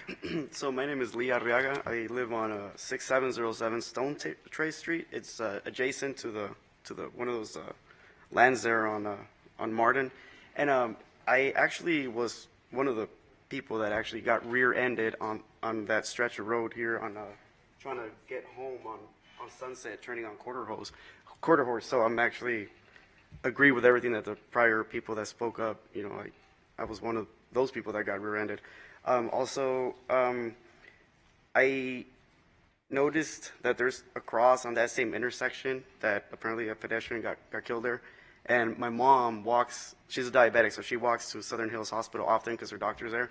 And sometimes she takes a car, but most of the time she walks. So that's another one of my concerns, that if a apartment building or a condominium was to be built here, there would be a lot more traffic and not enough road. The road is, the stretch of road that is there is very short. It's only a one lane road that becomes 3 lanes. And I, like other people have said before, traffic in the morning and usually at all times, there's a lot of traffic and it gets very dangerous to make any turns there. Thank you. We appreciate that. Yeah, of course. Ma'am. I'm Laura Holt Maloney at 6790 Gold Yarrow Street, and I'm in opposition to the land use change in our neighborhood. Contrary to what they say in their application, there are not adequate facilities in the area to accommodate higher densities. Changing to RUC would affect us negatively, economically, and functionally. The surrounding neighborhood was zoned primarily residential suburban, and the neighborhood consists of small housing developments and some commercial general. We are already dealing with issues of heavy traffic, school overcrowding, and overcrowding in general here. A zoning change would not be consistent with, or I should say a land use change would not be consistent with the neighborhood, would result in significant overcrowding and overwhelm the neighborhood facilities exponentially. It would reduce our neighborhood property values. The owners of this property should have to build what they bought, just like everyone else who bought property in this neighborhood. I don't understand why they can't make a plan that conforms with the land use category. They should not be unable to overwhelm the neighborhood or adversely affect our public services or property values. And I take issue also with where they say that putting a high density development would be a buffer between our housing developments and the 215. Well, Parkview is actually right along the 215 in part. So it would be kind of, a part of it would be in between Parkview and us. But anyway, I request that you not go along with this and that you oppose this. Thank you. Thank you. Anybody else wishing to speak during public comment on either items 48 or 49? Sir, you already spoke? Yep. Okay. We're going to go ahead and close the public hearing. Mr. Cunning, Justin, I'm going to turn it over to Mr. Jones. Thank you, Madam Chair. I just wanted to address a couple of points. First off, this is a plan amendment. For the residents, I know that doesn't mean a whole lot unless you've been very involved in it. A plan amendment does not require the applicant to present a plan for what they're going to build. It is a very preliminary step. It doesn't require them to show how they would incorporate the infrastructure for the parcels. And so I do just want to make that clear, that even if this application were to be granted, that doesn't mean that they get to build something there. That is several steps down the road. With regards to the infrastructure, I'm very familiar with the intersection. I'm there on a regular basis. I was there last Friday for the Southern Hills Hospital expansion ribbon cutting ceremony. I lived off of Fort Apache for several years, so I'm well aware that that road is a mess. And I will definitely be having additional conversations with Public Works about why, when the Sunset Overpass was completed, they did not complete the road improvements to Fort Apache where they should have been completed, because I watched people make the U-turns on Quarter Horse. My dentist is over there. My kids' doctors are over there, so I am well aware with the troubles over there. Addressing one of the other concerns about build what you bought, certainly something I understand, but I will tell you that it has less effect with me, and I assume some of my former commissioners, when it comes from people who are in communities that 2-3 years ago, Century Communities, for example, that had come in here and requested a change to the zoning, and you now live in those communities. I don't think that that Century community ever should have been approved. I don't think it's appropriate to put residential like that right up against a freeway. But again, as some of you heard before, what's done is done, and so we have to move forward. For today, Mr. Cunningham, it sounds like there must have been some disagreement as to what happened when you and I met the other day. And so I'm going to recommend holding both 48 and 49 so we can clarify that. Okay. Is there a time certain, or how do you want to do that? Well, Mr. Cunningham, would you like to come back in 2 weeks when there are 23 other plan amendments, or would you like to come back later? I think a month would be appropriate personally, but okay, that's just my 2 cents. A month? Okay. I would say a month. Nancy? I would hold then 48, 49, and 50 as well, because that is the resolution, since we don't have all three approved. So those three would be held for 30 days. Okay, you've heard the motion from Commissioner Jones to hold items 48, 49, and 50. Any further discussion? Seeing none, please cast your vote.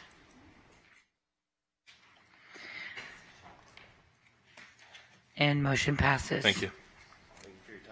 Thank you. Next item is item 51, CP 1990072, is a recommendation that the Board of County Commissioners conduct a public hearing to approve and authorize the chair to sign a resolution amending the comprehensive master plan by adopting an update to the housing element. This has gone through SNRPC. This has gone through the Planning Commission. It's just a matter of holding a public hearing very quickly. Okay, I would like to introduce the public hearing. Open the public hearing for this. Okay, let me go ahead and open the public hearing. Sorry. Let me go ahead and open the public hearing on item number 51.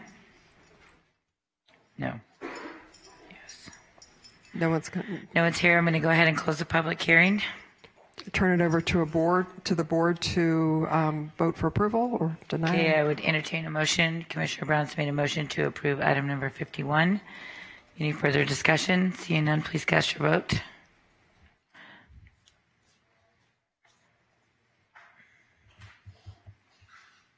Motion passes. Item 53 is an ordinance for introduction. We request this be set for March 20th, 2019. This is ordinance 1990027. Recommendation that the Board of County Commissioners introduce an ordinance to consider adoption of development agreement with Ryland Homes Nevada LLC for a residential subdivision, Las Vegas Boulevard and Barbara Phase 2. Okay, I introduce the ordinance for a public hearing on March 20th, you said?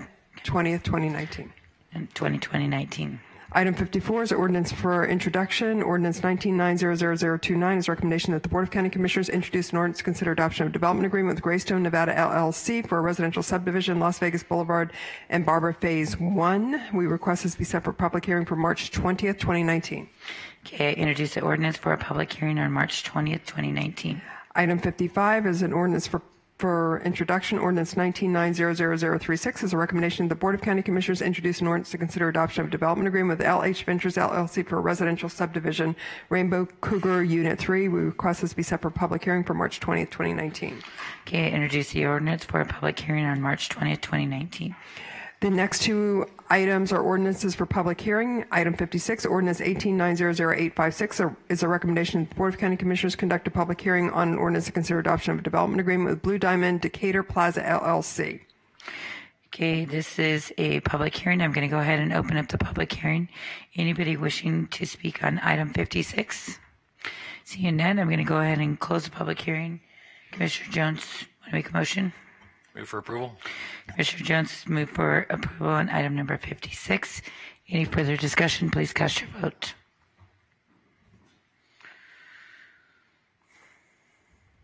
Motion passes. Item 57 is an ordinance for public hearing. Ordinance 1990008 is a recommendation that the Board of County Commissioners conduct a public hearing on an ordinance to consider adoption of a development agreement with KB Home LV Cumberland Ranch LLC. Okay, this is also a public hearing, so I'm going to go ahead and open up the public hearing. Anybody wishing to speak on this item? Seeing none, I'm going to go ahead and close the public hearing and turn it over to Commissioner Jones. Move for approval. Commissioner Jones has moved for approval on item number 57. Any further discussion? Seeing none, please cast your vote. Motion passes. This is the second time set aside for public comment. Anybody wishing to speak on public comment, please come forward. Ms. Coleman, state your name. Yes, good afternoon, Commissioners. My name is Margaret Ann Coleman, wanting to move forward. As you know, every moment is a learning process of understanding of needs for financial improvement. 3/5/2019, I spoke up on reimbursement, non-compliance concerning Court Order 8204-984 for $3 million. Today, I would like to speak up on I have no home. I have no new car. I have no account. And I don't sell drugs. So I don't have any money. I'm being placed into this situation for over 38 years or 37 years of non-compliance by the state. I would like to move forward. I have property, as I spoke to you, that was given to me or a partnership with Toll Brothers. Something of completion of that community or those homes. That is the notice of completion. These are the houses. This is Toll Brothers. These are different layouts or sketches in which they send me through the mail to let me know that I have partnership or some compliance with them. As you know, you all have given the opportunities to brokers and agencies all over Las Vegas, Nevada.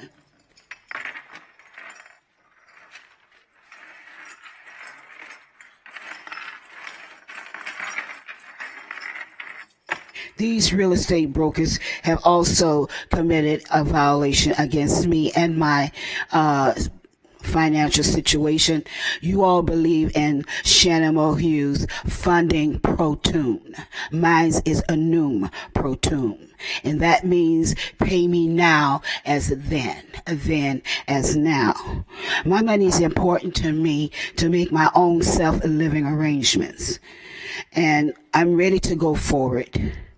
I'm needing keys to these homes if you have guidance and you have knowledge of where I can get them so I can move in. My daughter is at a lost stage. My son is has no hope. I definitely don't have any hope. And this has been going on for 38 years with Shannon Hughes and her fun, Protune Network, the Hughes. This is concerning the Colemans at this particular time. So I'm going to move forward. If you can give me a call, I'm going to give you a week, or I will start suing Las Vegas, Nevada. Okay, thank you, Ms. Coleman. Anybody else wishing to speak? And I just want to put on the record, so we have a scheduled workshop at 1 o'clock. We're going to go ahead and start at 1:15, so people have time to grab something to eat if they need to use the ladies' room, men's room. So I just wanted to put that out there, 1:15. Yes? Yes, my name is Ed Yulin. I don't intend to take your time away from your other meeting and all the things that you have to do. But a game changer occurred today that is very much related to the comments by particularly Commissioner Jones about the crazy development that we've had, that previous commissions have created in the county, which is a development model of sprawl, of just spreading out. Today, a game changer occurred in the press conference of the people mover of the convention center. The company that was selected to do the people mover underground, where it'll take traffic and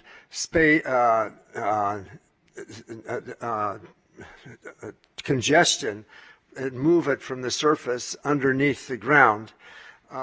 This company that was selected announced that they would be willing to build an underground system that would serve the airport and the rest of the resort corridor.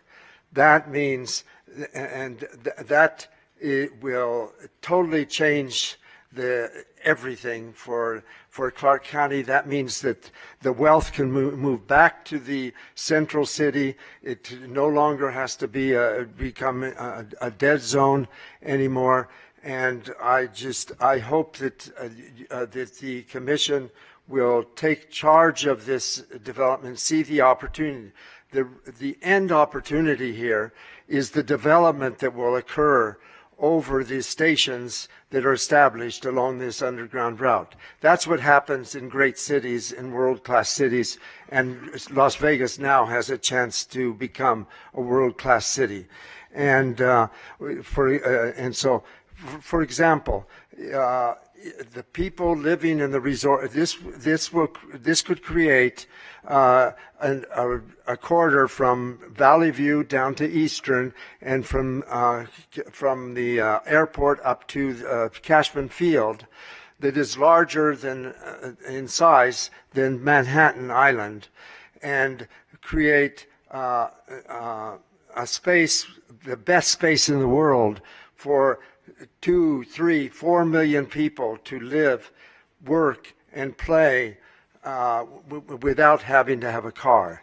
And so that means thinking about redesigning our whole look at things. And, for example, for each apartment that's built, create a fee of $100 a month for each apartment that can be built, that will enable funds to create the walkways and the parks and everything else that could fit into this central city. I'm sorry for going over time. You're fine. Thank you. It's so fabulous. We have this huge opportunity. We're trying to get there so we can read about it. So thank you, Mr. Euling. Thank you. Anybody else wishing to speak during public comment? I am going to go ahead and recess until 1:15. Thanks for watching Clark County Television. Because of UMC, there's a wide open road ahead of me. Because of UMC, she can grow up with her twin sister. Because of UMC, I'm here to help you. UMC, the highest level of care in Nevada.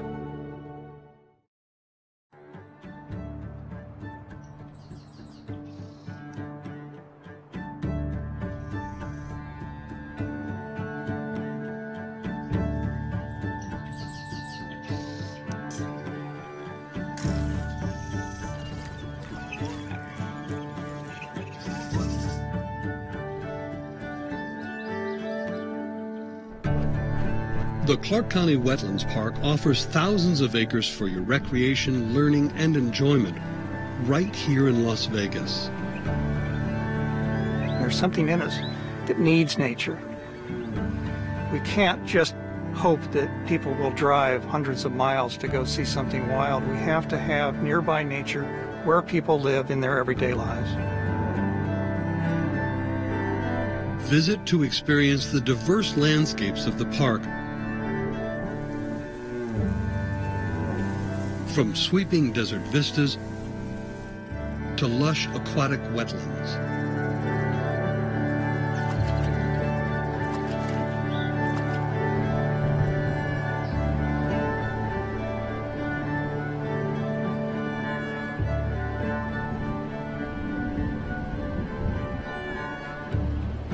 The park's many habitats are home to hundreds of species of wildlife, making it a great place to view animals and also do wildlife research. We're at a revegetation site just upstream of our Pepco weir. We came through with volunteers back in February of 2002 and revegetated this area. Volunteers planted this and then Mother Nature helped us along. The plants are growing so nice and large and tall, creating shade, and that is so crucial for this wildlife. We had ourselves a southwestern willow flycatcher this year. They were federally listed in 1995 by the government as endangered, and that means that its population has declined to the point where extinction is quite possible if something is not done. What was so thrilling and did indeed lead to that sense of victory was the bird was here, but it stayed. It wasn't detected just one time. It was detected on multiple occasions, being very territorial, being very present in the habitat. We're creating the habitat that these birds really need.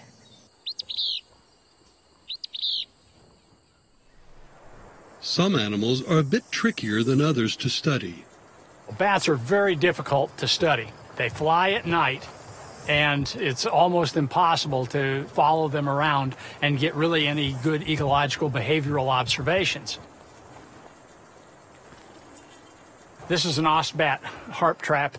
You have this monofilament line that's about an inch apart on both panels, and then each panel, the strands are offset. They'll come along, they know they can negotiate this, they'll fly up, and they actually turn sideways and fly through the strand. They're perceiving this, but they're not really perceiving this second panel. So they'll get through, and then they bank right back up to continue flight, and now they're stuck in between these two panels. And so they'll flutter down and slide into the bag. We have 17 species in the wash, and 3 that we normally find when we're doing capturing are pallid bats, pipistrelles, which are the smallest bat in North America, and Mexican free-tailed. This is the bat detector right here, the broadband microphone that picks up the bat signals. We use sound to visually determine what the species are. You see my fingers doing this. The dry skin is rubbing. We don't hear anything. But we're producing ultrasounds, much like a bat's call. This has allowed us to now come out in the open without ever touching a bat. Well, there's a lot of things that we can find out from this technology. Well, I've seen a few flying over the top of us. Yep. That is a Yuma myotis, one of the little mouse-eared bats. And this particular fellow lives along these areas where there are bodies of water. There we go. There's a pallet again. Bats are the most interesting animal that I've ever studied. If you want to know everything about a given species, do 1 year of study. You'll know everything. You have your 4 seasons. If you go out and do a second year of study, you find out you know very little.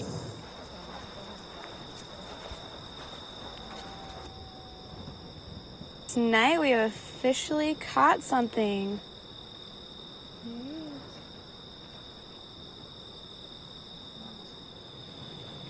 All right, so determine his sex. He's a male. He's an adult. From here, we'll go and key the bat out using all of their special characteristics. Their ears, their tragus, their calcar, their forearm length, their hind foot length. And that will indicate what kind of species this is.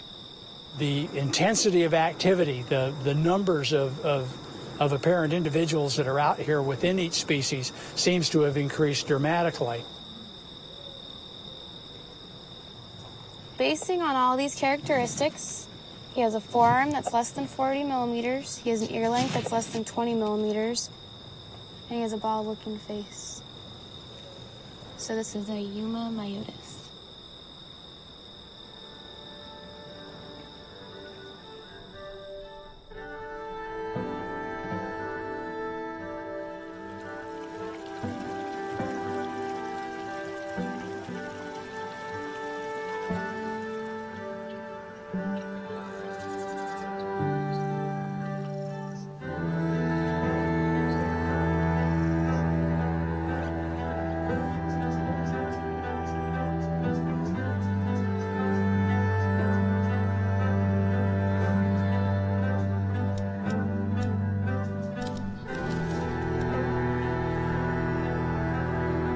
When I was a kid, my special place was the woods behind our house.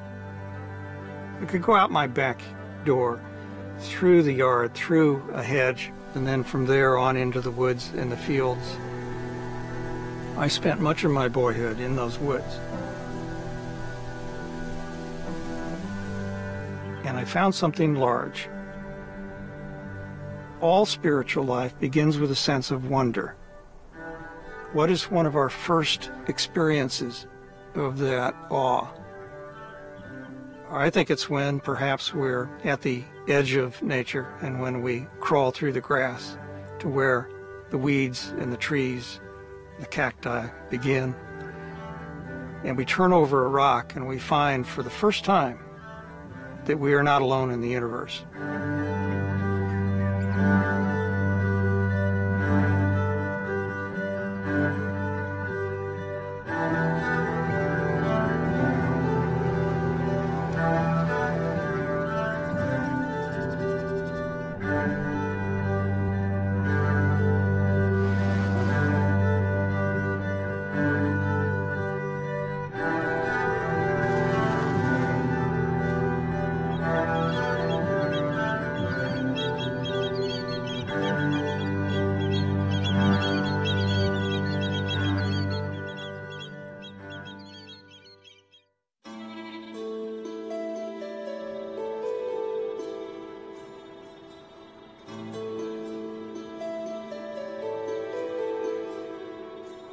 I began photographing the Las Vegas Wash in late 1970. When you were in the Las Vegas Wash, even though you could see Las Vegas, you felt like you were a million miles from anywhere. It had its own odors, its own scent, the smell of the creosote in the morning. That sense of isolation and wildness that I greatly appreciated. More people for the longest time thought of the Wash as a dumping ground rather than as a place of getting back to nature. I mean, think of the term wash as in to get rid of anything you don't want anymore, to wash my hands, to be done with. The Las Vegas Wash had always that reputation to it.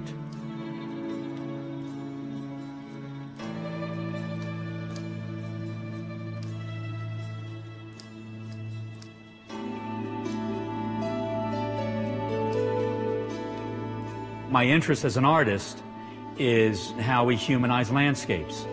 And I can't understand the humanization of nature by sitting in a studio. I have to be out there and observing and recording and watching.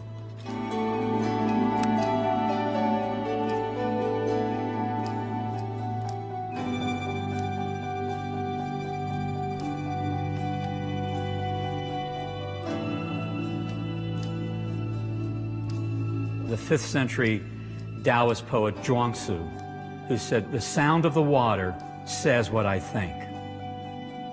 And I think that's pretty profound, as simple a statement as it is. Water speaks to a part of the human imagination about things never change. But within that, things are always changing. So it's always the same wash, but it never is. It's always a different wash. The change of the Las Vegas Wash is something that has a profound effect on the quality of life in this town.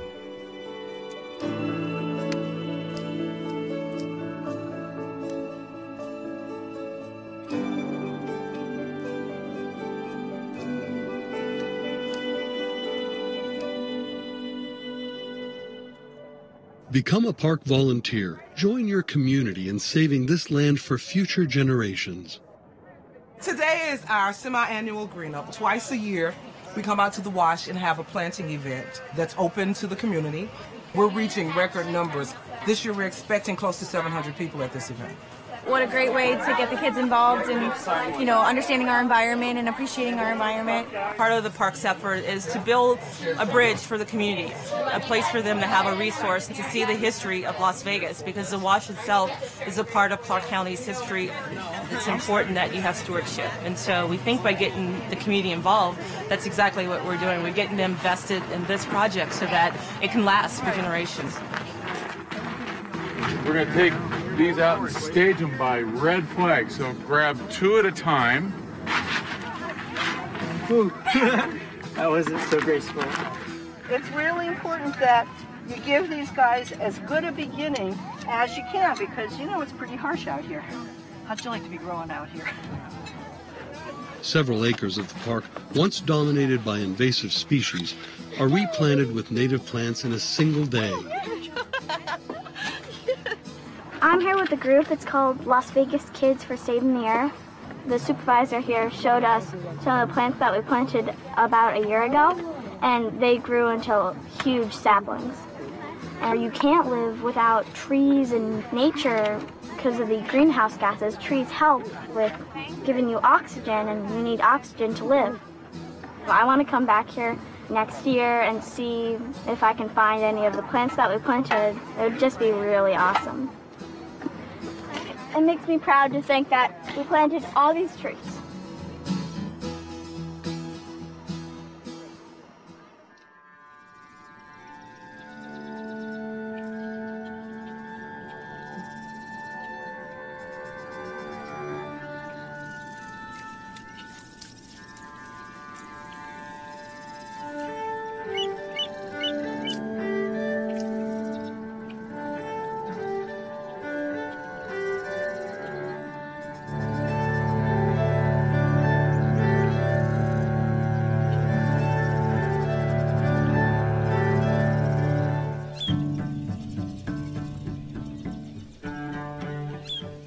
Though the Clark County Wetlands Park is still a work in progress, it's now open for you to experience firsthand. A big, bright, glorious flower like this would be an insect-pollinated flower, and it's got a big open... Experience the park in a deeper way by joining a guided tour. Learn about the abundant flora and fauna of these desert wetlands. The Wetlands Park offers education appropriate for all ages, including outdoor classes to engage kids and teens in science and the natural world. So if we're looking for a spider, what maybe would you look for? He's right there. Oh, and now he's finally got the zigzag there. Do you see that guy? Hey, that's beautiful.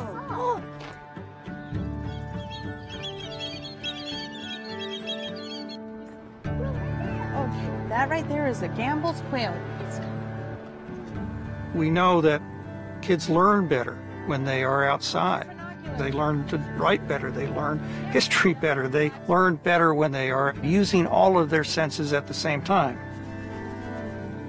We're hardwired to need the beauty and the immersion in nature. One of the great importances of urban parks is that they provide that nearby nature. Nature heals us in ways that we fully do not understand.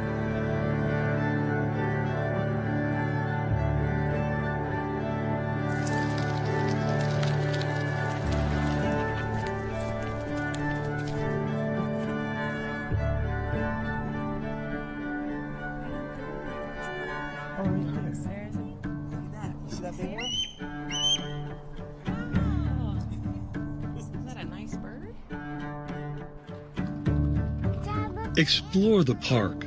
Come to relax, recharge, and leave the city behind. Very nice out there. Look at that. The Clark County Wetlands Park. It's yours.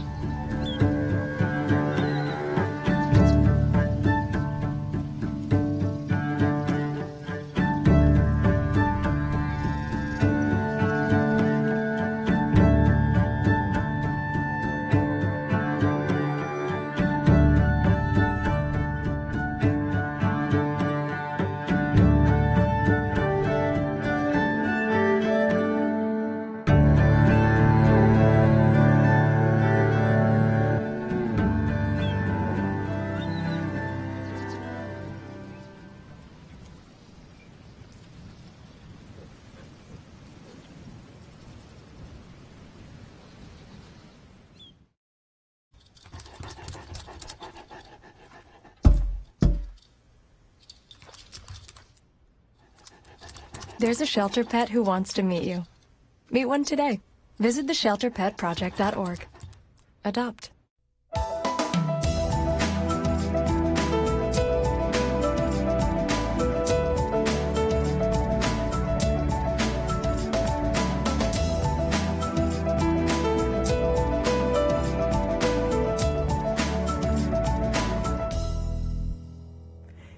be surprised to know that the right to vote was not the most important issue when the women's rights movement began in 1848. Education, child custody, and a right to control one's own property took precedence. When the United States became a nation, adult women did not possess individual political rights. Our legal system authorized the propertied family patriarch to represent his wife and unmarried daughters in all matters. Nearly 70 years passed before women sought an independent political voice at the first women's rights conventions in Seneca Falls, New York in 1848. Rights conventions spread across the country, airing new ideas on women's property and legal rights. This reform arrived in Nevada with the pioneering transcontinental travelers.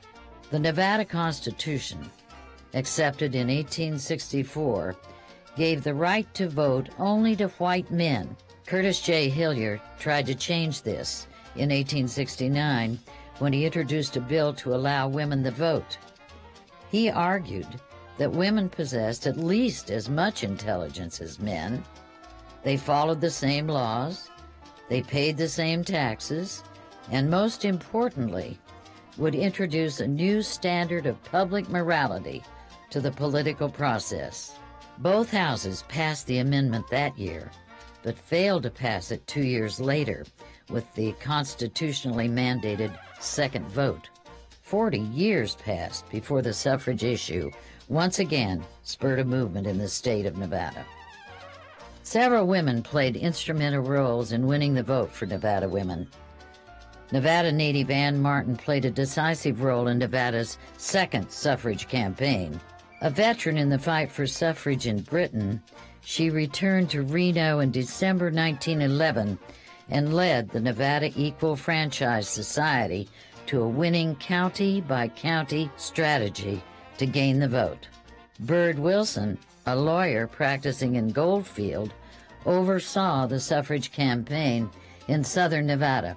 She wrote Women Under Nevada Law, a pamphlet that was sent around the state as suffrage material. Las Vegas was a small town compared to Goldfield, and no suffrage organization existed until 1912, when Delphine Squires, active in women's social organizations and co-publisher of the Las Vegas Age, served as the local contact to coordinate suffrage organization speakers. While Squires agreed women should vote, she believed suffrage should be achieved diplomatically and not in the more radical ways of Martin and Wilson. Despite her discomfort, she played an integral part in bringing women's suffrage to Nevada. On November 3, 1914, the general vote was taken to decide whether Nevada women would be allowed to vote. It took several days for the results to be tallied, but the amendment passed, with a margin of victory coming from the rural regions.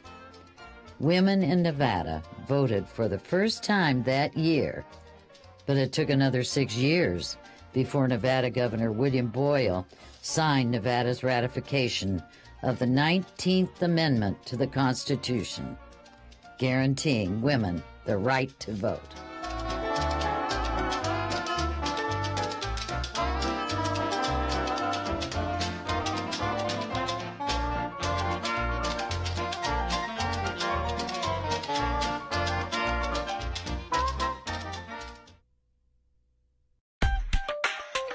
Happy Chinese New Year, Gong Hei Fat Choi.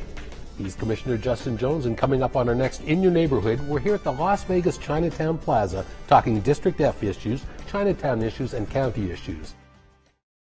Our community, our home, Clark County, Nevada.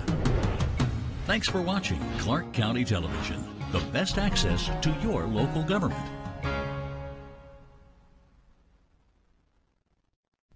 It's the one place in Las Vegas where National Geographic shares their global experience with our local adventurers. We've got camps for all the kids. We see why home has always meant Nevada. And there are many more stories at the Springs Preserve, where all that matters is what's elemental.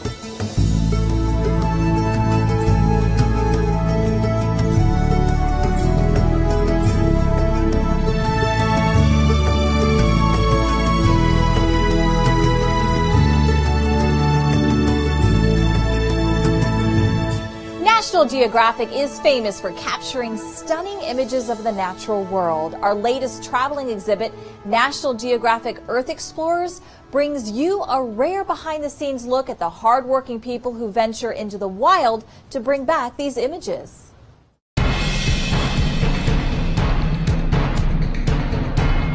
I like how this exhibit puts people in the shoes of the explorers. Everything from just how do you get to a place to what you're actually doing there, some of the dangers that you might face getting there. It makes the science fun and exciting, and kind of shows us that it's actual humans and people who are going out there and getting these amazing photographs and this amazing video. It doesn't take itself.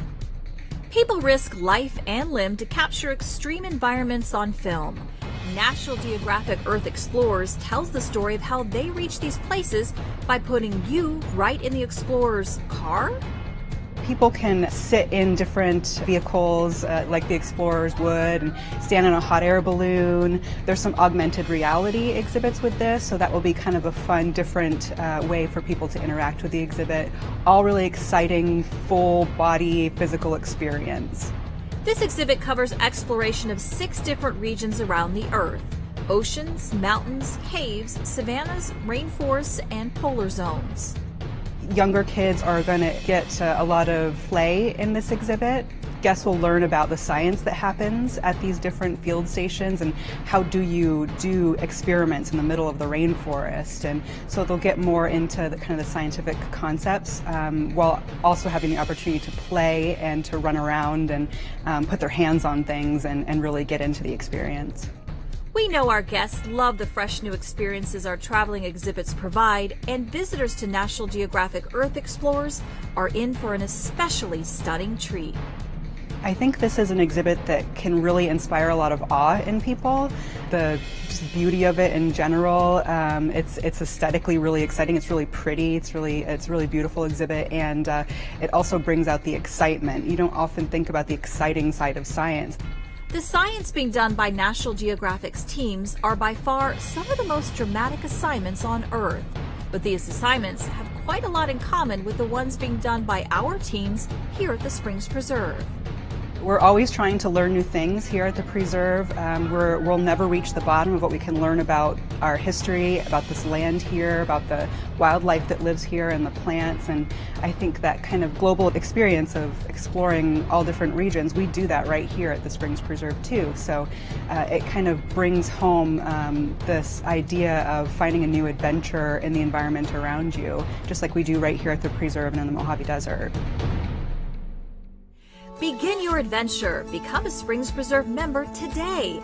All of our memberships include year-round access to the Springs Preserve and Nevada State Museum, discounts on activities and in the Divine Cafe and Gift Shop, exclusive member previews and events, and discounts to more than 300 gardens nationwide.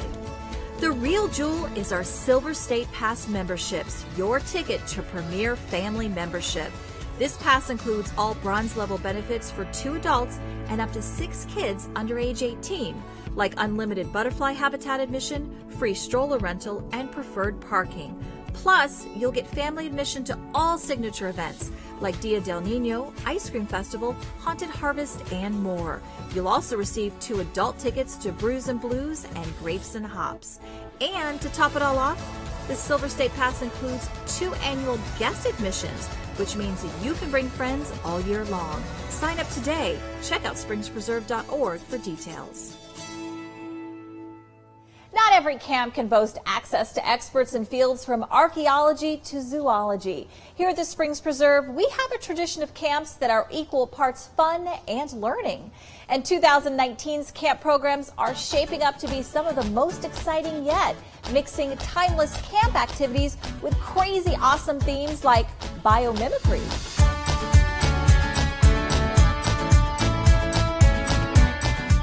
So this year's theme for Spring Break Camp is Eureka! Inspired by the wild. And it's all about biomimicry. So that's the idea that scientists, engineers, designers look to nature for inspiration. Maybe that's how leeches caused you to have better laundry detergent, or how mushrooms will help us survive on Mars, or even how the Springs Preserve itself, the architecture was inspired by the desert animals around us.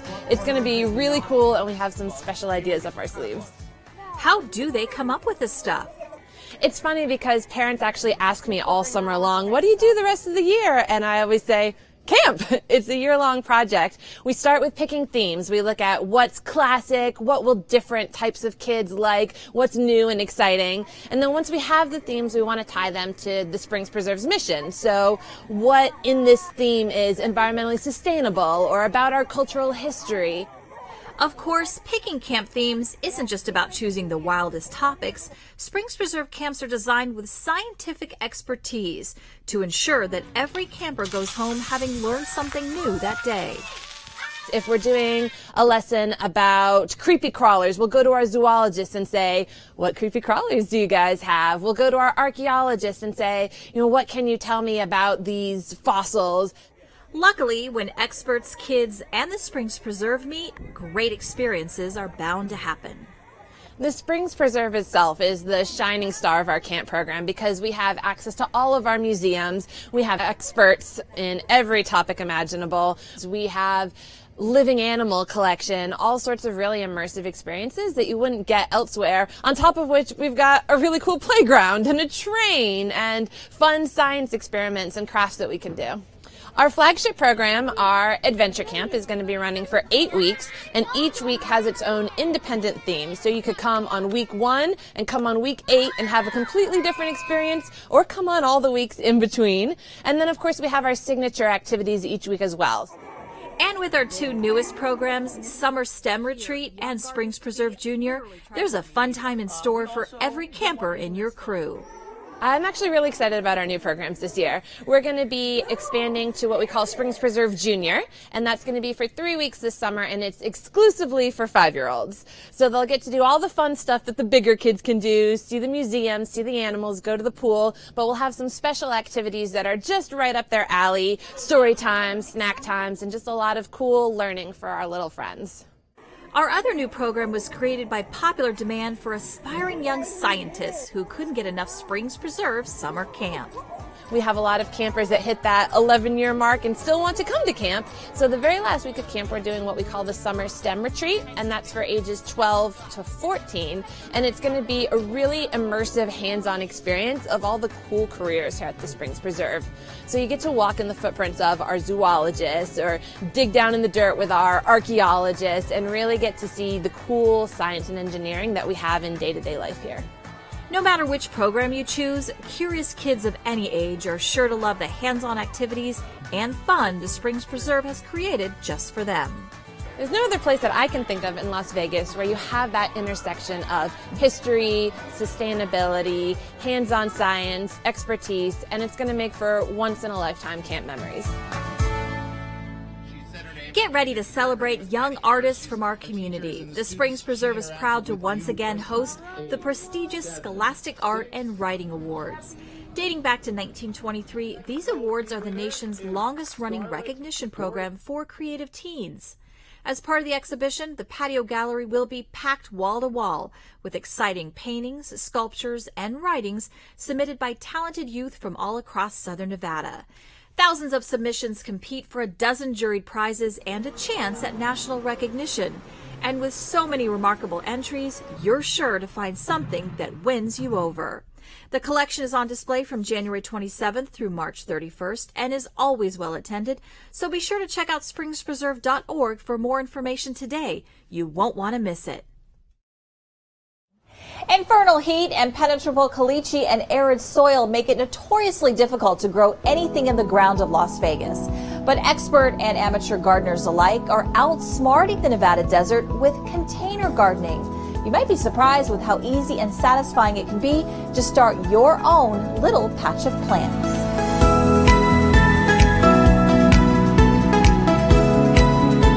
I love having containers in my garden because they add a little art and a little flair to it too.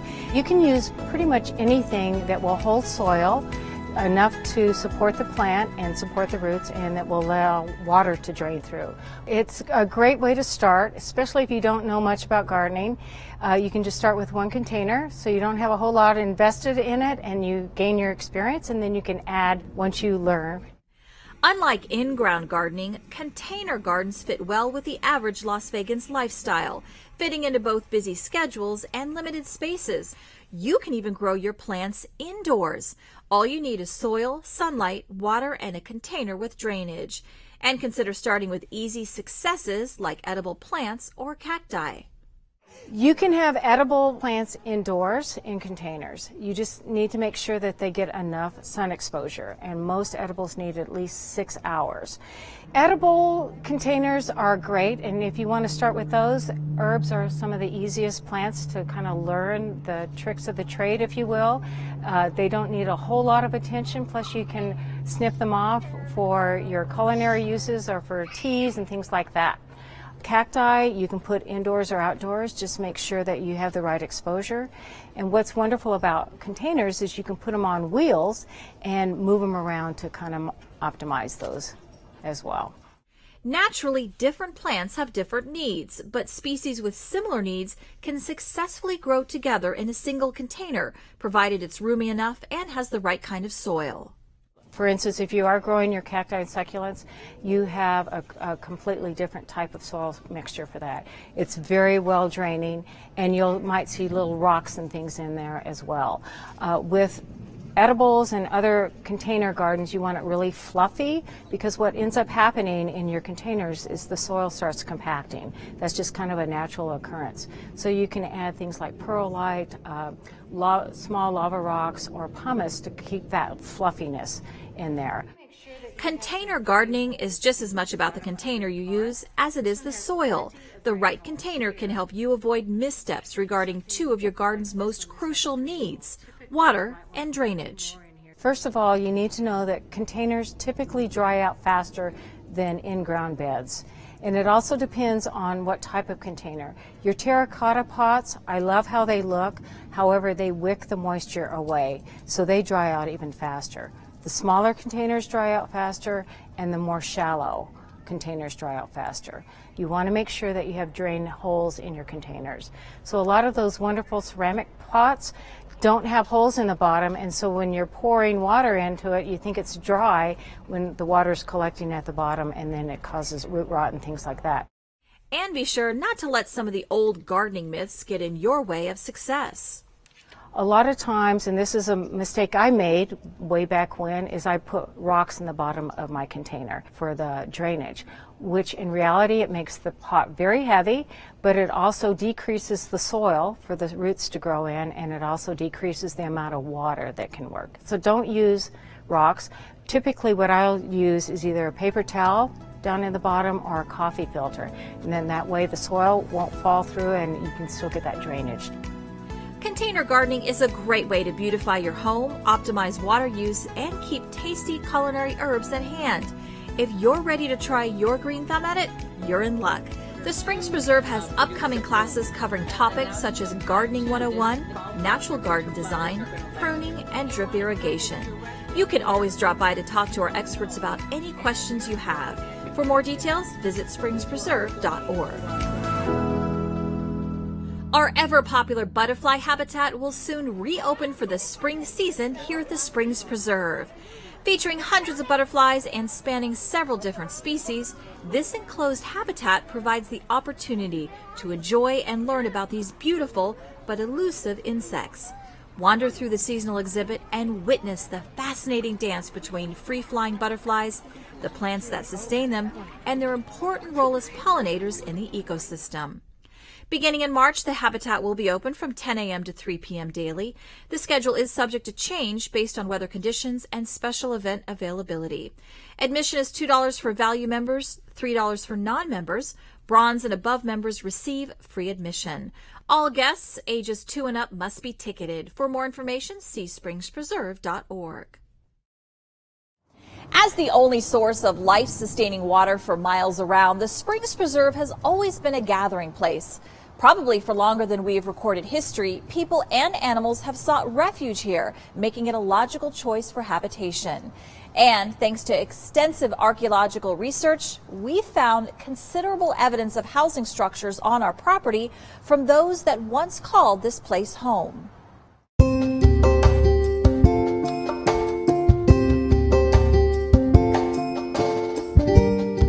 earliest evidence we have of habitation, of people actually building homes here at the Springs Preserve, comes from our pit house area. These houses were very shallow constructions, maybe excavated down about 3 feet or so into the soil, and then over the top there would have been a superstructure or sort of a dome made out of willow or mesquite or other woody plants like that. The constant search for food or need to flee marauders meant these shelters had to be easily disassembled or abandoned, so they never left much of a footprint over time. So it took some pretty sophisticated equipment operated by experienced scientists to finally unearth these early homes. After the Springs Preserve was established in about 2008, we brought in a crew to do remote sensing work. We did ground penetrating radar and electro-resistivity to judge what may have been under the surface of the ground rather than dig it all up. And we got some great results on that. We were able to re-identify a pit house that we had excavated in the early 2000s and found 2 more pit houses that we have remained unexcavated on the site. Built by the area's indigenous people, these shelters were known as Wickiups or Connie and were surprisingly effective against seasonal temperature extremes and as protection from the elements. Even though they were small, they accommodated most of the daily activities of life. So inside of these pit houses, you would have had a fireplace or a hearth, usually centrally located. In some of these other pit houses, you would have had storage pits that would have been excavated into the ground. So you would have had your stove and your refrigerator inside the floor of your house there. And so types of artifacts that we found in our pit house here include stone tools, things like projectile points or scrapers. We also had different types of ceramics, mostly cooking type vessels that would have been used in the fire to help cook their meals. Moving forward in time, the very earliest European settlers also found this spring site to be a desirable place to make roots. So we know that Mormon missionaries came here in the 1850s and constructed the Mormon fort. We know that they did some activities out here at the Springs as well, but they didn't build any houses, they didn't build any habitations. The next evidence we see of actual occupation here on the Springs Preserve site dates to the late 1800s, anywhere between 1870 and 1890. We know that J.B. Williams and John Howell were 2 ranchers that lived in here and owned 2 sections of land right next to each other. And John Howell, to the best of our knowledge, lived out here at the Springs. And once again, work done by UNLV in the early 1970s identified a dugout structure. Similar in concept to a pit house, a dugout employed improved technology to add square feet, depth, and much more durable walls and roof structure. Now here at the Springs Preserve, we were able to identify, in our dugout, we were able to see the adobe bricks. We were able to see cottonwood beams holding up the roof and roof beams on top. And very clearly, it had a south-facing entrance facing directly onto the creek there. When European settlers came into this land, they soon realized they needed to take some lessons from the indigenous people that preceded them. Locally sourced dirt beneath your feet can be compressed and mixed and turned into adobe over time. You don't have to go out and cut a bunch of timber down from Mount Charleston and bring it down into the valley. Your building materials are expedient, they're close to you, and you can use them from pretty much anywhere. As pervasive as adobe construction is across the American Southwest, it was unusual to not find any on site here at the Springs Preserve. Then, an archaeological survey done in the early 2000s uncovered the ruins of an unusually large adobe building just north of the Spring Mound. They identified an area that looked like adobe melt. It looked like adobe bricks or an adobe wall had over time eroded and sort of flowed down onto the ground around it. This location, we found this adobe melt, very closely fit a picture that was supposed to have been taken out here, dated to 1906. And the picture is really fantastic. It's a woman sitting on her horse in front of a collapsed adobe brick structure. And the fascinating thing about seeing this woman on the horse is you get an idea how big this house was. And the house was pretty substantial, probably about 20 by 40 feet in size. For that time period, that's pretty big for being made out of adobe bricks. Perhaps a century had passed from the building of that adobe dwelling and the taking of that photograph, and another century has passed since then. In that time, the population of this area has swelled to over 2 million people, and technology has advanced exponentially. But as our environment warms and water becomes more precious, we are now realizing that in order to make our modern homes as efficient as those built before, it might be a good idea to look to the ways of the past. Well, when you come to Springs Preserve and you see that span of history, from early habitation camping to pit houses to dugouts to adobe structures to the modern buildings you see here today. There's a lot of lessons that we can learn from people who've come before us. How they built their houses, how they interacted with the environment, what sort of passive ways they used to sort of heat and cool their houses and protect themselves from the elements. We have that all here, and so we can sort of tell that story from front cover to back cover about how life and how habitations and houses have developed in Las Vegas. Take a 20-minute narrated ride down the preserve's 2.2-mile exploration loop trail on our trackless train, or grab a Boomtown transfer if you just want to visit our historic recreation of Las Vegas's 1905-era Main Street. These round-trip trains leave hourly, starting at 9:30 a.m. daily, with the last transfer leaving Boomtown at 4:30 every afternoon. For ticket pricing and more information, visit springspreserve.org. Originating in the Middle East, this 14th century recipe has been so popular it rapidly spread across Europe and onto the Americas, being adapted along the way to suit local tastes and cultural influences. But Chef Sicily wants to take shakshuka back to its origins with all its inherent spices and rich flavors.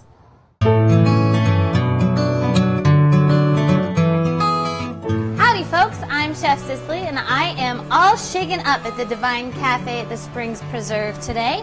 I am making shakshuka. Shakshuka is traditionally a Mediterranean and Middle Eastern dish. It has different variations all over the globe, and we're going to put a couple of those variations on it today. The first one is a variation on the spice that is used.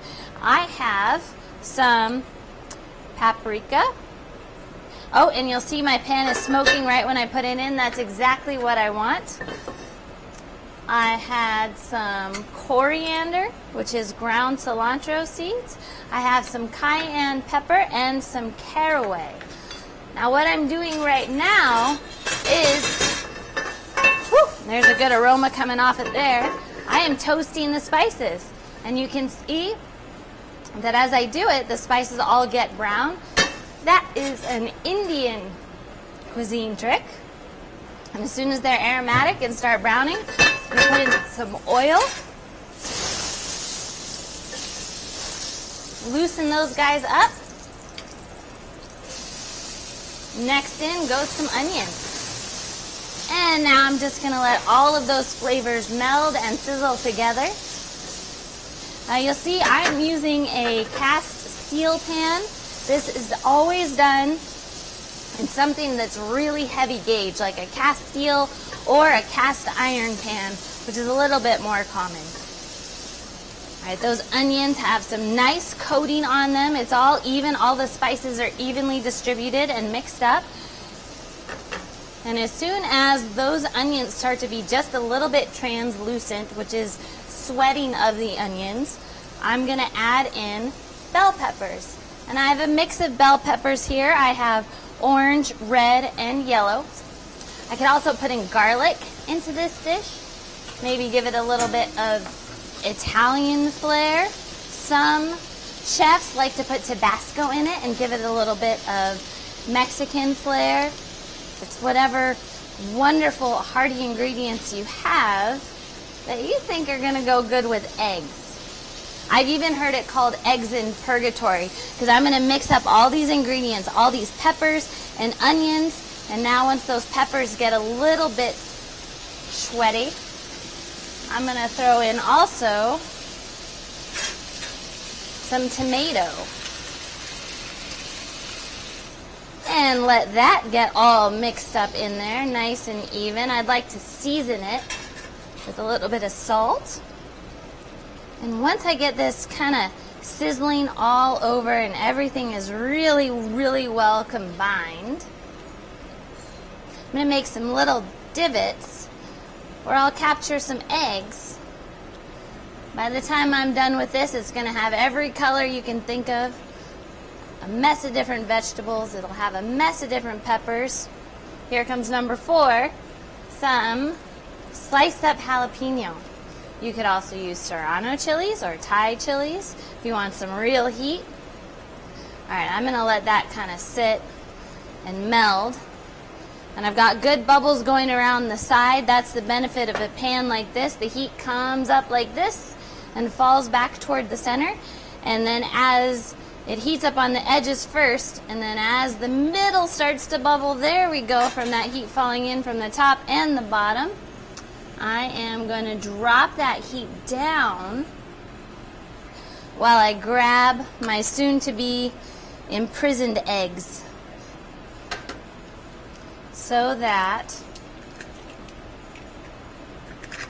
the egg, or some bubbling so that it continues to cook and heat up. Now, if you're not too confident on cracking eggs direct, you can do this into a little bowl or even into the mouth of the ladle and then pop it into those little divots.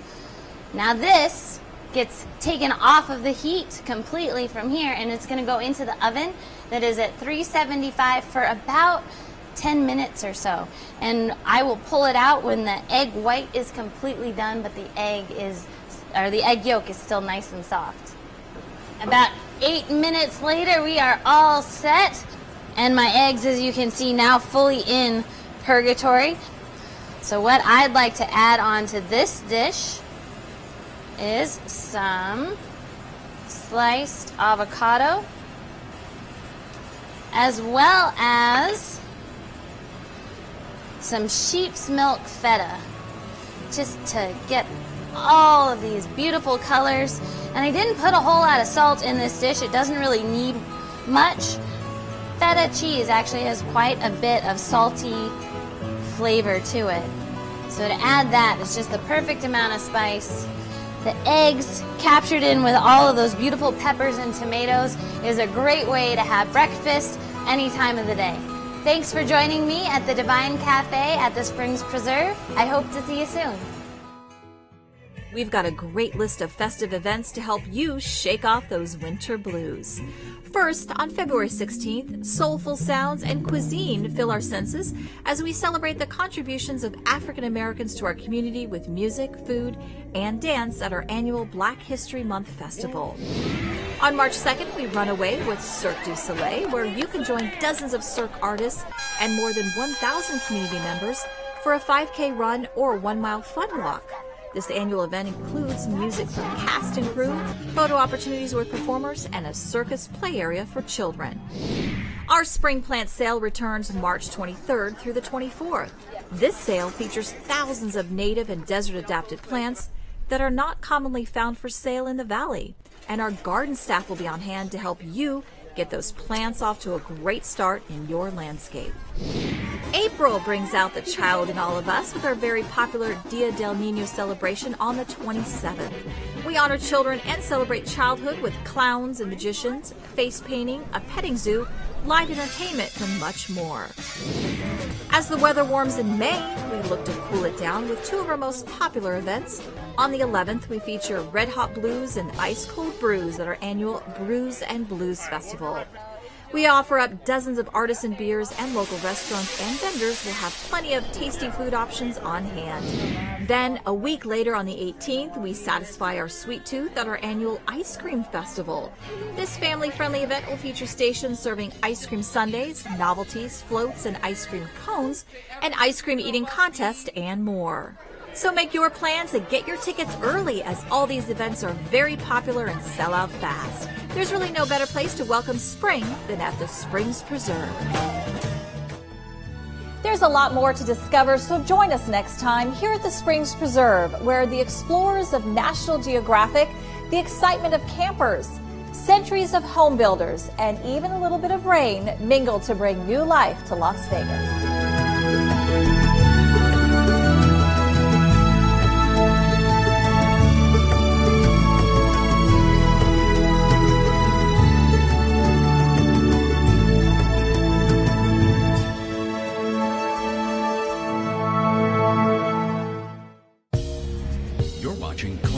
Television. This park in Summerlin is home to walking trails, a playground, and weekly farmers market. Recently, it also became a home for an important environmental message.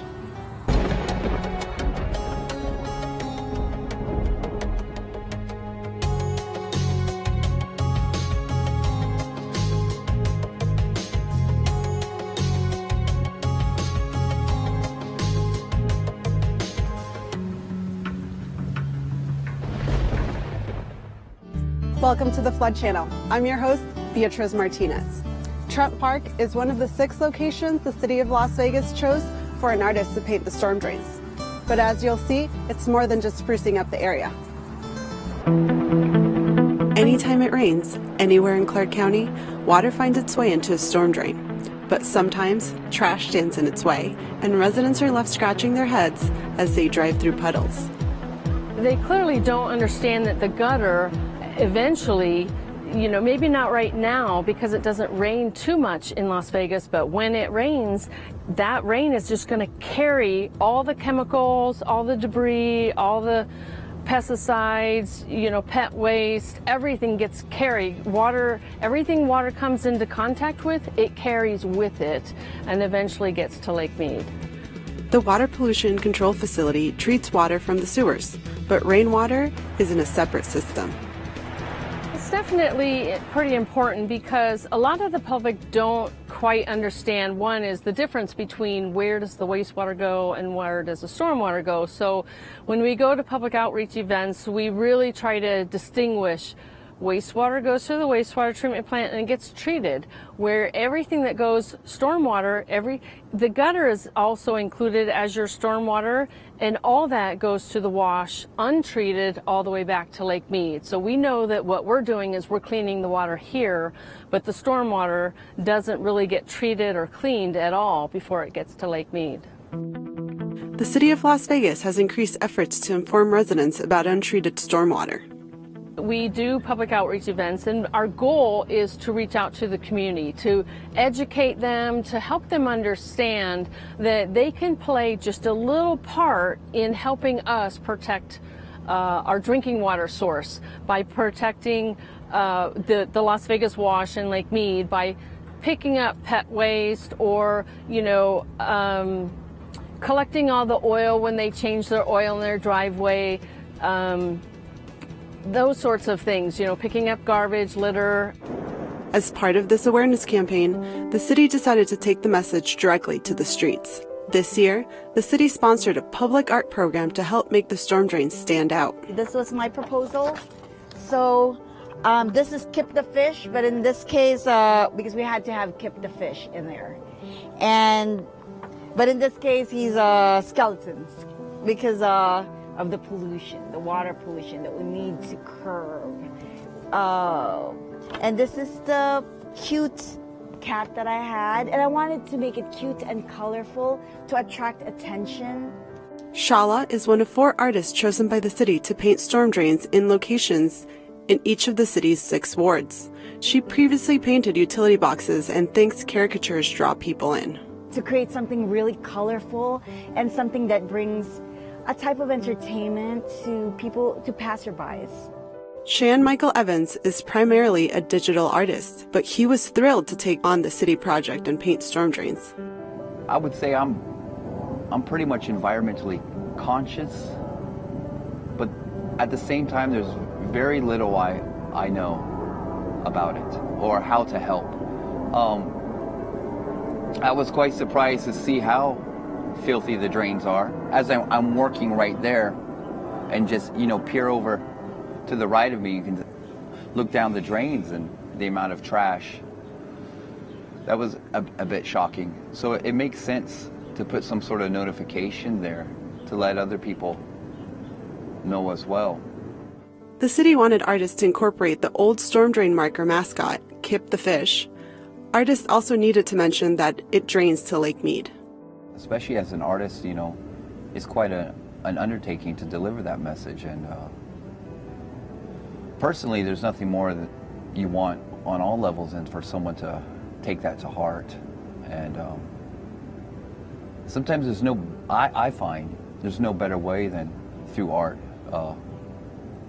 colors and, even words, something that just draws attention to it, something that people need to be drawn to.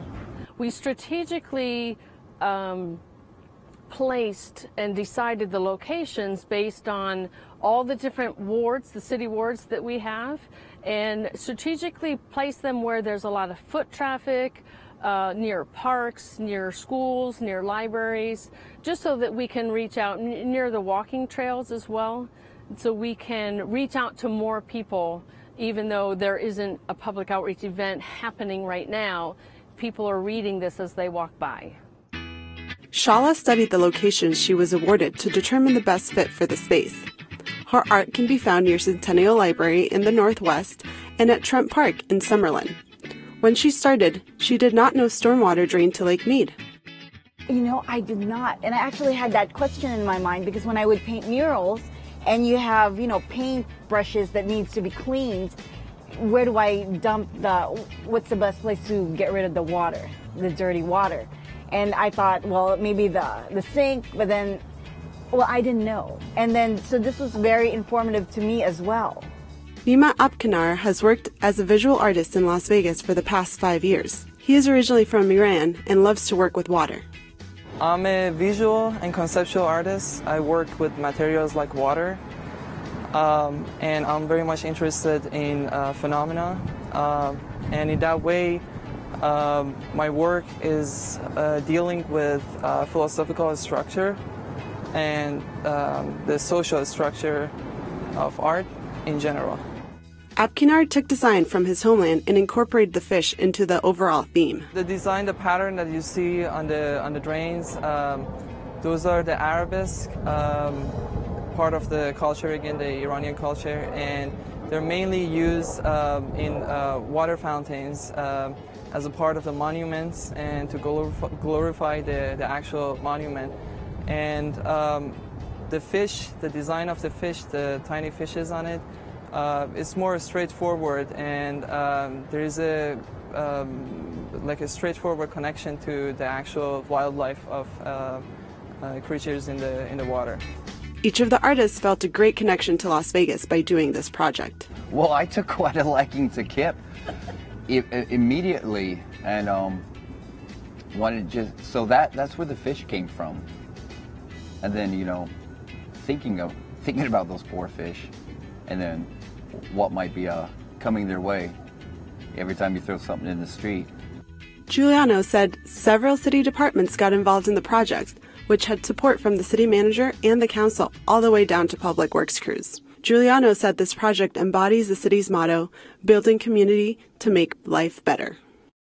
To be able to reach out the community, and, you know, if you happen to be walking by and you see someone who's really not understanding that what they're doing is impacting the storm drain, whether they're sweeping leaves into the storm drain, you kind of explain to them, I understand they're just leaves or they're just debris from your yard, but you know what? They are being carried to the wash, and they're actually clogging the storm drain, and then when a flood comes, that's going to overflow. So their little small impact, you know, what do you do with it? You sweep it up and put it in the garbage rather than down the storm drain.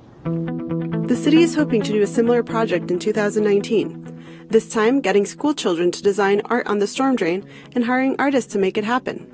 All of the artists said they'd love to work on the project again. I love it.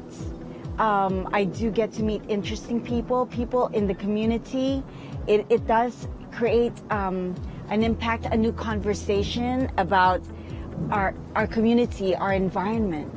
And it's very important, protecting our wildlife, Lake Mead. These are dear to my heart, and I know it's important to people who live here in Las Vegas.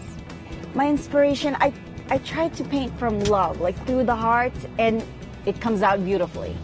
That's what I do, and that's what inspires me to create something, to create more beauty in the world.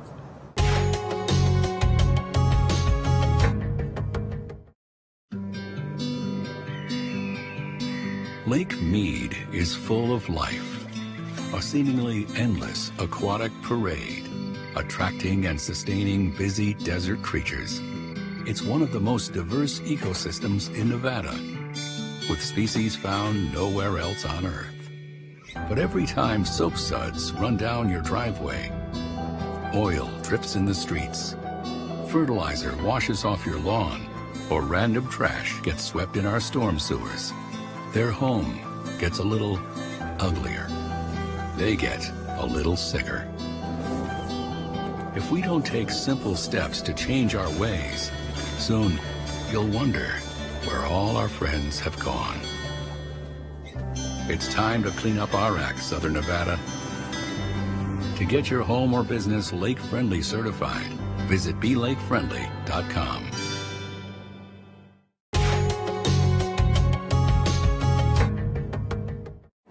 Some residents still don't know that anything you put down the storm drain can end up in Lake Mead.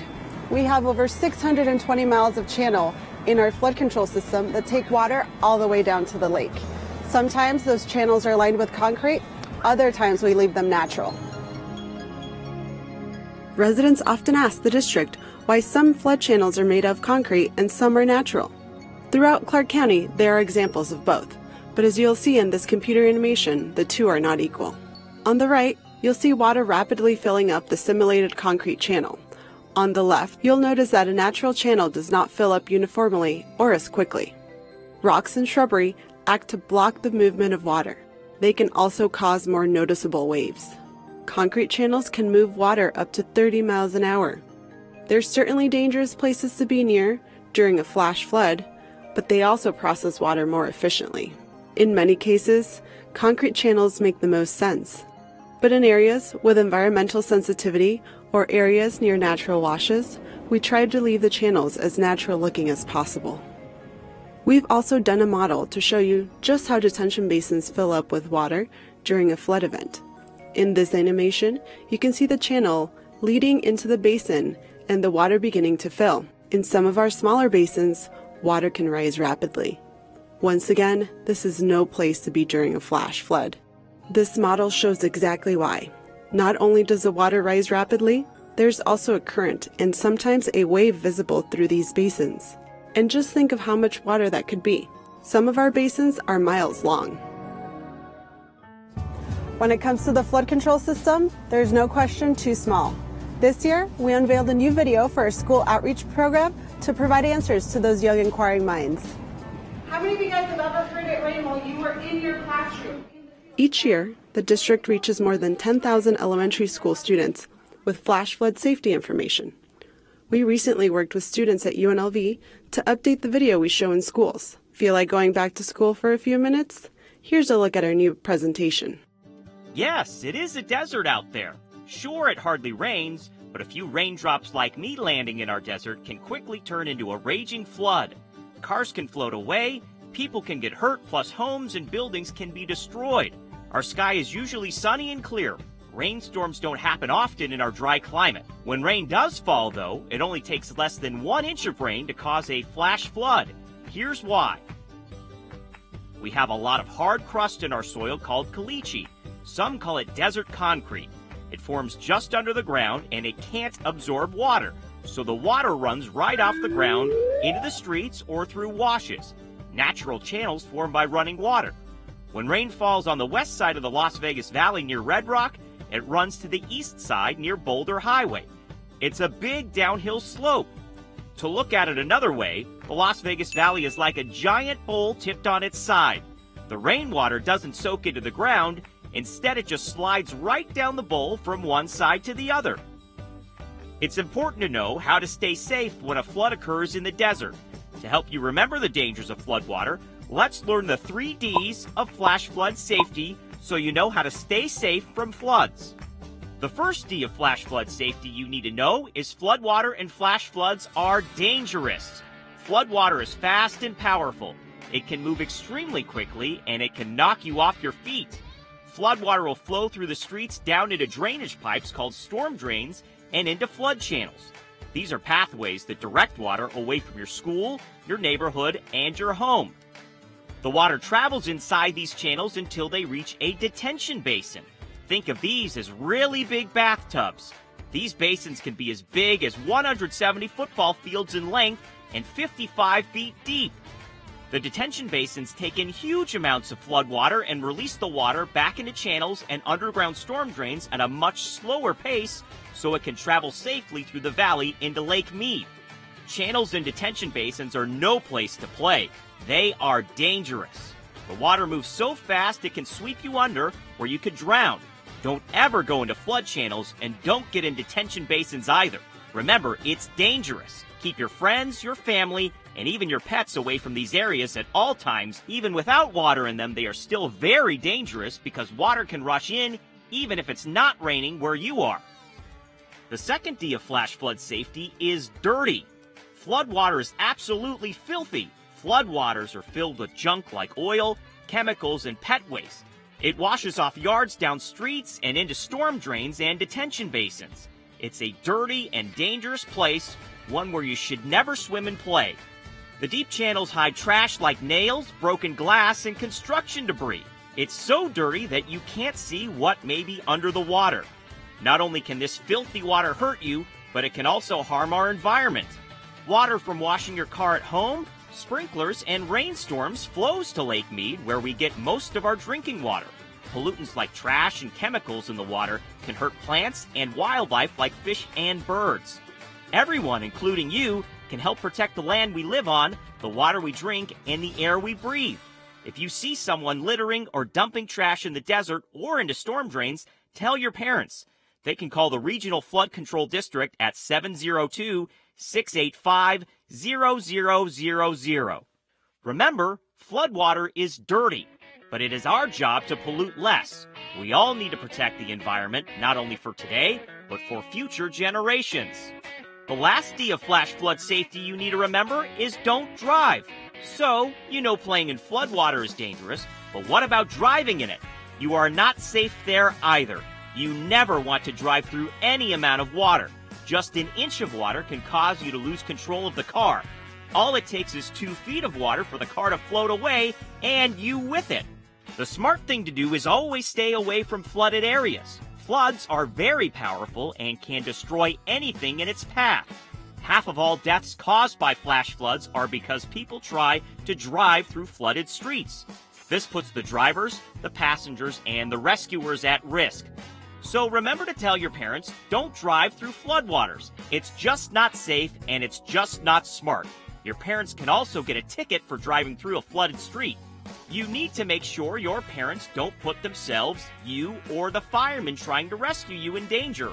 If a street is flooded, turn around, don't drown. When it rains, be alert. There are many signs that'll tell you rain may be coming. Lightning and thunderstorms in the valley can be beautiful, but make sure you're inside to enjoy them. Listen to radio or TV.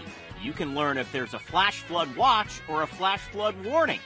A flash flood watch means it's raining heavily and a flood could happen soon. Tell an adult if you know there's a flash flood watch and stay out of the rain. A flash flood warning means a flash flood is happening right now. Tell an adult and get to high ground right away. Storms in southern Nevada happen fast. The water will go away fast. Just stay inside and wait until the water is off the streets. You can also check out the Regional Flood Control website. There you'll find out how much rain is falling around the valley. If a lot of rain is falling, stay inside and away from the water. Flash flood season starts July through September, but floods in southern Nevada can happen anytime and anywhere. So remember, be prepared, be alert, and make smart decisions so that you can stay dry and stay alive.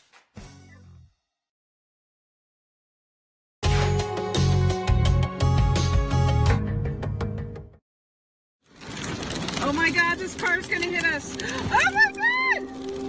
Oh, we're floating! We're floating! We're floating! Oh my God!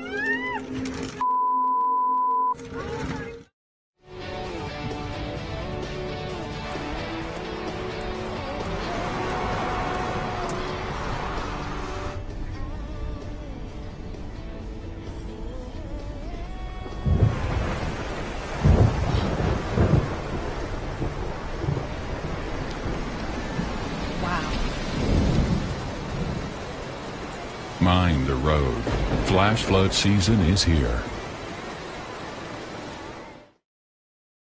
We have all seen the devastation that floods can cause to homes and lives in Clark County. Has your neighborhood or home ever been affected by major storms? Federal Flood Insurance is a smart and cost-effective investment if you think your home is vulnerable. Some easy-to-understand assessments can help determine if you need flood insurance.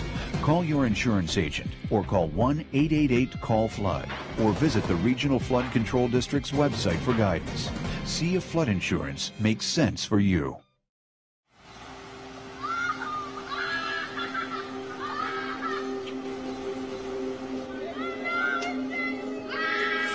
Yep. Look, it's floating.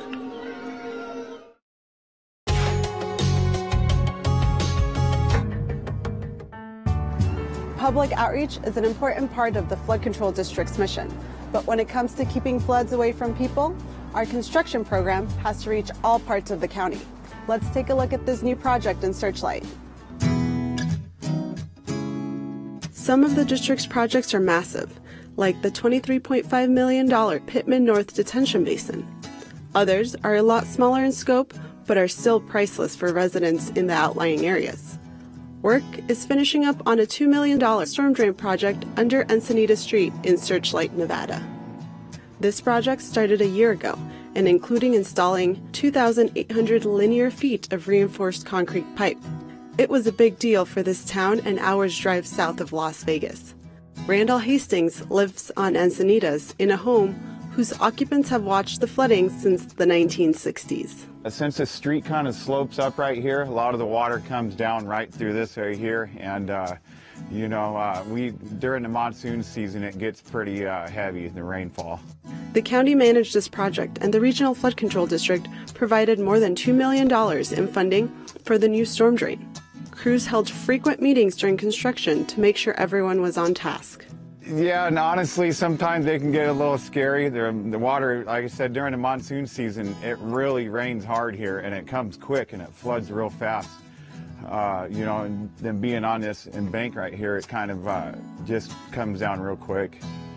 The project connected Encinita Street to existing facilities at the south end of the city. Now, water will move underground and take away the big problem for residents.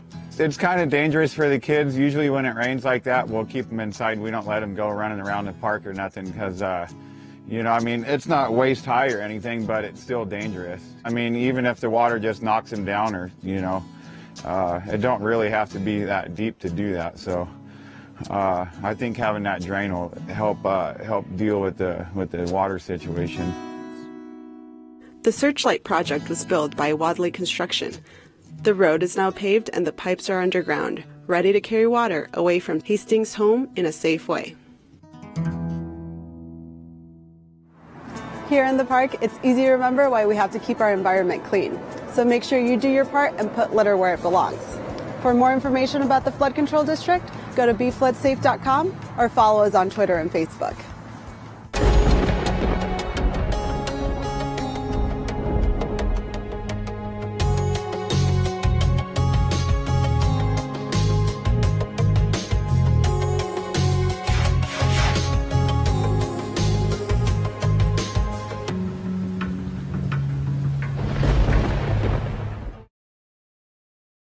When there's snow, Mount Charleston gets thousands of visitors. Traffic can block the highway. Snowplows can't get through. People play too close to the roads and emergency vehicles can't get through. It becomes a public safety hazard. To make the most of your visit, plan ahead. Visit GoMountCharleston.com for news and information or call 511 to make sure the highway is clear. Go to Lee Canyon for skiing and snow play. Dress warmly, don't sled near roads or trees, and don't leave any litter behind. Help keep our winter wonderland safe and clean for everyone to enjoy.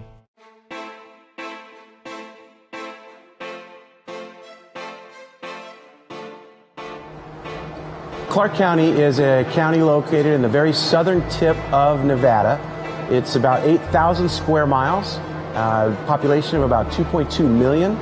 The 400 square miles we cover here in the Las Vegas Valley, including the Las Vegas Strip, which is in Clark County, is our busiest part of that response area. At any given time, we have upwards of 300,000 visitors from all across the world here in Las Vegas on the beautiful Las Vegas Strip. The influx of visitors on a weekly, monthly basis is really a game changer for us in law enforcement. The way the city changes each weekend, each special event, that presents a whole new set of challenges. Clark County, we try to hold ourselves up as an example.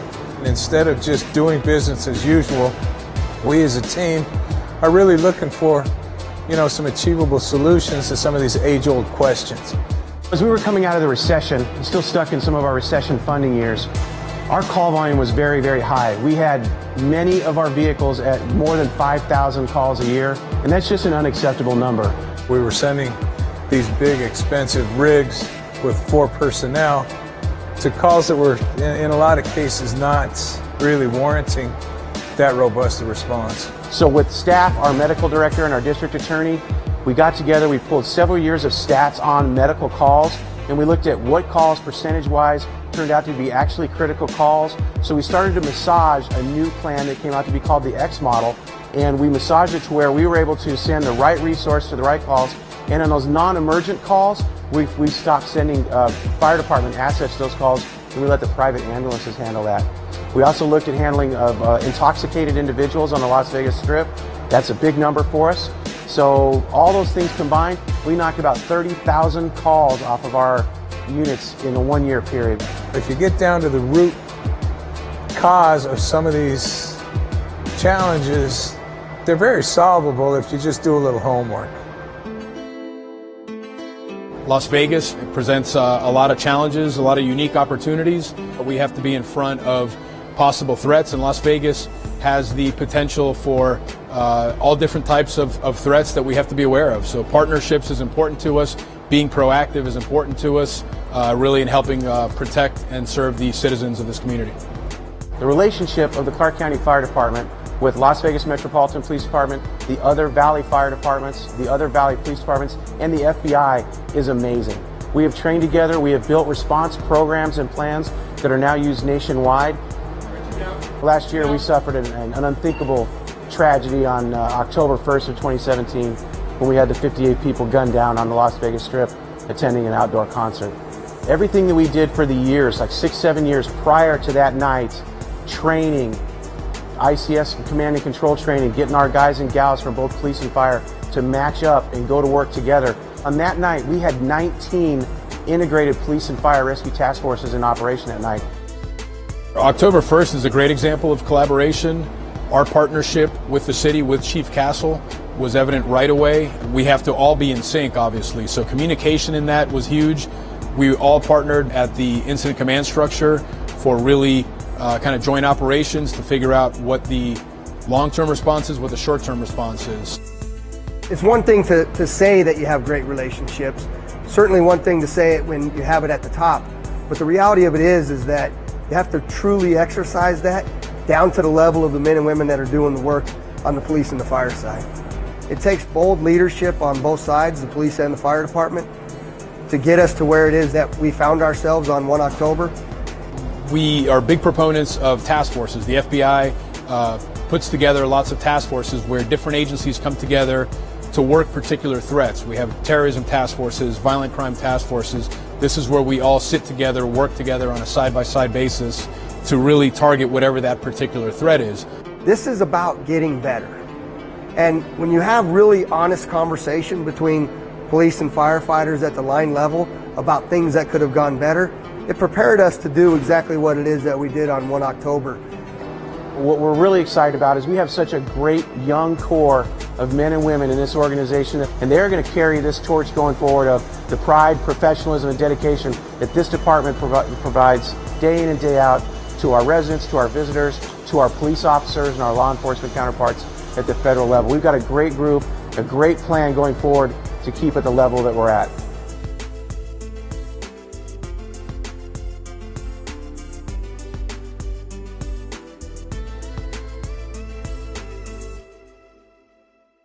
You never know when you can't really see whoops, coming. And sometimes you just can't avoid the old. Life is full of surprises. So when life pulls up, get to UMC Quick Care. For life's bumps and breaks, sneezes and wheezes, one of our Valley locations is ready and waiting to save the day. So you can get in, get out, get better, quick. UMC Quick Care. Thanks for watching Clark County Television.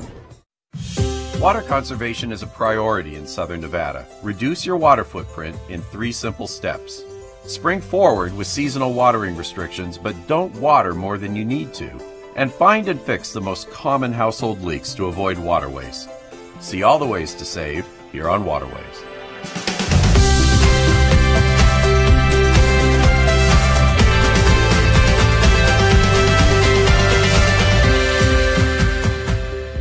Mandatory watering restrictions can help us all water wisely, avoid overwatering, and reduce water waste. In spring, you may be inclined to water more as the temperatures warm, but you don't need to. Your landscape can survive on less. The key is to monitor your landscape regularly and fine-tune seasonal needs.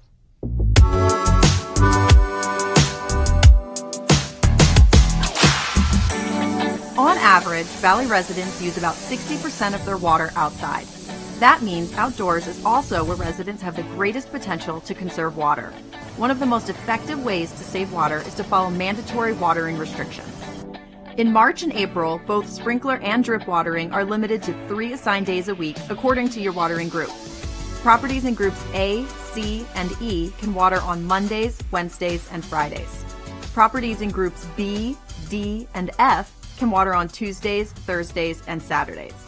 Watering on Sunday is not permitted for any group.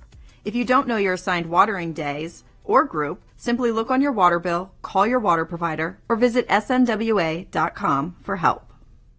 Turf watered by sprinklers and plants and trees watered by drip emitters have different needs. So let's first talk about sprinklers. Check your irrigation clock first to ensure sprinklers are running only on your assigned spring days. Next, set your irrigation controller's start times to run sprinkler cycles in early morning. Water applied in the morning packs more of a punch since it won't evaporate under peak daytime temperatures or get swept away by afternoon winds. Another key to efficient lawn watering is spacing sprinkler cycles over a few hours to ensure your grass doesn't get more than it can possibly drink. Jared, tell us why it's better to water your lawn with short sprinkler cycles. It's great to run your sprinklers in short cycles, roughly for about 4-minute increments, and we actually call it the cycle and silk method. The reason why is that it lets the water run deep into the root zones, and it also avoids runoff. If the water runs from the grass into the street, you might be charged a water waste fee, and that would show up on your bill. Many warm season grasses, such as Bermuda, can stay healthy with even less water. Think about testing this on your lawn. If you remove 1 minute from each of your 4-minute sprinkler cycles, you can reduce sprinkler watering by 25%. Water dry spots with a handheld hose and test sprinklers for a minute or two after every spring mowing. Look for misaligned sprinkler heads and replace broken parts promptly to avoid water waste. Let's switch gears and talk about drip irrigation. Drip watering is needed less frequently, however, you'll set it to run longer, typically 30 minutes or more each time. That's because drip irrigation delivers water more slowly and deeply to a plant's root zone in gallons per hour rather than gallons per minute. Delivered properly, drip irrigation promotes deep roots that provide better anchoring and stability, protection from hot surface temperatures, and a greater amount of nutrients. Drip irrigation is permitted 3 days a week in spring, but established plants often do well with less. Just because you're scheduled to water 3 times a week doesn't necessarily mean that you need to water your plants that many times. What you generally want to do is to monitor your plants and make sure that you transition them well. So for example, in the early spring you can water them once, and then eventually twice, and then eventually 3 times a week. That way you make sure that your plants are going to be growing correctly, and that when it warms up they have the correct amount of water. Like sprinklers, you should routinely check your drip system to keep your landscape's lifeline in good working condition. Walk through your landscape monthly and look for broken lines or clogged emitter heads. Flush your drip line through the end cap in both spring and fall. If you've got some spring landscaping projects planned, the key is to think smart from the start. New desert-adapted plants will need extra watering as they get established, which is allowed for the first 30 days under watering restrictions. After that, it's time to cut back. For more spring watering tips, visit snwa.com. If you're caught watering outside your assigned watering days, you could receive a water waste fine. SNWA member agencies conduct water waste investigations throughout the valley and cite water wasters. A property owner is given an opportunity to correct the problem, but if it continues, the property will be fined for wasting water. If you see water waste, report it immediately to your water provider. A smart irrigation controller can help to reduce water waste by helping you manage your outdoor water use.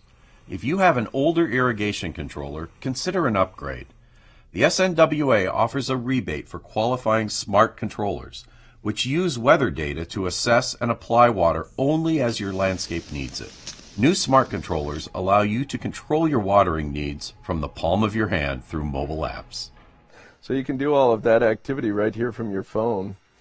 With a simple app, I can stand anywhere on my property or really anywhere in the world and tell my irrigation system to change its program, and all those changes would be reflected right here. So I can just choose a particular area, I can edit the program, I can choose the days of the week, what times to start. I can even put in pictures of the areas of my landscape so that I remember which zone connects with which portion of the landscaping. So this is all happening now for about $100. And with our Smart Controller rebate program, you'd get 50 of that back. Visit snwa.com to learn more about Water Smart Controllers and to print the coupon. Mandatory watering restrictions can help us all water wisely, avoid overwatering, and reduce water waste. In spring, you may be inclined to water more as the temperatures warm, but you don't need to. Your landscape can survive on less. The key is to monitor your landscape regularly and fine-tune seasonal needs.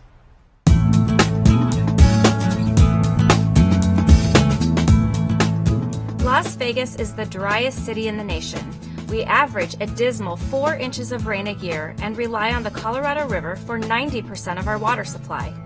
The river system, however, is facing the worst drought in the basin's recorded history. As a result, Lake Mead's water level has dropped more than 130 feet since 2000. With a possible federally declared water shortage in 2020, water conservation is critical for the community. A majority of Southern Nevada's water is used outdoors, primarily on landscapes, and cannot be recycled and returned to Lake Mead. Reducing outdoor water use is an important conservation goal that will help protect Southern Nevada from shortage. There are 3 steps you can take to cut your outdoor water use and make a positive impact on conservation efforts. Follow mandatory watering restrictions, report water waste, and remove useless grass. Doug, let's start with mandatory watering restrictions. Why is it so important to water only on your assigned watering days? Well, first of all, it's important that people know that we created those restrictions around the needs of even a high water use landscape. So you can certainly keep your landscape healthy and still comply with the restrictions. What's cool about the restrictions is it seems like a fairly small and simple thing for people to do, change their clock 4 times a year. But if everybody gets on board, everyone in the valley complies with those restrictions, we're talking about saving billions of gallons of water every year. Don't know which day you're supposed to water? We can help. Visit snwa.com and type your address where it says Find Your Watering Days and Group right on the homepage. You could incur a water waste fee if you're not following the mandatory watering restrictions. Define water waste and what issues could result in a water waste fine. Well, the most conspicuous type of water waste is allowing water to flow or spray off your property. So when you see water just flowing down the street, that's obviously not doing anyone any good. It's not helping a plant, simply throwing away a valuable resource. But the other ways that you can violate the water waste policy are by watering on a day that wasn't assigned to you. So remember, never on Sundays, and look up your watering schedule and know it. And also during the midsummer, we even have time of day restrictions. We don't want to run sprinkler systems in the heat of the day when that water is simply just evaporating before it can even reach the ground. Water waste fees for SNWA member agencies start at $40 to $80 for most residential customers and double each month if the water waste continues. Properties with larger meters pay significantly more for wasting water. These charges appear on your water bill. If you're wasting water, fix it before you incur a water waste fee and report water waste to your water provider when you see it. The biggest water guzzler is grass. If the only time you step on your grass is to mow it, take it out and receive a cash rebate when you replace it with WaterSmart landscaping. An average 1,000 square foot residential landscape conversion can save more than 50,000 gallons of water per year. But when we do remote sensing, use aerial images to look around the valley, we suspect that there's still as much ornamental or non-functional turf in the valley as has been converted to WaterSmart landscaping. So we're about halfway through what we consider to be an important project. We've been doing this now 18 years. And so we're working with some of the customers that are most resistant to these types of changes, and it's important that they reevaluate what they're doing, reevaluate what their needs, how their needs might have changed. In some cases, people's lifestyle has changed, and they might be ready now to undertake these projects, and we're also offering the largest incentive we've ever offered. So we're trying to reach that remaining non-functional turf in the valley, things where people only get on it when they're pushing a lawnmower. We can't afford water for that. Businesses and residents can apply for the SNWA's Water Smart Landscapes rebate online or by calling the Conservation Helpline. Once you've completed the application, the SNWA will review your lawn and conversion areas and answer any questions you may have. You must participate in a pre-conversion site visit before removing any grass. If you don't have grass, but you live in a community where there is useless grass, like this, ask your homeowners association to remove it and replace it with desert landscaping. Many of us live in an HOA, and we know it can be a little bit complicated. So you have all these common areas. You got to work through a board. The board is trying to meet the needs of the residents and so forth. So it's not as simple as convincing a single family household to change their landscaping. What we're doing is a lot of outreach. We're doing mailings. We're trying to get ourselves in front of those boards so we can explain to them what the options are, how we might be able to help, what the financial assistance that we can provide to their project is. And likewise in the business community is also hard to reach because in some cases a facility may not be controlled by the people inside that building. And so we have to go find parent companies and so forth. Same thing, we're trying to reach out to them, get an audience with them, and have a discussion with them. The Water Authority has teamed up with the Las Vegas Lights Football Club to encourage the community, including residents, businesses, and HOAs, to remove grass that serves no purpose.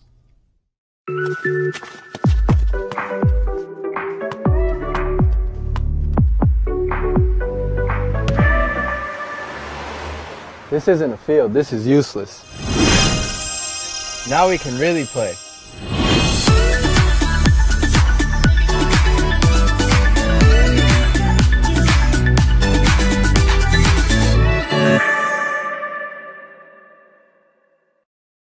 The SNWA will pay you to remove useless grass. Our Water Smart Landscapes rebate program offers $3 for every square foot of grass you replace with desert landscaping, up to 10,000 square feet. Beyond that, customers can earn $1.50 per square foot.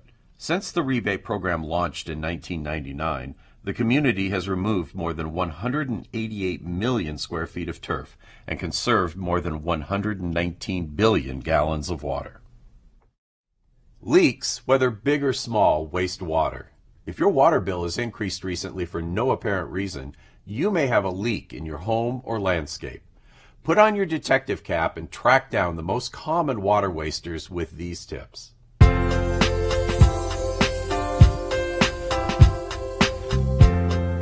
Many U.S. homes can waste on average more than 10,000 gallons of water to leaks each year.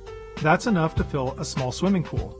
Nationwide, household leaks can waste more than 1 trillion gallons of water annually, and that's enough to fill 40 million swimming pools and 24 billion baths. Closer to home, fixing your own leaks can make a big difference on your water bill while conserving our most precious resource. Common sources of indoor home leaks include worn toilet flappers and dripping faucets or shower heads. Most can be relatively easy and, yes, inexpensive to fix. To help get you started, the SNWA offers a free indoor water audit and retrofit kit. With the kit, you can test the water efficiency of your home and upgrade some of your fixtures. So the indoor audit and retrofit kit serves two purposes. It has several items that you can change in your house that actually are more efficient to help you save water. And then it also provides a couple of tools to find leaks inside the house. So together, it kind of gives you opportunities to save around the house. So some examples of things that are included are a shower head that is a low flow shower head. So it's a higher efficiency shower head, performs like your normal shower heads, but uses less water. Then we also have things like a flow bag, which actually you can go around the house and test the flow of the different devices, like your aerators, your shower aerators. We give a couple of sample aerators. There's dye tablets to see if you have leaks in your toilet. So there's a lot of items in this little kit that gives you the opportunity to save water around your house. We provide these kits, one free to every property in the valley. You just have to call 258-SAVE or visit snwa.com and request the audit kit and we'll mail it to you. Believe it or not, the toilets in your home consume more water than your faucets and showers, especially older models. If you have a leaky toilet, or maybe you're hearing the dreaded phantom flush, that's even more water down the drain. To test your toilet for a leak, first, just listen. If it's running nonstop, you have a leak. If you're still not sure whether you have a leak, use the leak detection dye tablets from the SNWA's Indoor Water Audit and Retrofit Kit. The water's color will change to blue if you have a leak. Most likely the culprit is a worn toilet flapper. Most flappers degrade after a few years and no longer seal tightly at that point, so leaks occur. Luckily, flappers are inexpensive and easy to replace. Better yet, leaky toilet flappers could soon become a thing of the past. That's because flapperless toilets are replacing conventional flush systems. These toilets are ultra efficient and can minimize leaks, ultimately helping to conserve water. Now what about a leaky faucet? A faucet that loses just one drip per second can waste more than 3,000 gallons per year. That's enough water to take more than 180 showers. Fix leaky faucets by checking faucet washers and gaskets for wear and replacing them if necessary. Don't overlook your shower head. A shower head that leaks 10 drips per minute wastes more than 500 gallons per year. You could wash 60 loads of dishes in your dishwasher with that amount of water. You can help create a tighter connection between the shower head and the pipe stem with pipe thread seal tape, also known as Teflon tape. If that doesn't stop the leak and the repair looks more complicated, you may want to call a licensed plumber. If you find that repairs aren't enough to stop the leaks you've found, it might be time to replace your fixtures. Look for the WaterSense label when you shop for new products to increase your home's efficiency. WaterSense labeled items are widely available at retailers, have been tested to perform at 20% higher water efficiency than average products, and provide measurable savings. And yes, they'll still get you, your clothes, and your dishes clean. So what if I suspect I have a leak, but I haven't been able to find it yet? The first thing you want to do is make sure that everything that uses water in the house is turned off. So you want to have your irrigation off. You want to have dishwashers, washing machines, everything that uses water, not using water, so shut it off. Then you want to come out and you want to come to the meter. And so if you look at the meter down here, there's two dials. The big dial is thousands of gallons, and so you're not going to see that turning unless you just have a massive leak, but usually that's not what you see. It's the little dial, which is a triangle or a little star. If everything is turned off inside and you see that little dial still turning a little bit, that means you have a leak somewhere. And then you have to go through a process of elimination to decide, is it inside or outside? Could be both, but hopefully it's not. It's one or the other. And so we'll walk around and we'll turn the irrigation system on the outside off, and then you can kind of go inside and see if there's anything inside that may be the cause of that. Outdoors, your irrigation system is susceptible to leaks that can waste far larger volumes of water than, say, a leaky indoor faucet. That's why regular checks are vital. Systems are subject to frequent use and high temperatures in summer, along with an occasional freeze in winter. Both extremes, along with wear and tear, can lead to cracks and breaks in both pipes and drip lines, as well as broken sprinklers and emitters. To determine whether you have a leak in your landscape, turn your irrigation clock to the manual setting and run each line or station on your system for 1 to 2 minutes. Walk through your landscape. A visual inspection should turn up obvious breaks. Check your valve box as well to ensure the valves aren't leaking. If you can't find the source of the leak but find soggy grass, damp planted areas, or puddles of water, you may have a larger problem, an underground leak. So through the process of elimination, by turning the backflow off and the irrigation, we think we've eliminated the outside. We've gone around inside and we haven't found anything. So really the next step is possibly a mainline leak or something that's underground. And for that, you really want to hire a professional. They can come out, they can kind of determine, they usually can find it, they have tools to do that. And so, somebody you want to hire to bring a professional to take care of it. Repairing water damage caused by leaks can cost thousands of dollars for homeowners. Thanks to new, smart leak detection devices, you can prevent or mitigate water damage at your home using a smartphone app. So leak detection devices is kind of the new technology that we're really excited about. It will help address water loss or water damage caused by leaks, which can kind of be a big issue for homeowners. And so these new devices basically will strap on to your water lines in your house, and then they will communicate to the customer through their phone. There are two types of devices, basically. One will strap on to your water line. Sometimes they go onto your meter or just onto a pipe. So you can monitor your water use. If you have a leak, you get notified. But in order to turn your water off, if you have to, you would have to come to the meter and do a turn off yourself. The other type of device, actually, you cut pipe and you install it. It also gives you information about consumption and how much you're using. But then if you have a catastrophic leak or for some need you need to turn it off, through your phone you can actually turn it off. They cost a little bit more money, they're a little more involved to install, but it actually gives you a little more protection. So there's kind of two basic types of devices that are out there, and we'll rebate both of those through our programs. The SNWA offers a rebate of 50% of the purchase price, or $200, whichever is less. To receive the rebate, you must agree to allow SNWA to periodically conduct research through phone calls, surveys, or monitoring of water use to determine the long-term benefits of various WaterSmart technologies. For program details, visit snwa.com. When you turn on the tap, you expect the water to flow, but there's a lot of work behind the scenes to make that happen. Water embarks on an incredible journey before it reaches your faucet with help from municipal water agencies.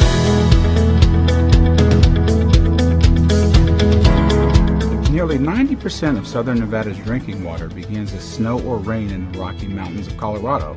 After the snow melts and drains into the river, the water travels hundreds of miles before reaching Lake Mead. The Southern Nevada Water Authority draws and pumps this water to its state-of-the-art water treatment facilities. Following treatment that ensures water meets all state and federal Safe Drinking Water Act standards, water flows through an intricate network of pipes, pumps, and reservoirs before reaching its final destination, your home. As a regional agency, the Water Authority secures long-term water resources and oversees conservation planning. The Water Authority also provides water treatment and wholesale delivery for Southern Nevada, delivering treated drinking water from Lake Mead to area water providers, who then deliver water to you, the customer. SNWA helps to ensure safe and reliable water delivery by operating two of the nation's most advanced water treatment facilities, River Mountains and Alfred Merritt Smith. Water quality starts at Lake Mead, the largest man-made reservoir in the nation. Spanning nearly 250 square miles, Lake Mead is also impressively deep. The Water Authority's third intake plumbs these depths to draw the freshest, purest water. The third intake is designed to maintain access to our community's primary water supply, even as lake levels continue to decline. The third intake extends into the lowest portions of Lake Mead, ensuring that we have access to our water even though the lake levels continue to decline. Now, the deeper water is easier to treat, easier to disinfect, and provides higher quality water to our customers. The pumping station, currently under construction, will work in tandem with the third intake to provide quality water to over 2 million Valley residents. When the pumping station is completed in 2020, SNWA will have the ability to draw water from the lake, even if lake levels drop too low for Hoover Dam to release water to downstream users in California, Arizona, and Mexico. Once water travels through intake number 3 to SNWA's treatment facilities, state-of-the-art ozonation is the primary treatment process. Ozone provides an effective disinfectant that destroys bacteria and waterborne pathogens. The next step in treatment is multi-stage filtration, which includes a step known as flocculation. Particles in the water form clumps called floc. The floc is so small it can't be seen by the naked eye. Flocculated water passes through multiple filters that trap and remove these particles. Chlorine is then added to the water as it leaves the treatment facilities. Both chlorine and corrosion control efforts further protect the water as it journeys through the pipeline distribution system, sometimes 30 miles or more uphill on its way to you. Well, most of our water is delivered by gravity to our customers. This means that we use the natural principle of allowing the water to simply flow downhill. We locate our reservoirs farther uphill from the customers they serve, and thus when that water just simply flows naturally out of the pipes, we get water to the tap. Also, providing the water uphill gives our customers the adequate tap pressure that they need. Highly skilled operators guide water through a series of pumping facilities to move water to reservoirs and water tanks throughout the community. Reservoirs provide sufficient storage to meet our home and business water needs, as well as fire protection to support our community's first responders. The Las Vegas Valley Water District, the cities of North Las Vegas and Henderson, maintain more than 100 reservoir basins and tanks that collectively hold more than 1 billion gallons of water. The Las Vegas Valley Water District is building its first reservoir in 10 years. Well, this reservoir is designed to meet the growing needs of Summerlin. We're about 33 miles as the crow flies from Lake Mead, where we get most of our water, and this will hold about 10 million gallons of water. It takes a lot of energy to pump that water up the hill from 33 miles away. We do that primarily in the evening hours.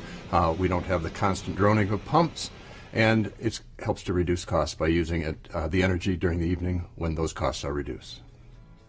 To maintain water quality in the distribution system, operators and distribution personnel keep a watchful eye on flows, water levels, system pressures, and pumping activities. They work 24 hours a day, 365 days a year to monitor your water quality. Considering the important role that water plays in our daily lives, local water providers in Southern Nevada are committed to maintaining reliable water infrastructure that safely meets our community's water needs. By the time water reaches your tap, it's been treated and tested to the highest state and federal standards. There are more ways to save, so join us next time here on Waterways. If you'd like to share your conservation efforts at home, contact us at Waterways, 1001 South Valley View Boulevard, Las Vegas, Nevada, 89153. Or send us an email through our website at snwa.com. We may feature your story. For more how-to videos and tips to conserve and care for our water, connect with us on social media. Thank you for watching. We'll see you again next time, right here on Waterways.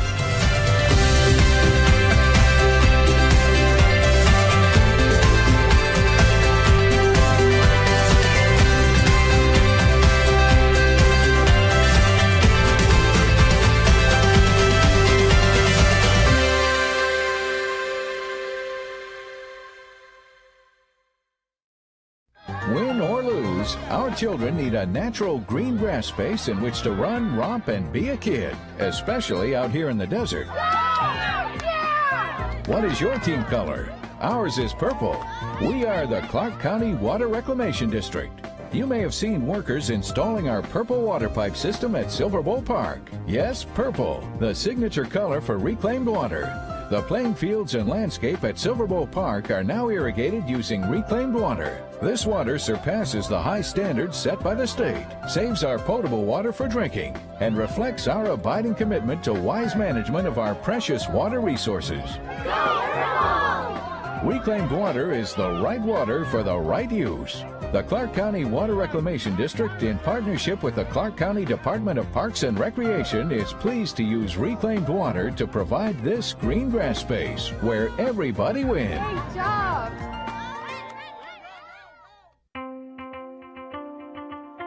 Severe weather can destroy a home in seconds. There's no time to think, only time to act. Have a kit so you're ready for any emergency. Develop a plan for what you and your family will do before disaster strikes. And stay informed during severe weather any way you can. It can be the difference between losing your possessions and losing your life. Just ask the owners of this house. Visit weather.com/ready and let the Weather Channel help you prepare your family for emergencies.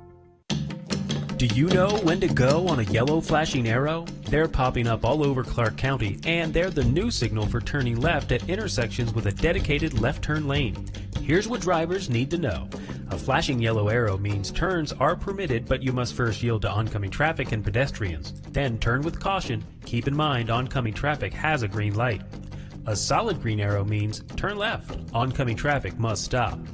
A solid yellow arrow means that the left turn signal is about to change to red and you should be prepared to stop or prepare to complete your left turn if you're within the intersection. And finally, a solid red arrow means stop. These left turn yellow flashing arrow signals are new, so remember, a yellow flashing arrow means turn with caution. For more information, log on to clarkcountynv.gov and search keyword flashing yellow arrows.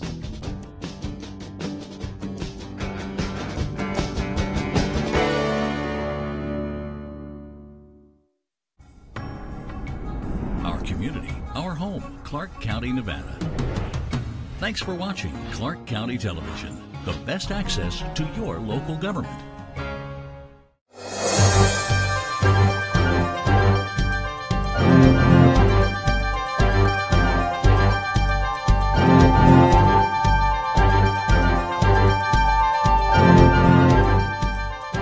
welcome. I'm Bill Brown with Brookings Mountain West.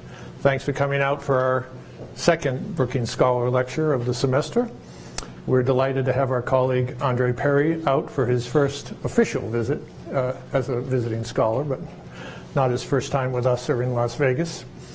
Let me thank our colleagues at Greenspun College for hosting us here and the staff who's recording the lecture. You'll see the always required PowerPoint tonight. So both the lecture and the PowerPoint will be up on our website if you want to refer back to any of the data points that you'll see tonight. Let me tell you a little bit about our speaker. Andre is in the Metropolitan Policy Program at Brookings, where his research focuses on race and structural inequality, education, and economic inclusion. He's a proud native of Pittsburgh, Pennsylvania, and has his PhD in education policy and leadership from the University of Maryland at College Park.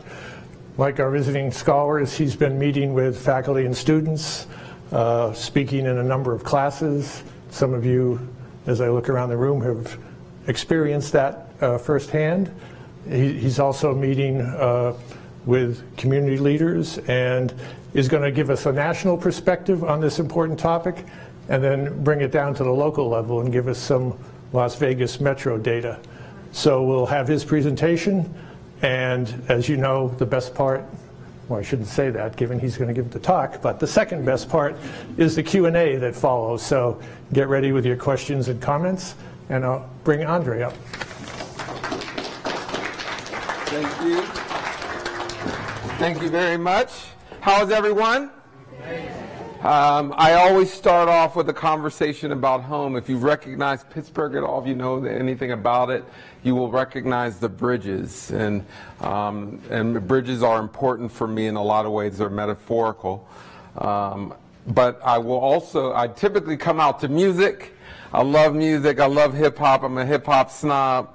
If you love hip hop like I love hip hop, you probably are familiar with Mos Def. And you might be familiar with the song "Fear Not of Man," and I introduce this a line from the song "Fear Not of Man" because it really represents what I'm trying to do with this project.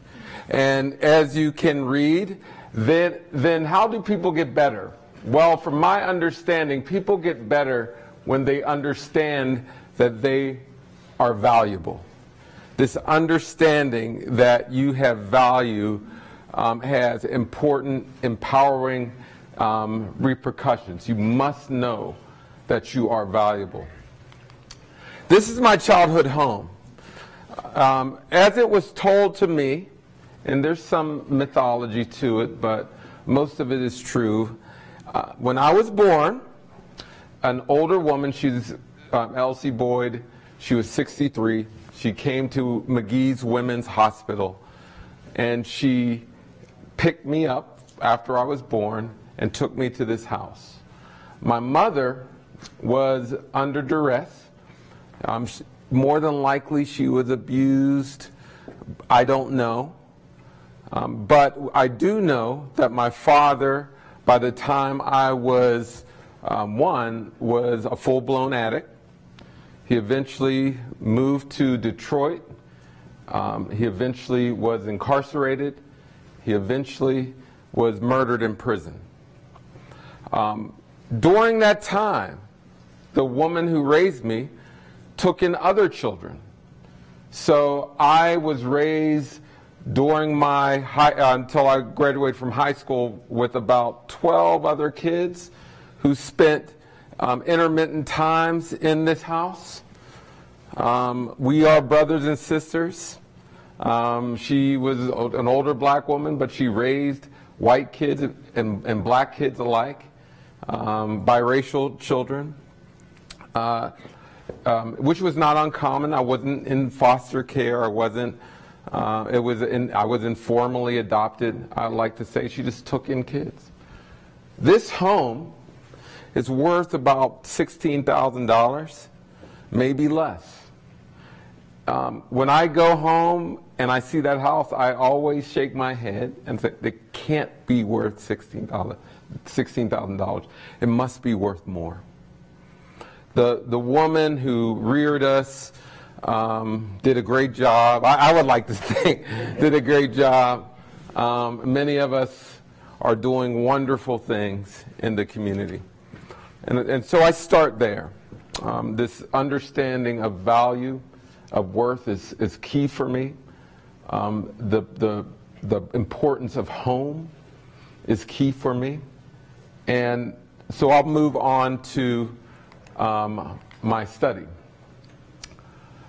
As we know, blackness has an impact on housing prices.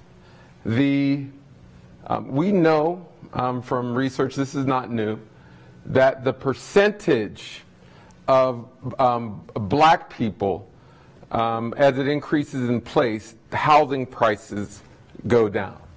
So as you can see here, in homes in which there are less than 1% black, the share of the population is 1% black, homes on average are worth about $341,000.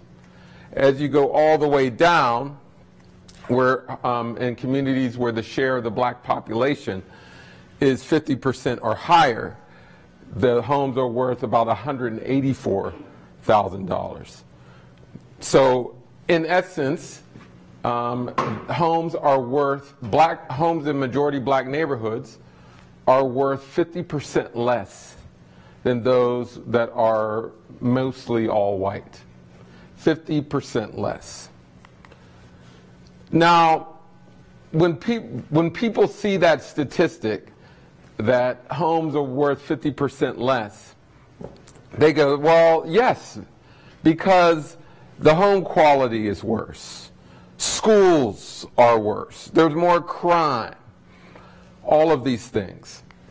So what I wanted to do is I wanted to see how much those basic structural and neighborhood characteristics actually means on price. You can control empirically for those things. So we wanted to look at how much homes are devalued by race. We wanted to be very careful. What is the impact of race on housing prices? So we looked at absolute price, which the slide you saw prior to. We looked at structural characteristics. And we looked at neighborhood amenities. So, like I said, crime, education, walkability, all those things you think about when you're about to buy a home. And here are some of the indicators or some of the variables we examined and their impact. I just wanted you to take a look here. Where this is the share of the black population. These are some of the variables. As you can see in this category, majority black spaces have great, they have great walkable spaces. They're great there. They have great transportation hubs. They're lower in education. Number of restaurants is interesting that majority black places and white places look similar. More gas stations in black places, which is not necessarily a good thing. But you can see, we wanted to examine all of things like this, but we wanted to control for it. So we wanted to make an apples to apples comparison. We wanted to look at homes similar in structure in neighborhoods that have similar characteristics. And what we found after controlling for all of those variables, we found that homes are worth 23% less still. So it goes from 50% to 23%. And that amounts to about $48,000 per home,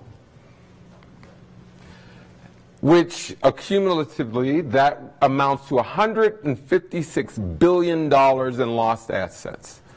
$156 billion. Now, where does this happen? Wherever you see these magenta circles, and they represent, and they are, the size of them represent the area of, the size of the devaluation is where home values in majority black places are less.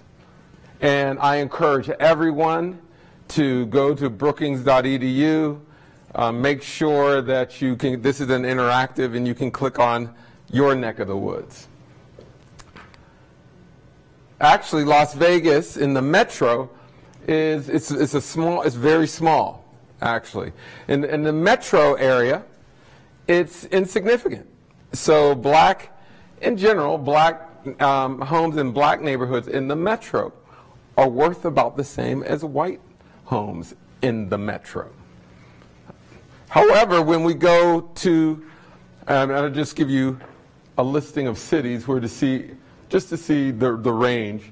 In Lynchburg, Virginia, for instance, homes in black neighborhoods are worth 81% less. 81% less. Now, again, we're comparing apples to apples.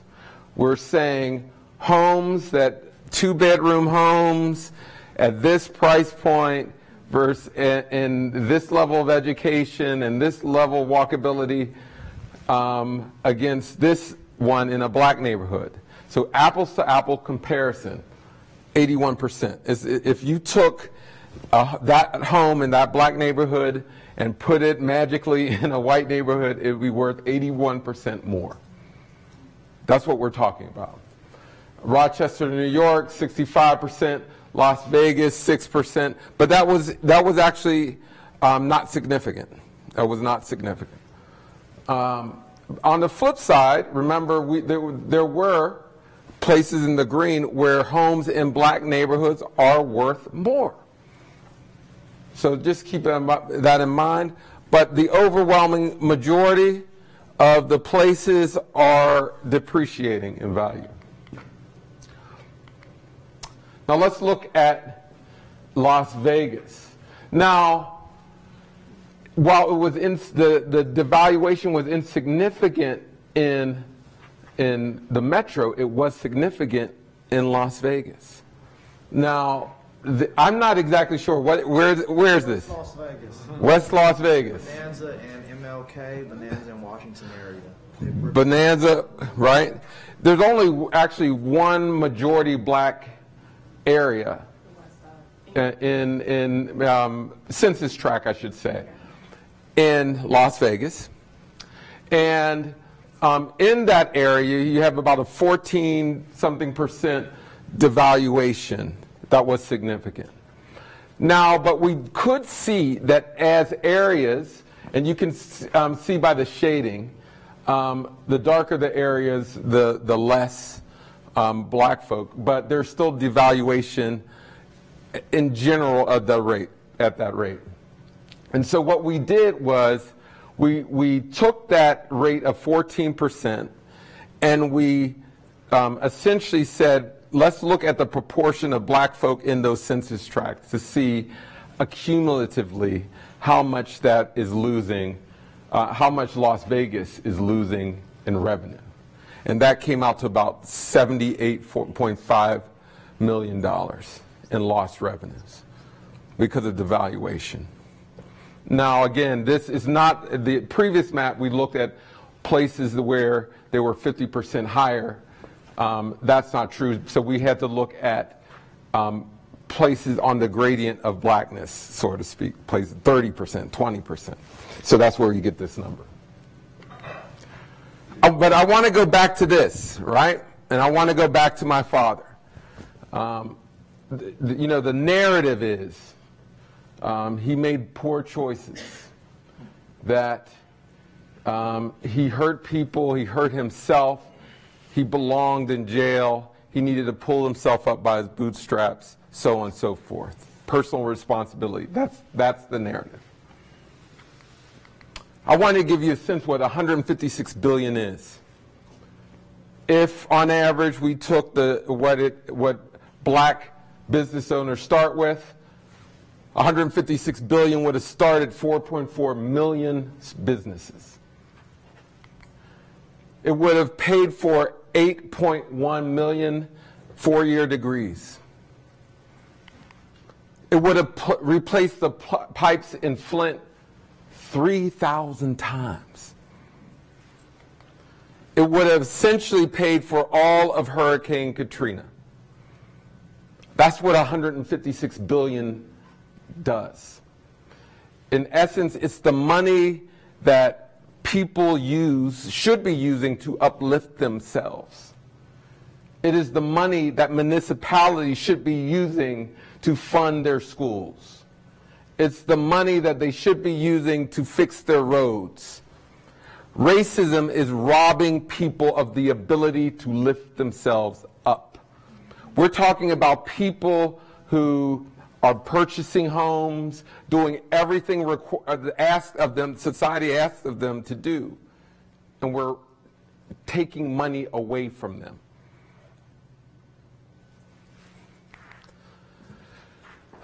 Now, we also, Raj Chetty and his team at Stanford, Census Bureau, and others, they look at social mobility. So we looked at places where there were high devaluation. Not surprisingly, the places with the lowest valuation also had low social mobility. So we knew that was probably the case because of the reasons I just stated, that these places where more money should be in communities, you're seeing people not able to rise up the social ladder. That their incomes have been throttled by their inability to leverage equity. Again, equity gives you education, it gives you the ability to move to a better neighborhood, right? It gives you all of those things. If you don't have that, you don't have the real means to lift yourselves up. Now, one of my my favorite sayings, and this is me, this is a quotable for me, and you should always hit me up on Twitter at Andre Perry EDU, right? There's nothing wrong with racism, there's nothing wrong with black people that ending racism can't solve. This notion that individual behaviors trumps all is ridiculous. They say, oh, look at you. What was the difference between you and your father? Not much. Not much. I like to say my grandmother was the woman that raised me, call her grandma, call her mom. I like to say she was an exceptional being. She had the same level of education as my father. They both had an 8th grade education. One did wonders with it, another didn't. When I look at my block, there's been plenty of kids who didn't make it. Actually, of my brothers and sisters, 2, one is incarcerated for life, and one they have not found in quite some time. I'm assuming he is gone. So, yes, there have been people who have that I've found connections to, and they gave me opportunity, and those opportunities panned out. But I am not the smartest, I'm not the fastest, I'm not the boldest. In some ways I got lucky. But I always say, if you really do want more success stories, you end racism. That's the way to go. That's the fastest way. You give people opportunity. Now, why is this important? I'll circle all the way back to the top. Know your price. I'm writing a book right now. In a short period of time, a few weeks, I think, you can pre-order the book, Know Your Price, on Amazon. And you can follow me on Twitter to get the latest updates. That's good. But Know Your Price. Where do I get the title Know Your Price? My favorite play in all the world is Two Trains Running by August Wilson. You should know the playwright, one of the greatest playwrights of all time. He's from Pittsburgh. In the play Two Trains Running, the main character, Memphis, his name is Memphis, is about to have his house seized through eminent domain. And they're going to give him $15,000 for it. Once he hears the price, he says, I'm not selling my property for $15,000. I have my clause. I have my price. I got my price. He goes back and forth with the city throughout the entire play. There's another character, Hambone. Hambone paints a fence for a ham, right? He never gets his ham. Throughout the play, he goes back and forth. Give me my ham. Give me my ham. He never gets his ham until he goes crazy and dies demanding his ham. Now, there's actually a happy ending to the story. That the main character, Memphis, gets much more than what he asked for. I think it's $30,000. The price kept going up, and he kept demanding. The moral of the story should be clear. Know that you have value. Know that you have worth. You know, what my project is attempting to do is give people a price to demand their worth. You know, a lot of projects that think tanks and research organizations, what we do, we give data to the muckety-mucks of society. We work, and particularly in Brookings, I'm at Brookings, so we work with people in the federal government, we work with heads of state, we work with mayors. You know, I'm going to do that, but mostly I'm trying to get this information to the people whose homes are devalued. I really want them to know their price. And it goes back to like this important, you know, things get better when people understand that they are valuable. Every single day we tell people by their price on their homes that they were worth less than someone else. It's a lie. It is a lie. You know, my goal is to really to empower people so they can animate their communities. Yes, low education matters. No question. It lowers the price. Crime matters. It lowers the price. You know, gas stations lower the price. You know, so there are things in our communities that we need to change, and it will raise the values of our homes. No question about it. But the actual, what these homes are priced is almost as if people are looking at black communities and saying there's 3 times more crime than it actually is. Education is worse than it actually is. And then what happens? A powerful cycle occurs that people devalue, then they divest, they leave. Social issues happen. People use drugs. People resort to crime.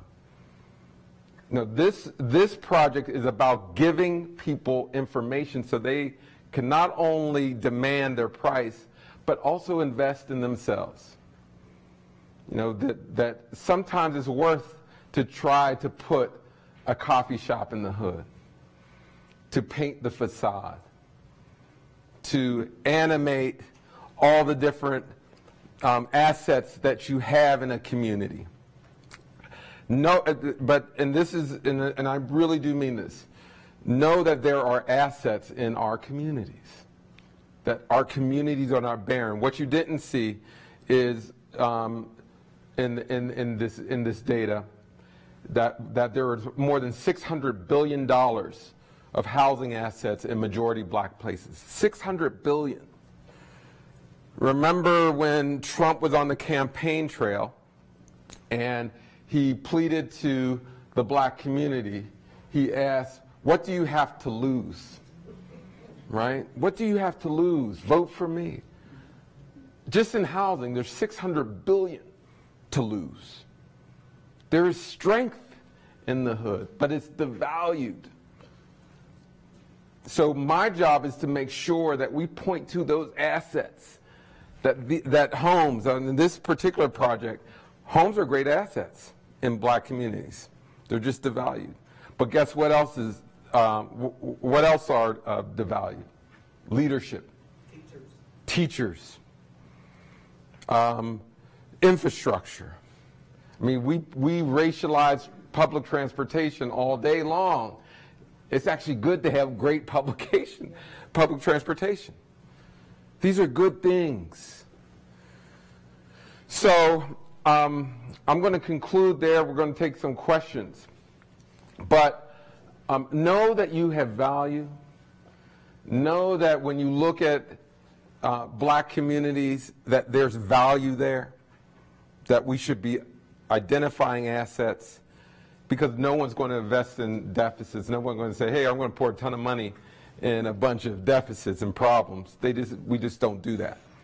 But we will put money into strength. And many of our communities deserve it. So thank you for that presentation.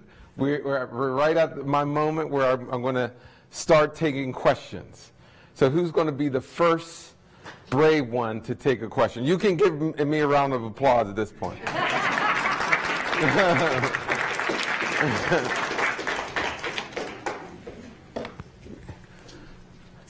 Go for it. Andre, thank you for your presentation. Very interesting information and use of statistics. I work for our Community Development Financial Institution. So all day long, I see opportunities for investment, right, in what's called low-income communities or disenfranchised communities and things of that nature. That's the role that I play within the CDFI. I'm a production manager, so I go out and look for opportunities. There are federal programs that have been started, low-income housing tax credits, new market tax credits that reward private developers to go into communities that we've kind of talked about to develop projects, right, through these use of new market tax credits, low-income housing tax credits.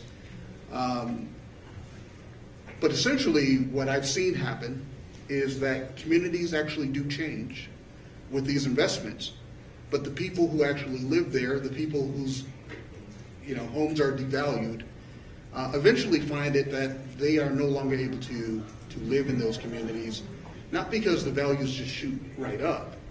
It's just that everything else becomes more expensive, and for whatever reason, they can't pay the taxes any longer because their incomes don't go up at the same rate. Or other things start to happen, people offer them money to move out and sell their property, and so now the whole community actually ends up changing. And then people just can't afford to live there any longer. And it can happen rapidly. And it can happen extremely rapidly. So my longer question is have you studied that in your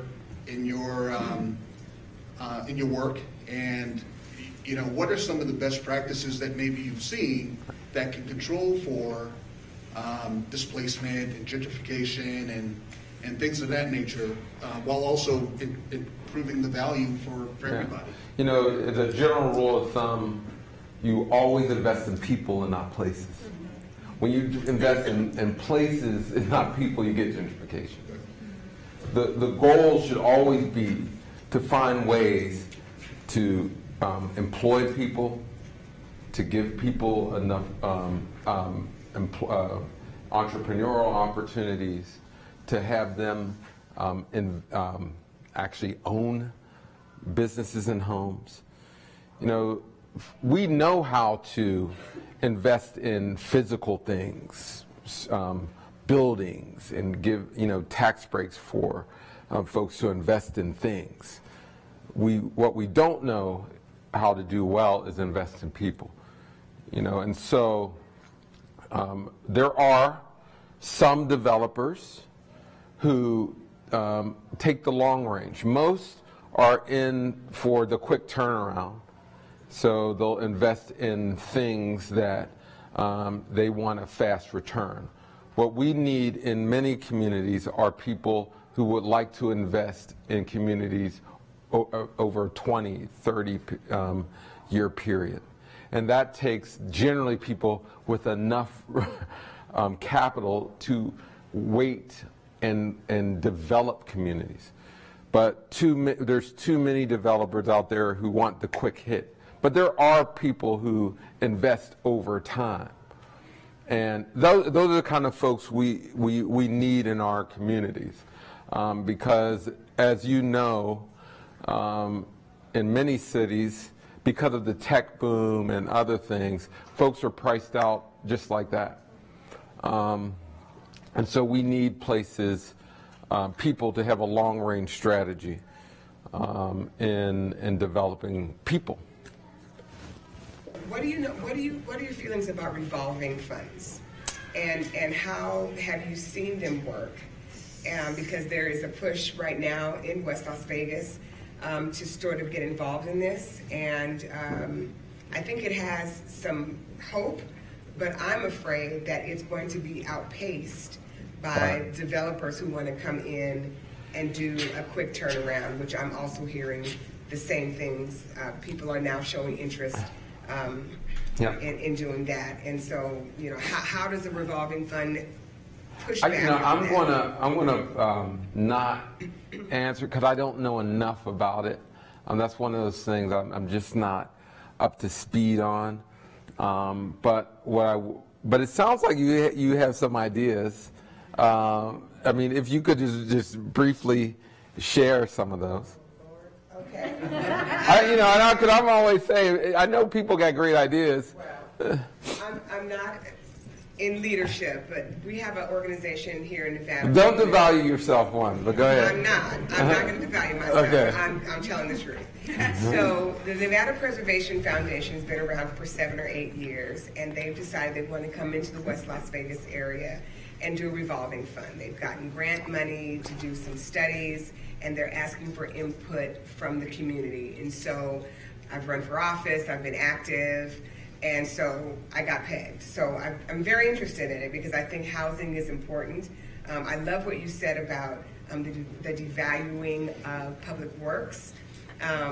If you took a few minutes to drive through the West Side, you would see how poorly the streets are kept and how poorly maintained sidewalks are, the basic things that people need to get where they want to go, right? What makes a community walkable, what makes it attractive, what makes people want to live there. Do we have bicycle lanes? Are they protected? Are there trees? Are they buffered? So those kinds of public works things I felt for years have been wanting. I'm going to offer this though. Okay. I know that just a few weeks ago or last week, I can't remember, I invited a guy by the name of Bill Bates. He's the president of the American Institute of Architects, the AIA. I might have that incorrect.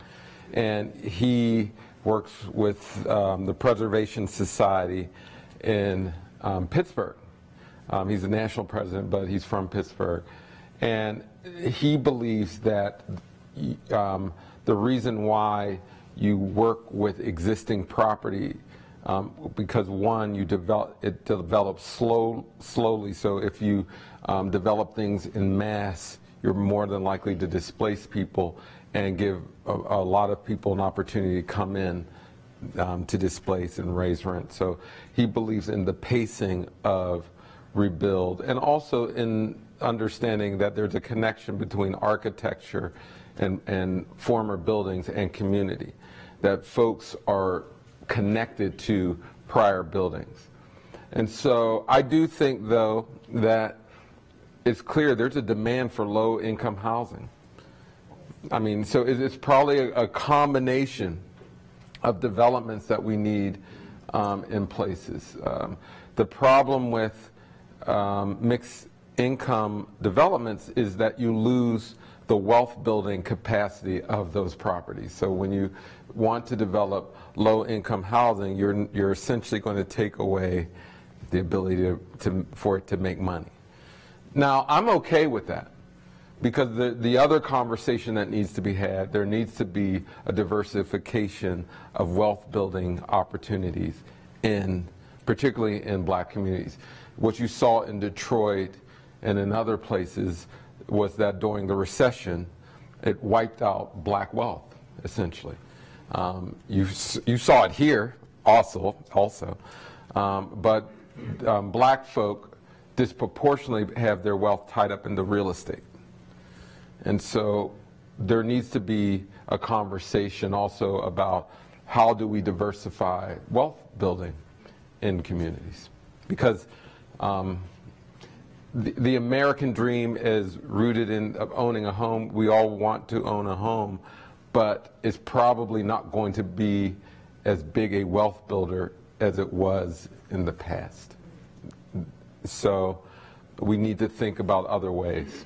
Baby bonds, for instance. I mean, there are creative ways that people are thinking. Derek Hamilton is somebody that comes to mind, an economist at Ohio State, the Kirwan Institute, and others.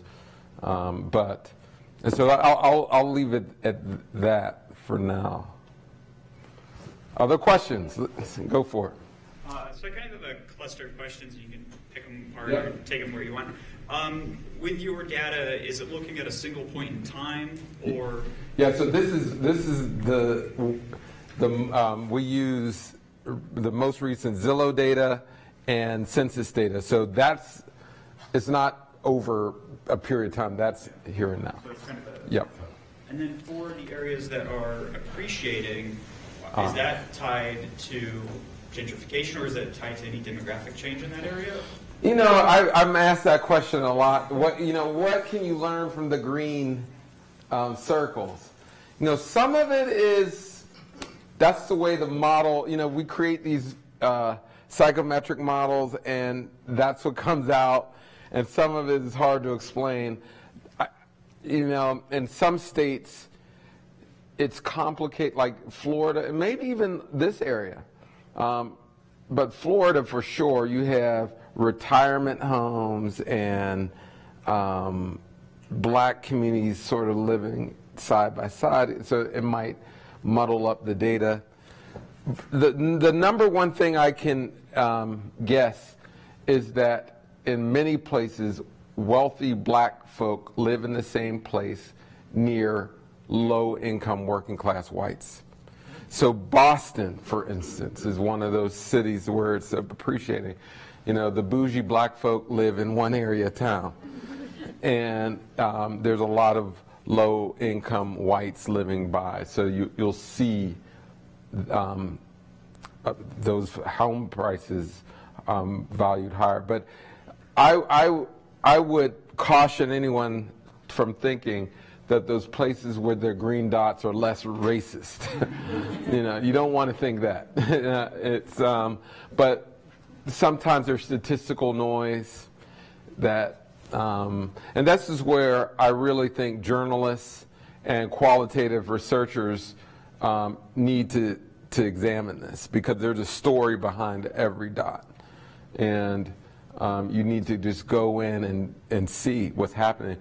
The West, and Las Vegas included, there's less segregation, which is a good thing. So that in that metro number that was there was a negative number, but it was insignificant. So homes are very similar, and that's generally because you're not as segregated as in the East and in the Midwest, where there's stark lines. So that's a good thing. It's a good thing, but still there's some devaluation, particularly in Vegas, the city of Vegas.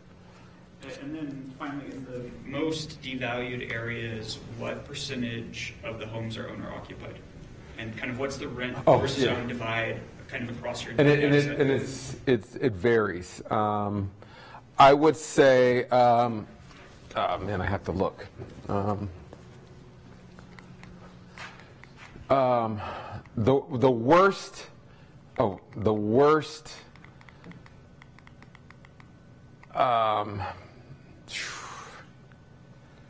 You know, I'm going to have to I'm going to have to check, but you know, there's a lot of places where the landlords are elsewhere. You know, it's like I want to say like Chicago is one of the worst places for that, but there are others where there are a lot of it's higher than you think, and so I need to have that data available.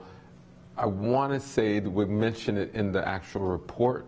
So if you just pull down the report, and then we can also draw down some of those numbers. Some of it is easy to get. The implication of your study is not just that sort of explicit racism or implicit bias exists. It's that you're like almost putting a dollar value on the strength of that, almost. Yep. Like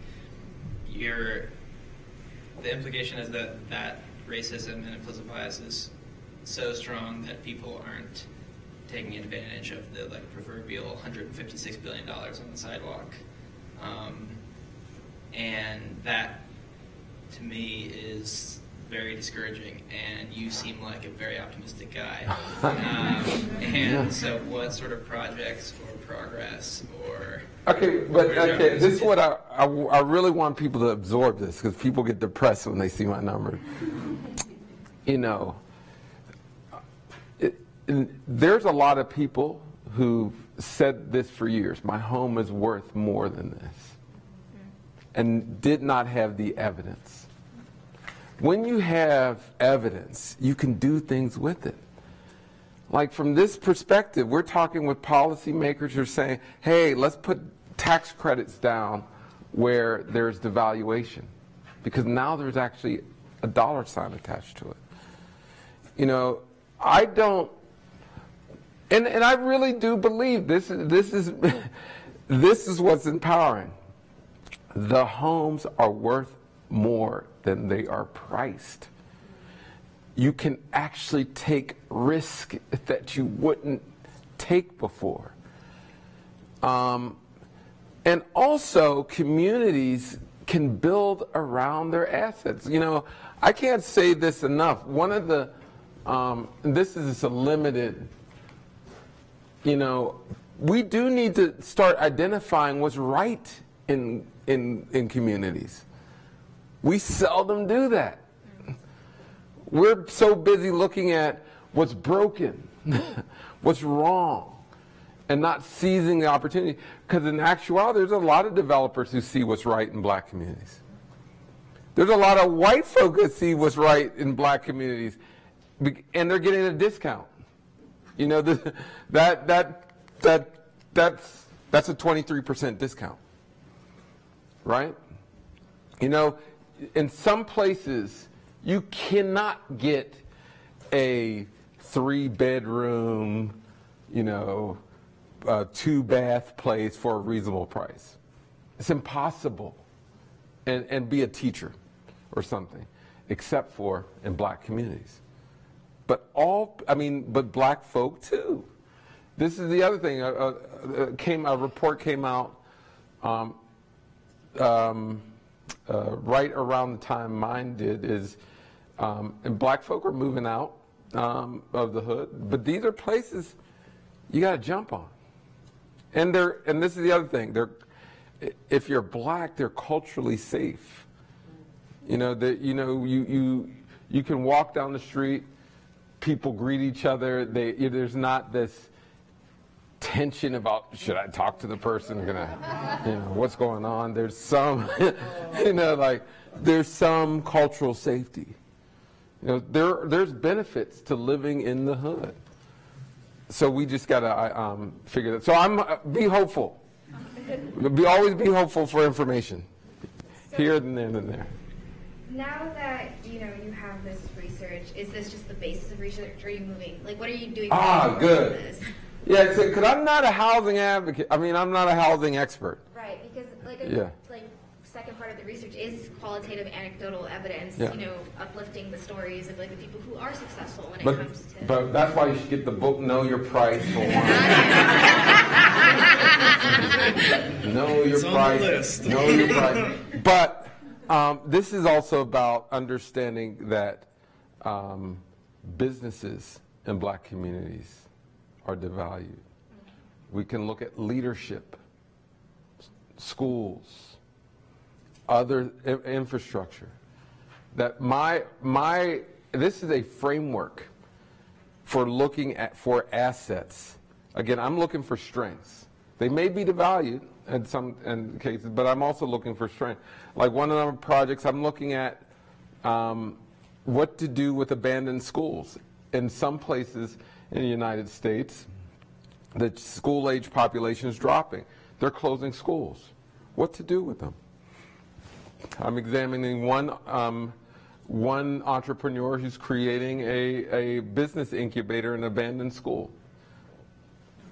I love the idea because many of these places, they may have fewer students or fewer children, but they have educational needs and they need places to ideate and develop and grow businesses.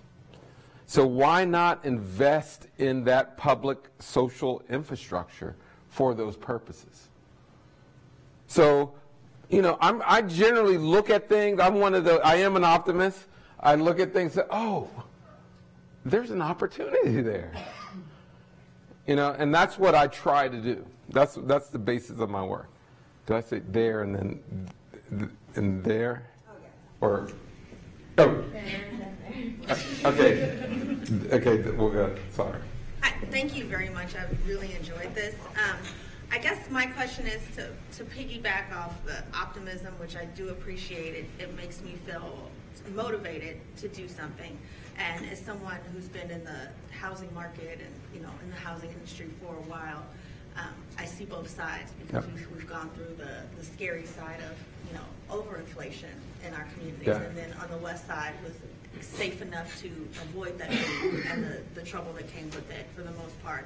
But at the same time, with the control factors being the same, with this 23%, it feels very much like it's a tangible issue that we can sort of, you know, control. So can we be an effective change agent by pressuring or making stricter guidelines on appraisers that if it is the same home in the same area, you know, in very same control factors, we're holding you accountable for being able to present that value for both someplace on the southwest side as well as on the west side.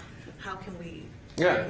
So I mean, I'm glad you raised that because there's unconscious bias. Yes, no question. And that's harder to address. But we absolutely know that appraisers, lenders, and real estate agent practices are rife with bias. You know, Obama did many things with the Fair Housing Act, but he did not do race-placed policies. Those are still needed. You know, and so there's actual policy recommendations on the table, and I encourage everyone to go to Brookings. We had a public announcement or release of the paper, and I had housing advocates really outline the different policies that can really be deployed to address these issues. I encourage people to go on this site and look at that. But there are tangible things we can do to reduce that devaluation. But some of it, and you know, and this is where I do get very plain, some of this is stopping racism in its tracks. We know when we utter things that devalue communities. You know, I don't know how many times when I present these data, somebody always stands up and says, but if we could only get these kids to pull up their pants, or, you know, and it's like, man, Like, get off of that. Like, you know, as if the kids going to Harvard got in because of their belt-wearing strategies. You know, their haircuts. Come on. That's not that's it. I mean, it matters some, but not really. Wealth is more important. And I'm a big community value person. I believe in having community standards. I believe in it. But I mean, come on. Your hoodie? I mean, when I was coming up, I was wearing my pants backwards. You know, I was dancing on my head. Things didn't make sense.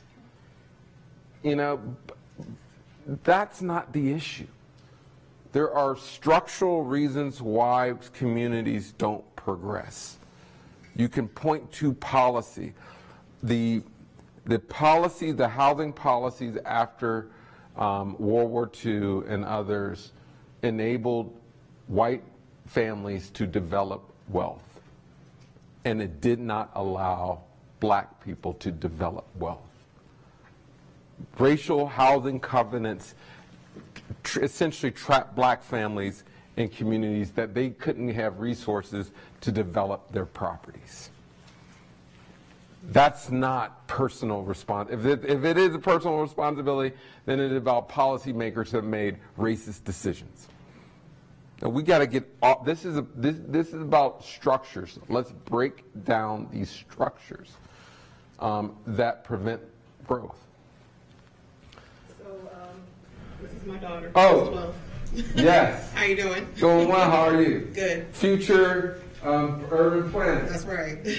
That's I've good. got one in her senior year at FAU. Oh, very good. So I'm a 4th grade teacher here in the Valley, and I have 3 daughters, 26, 21, and 12. All of them know that Caucasian acquisition of black-owned land came from racial violence, adverse possession after racial violence, eminent domain, tax inflation since 1863. It's 2019. Still doing the same stuff. So my question is, I'm part of a movement. People are calling us Russian bots. So we are the American descendants of enslaved people, of chattel slavery.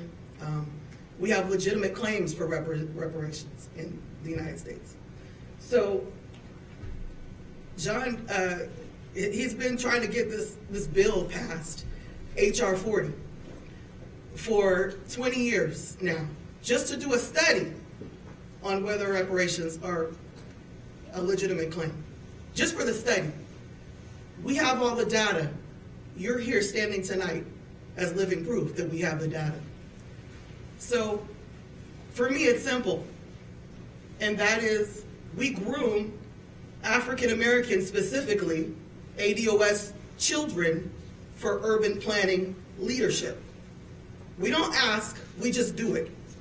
We don't ask white people, we don't ask bougie black people, we just do what we need to do for our kids. That's what we do.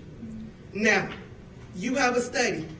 What is this study going to do for bringing the tangibles that we are looking from these black people who are running for president, who dance around these issues that you're talking about, who have no problem locking people up, no problem locking truant mothers, children of, and I'm a teacher. I understand that some kids don't come to school because they're habitually sick, whatever.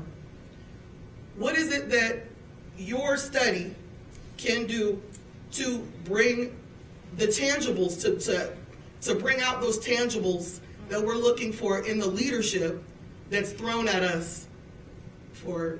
Well, one study, and I'm a trained academic. I've been a practitioner, and I've said this all the time. If you're ever waiting for universities and think tanks to bring social justice, you're going to be waiting a long time. Right. And I mean that.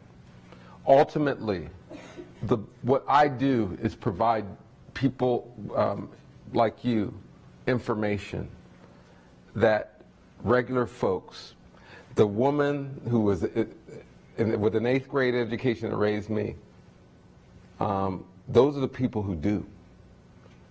You know, what this project is attempting to do is to give people ammunition that they can use to mobilize their communities. You know, and I can say this about Brookings. Brookings is a tremendous organization.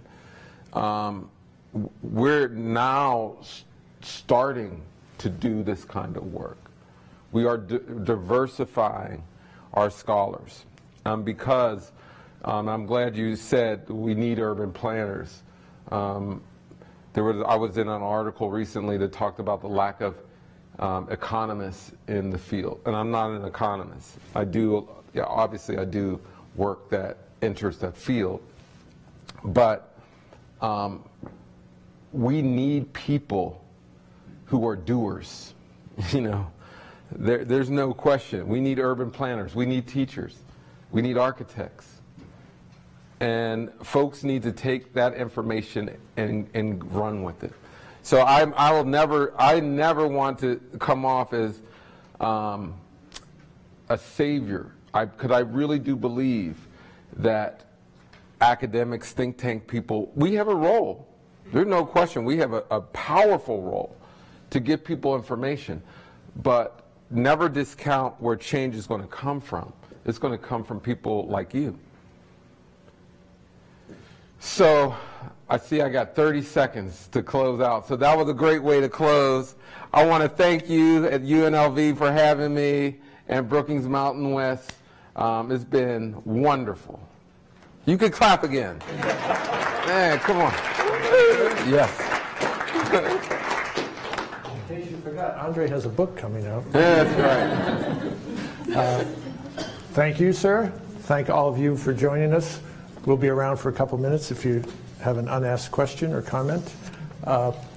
We have a little break before we're back with our next lecture, but on April 3rd, we'll be back in this room with another colleague from Brookings, and we'll be looking at the opioid crisis, both globally, nationally, and it's, as you all may well know, it's a serious issue here in Nevada as well. So I hope you can join us for that if you have time.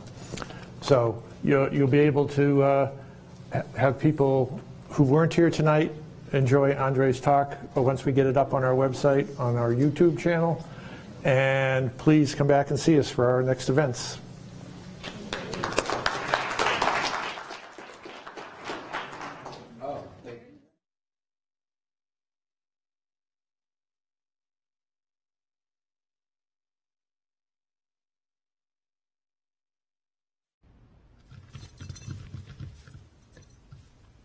There's a shelter pet who wants to meet you. Meet one today. Visit theshelterpetproject.org. Adopt. Hi, I'm Robert Smith, and I want to tell you about Positively Kids, a nonprofit foundation dedicated to providing medical care for children in our community. Here's Fred Schultz to tell you more. Our facilities care for mentally fragile children and their families at no cost. Help us as we embark on building a long-term pediatric care facility to handle the growing needs. Visit our website. Support the Foundation for Positively Kids. Together, we can create our own all-star team. After October 1st, people started saying, Vegas strong. But the truth is, I don't always feel strong. Some days I feel scared. Alone. Exhausted. Overwhelmed. Hopeless. Anxious. But I didn't think I needed help. Because I thought things would get better. We didn't have physical wounds. But what happened that night affected all of us. And it's never too late to get the help you need. Reach out to the Vegas Strong Resiliency Center to see how they can help you. Hi, I'm Ed Burgess Taylor, part of the Clean Water team at the Clark County Water Reclamation District. We're asking all our residents in our community to be a part of the Clean Water team by properly disposing of kitchen grease. Never pour grease down the drain. It can clog the pipes in your home, yard, or street. Instead, simply crumble up some newspaper or a paper towel and place it in a can. Then pour in the grease. After it cools, just throw it away. Remember, don't pour grease down the drain, just can it. Brought to you by the Clark County Water Hello, I'm Randy Swallow. Welcome to In Your Neighborhood.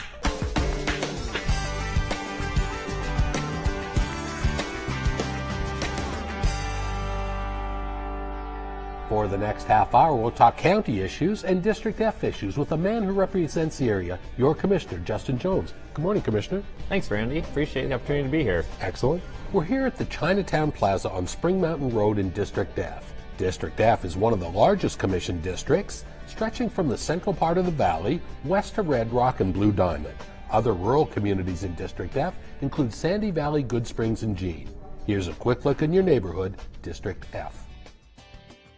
District F is home to the newest downtown in Clark County, Downtown Summerlin. The county's largest master plan community has developed a couple million square feet for dining, shopping, entertainment, and more in a mixed-use, fully walkable marketplace. Other major game-changing private businesses choosing to slide into District F include the swimmingly successful Wet 'n Wild Water Park. And expect furniture fans to flock to the iconic blue and yellow behemoth IKEA store near the 215 Beltway in Durango, a Swedish-designed retailer that is the world's largest. And another master-planned neighborhood, Mountain's Edge, continues to rise in District F. Thousands of residents now enjoy recreating at Phase 1 of the newly opened Mountain's Edge Regional Park, with some of the coolest facilities in town. Desert Breeze Regional Park continues to be one of the best, with an indoor-outdoor aquatic center and hundreds of acres of green space and more. And the rural portions of District F include Sandy Valley, Blue Diamond, Good Springs, and Jean, lending a slice of the slower lifestyle compared to the fast-paced urban growth for residents and businesses in District F. Commissioner, this is the Las Vegas Chinatown Plaza. This is basically the epicenter of Chinatown. About 25 years this place has been here and part of District F. Why did you bring us out here today for District F? Well, I think it's an exciting time of year. We're celebrating the Year of the Pig. It's a Chinese New Year, so I figured what better time to be down in Chinatown Plaza than right now. And again, everyone seems to know this place with the pagodas and roof tiles and everything like that. And what the county has had a good relationship with Chinatown and with the people here in this area. Well, I think Spring Mountain right now is just booming. You've seen Lotus down the street as the first true residential high-rise development down here in the Spring Mountain corridor. We've worked very closely with the folks here along the Spring Mountain corridor to continue the development down here. It's just hot. This is a place to be right now. I'm not sure how much you know about this, Commissioner, but the county entered into the Chinatown Overlay District in 2005. So what does that mean to the folks that live here and as well as this district?